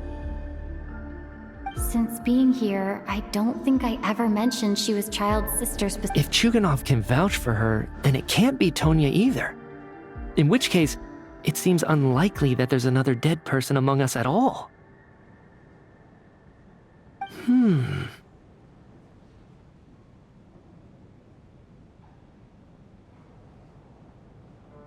Miss Odette, could you go over that afternoon with me one more time, when you found me dead?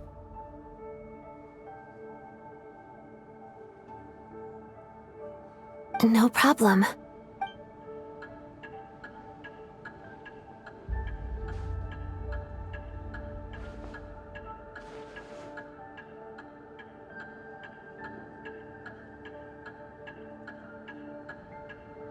Huh. No matter how hard I try, I just can't remember anything about dying. But I do remember something else.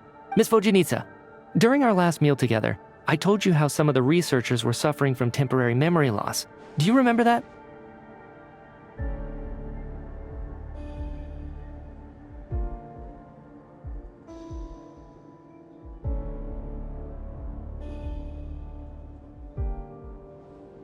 Oh, yeah. You said it was hindering the progress of your experiments. You thought they were just under too much stress or something. Right. And even though I don't remember dying that day, I'm pretty sure I experienced something like amnesia.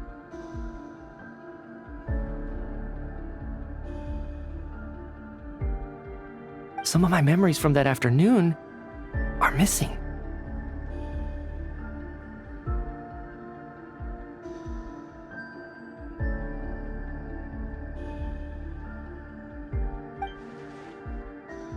Are you suggesting you're missing the memory of your...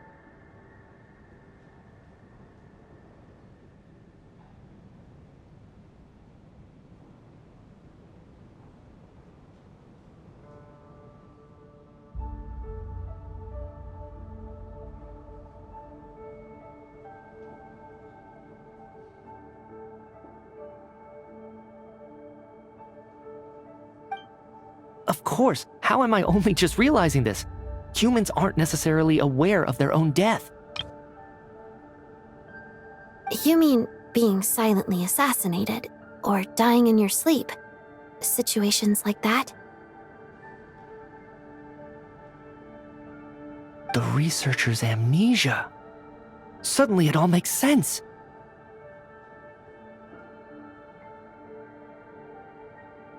I must thank you, Odette. I think your perspective just helped me reach a breakthrough on a series of issues that have been troubling me for quite some time.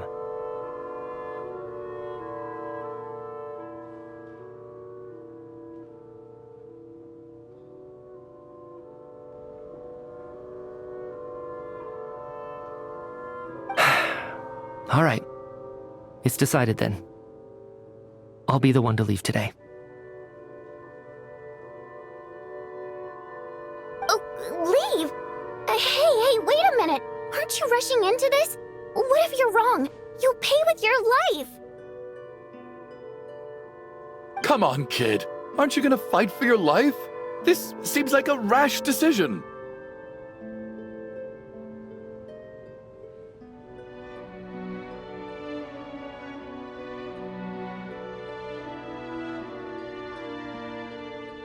I have other reasons beyond what's been discussed. In fact, thinking back,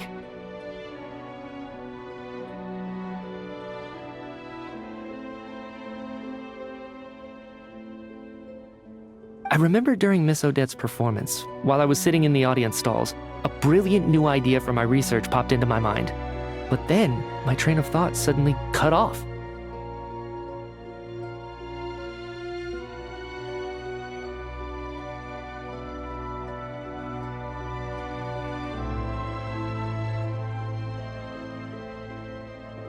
I can't remember it now at all, and I didn't take any notes. I guess that must be another instance of temporary amnesia.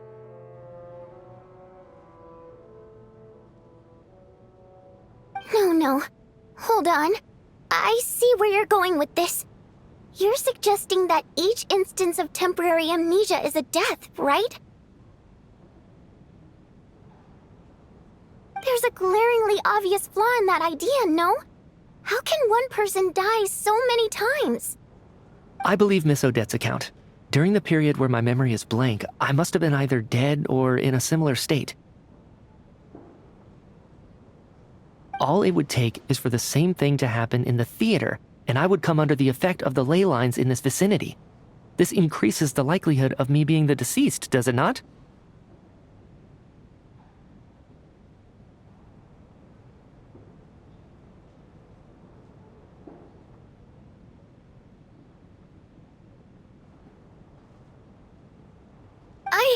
But...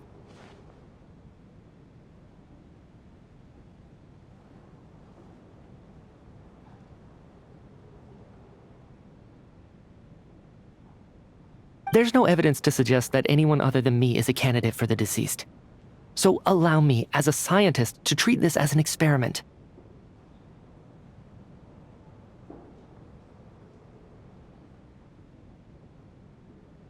Please relax, everyone. I don't think things are as bad as they may seem. If I really am the deceased, then to leave the theater will be a relief for me.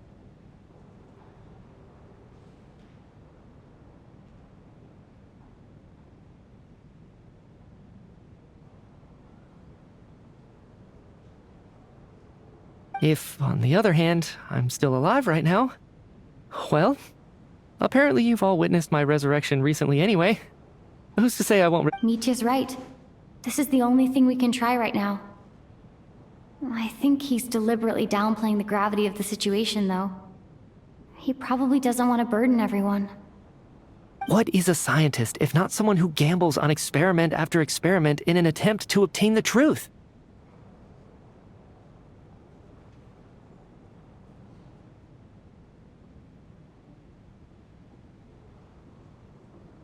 With this snowstorm, the ley line phenomenon, ghosts of the dead, and my amnesia, we've been paralyzed by not knowing and powerless to do anything about it. It's a terrible feeling.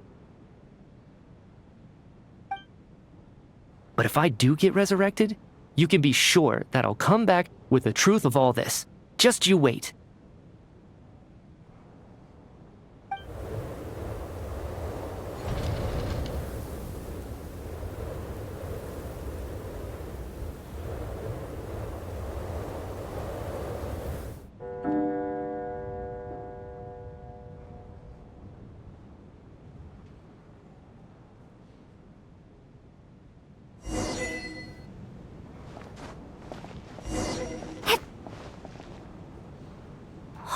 Mr. Mitya. I didn't even get to see him one last time.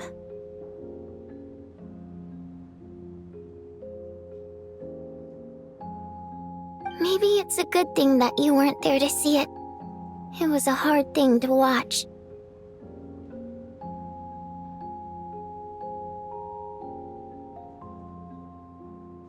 I hate goodbyes. Why does it feel like everyone around me is slowly disappearing? Not just in here, I mean. In the outside world, too.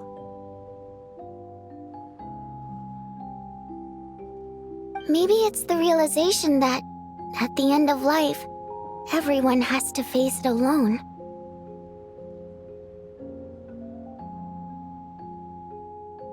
Come to think of it, the main reason we're still alive right now is pure luck. Each morning here, for every one of us, there's the chance that we might not wake up. You could take it a step further and say that the same is true outside, too. Who can ever be 100% sure when they drift off to sleep that they'll open their eyes again? If I make it out of here, I'm going to cherish every moment that I'm awake and live without any regrets. Without regrets?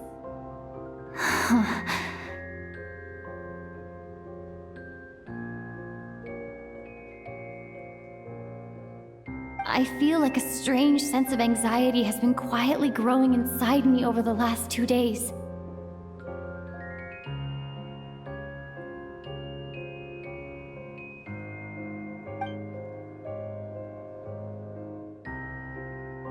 Are you okay? You look really glum.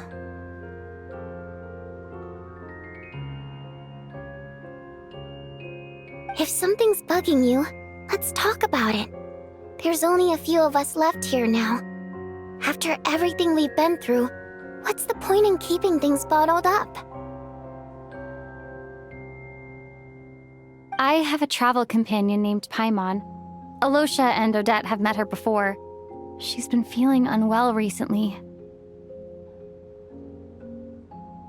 You're worried about her, aren't you? That makes sense. We've been trapped in here for days.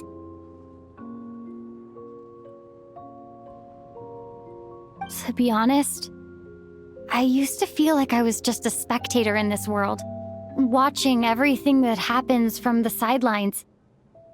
Maybe it's because I'm a descender? A descender?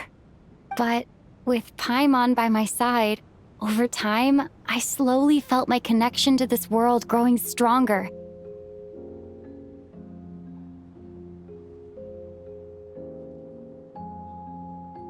She loves eating, sleeping, and having fun, but she's also a great guide. It's her authenticity that makes this whole world feel more real for me. Over the last few days that we've been apart, I've often caught myself wondering, what would Paimon say if she were here right now?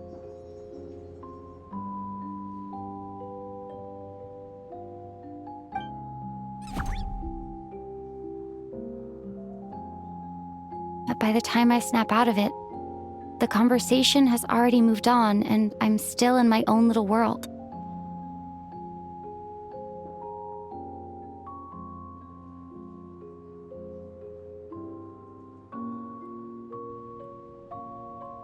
I'm trying to overcome this sense of detachment, but I really miss Paimon. I guess, in a way, she means the whole world to me.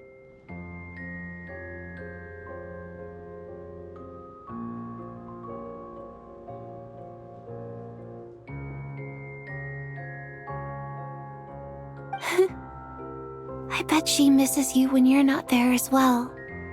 Maybe you're her entire world too.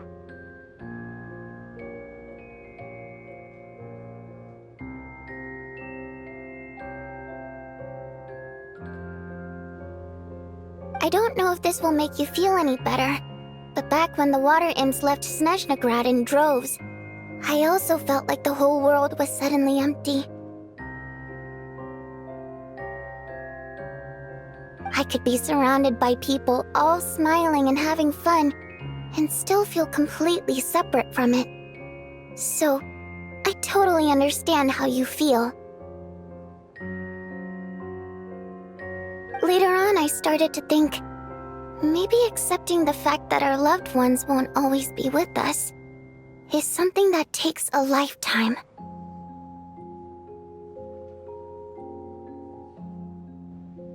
All we can do is cherish their companionship from moment to moment.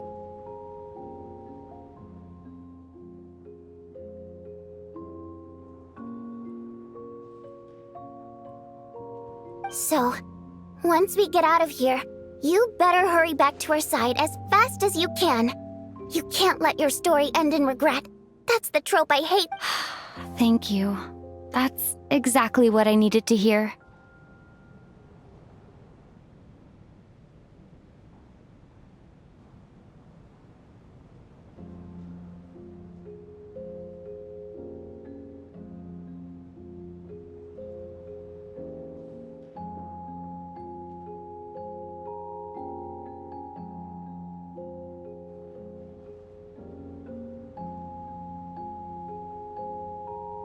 But Vodyanitsa, if you hate goodbyes too, why didn't you leave with your people? That's just the choice I made. I used to regret it, but I don't anymore.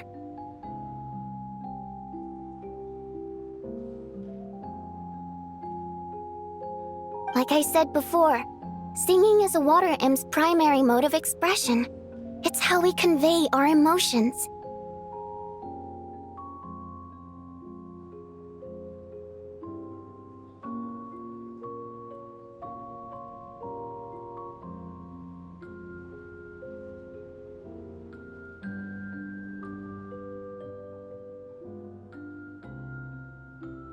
Our songs have echoed through this theater for hundreds of years.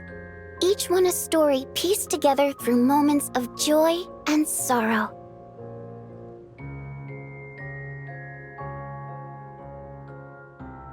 But does a story exist without someone to read it? To me, the answer is no.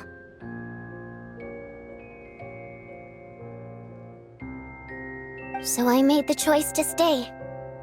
That way, there would still be someone left to sing these songs and listen to their stories. Otherwise, they could have been lost forever.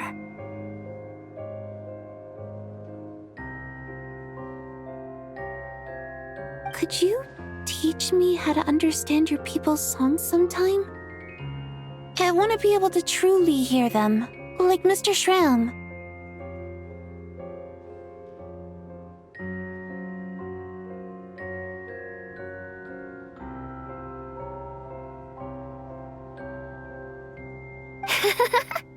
A fan after my own heart. Thank you, Tonya. How about I sing something for you, and you tell me what you hear?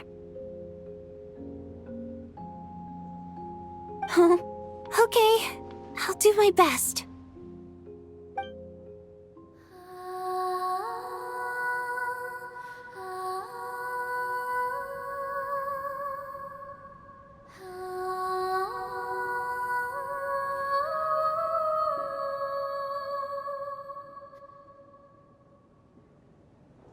I've never heard that one before.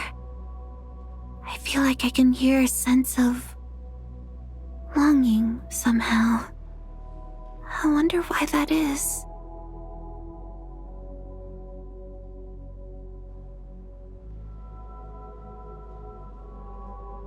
Color me impressed, Tonya. You're a keen listener. Most people can only tell if a song is happy or sad. I didn't think you'd be able to pick up on such specific details.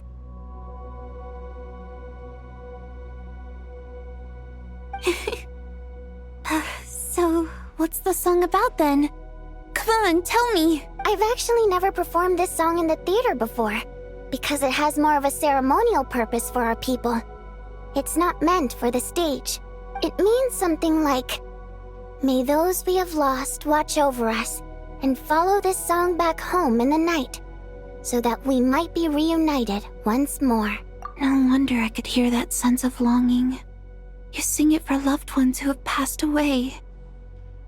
I hope it reaches them. It's getting late, Tonya, and you're not well.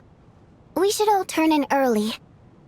I suppose there's no reason to keep watch tonight.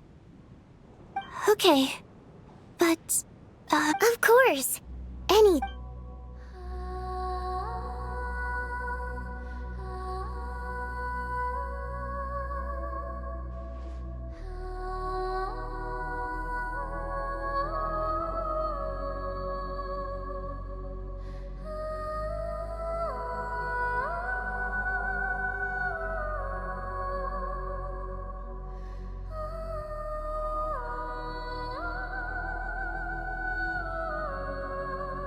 Once I get out of here, I definitely don't plan on ever coming back. But I guess that means I'll never get to hear Vodyanitsa sing again. Before I fall asleep, I should cherish this moment of companionship while it lasts.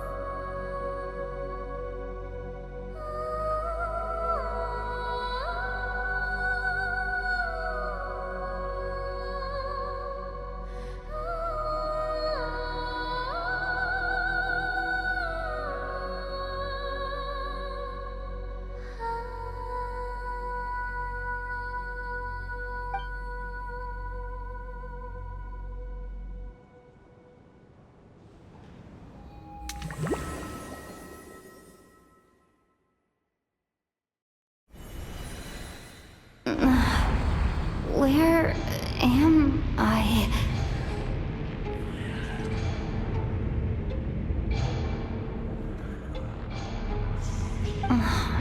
It's so dark in here, and I feel kind of dizzy. Am I alone?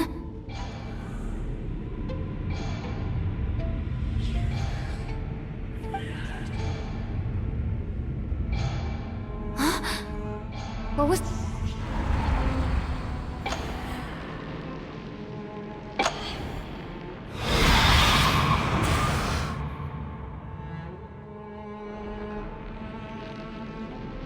Return, O spirits. Fulfill your oath of protection.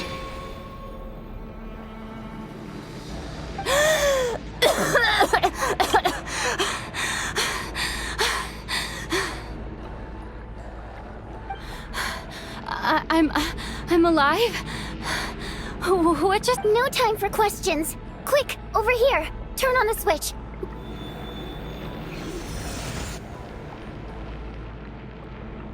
All right, we're safe. The spirit just now is called Night Prayer. The light subdues her. Sort of. I know it's hard, but you can't let this place go dark, or she'll kill you again.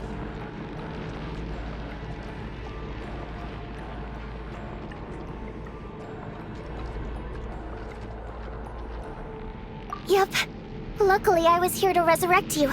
Otherwise, that'd have been a real bummer.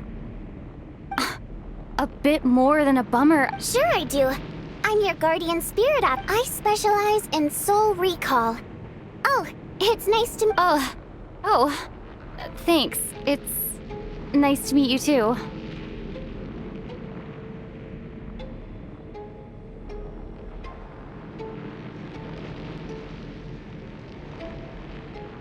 All right, there's no time to waste.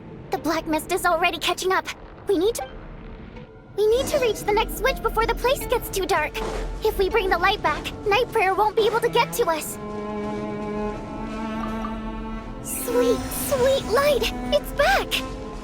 Now that's a sight for sore eyes. Shh! It's Night Prayer. We need to move quick, but don't let her notice you. Look out!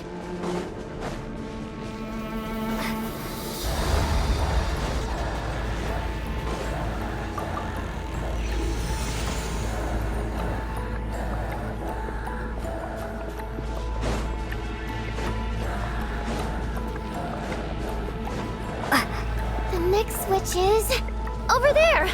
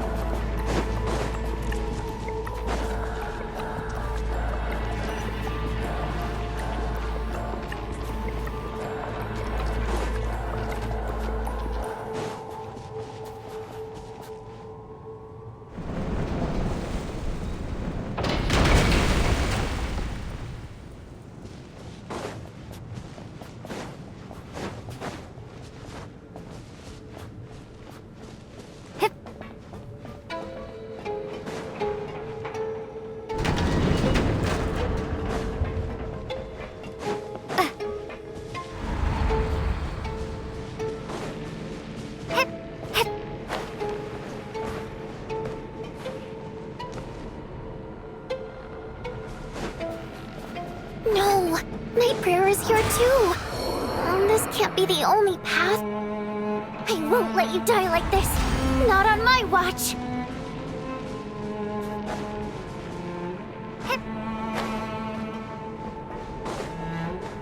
The switch is just up ahead.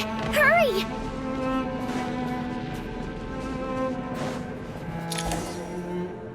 It's too dark. We're not gonna make it.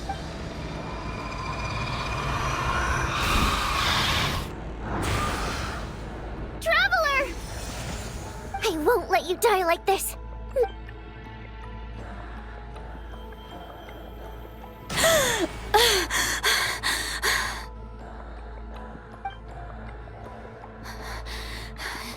Even though it's not permanent, dying is definitely not a pleasant experience.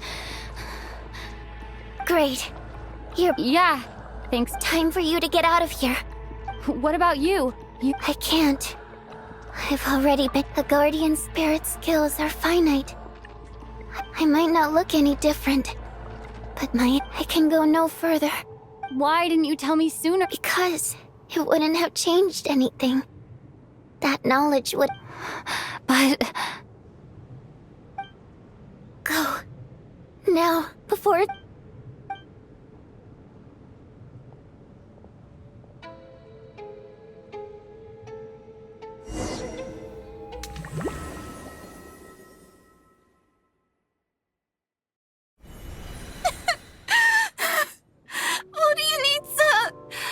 How could this happen?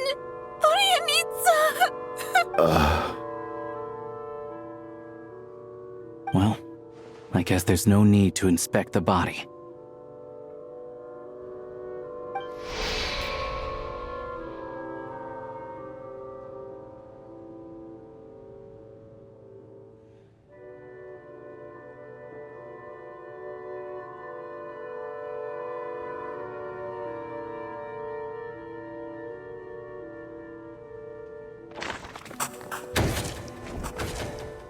This wasn't supposed to happen. You lied to us, didn't you, Chuganov? You've been lying. Take a long, hard look at yourself before you... I suspected you on day one, Lelik, and now look where we are. By some...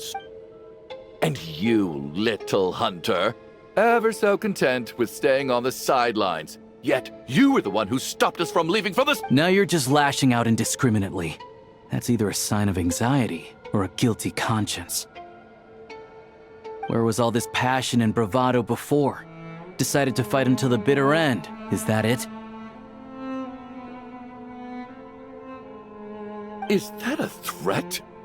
Fine, bring it on. You think I'm afraid to die after all this?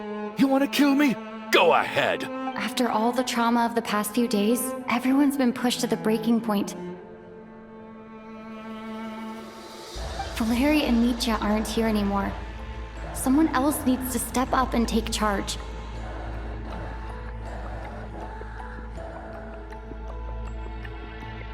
But first, I need to think this through. Considering everyone left, who's the most likely candidate for the deceased?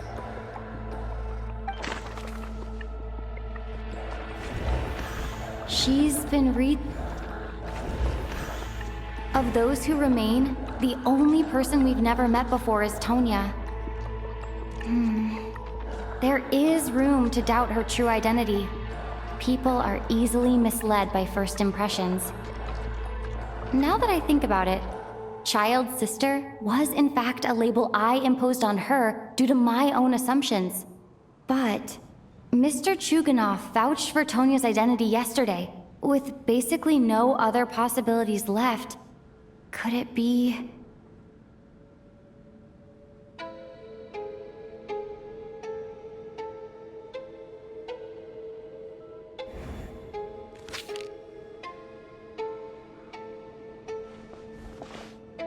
Tonya, how's... Sir? Your brother Ajax must have mentioned me in his letters home, right? No. And my brother's name is Razik, not Ajax.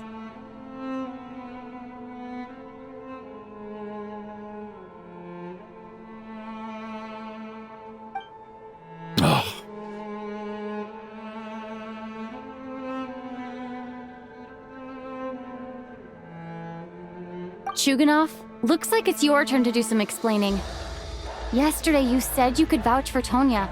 Why did you give us a false testimony? I knew you were behind this, Chuganov. You've been lying through your teeth from the start. Everything about you is fake, down to the wife and daughter you're always talking about.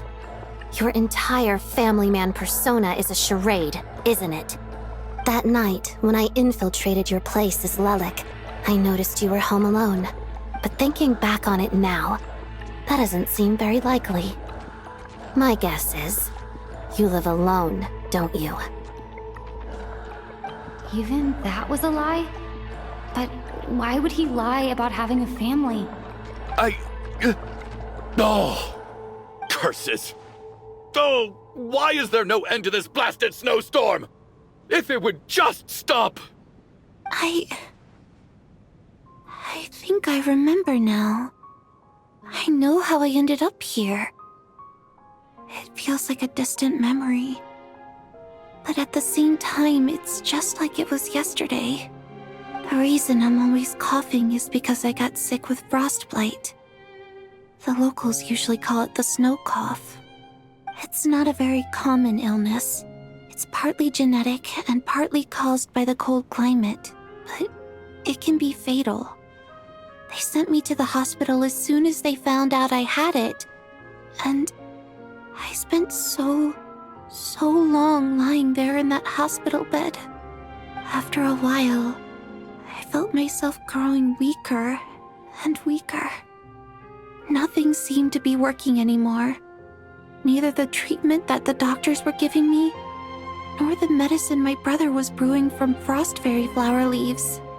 So one day, I told my brother that I wanted him to take me outside for once, so things could be like they used to, just for one day. I wanted to meet loads of friends, experience new things. He agreed. He snuck me out of the hospital, and we escaped. We got to the theater, bought tickets, and went inside. Oh, it was all so exciting. I remember the show very clearly. It was amazing. But I found myself getting sleepier and sleepier. Oh, Tonya. When I woke up, I couldn't find my brother anywhere, so I guessed he'd already left. But there's no way he'd leave me behind. So I decided to stay here and wait for him. At the time, I figured he'd probably gone to brew some more medicine for me. I was planning to chew him out for abandoning me when he got back. Tonya, it sounds like by then you'd already... Yeah, I know. I understand now. Dead, aren't I? This cough and the feeling weak, it's probably just my body's memory. After all of that, it turns out I can't blame my brother after all. I was the one who abandoned him. I'm sorry, everyone. I realized this much too late. It seems like death skewed my perception. And now I've dragged you all into this mess. Your name probably isn't even Tonya, is it? Didn't that ever strike you as odd over the last few days? Well, when I was little, my brother and I read a storybook, and Tonya is the name of one of the characters. When we escaped from the hospital, our family and the hospital security were looking everywhere for us. So when you first approached me and said my brother had sent you, and called me Tonya, I thought he must have chosen a fake name that only the two of us would know. Because he was afraid of getting caught. Now, it seems like that was just wishful thinking. At least your memory of death isn't painful. That is a small comfort. Now it's your turn, Chuganov. Talk to us. I believe no lie is ever told without a reason. You're right. I was lying. I happened to know that the Harbinger child and his sister Tonya managed to get tickets, so I lied to you and pretended I knew them. And yes, I was lying about my family too. The truth of the matter is, I lost them a long time ago. I just refused to accept reality. And now I've spent the second half of my life living a lie. I'm a joke. My daughter's name was Iskra. And before you ask, yes, Iskra, as in Iskra Manufacturing Plant. She also died from the snow cough. She was just 6 years old. If she were still alive today, she'd be around the same age as little Tonya here. After Iskra passed, my wife couldn't bear to face those memories either. So she chose to start a new life without me. One day when I came home from work and saw the empty room, I felt like I couldn't breathe. Subconsciously, I started to imagine that they were still there. I soon discovered that this was the only thing that made me feel any better, so I just embraced the delusion. Nothing more than a pathetic means of escapism, I know. But at least it's not a crime. So explain your false testimony then. The night before last, when I was chatting with Tonya, she mentioned that her brother would brew medicine for her from frost fairy flower leaves. Combined with her various symptoms, I suddenly understood everything, including the fact that she was deceased. The snow cough used to be an incurable illness. I would pick frost fairy flower leaves to brew medicine for Iskra too.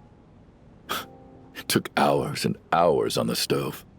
But the year after my daughter passed away, the jester of the Fatui announced that a cure for frost blight, also known as the snow cough, had finally been developed.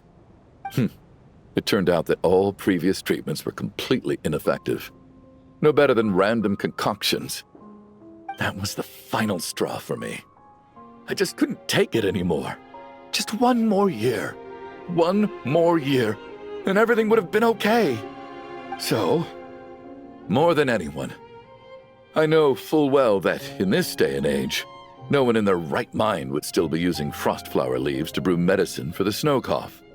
Poor Miss Tonya, therefore, had to have been from an era when snow cough was still a terminal illness. So, you projected your daughter onto her? Even though you knew she was one of the dead? That doesn't make any sense. You knew she was already dead. What did you hope to achieve by protecting her? I just don't believe in your crackpot theories, nor do I approve of your actions. How can you just declare a living person dead and throw them out into that snowstorm? Nitia's gone. My good buddy Shram's gone. And now it's Tonya's turn, isn't it? The others I can make my peace with, but little Miss Tonya, here she is, standing right in front of us, alive and breathing, and fighting her own battles. Yet you're quite happy to say she's dead? I just want her to live. Once this snowstorm is over, the very moment it stops, I'm going to march out that door and find someone who can fetch the very best medicine for her snow cough. I'll be damned if I'm gonna let you cast her out into the snowstorm before— Not again! Not this time! Not when the cure is right within our grasp! I'd never be able to forgive myself. Mr. Chuganov, stop. I can't let you do this. Tonya. By the sounds of it, you've known I was dead since the night before last, right? I really liked Mr. Valeri, Mr. Mitya, and Miss Vodyanitsa. And now they're all dead because of me. I'm not happy about that. The reality is, you've been trying to fight your own demons through me. But all you've really done is trap me inside your delusion along with you. No! Listen to me. I want to save you. I do! Well, at this point, I'm quite sure that I'm dead. I don't need to be saved. The time I got to spend with all of you is more than enough for me. Despite all the bad things that kept happening, I got to meet so many interesting people and spend so many days and nights by your side. Since the day I escaped that hospital until now, this has been an adventure I never even dared to dream of. I'm very fond of you all. If it were only possible, I'd trade my soul to bring back the ones who died. If it meant things didn't have to end like this. And that's why I'm not fond of you at all, Mr. Chuganov. I'm sorry. It's them that you owe an apology to, sir. Not me. Well then, I suppose this is it. It's time for my adventure to end. I've caused enough trouble. You're leaving already? It's still early. Don't you want to stay a little longer? No thank you.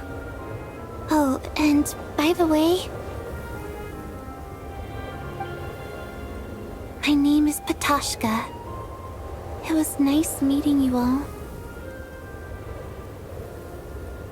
Feels strange that we're only being properly introduced now that it's time to say goodbye. Patoshka.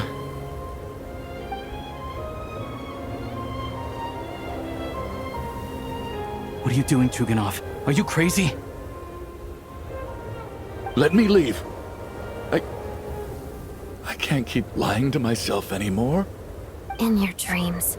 Don't think you're getting off that easy when you had a hand in the deaths of so many people.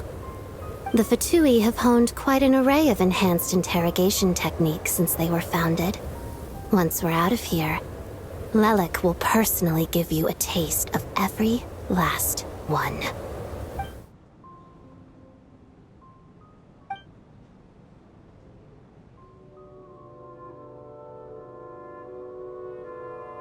I think we should leave. I doubt this snowstorm is ever going to stop. For all we know, this storm might have destroyed all of Snezhnaya by now. Maybe even the whole world.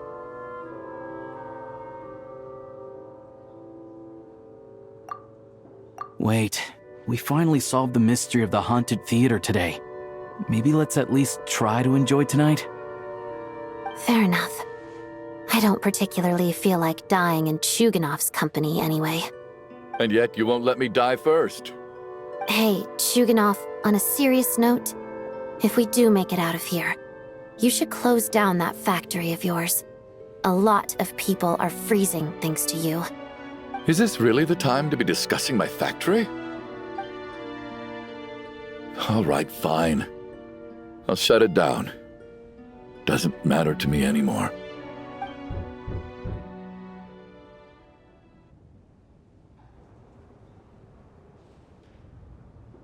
Am I hearing things? Or was that a knock at the door?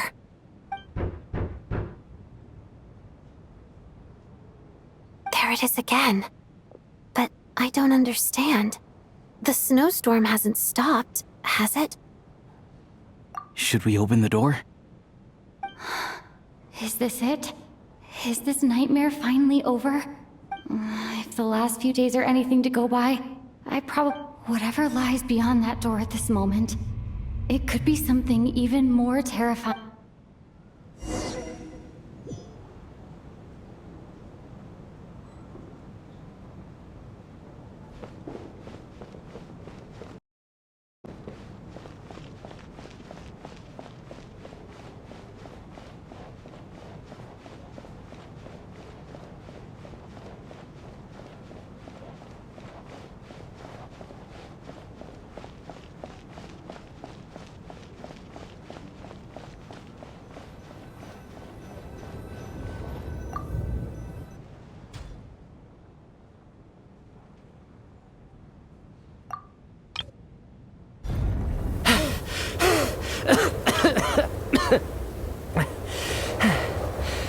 Hey everyone, I'm back.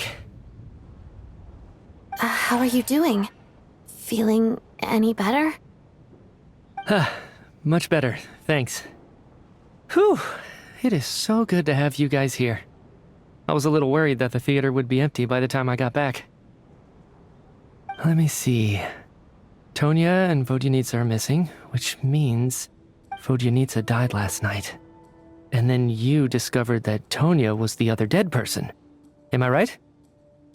Not Tonya. Petashka. First, tell us how you made it back here. Given the conditions outside, no one should be able to return alive.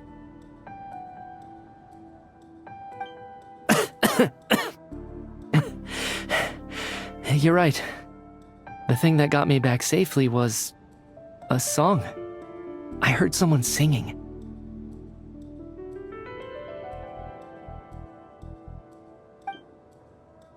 After walking into the snowstorm, my mind grew hazy.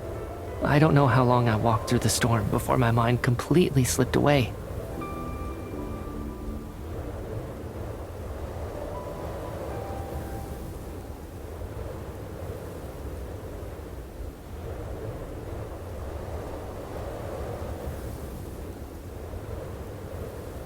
Then, suddenly, I heard the sound of singing. The voice instantly brought me back to my senses, and I regained consciousness.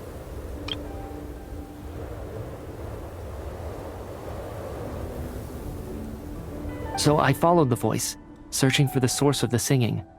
I searched and searched, until finally, just a few moments ago, there was the entrance to the theater, right in front of me.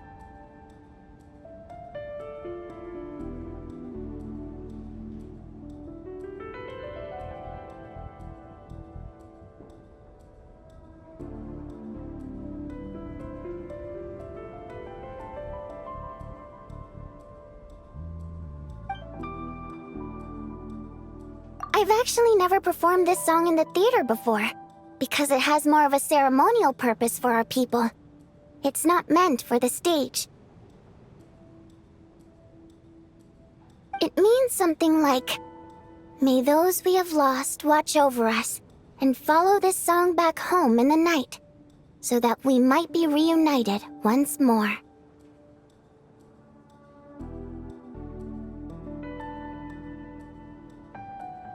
That must have been Vodyanitsa's Requiem. Who knew it actually worked? That song is meant to guide the souls of the dead. Mitya, that must mean that you... Huh. No kidding. Huh, seemed like I guessed right then. This is what I've been so desperate to tell you about.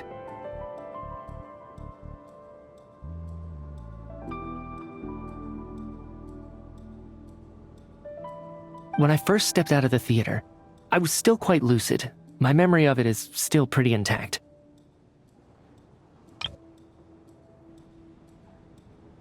I remember the outside world being completely different than what I'd expected. It was like this was a world where only the snowstorm existed. There wasn't a trace of any humans or buildings ever having been there. I don't know how else to describe it, except to say that it just didn't seem like the real world.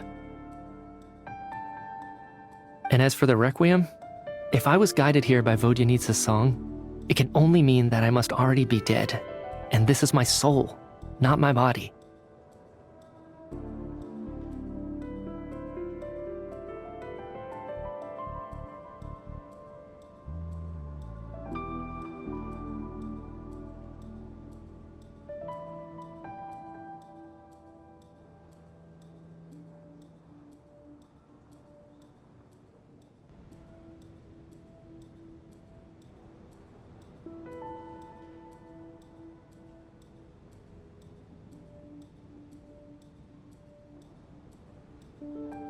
But I didn't experience a clear moment of death while I was out there.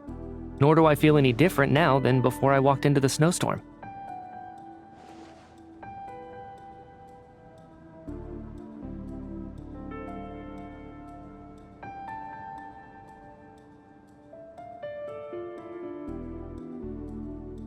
You don't seem any different to me either. In fact, this is something I've been wondering about for a while now.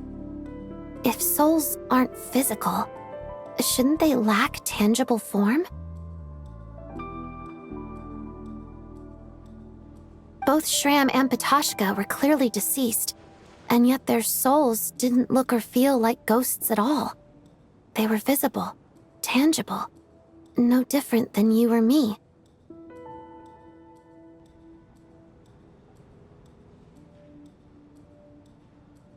This raises a truly terrible thought. Is that really what Mitya is suggesting?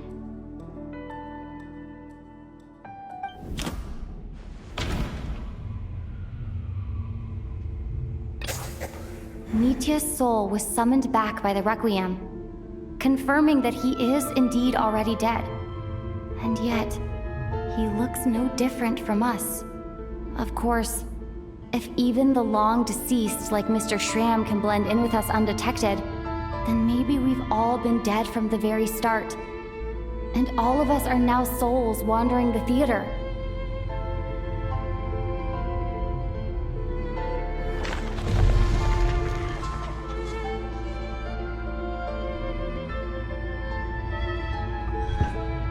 Yes. I think that this is probably the afterlife.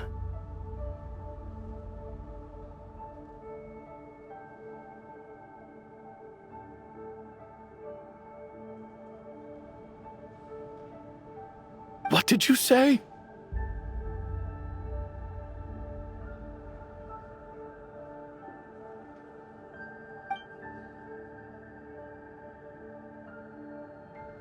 You heard me.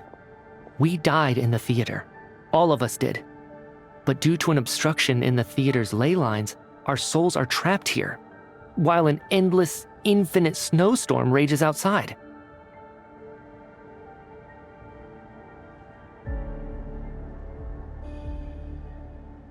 It's ironic, really. All that time, we were working so hard to figure out who the deceased among us were, when the truth was, we were all deceased. The only difference being some of us died more recently than others.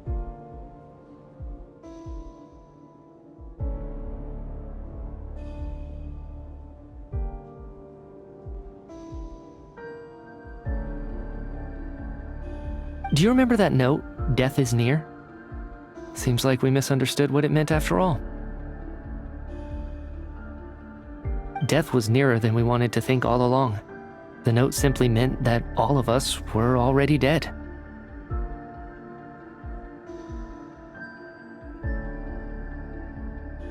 So all our attempts to survive, our search for the deceased, it was all for nothing?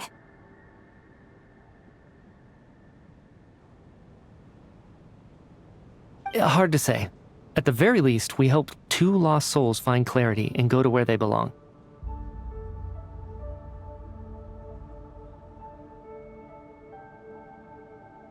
The presence of those 2 is probably what caused our souls to be drawn in by the ley lines. In which case, the deaths we've awoken to over the past few days were just souls returning to the ley lines for good. If what you're saying is true, doesn't that make us the lost souls now?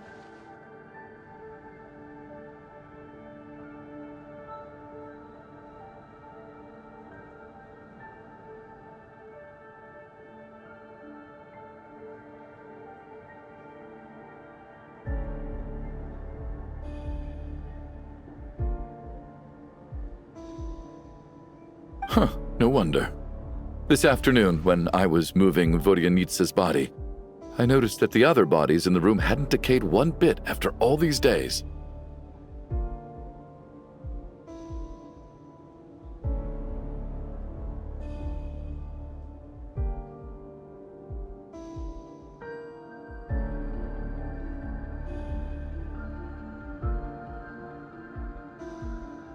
That's further proof that those aren't physical bodies at all, but merely our shells here in the afterlife.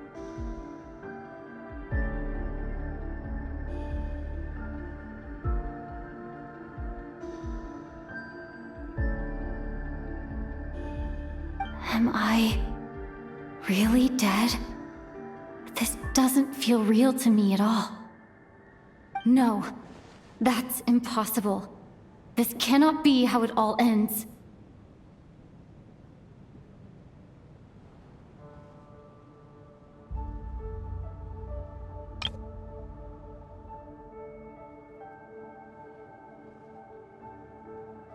still find it hard to believe that all of us are dead. How exactly did we die in the real world? None of us have any memories of dying, right?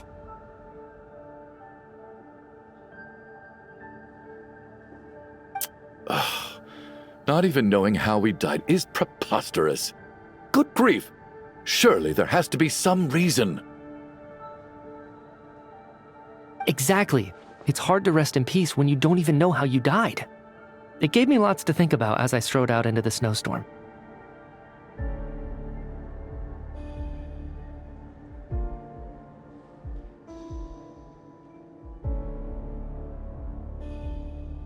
I racked my brains trying to remember the cause of my death, the exact moment I died, the root of all of this, right up until my consciousness faded.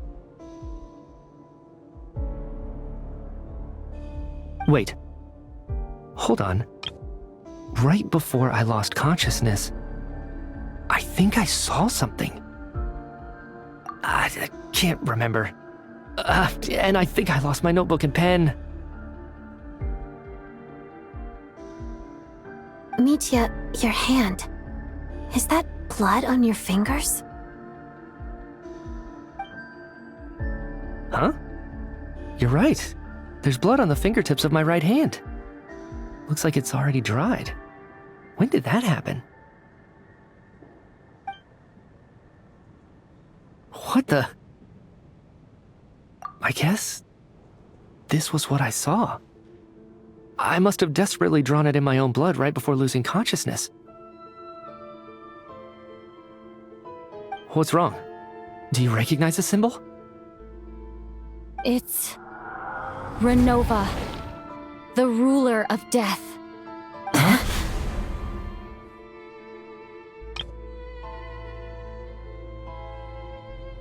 Alosha, do you still remember that Snezhnayan folktale you told me about? It was about the Grim Reaper. When someone's about to die, he appears as an incarnation of someone familiar to guide their soul, and as soon as you recognize his face, your life is over. I heard a similar tale when I was little. You think the Grim Reaper in this story refers to the ruler of death you mentioned? That's right. In which case, death is near could also mean that the Grim Reaper is here, disguised in a familiar form.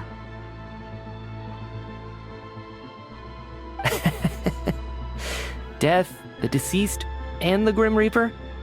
So it's a triple entendre.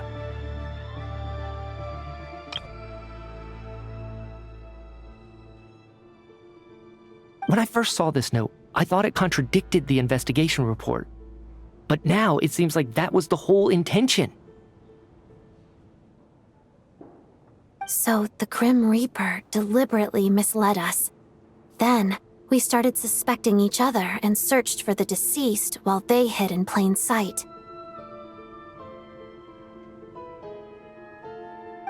By that logic, the one person most likely to be the Grim Reaper incarnate is...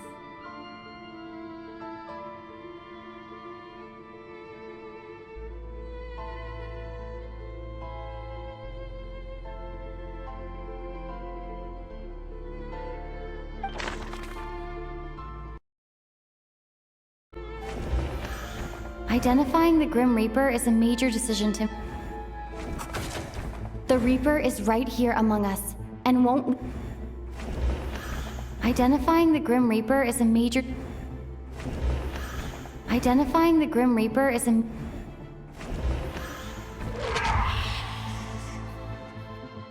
No doubt about it. It's Alosha.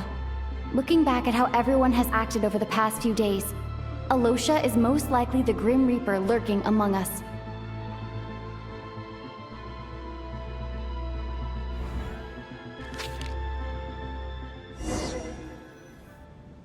Is it you, Alosha?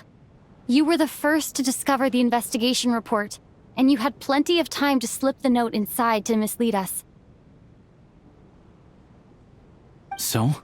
Surely you can't suspect me based on that alone. What if someone else found the investigation report first, slipped the note inside, and then put it back without telling anyone? There's no denying it. The note could easily have been slipped in much earlier than it was discovered.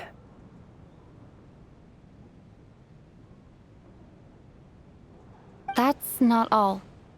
I've also noticed that, although on the surface, Valeri, Mitya, and sometimes I were the ones taking charge of the situation,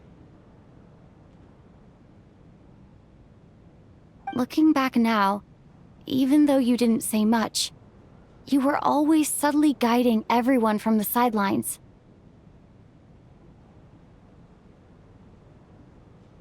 What do you mean? You were the one who emphasized how dangerous it was outside and insisted we all stay here. It was also you who suggested that we all sleep in the same place. And earlier today, you tried to convince Patashka to stay. I don't understand why, but it was out of character. So, you didn't understand my intentions, and now you're assuming the worst. Seems pretty unreasonable if you ask me. He still won't admit it? Fine. Let's see how he responds to the most damning evidence of all.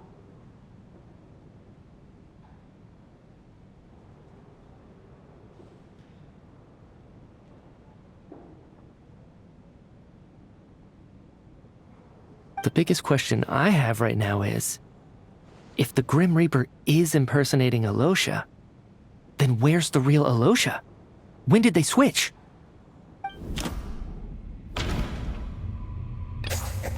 That's right. This was the moment.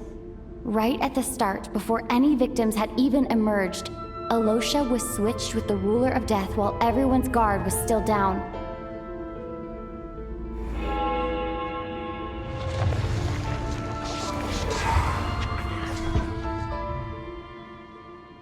When all this began, right after the performance ended and the snowstorm began to pick up, no one suspected anything unusual.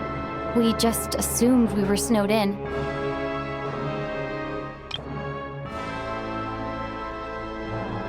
It wasn't until we discovered the bodies the morning after that we realized something out of the ordinary was going on. But it's clear now that the oddities actually started earlier than that, when Dimov walked into the snowstorm and never came back.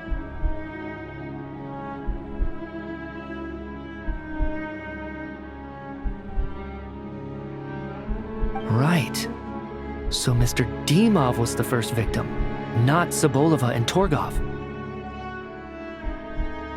And if we pinpoint that moment as the beginning of this incident, then what, Alosha? You are the only person who walked into the snowstorm and came back without the help of Vojanitsa's Requiem. More precisely, Alosha never came back at all. The one who came back was the Grim Reaper.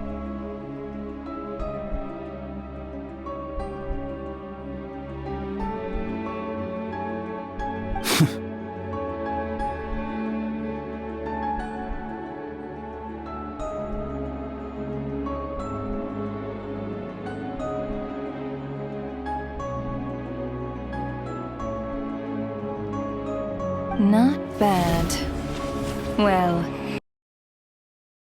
since you've backed me into a corner, I suppose there's no point in keeping up the act anymore.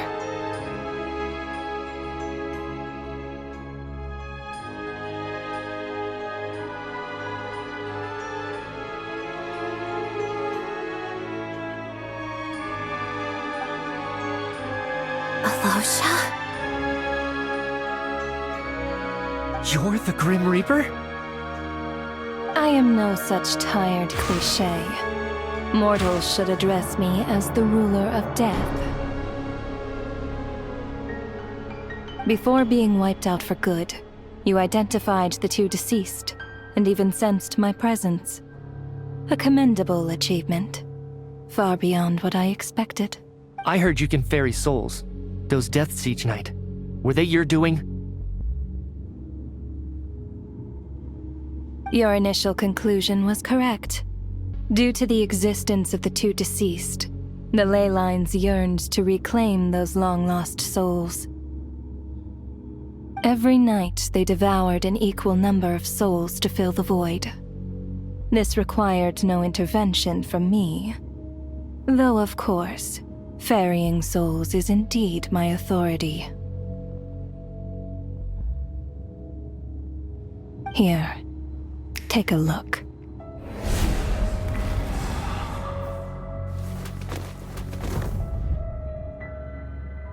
What are you doing? That takes care of today's too.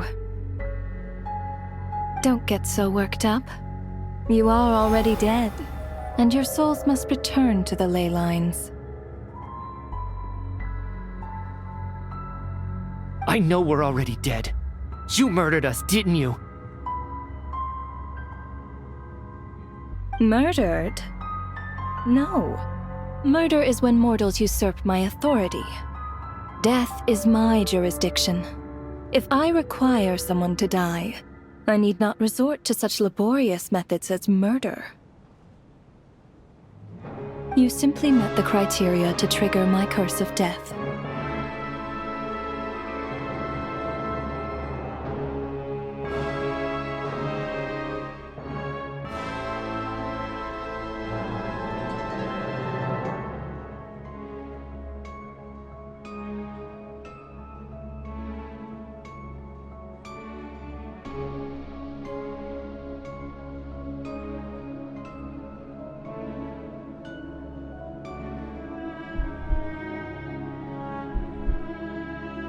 I know about the curse of immortality.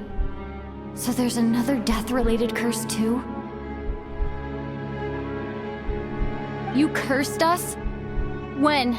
And why would you do such a thing?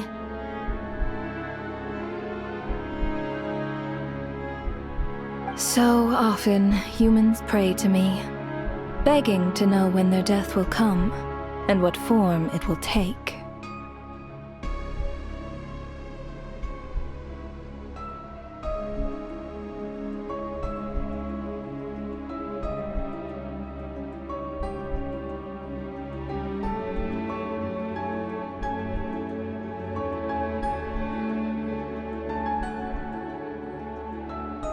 But few people ask why.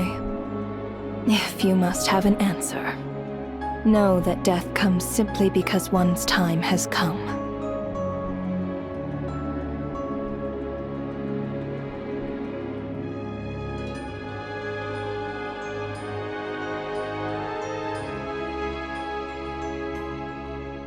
So you're not gonna tell us the truth?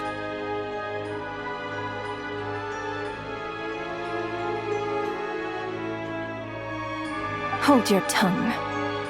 By all rights, you shouldn't even be allowed to speak with me.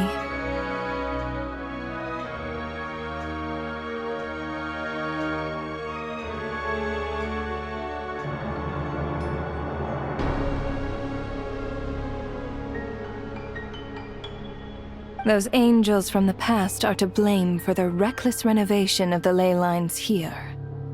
It's made my work on this occasion infuriatingly complicated.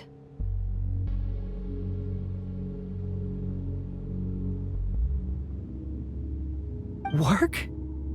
So trapping us here, making us watch our friends die, that's just another day at work for you?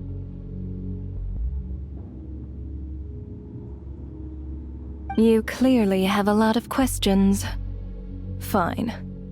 As a reward for your remarkable accomplishments over the past few days, I shall answer a few of your inquiries, provided they aren't too unreasonable. After the physical body dies, the soul must return to the ley lines for that person's death to be considered complete.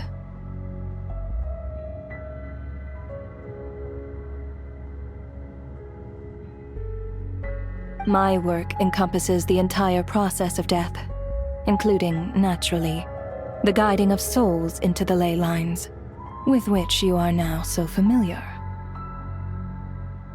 You must also be rather familiar with Natlan's Night Kingdom, I presume? It was I who supported the creation of the Night Kingdom. It provided a convenient means of guiding the souls of Natlan.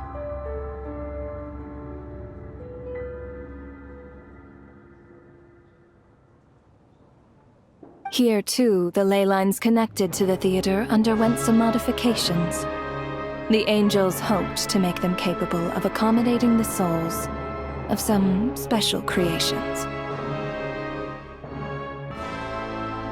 But this actually hindered their ability to accept ordinary souls to some degree. This effect manifested itself after you died from the curse in the theater, leaving you stranded in the afterlife, unable to achieve a complete death.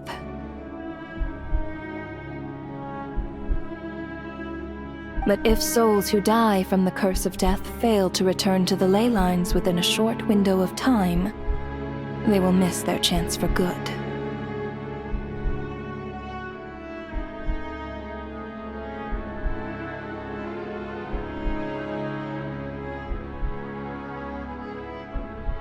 Then, they will remain forever suspended between life and death, no longer subject to the authorities of either.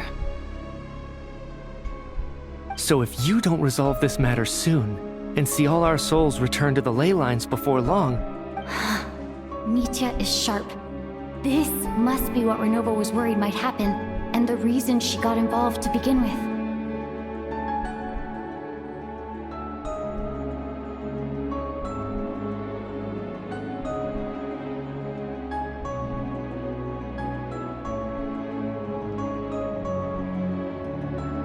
But if you have the authority to guide souls, why didn't you just show yourself and get it over with? Why hide among us in the form of Alosha? You seek to understand the mind of a god. Very well. I'll tell you. This is a theater, and I decided I wanted to watch a show about death. That's why I encouraged you to take the events to the stage. I found myself getting quite immersed. I suppose the entertainment you provided makes up for all the trouble you've caused me by being so defiant in the face of death. There. Are you happy with my answer?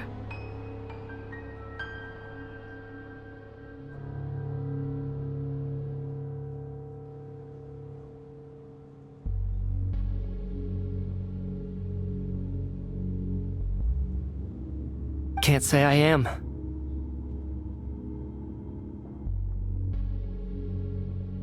Really? But it fits the stereotypes you humans have about gods.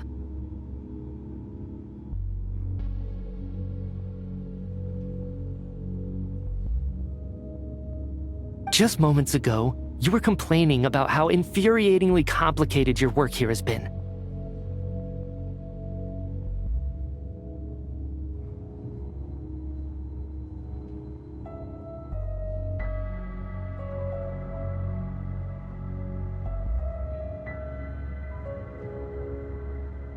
Work is work, I get it.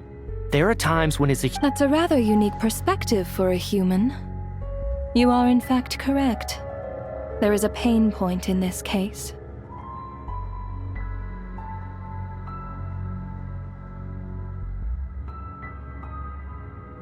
Due to the obstruction in the theater's ley lines, there is a hard limit on the number of souls they can receive each day, making it impossible for me to ferry all your souls at once. Revealing my identity too soon would inevitably have led to futile resistance, and there was a risk that any souls who chose to run would disappear. Then there was the issue of the 2 lost souls you called the deceased. The way you resolved that quandary was all part of my design.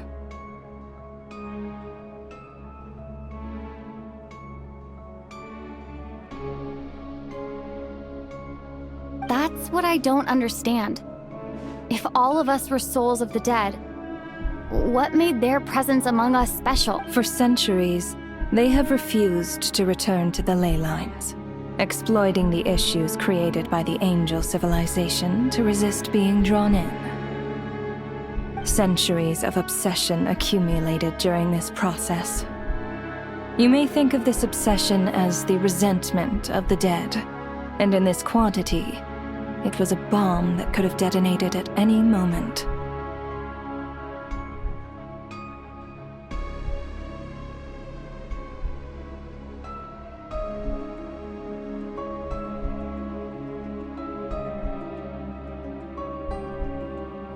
It reached the point where I could not afford to leave it unchecked.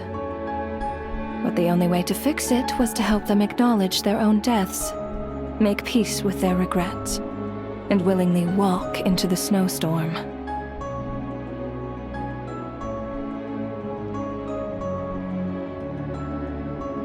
Only then, with my guidance, could they finally return to the ley lines. Otherwise, you would not like to know what the consequences would have been. I vaguely remember seeing Petashka, but in the most terrifying form. Was that in a dream? Is that what would have become of her if she hadn't returned to the ley lines? I see your dreams brought you many revelations. So you see, death in fact grants wisdom to mortals. Souls connect to all things in the world and see the chain of cause and effect between them. It's nothing unusual.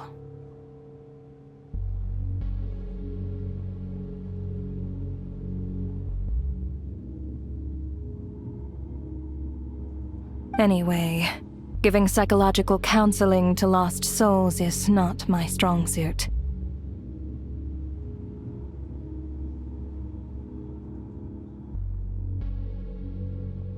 That is more of an angel's role. It was something I could not resolve directly using my authority, so I decided it was easier to leave the bomb defusal to you.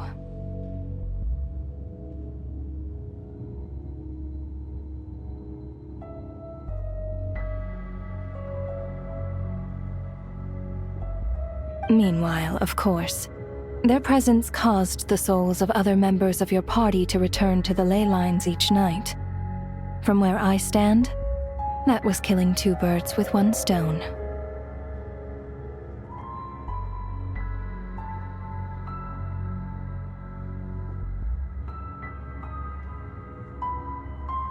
As both issues slowly resolved one another without me having to lift a finger, all I had to do was stay close by and keep the situation under control. Then use my authority to wrap things up at the end.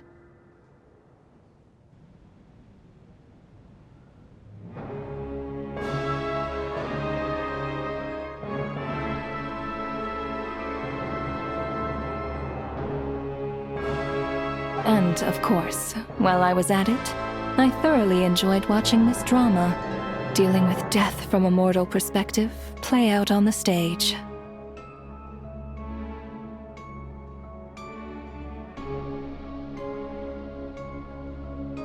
Sounds like you had it all figured out, Grim Reaper.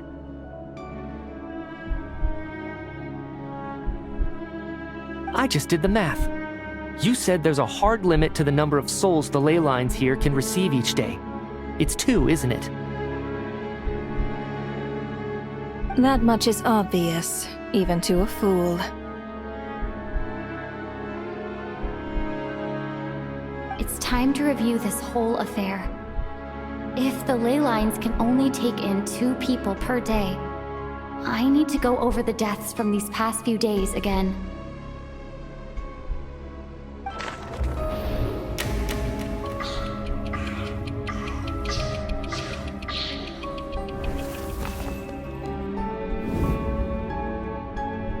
Looking back now, none of us had the faintest idea at the time. From the moment the staff member named Dimov walked into the snowstorm, the incident had already begun.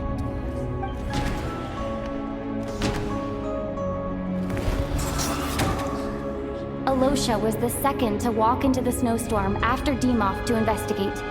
During this process, the ruler of death assumed his identity, making him one of the victims.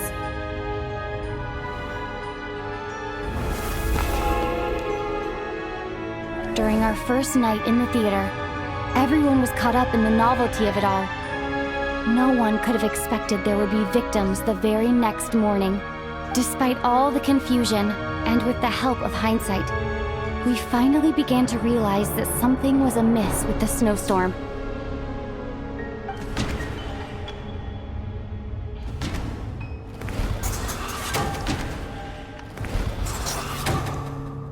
The ley lines devoured Torgov and Sobolova on the first night. At the time, we thought this might be a murder case connected to Lelek.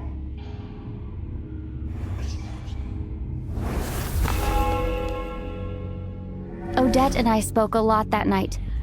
3 people were on watch, but in the morning, we discovered that someone had fallen victim all the same.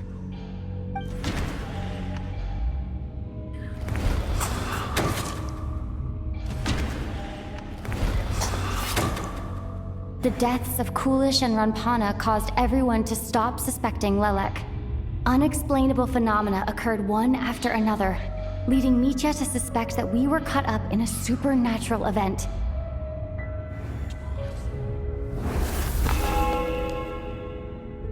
Later, we discovered that there seemed to be an extra person among us, and subsequently discovered the existence of the deceased.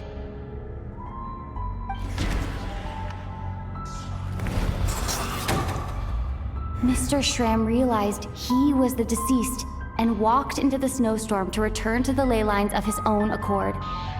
It turns out there really was a dead person among us.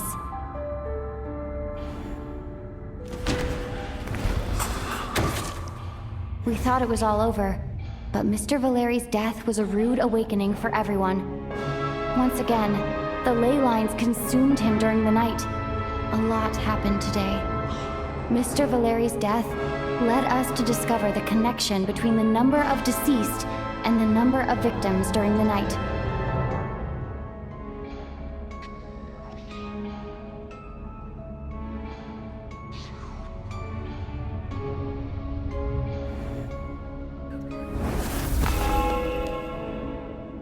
The fact that there was more than one deceased seemed to bring us back to square one. Odette revealed some information she had been keeping to herself.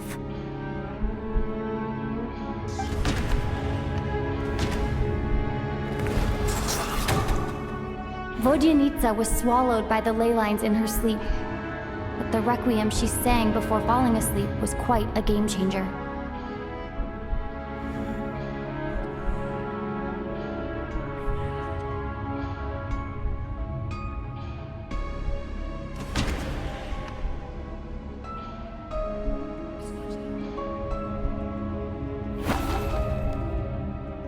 Although Mitya did indeed walk into the snowstorm that day, the void in the ley lines hasn't been filled. So, let's rule out Mitya.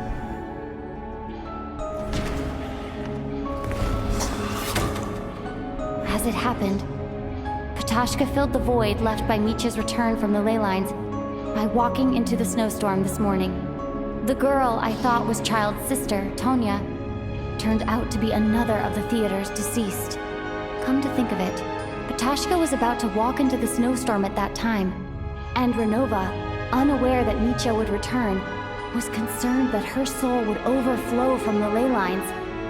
That's why she used Alosha's voice to try and persuade her to stay behind. Looking back, I suppose that was an early slip-up on her part.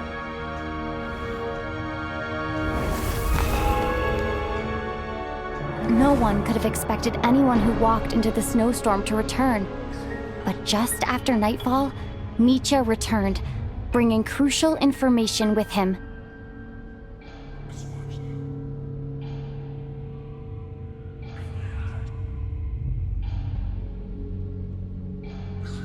Various truths began to surface, including that all of us were already dead, and that the ruler of death was here among us.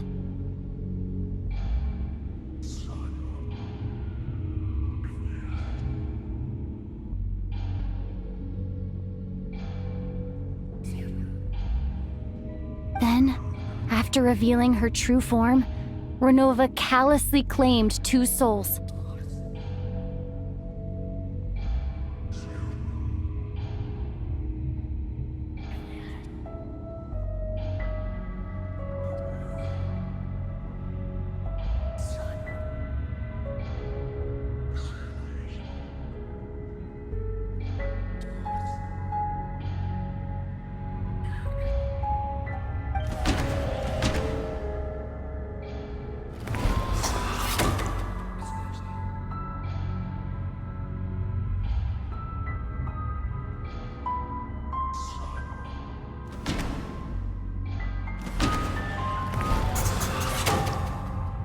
fact, everyone was already dead by the time we took the photo.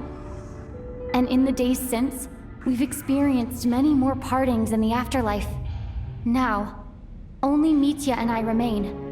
And the true culprit behind everything still stands before us. In Mitya's eyes, I see the same anger and frustration that I feel.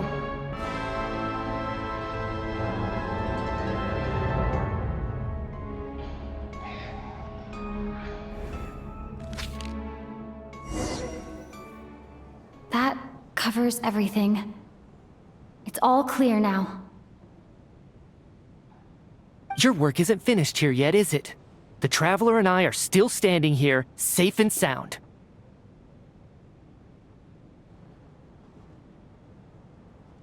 The Water Imp's song threw things off a little, but it is of no consequence. The ley lines have already anchored your soul, and the first ray of light tomorrow morning will take you back.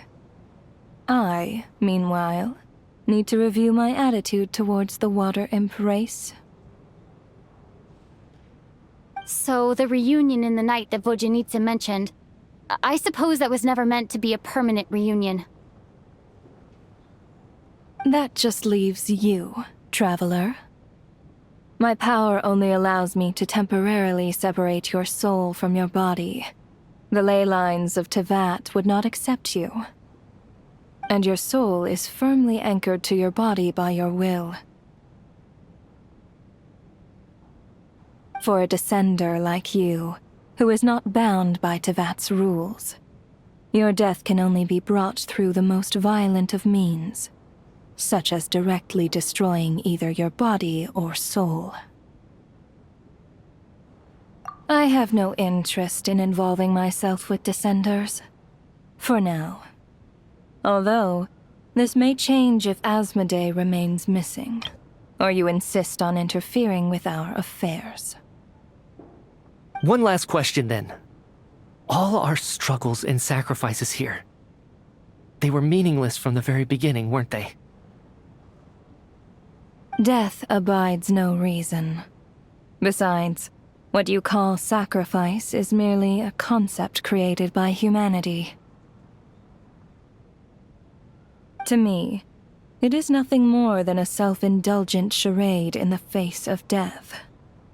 Mere mortals fantasizing that their actions could reclaim something from my grasp. A truly laughable idea.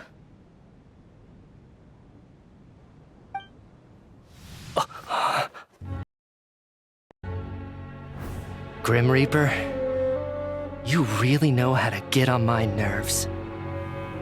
I'm not here to ingratiate myself with you. I kill merely because your deaths are necessary. Oh, you've made that quite clear. But humans don't take well to being scorned. Not even by the gods.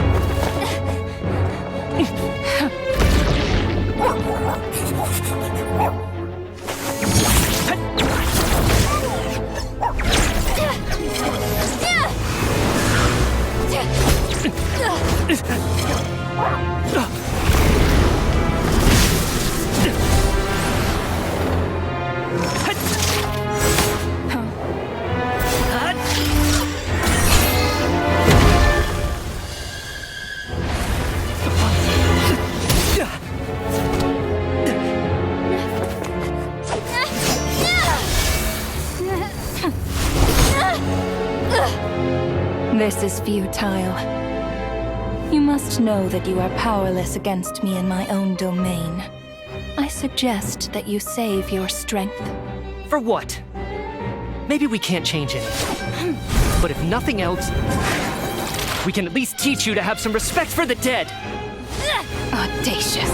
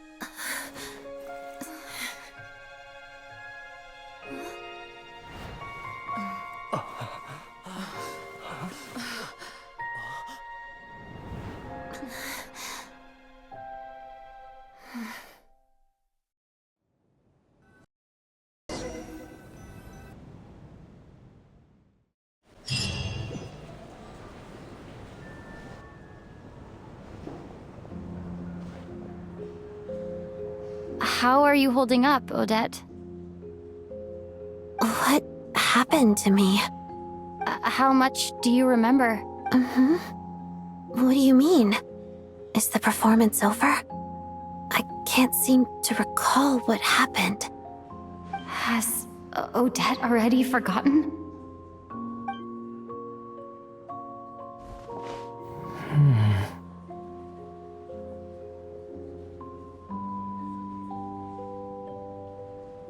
Mitya? Oh, I'm sorry. I guess I spaced out. Don't you remember anything? Yeah, I remember now, comrade. Looks like we guessed right. Just like me when Odette found me at the Armory Palace. For some reason, everyone killed by the Ruler of Death eventually came back to life. Just with one catch. They forgot what happened while they were dead.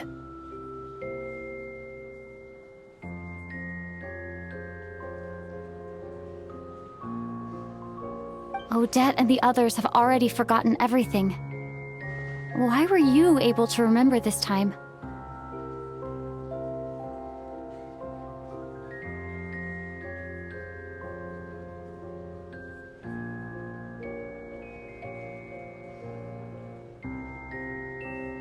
Could this be the reason? You said this is the Ruler of Death's symbol, right?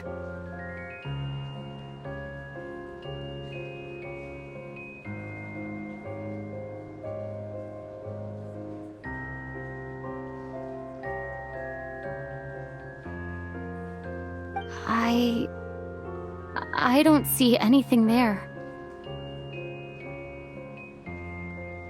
You don't? Huh. Okay, I guess that makes sense. I carved this into my hand in the afterlife, so it's not visible in the physical world. Does that mean I carved this symbol into my soul? What an unsettling thought. Still, at least I get to remember what happened. I suppose it's a blessing in disguise. What about you, though? The Ruler of Death mentioned that you're a descender? Is that why you can remember?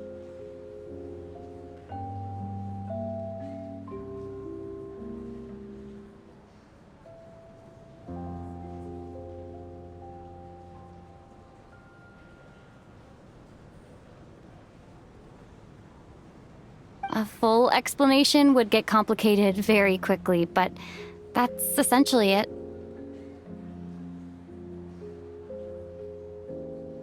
Well then, now that it's all over, let's figure out what we've learned.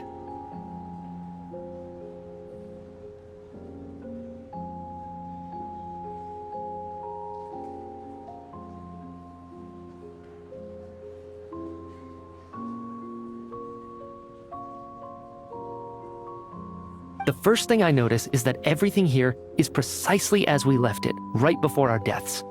This confirms that time passes differently in the afterlife than in the real world. They say that right before death, time slows down and your whole life flashes before your eyes.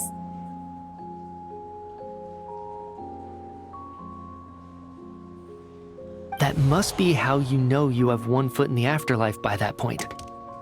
Anyway, clearly the few days we spent in the afterlife probably only amounted to a few short minutes in the real world.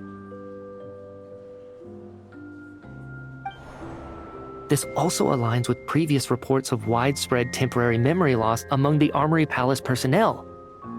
Now it seems likely that those were all brief deaths caused by the Grim Reaper's so-called Curse of Death.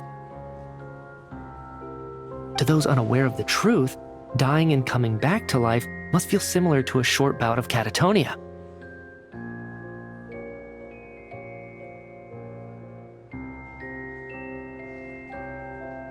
This leaves me with a couple big questions. What are the conditions that trigger this so-called curse of death? And why are we resurrected after we die?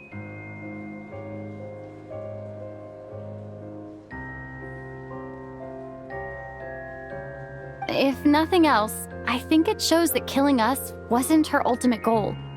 We still don't know her true reasons for subjecting us to death.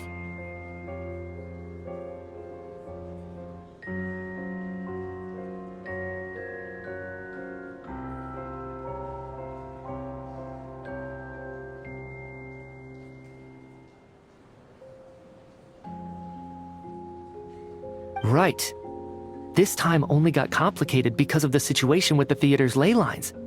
That's why she had to approach it differently. If the previous incidents of amnesia among the researchers are anything to go by, killing us is usually a pretty routine matter.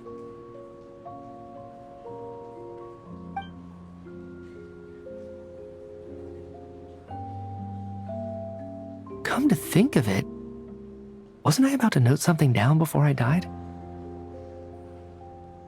I can't remember what it was, but I think it was something related to my research project. Sorry, Traveler. I'll catch up with you again later. Right now, I have to make a trip back to the Armory Palace.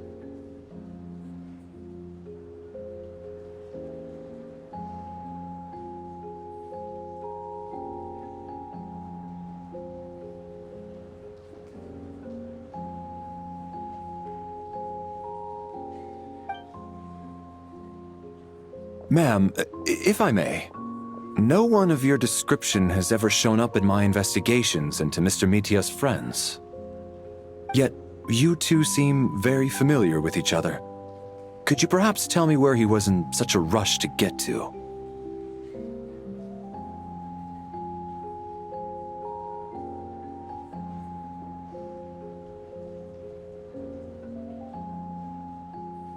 And, by the way, have we ever crossed paths? Forgive the presumptuousness, but I feel a vague and indescribable sense of familiarity about you.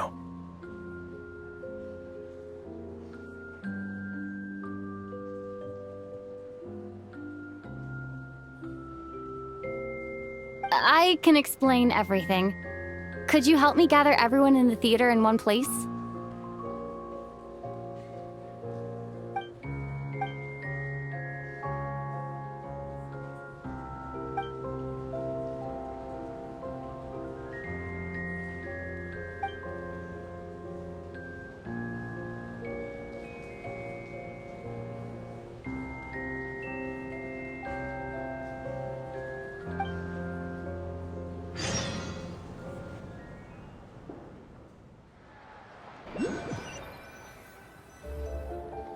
So, Chuganov really is going to shut down the factory. I guess this theater incident actually did us some good after all.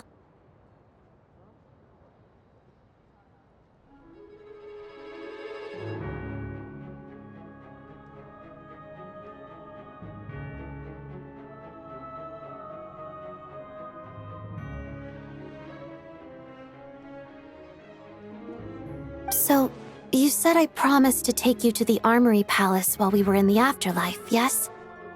I believe you. I think I even have a vague memory of it. Agreed. Let's check in on her first. The whole reason for our trip to the Armory Palace anyway is to figure out what's going on with her health.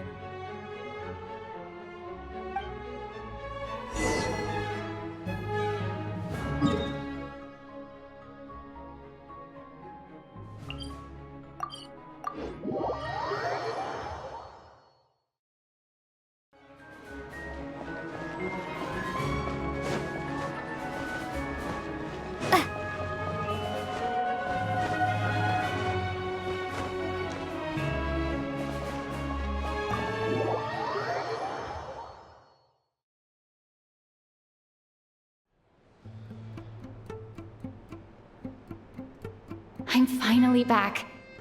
Even though a long time has passed from my perspective, as far as Paimon's concerned, I probably just went out to watch a very short show.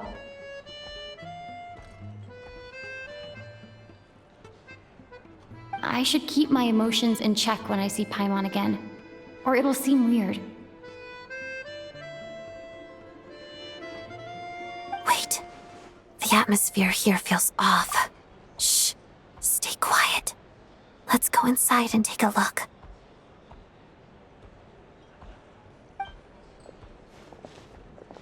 Have we still not been able to notify Child yet? We need new orders. What if that person...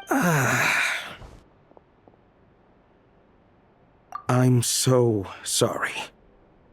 Under the circumstances, there was really nothing we could do. Tell me, what happened to Paimon? It was the Jester. He came here in person and escorted Miss Paimon away.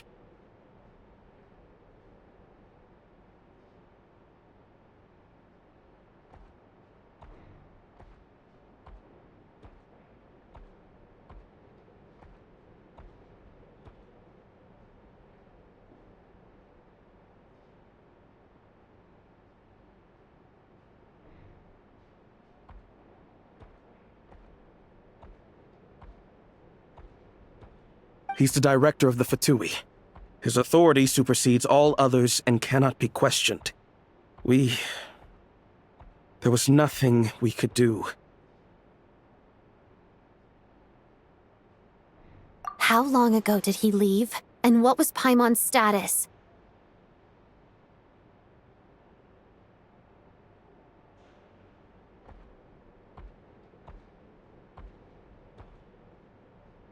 It was about an hour ago. Miss Paimon was fast asleep at the time. The Jester simply walked off with her as if it was only natural. I assure you, he absolutely did not use... Do you know where they went?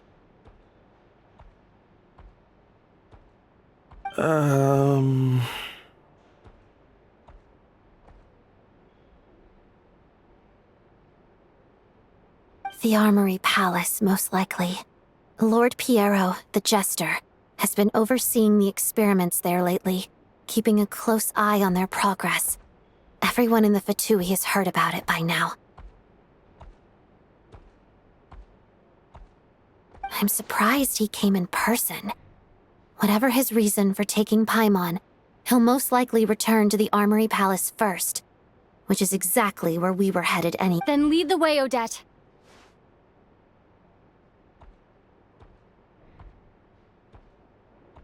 Okay, let's go.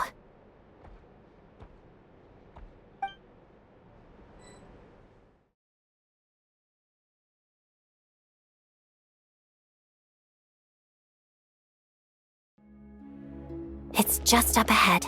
Quick, let's get inside.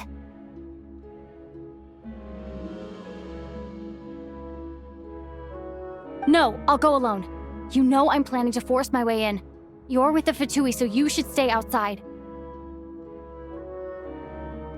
I was hardly planning on taking you through the official channels anyway.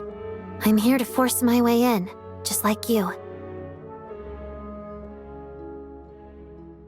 I may be a Fatus, but I'm also Lelek, enemy of Project Stuja.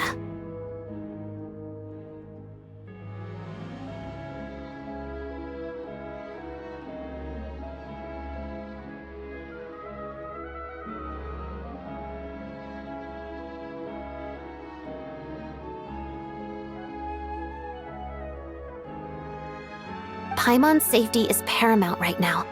With me around, you'll have an extra pair of hands. There might be devices inside that are easier for an insider to deal with. If you say so.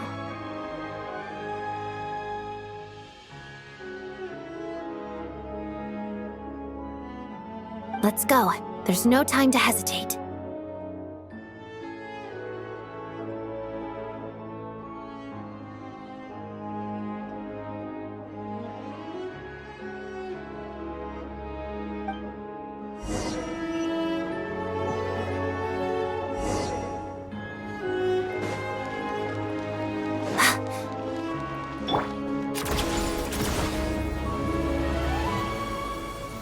Hey, who are you?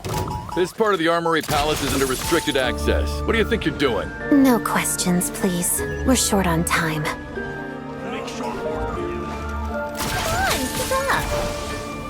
Pick up the pace. I spell your doom. Where are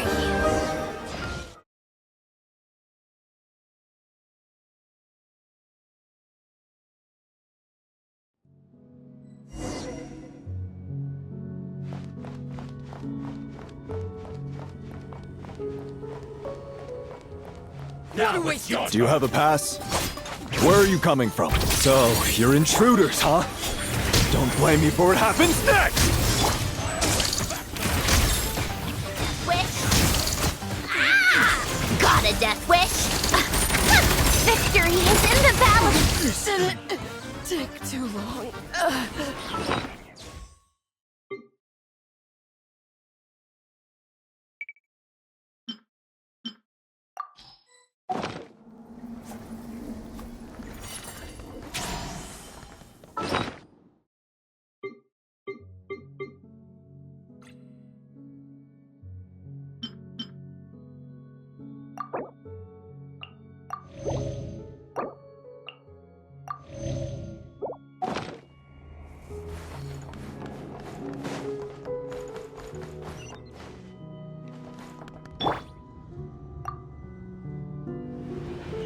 The Armory Palace is hidden this deep in? This place is much bigger than I imagined. They're conducting top-secret research, after all. The deeper it's hidden, the better, is standard Fatui logic. The style doesn't really look like the Fatui's handiwork, though. They must have requisitioned some structures from a past civilization. It also... Intruders! Stay alert!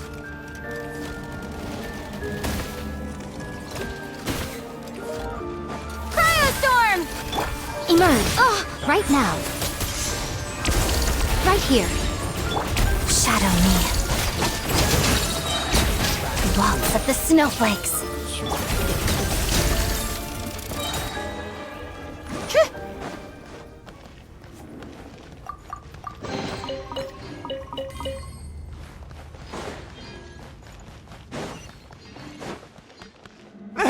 Intruders?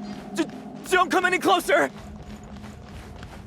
Just what are you guys trying to do here? I'll make short work of your skull! Emerge. Right here. Right now. Our little secret. Begone. Together.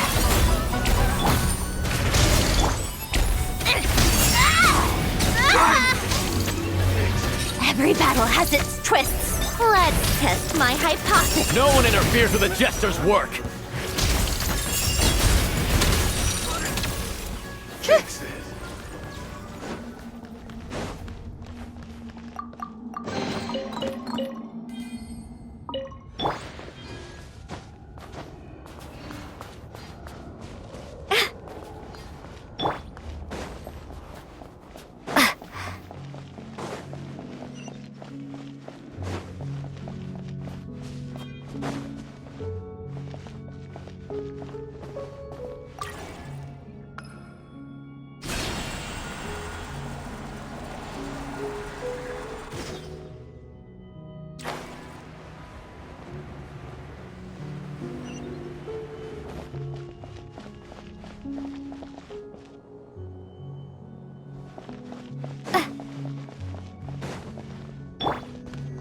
Looks like no one's guarding this place. There's something off about that decoration over there. Look out! Let's deal with these before we move on.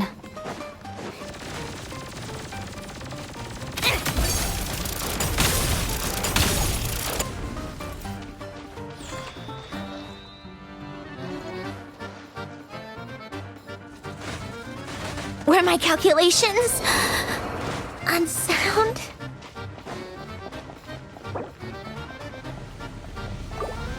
Condense! Encase! Such defiance. Heaven's will made mine.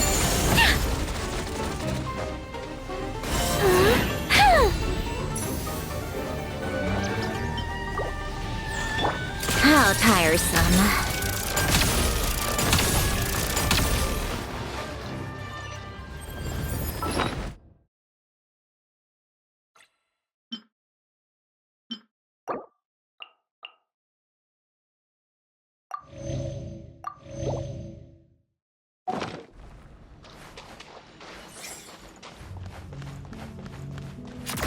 keep up.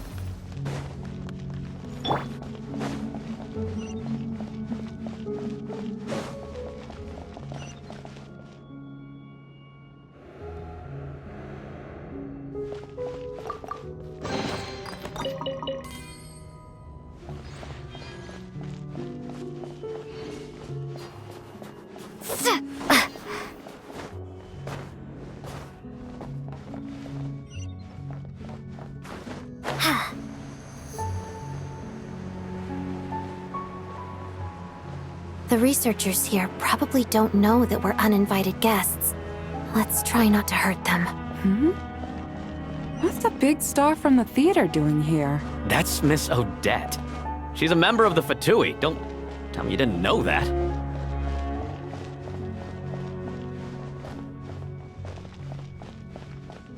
Was the whole reason for Project Stuja to support the research here at the Armory Palace? Just what are the Fatui and the Tsaritsa planning?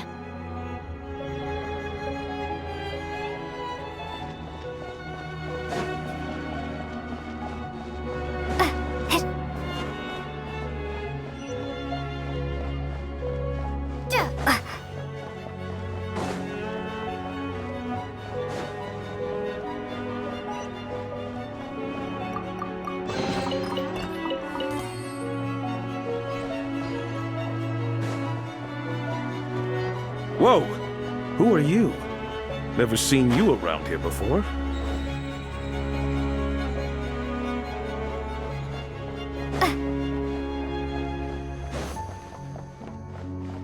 Looks like there's no way through here. Maybe using the power of this prism could help?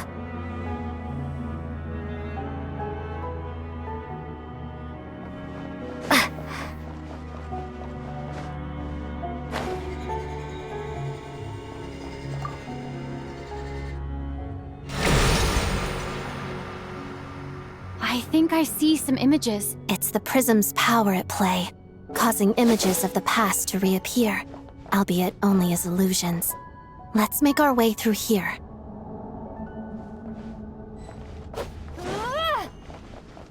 Paimon and the Jester?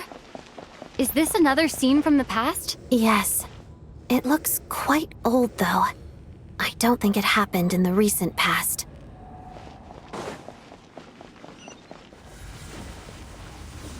What's going on here? What happened? The source seems to be the Armory Palace. They must have started some large-scale experiment. Wait, what if this has something to do with Paimon? We need to hurry! How tiresome.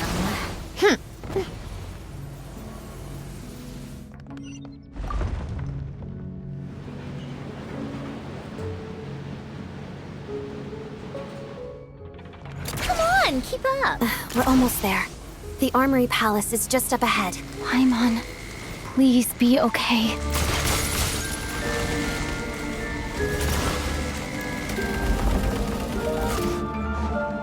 How tiresome.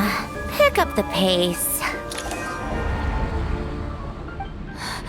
What's going on? It's the curse of death. Odette?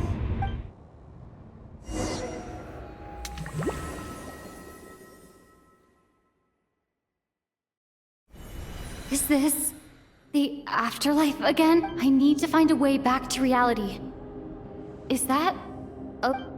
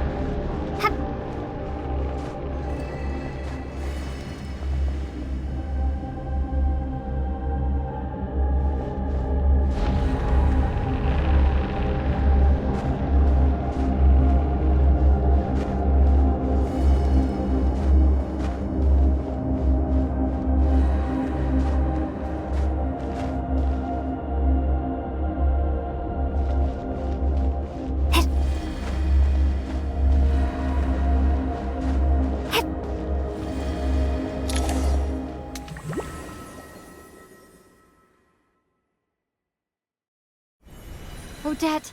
Odette! No signs of life, but past experience says that she should be resurrected. Did Odette intentionally use her core Ignis to guide my soul? I thank you, Odette. If not for you, my soul wouldn't have found its way back to my body so quickly, and I might not have woken up so soon, but I'm sorry. I don't have time to protect.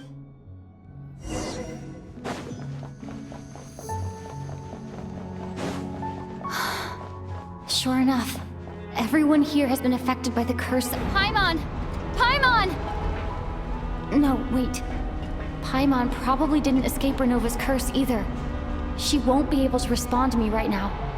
I'll have to find her myself.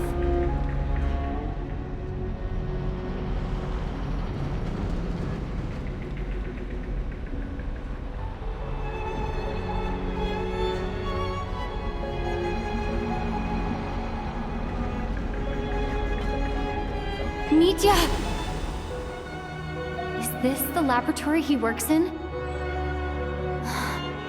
What happened here to trigger the curse of death again so soon? I'll have to ask him when he wakes up. Finding Paimon has to take priority now.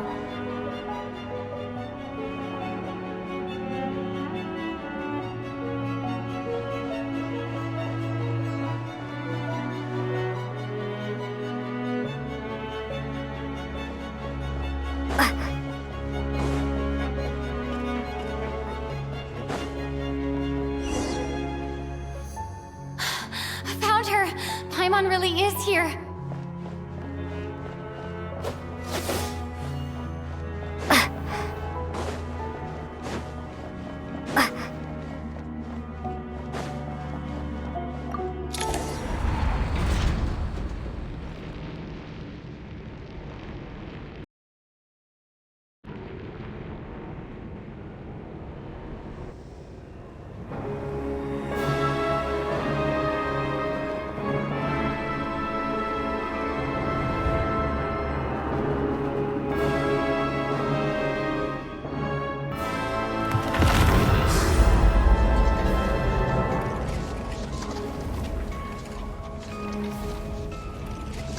You don't learn, do you?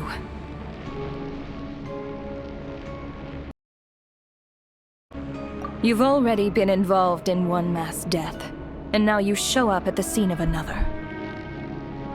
This might have passed for a coincidence the first time, but a second time? Am I to assume you are intentionally interfering in Snezhnaya's affairs?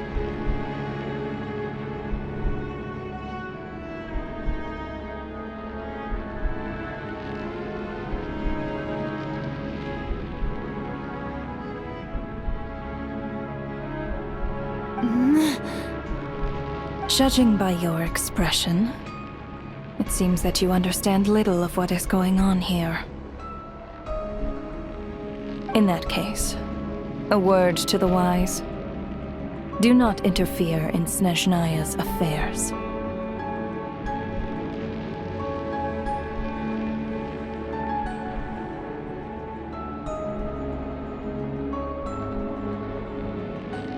A civilization that fails to learn its lesson constantly depletes its own worth. It will one day lose any reason for its existence.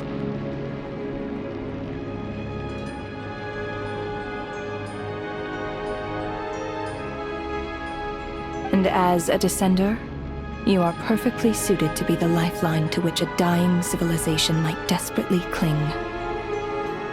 Consider your position carefully.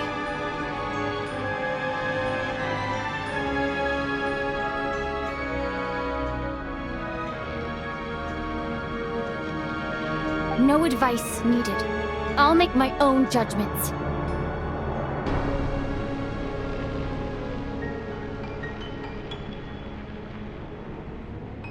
Suit yourself. When the day of reckoning arrives, not even a descender can hope to escape unscathed.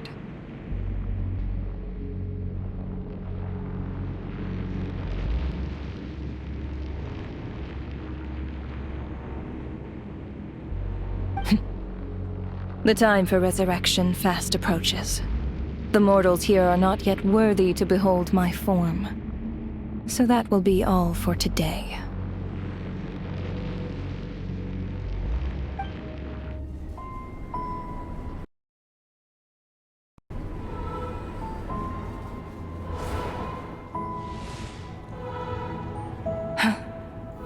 That thing is coming with me.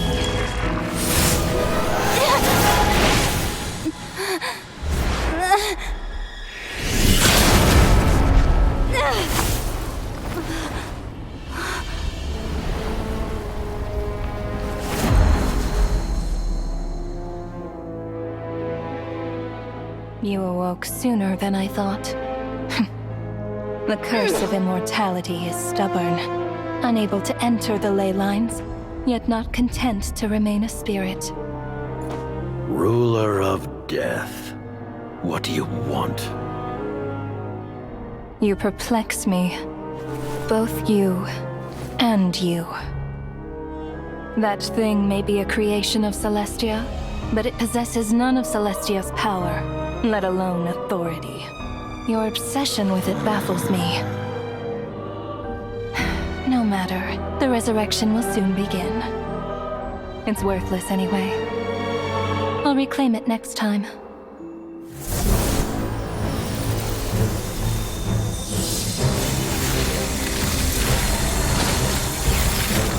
Hey, who says there'll be a next time?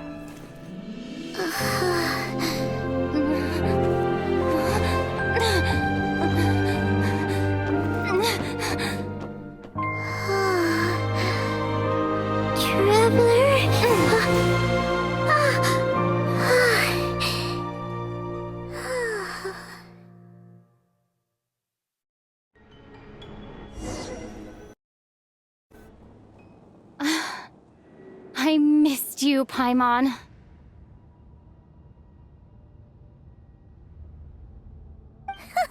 What are you talking about? We haven't even been apart for that long, have we? It was different this time.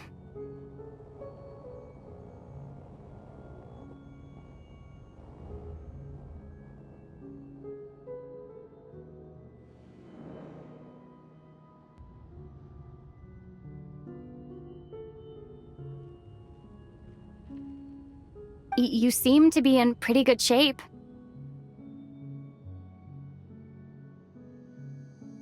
Yeah, Paimon's back in tip-top condition.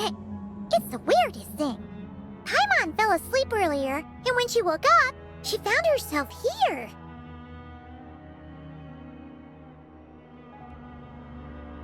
The Jester and that guy talking to him used some kind of energy on Paimon, and she could kind of feel it canceling out that other thing that was making her feel unwell.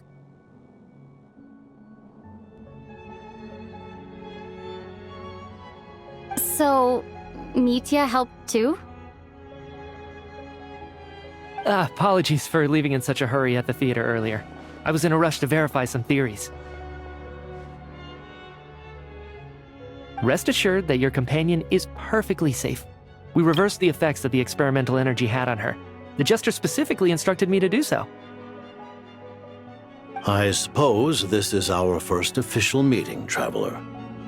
I could not let Paimon suffer in her condition for a moment longer, and so I simply took her without explanation. I hope you do not mind. But why would a big shot like you care about what happens to Paimon?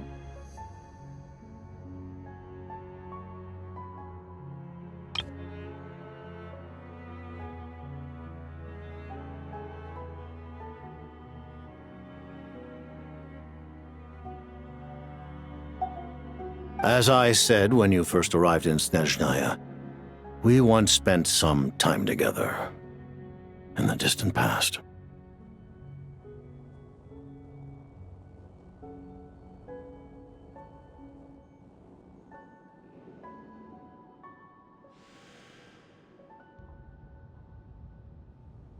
Oh yeah! You did mention that!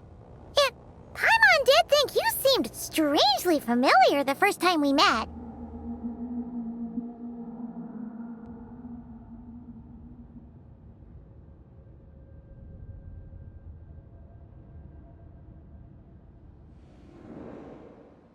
I'm afraid the reminiscing will have to wait.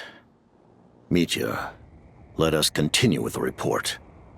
What conclusions, if any, did you reach from conducting the final experiment of our energy research ahead of schedule?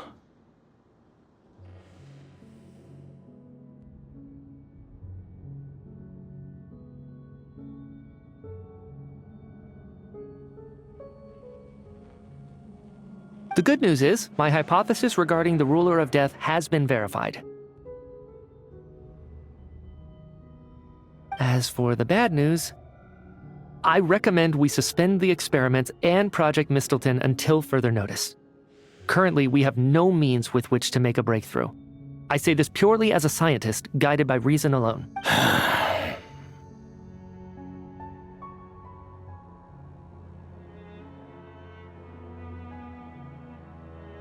I will trust your judgment.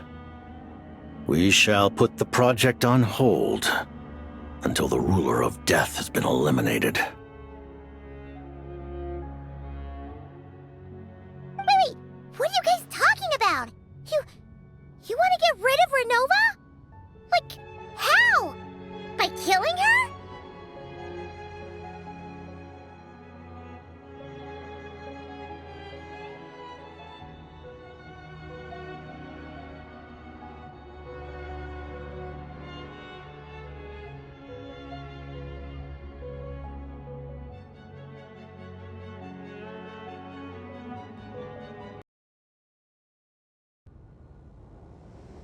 By whatever means necessary, so long as it removes the threat she poses to us.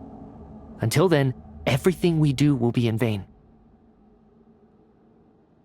After what just happened, I've ascertained Renova's goal, or rather, the trigger condition for the Curse of Death. Okay, let's hear it. What she's doing is blocking Snezhnaya's technological progress, preventing us from possessing any means with which to threaten the heavenly principles.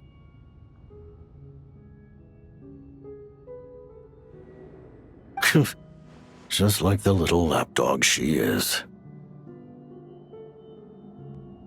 So, any ideas, research, or experiments that lead to technological progress can trigger the curse.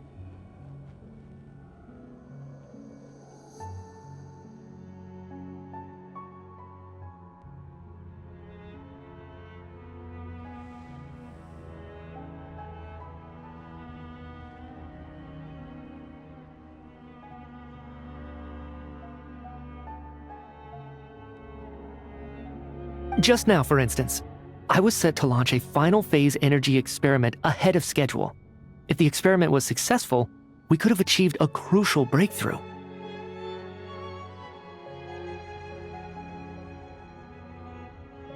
As expected, though, the moment the experiment began, all the researchers, technicians, and witnesses died from the curse.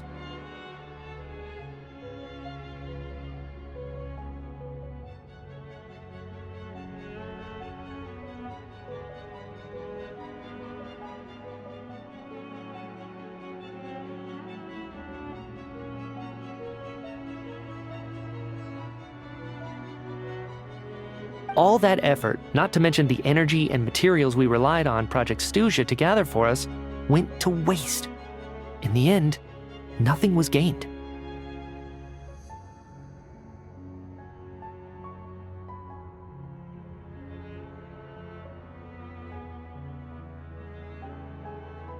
Does that mean something similar happened when we were at the theater?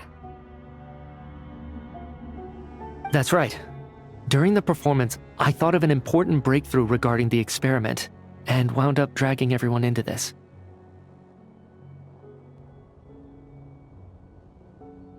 So the nature of the curse seems to be something like, when moments of technological progress occur, all life in the vicinity is taken away.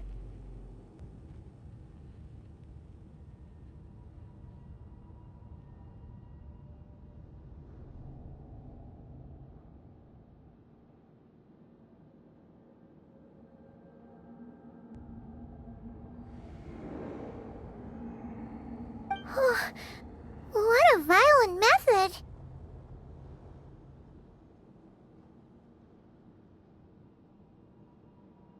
Of course, that meant the curse was normally limited to the Armory Palace. Since outsiders are forbidden from entering, this mass death phenomenon went unnoticed.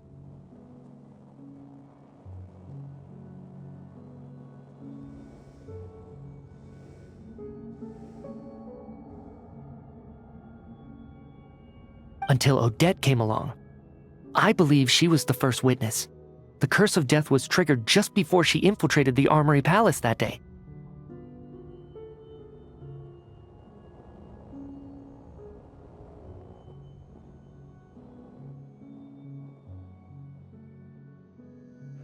But you mentioned something about a final stage experiment.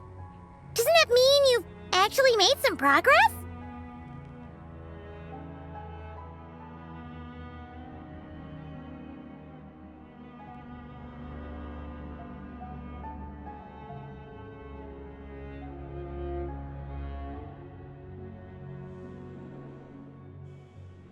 That's right. Even with the gods locking certain key components out of reach, humanity can still advance technology in incremental steps accumulated over time. But, as I'm sure Renova anticipated, even incremental progress has its limits, a point where the truth you're seeking must be put to the test in an experiment. You mean, the experiment you were just about to do? Yes, we were at a critical juncture, a moment where the quantitative was about to translate into fundamental qualitative change. With this single experiment, we could have brought everything we've worked for to fruition. But now, after already being forced to fumble around in the dark all this time, it feels like we've truly hit an impenetrable wall. As long as Renova's curse of death persists, we won't be able to advance the experiment or obtain any results. And with Project Stuja having been in effect all this time, at our nation's current strength, repeated trial and error is simply unsustainable. Only by eliminating Renova first will it be possible to continue advancing our plans. But she's the ruler of death! She can just kill whoever she wants, right? That's gotta be the scariest power ever! Is it even possible to beat her? We'll see. But one thing's for sure. She definitely can't just do whatever she wants.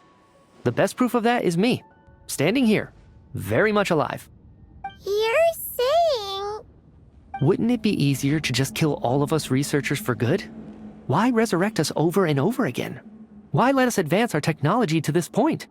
So, you're saying even the ruler of death has limitations we don't know about? Exactly. And I think that's where the key to our breakthrough lies. Regardless, the ruler of death has always been an obstacle we must overcome. Indeed, we must face life, death, time, and space. After all, our goal is the heavenly principles. The Fatui want to challenge the heavenly principles? For a long time, I've had a vague suspicion the Fatui and the Tsaritsa were targeting the heavenly principles, but hearing the Jester admit it is still a shock. No wonder that Tsaritsa's goal has always been kept a secret from the people. What kind of road will that lead Snezhnaya down? In that case... Lord Jester, I would like to request some leave. I'd like some time to organize my thoughts and go over the data. Granted. Get some rest, put the experiment out of your mind, and take care that the curse of death doesn't affect any civilians.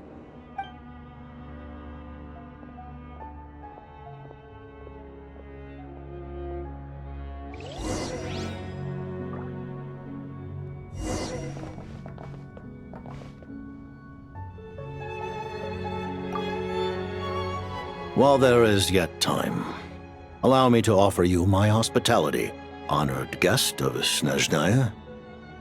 Is there anything you wish to know? I remember hearing the term Mistelton from Columbina. Yeah! Paimon wanted to ask about that when the name came up just now. What is it? Paimon's heard of Project Stuja, but not this one. As you know, Project Stuja is a series of measures enacted to consolidate our nation's resources, the greater purpose of which is to serve Project Mistelton. Many of the things you have encountered thus far are essentially for the advancement of that project. This includes the Kuvaki Experimental Design Bureau in Notdry. Researching Kuvaki was merely a facade. Its core objective was to use local resources and research findings to build Mistelton itself. And that's a weapon built for the final battle against the Heavenly Principles, isn't it? Huh? How did you know that? I was given some intel, and I made some deductions. Wait. You must mean that thing...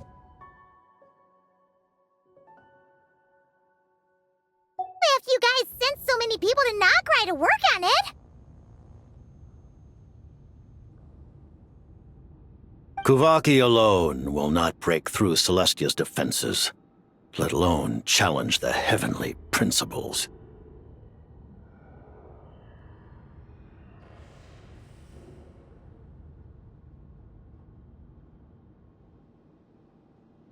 The Heavenly Principles are no doubt accustomed to combating the power of the Light Realm, and elemental energy is simply the power of the human realm, converted to that form by the Heavenly Principles themselves. Any attempt to use this power against its creator would be a futile endeavor.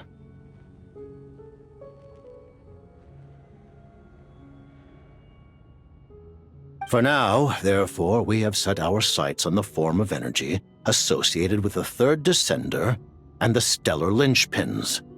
This may hold the potential to allow Mistelton to contend with the Heavenly Principles.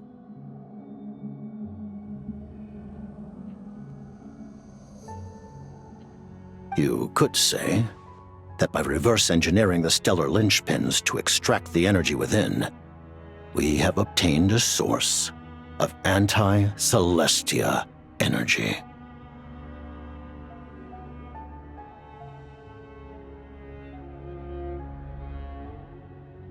The Kuvaki Experimental Design Bureau, Project Stuja, and the new energy experiments. Huh. So, Project Mistelton is what ties it all together. And it looks like your plan is almost complete. No wonder the Ruler of Death came after you.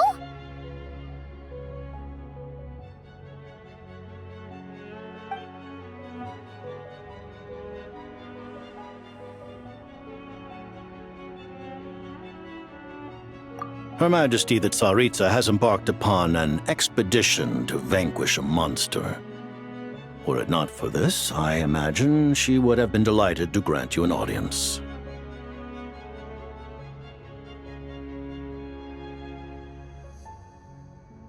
Seems like the powers that be in Snezhnaya don't intend to hold my past conflicts with the Fatui against me.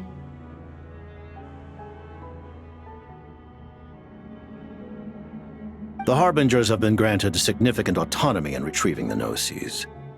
But by the same token, they do not completely represent Snezhnaya's official stance.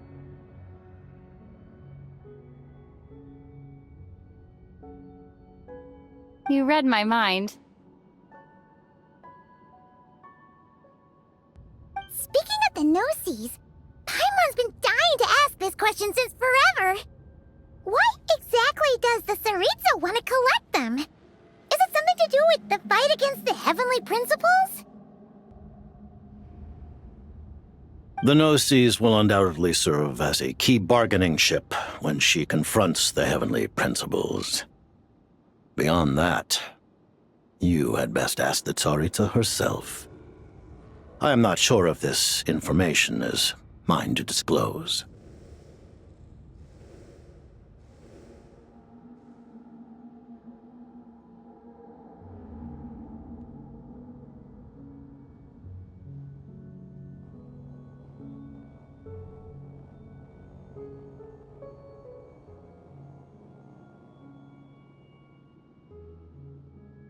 What do you mean, not sure?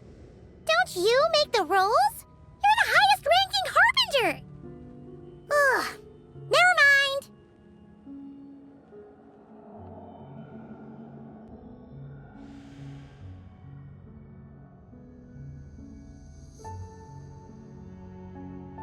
Taking on the heavenly principles is something most people wouldn't even entertain in their wildest fantasies. Why is the Tsaritsa so fixated on this?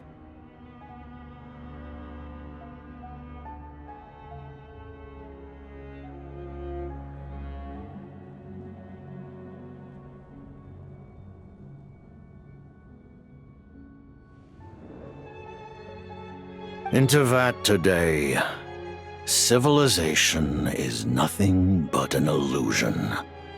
Something whose very existence can be negated at any moment.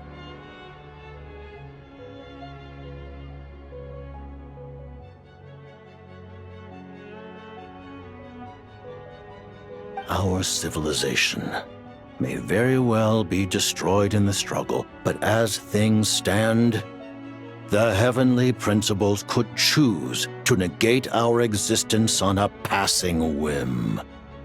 And we must not sit back and accept that fate.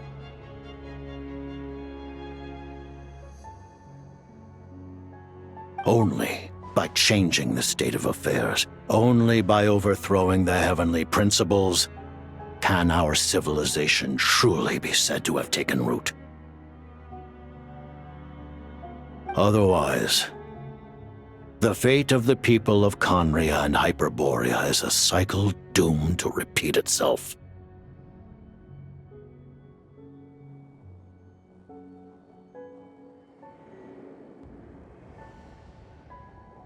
Accepting potential destruction in return for getting to control your own fate.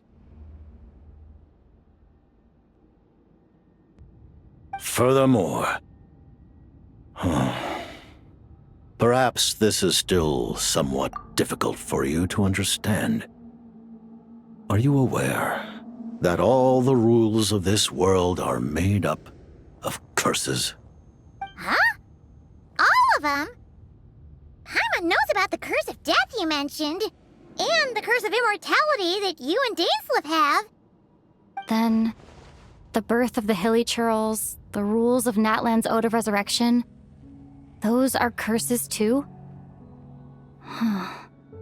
Farina's long life seems to stem from a curse placed on her by Focalor as well. Yes. Even a god's love for humanity is a curse the heavenly principles inflicted upon the gods. What? The Tsaritsa has always had ample reason to hate the heavenly principles. If she can seize their authority, she will reconstruct the entire world, and when that time comes, humanity will be completely liberated from curses and lies. Look forward to it. It will be a world beyond your imagination.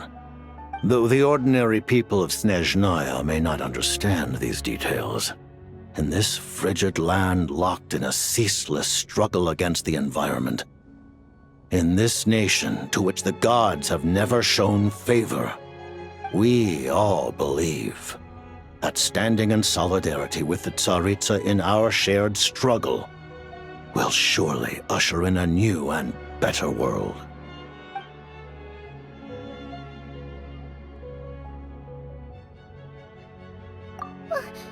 Paimon really doesn't remember! He's basically a stranger! You've gotta believe Paimon!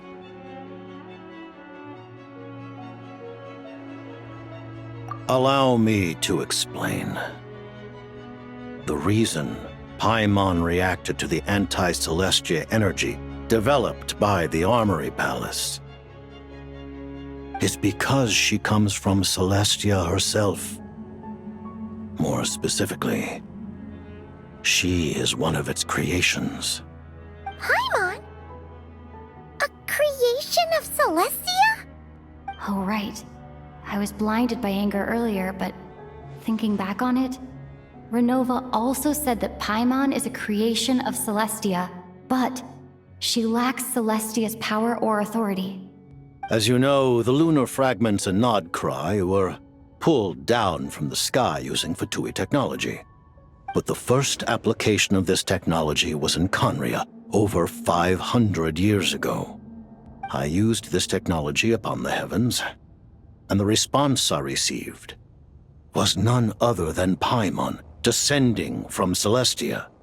I presented her to the Vinster King, but he took no interest in this gift, nor did it satisfy him. Paimon then took up temporary residence in my palace until, of course, the arrival of the Cataclysm.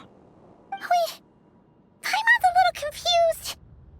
You're talking about things that happened in Khaenri'ah 500 years ago. You're saying Paimon was there for that?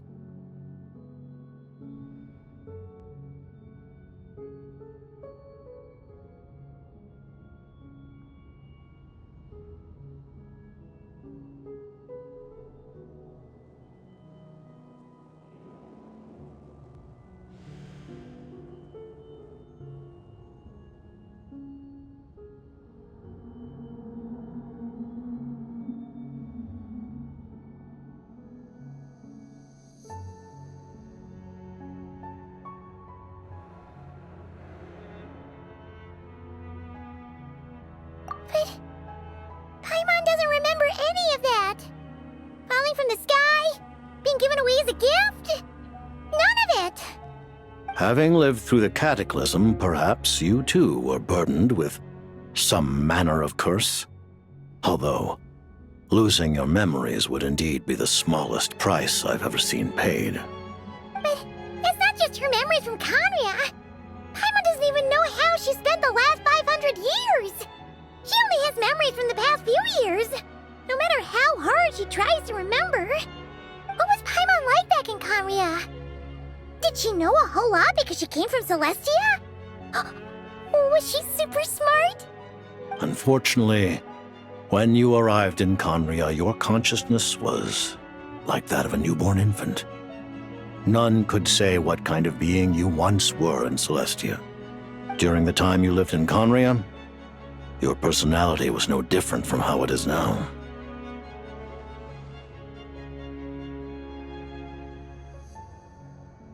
Aw, man! Paimon's plan to get her memories back and become super smart is ruined before it could even start. You know, even though Paimon lost her memories, she still feels weirdly close to you for some reason. That must mean you took pretty good care of Paimon back then, huh? On the contrary, I completely ignored your existence. I was entirely focused on my struggle against Thruptatyr the Wise. But now, as I see it, it is as if you are the only sane thing that survived that era of insanity, and thus are worthy of protection. Noted. Man, Paimon's gotta stop projecting friendship on everyone she meets. But, Traveler? Even though you know Paimon's some creation of Celestia now, you still want her, right? You're not going to abandon her? Oh, phew! That's a relief. Paimon's just learning about this, too. She's barely even processed it.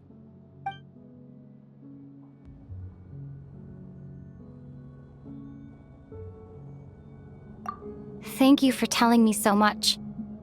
I'm a bit surprised, honestly. I didn't expect you to be quite so transparent with me. Given the circumstances, the Fatui need not hide anything from our allies. Allies? To advance Project Mistleton, we must first resolve our issue with the Ruler of Death. And if I presume correctly, you have no intention of letting her actions go unpunished either, do you? That's right. Ever since she said she intends to reclaim Paimon when we next meet, I figured reconciliation was out of the question. Against an opponent of this caliber, deliberating over our allegiances would waste time we do not have. We must join forces unreservedly with whomever we can, if we are to stand anything like a fighting chance.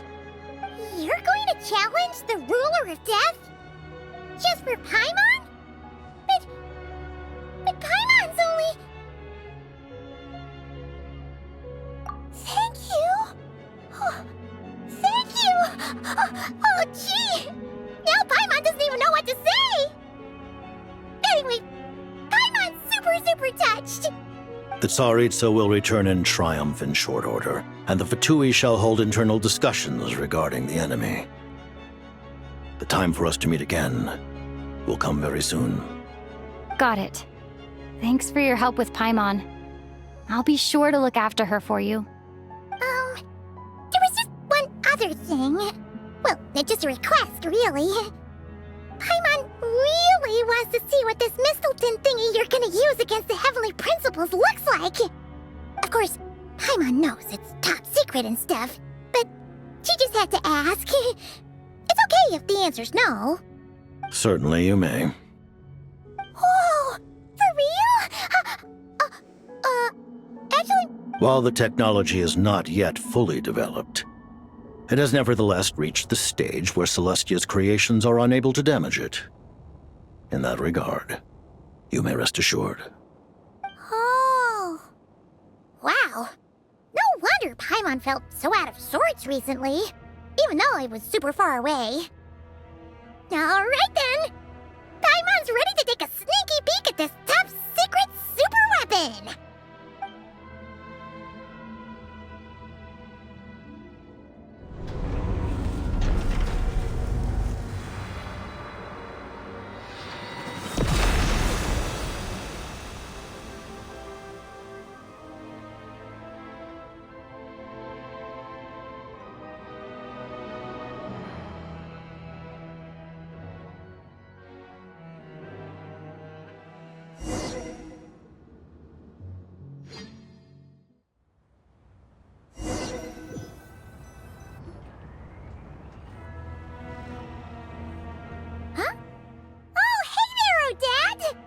Paimon? You're okay. Thank goodness. You look well. Have you recovered? Long story short, yep, Paimon's all better. What are you doing here? Were you waiting for us? That's right. When I woke up, I wanted to go in after you, but the guards had woken up as well. It would have been tough to take them on alone, and there was no easy way to sneak past them. So I returned the way I came and waited for you here. It was thanks to you that my soul found its way back to my body so quickly. Thank you. Huh. That actually worked? Nice. I just figured I'd try my luck when that ominous feeling struck me. Really, you should be thanking this thing instead. Anyway, and now that things here are all taken care of, I have other things I should get back to.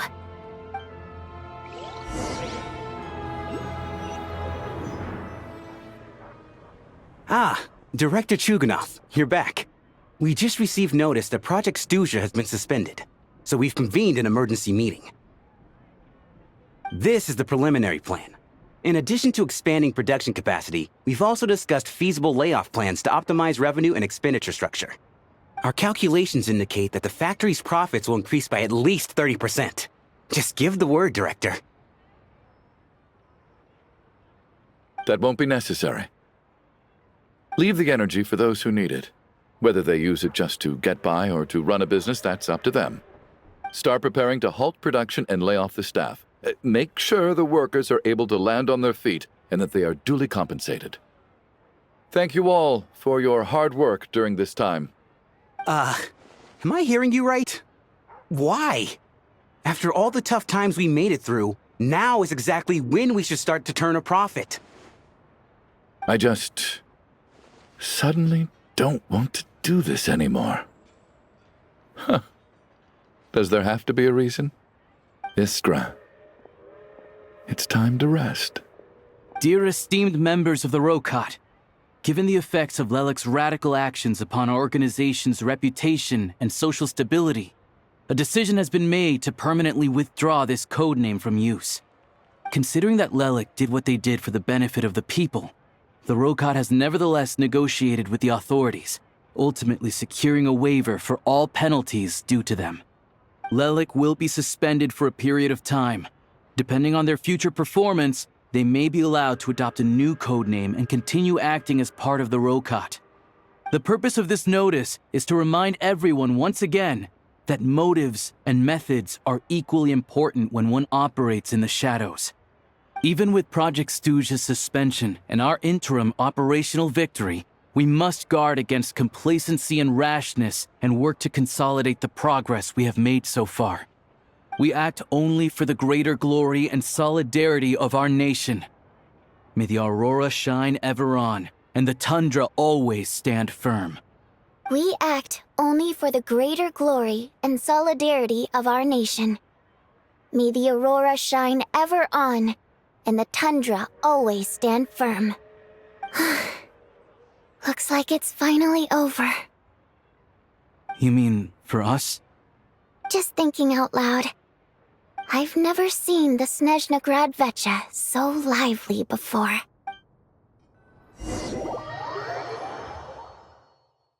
I never once thought I'd come here. But I understand everything now, Rosaline.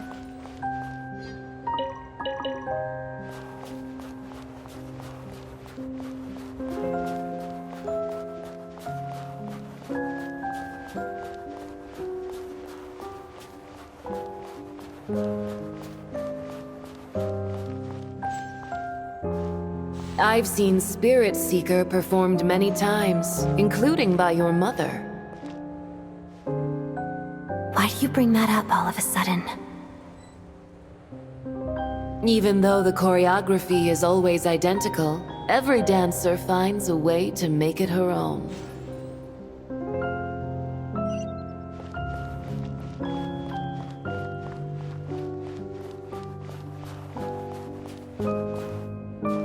So you actually want to talk to me about ballet? I just think it would be a pity if the dance was lost to history. She didn't teach it to you, did she? That was an unusually subtle taunt for you.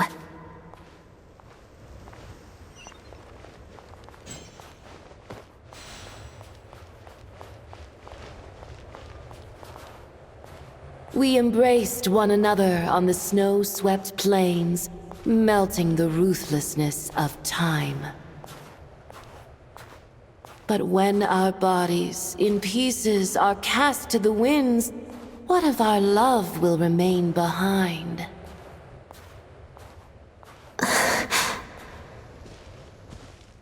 Don't tell me you can't sing.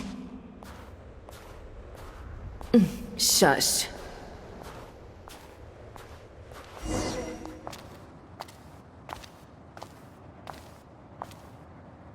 I understand her hatred.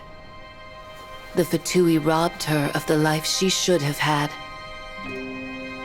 I never opposed her dancing. Yet still I became an enemy of her ballet.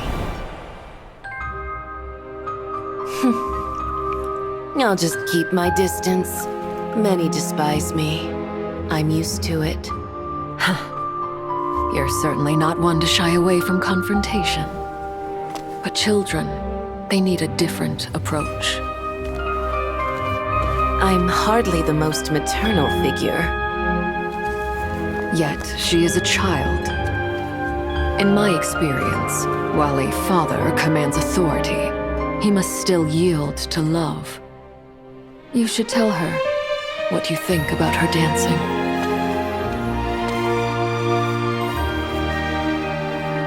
Odette will soon take the stage at the Koralyevsky Theater. This could be your chance. Geonosis secured. It went smoothly. I'll be there. Have them send me an invitation.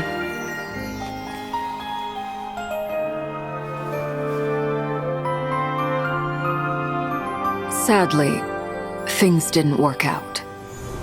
Her final words are inside that block of ice. This? Aren't these for monitoring her subordinates? Not yours. This one isn't her witch's flame, but my two worlds' flames. The two worlds' flames can burn away memories. It was my parting gift to Rosaline.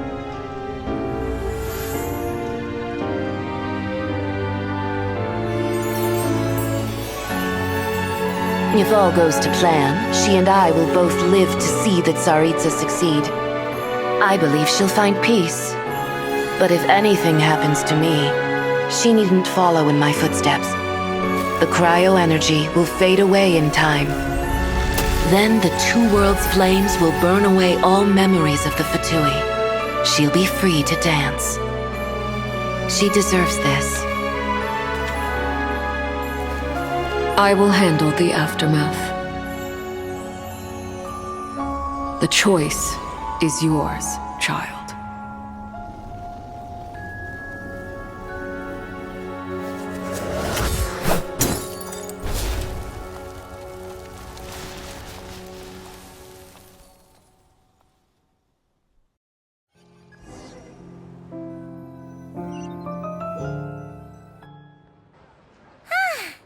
Fresh air at last! Paimon's head isn't spinning anymore, and the fever's all gone. Paimon's finally free to fly again! Oh, it's nice to finally know where Paimon came from, too. It did make Paimon a little nervous at first, but it's such a relief now. Like, who cares if Paimon's a creation of Celestia? She's probably not anyone that important. Probably just the fairy of food and fun or something. And like you said, this doesn't have to change anything between us. You're not gonna just... Hey! Hurry up! Why are you walking so slowly? You've spent the last few days lying in bed and stuffing your face. I didn't think you'd be able to fly this fast. Says who? Paimon's as agile as ever. They don't call her White Floaty for nothing. Paimon originally wanted to check out the bookstores in Snezhnograd, but she's more in the mood for flying around right now, so let's save that for later. Wait, they've got light novels from Yai Publishing House here too. Huh? And this is Paimon's favorite mystery story from Fontaine! Wow, they got a sequel! The local Snezhnaya books look pretty interesting too, but also kinda heavy. Not the easiest things to look around. I thought you were in the mood for flying around. Paimon can read while she flies. Hey, look at these two dolls! Which do you like better?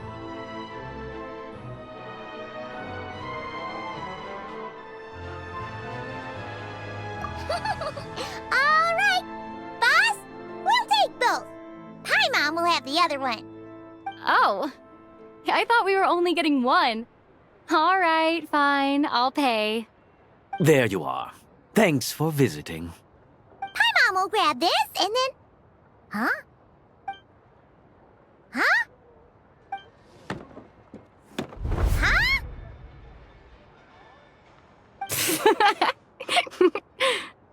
How many layers does this thing have? And what are you laughing at?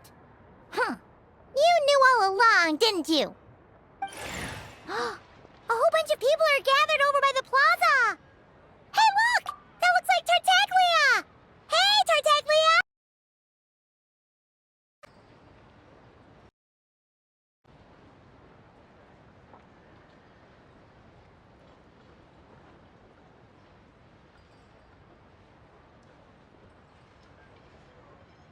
I know that voice. Of course. If it isn't Paimon and my old comrade. You're looking well, Paimon. All better? Yeah! The Jester knew I was wrong and fixed Paimon right up! Thanks for sending someone to keep Paimon safe, too. Oh, yeah, about that. That was kind of embarrassing. Who could have known that our director would go looking for you in person? So sorry for the misunderstanding. Oh, right. Let me introduce you. This is my little sister, Tonya.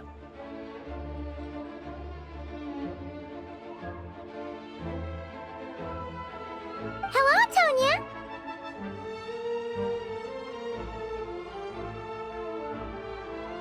Hello. Firstly, I'm really sorry about my brother. Sounds like he's caused you no end of trouble.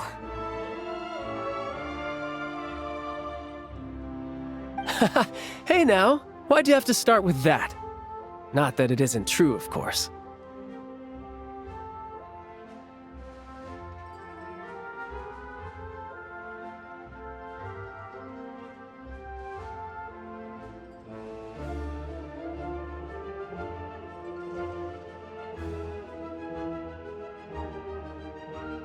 So she's the real Tonya.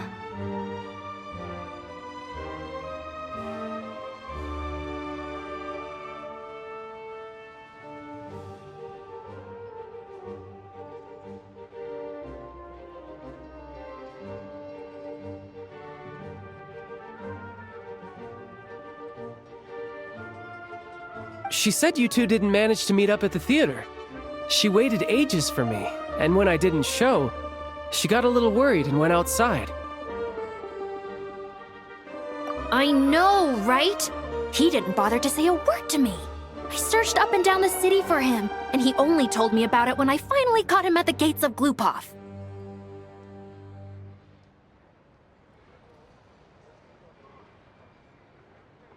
I've been rushed off my feet lately, so I didn't get the chance to go home. I just figured the Traveler would fill you in when she got there.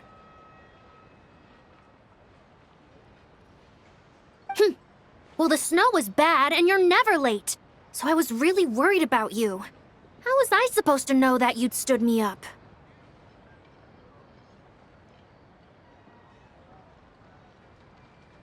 I'm sorry, Tonya. I really am.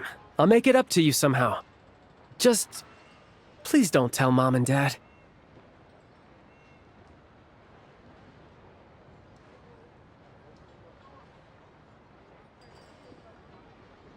Although the mix-up led to a series of misunderstandings, it's probably for the best that the real Tonya didn't get caught up in that mess.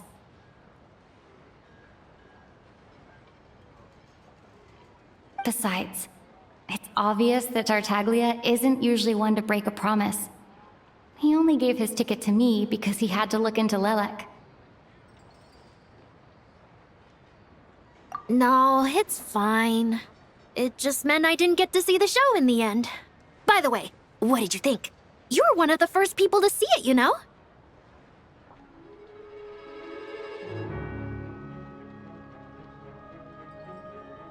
I would say the best is yet to come. Huh? What kind of review is that?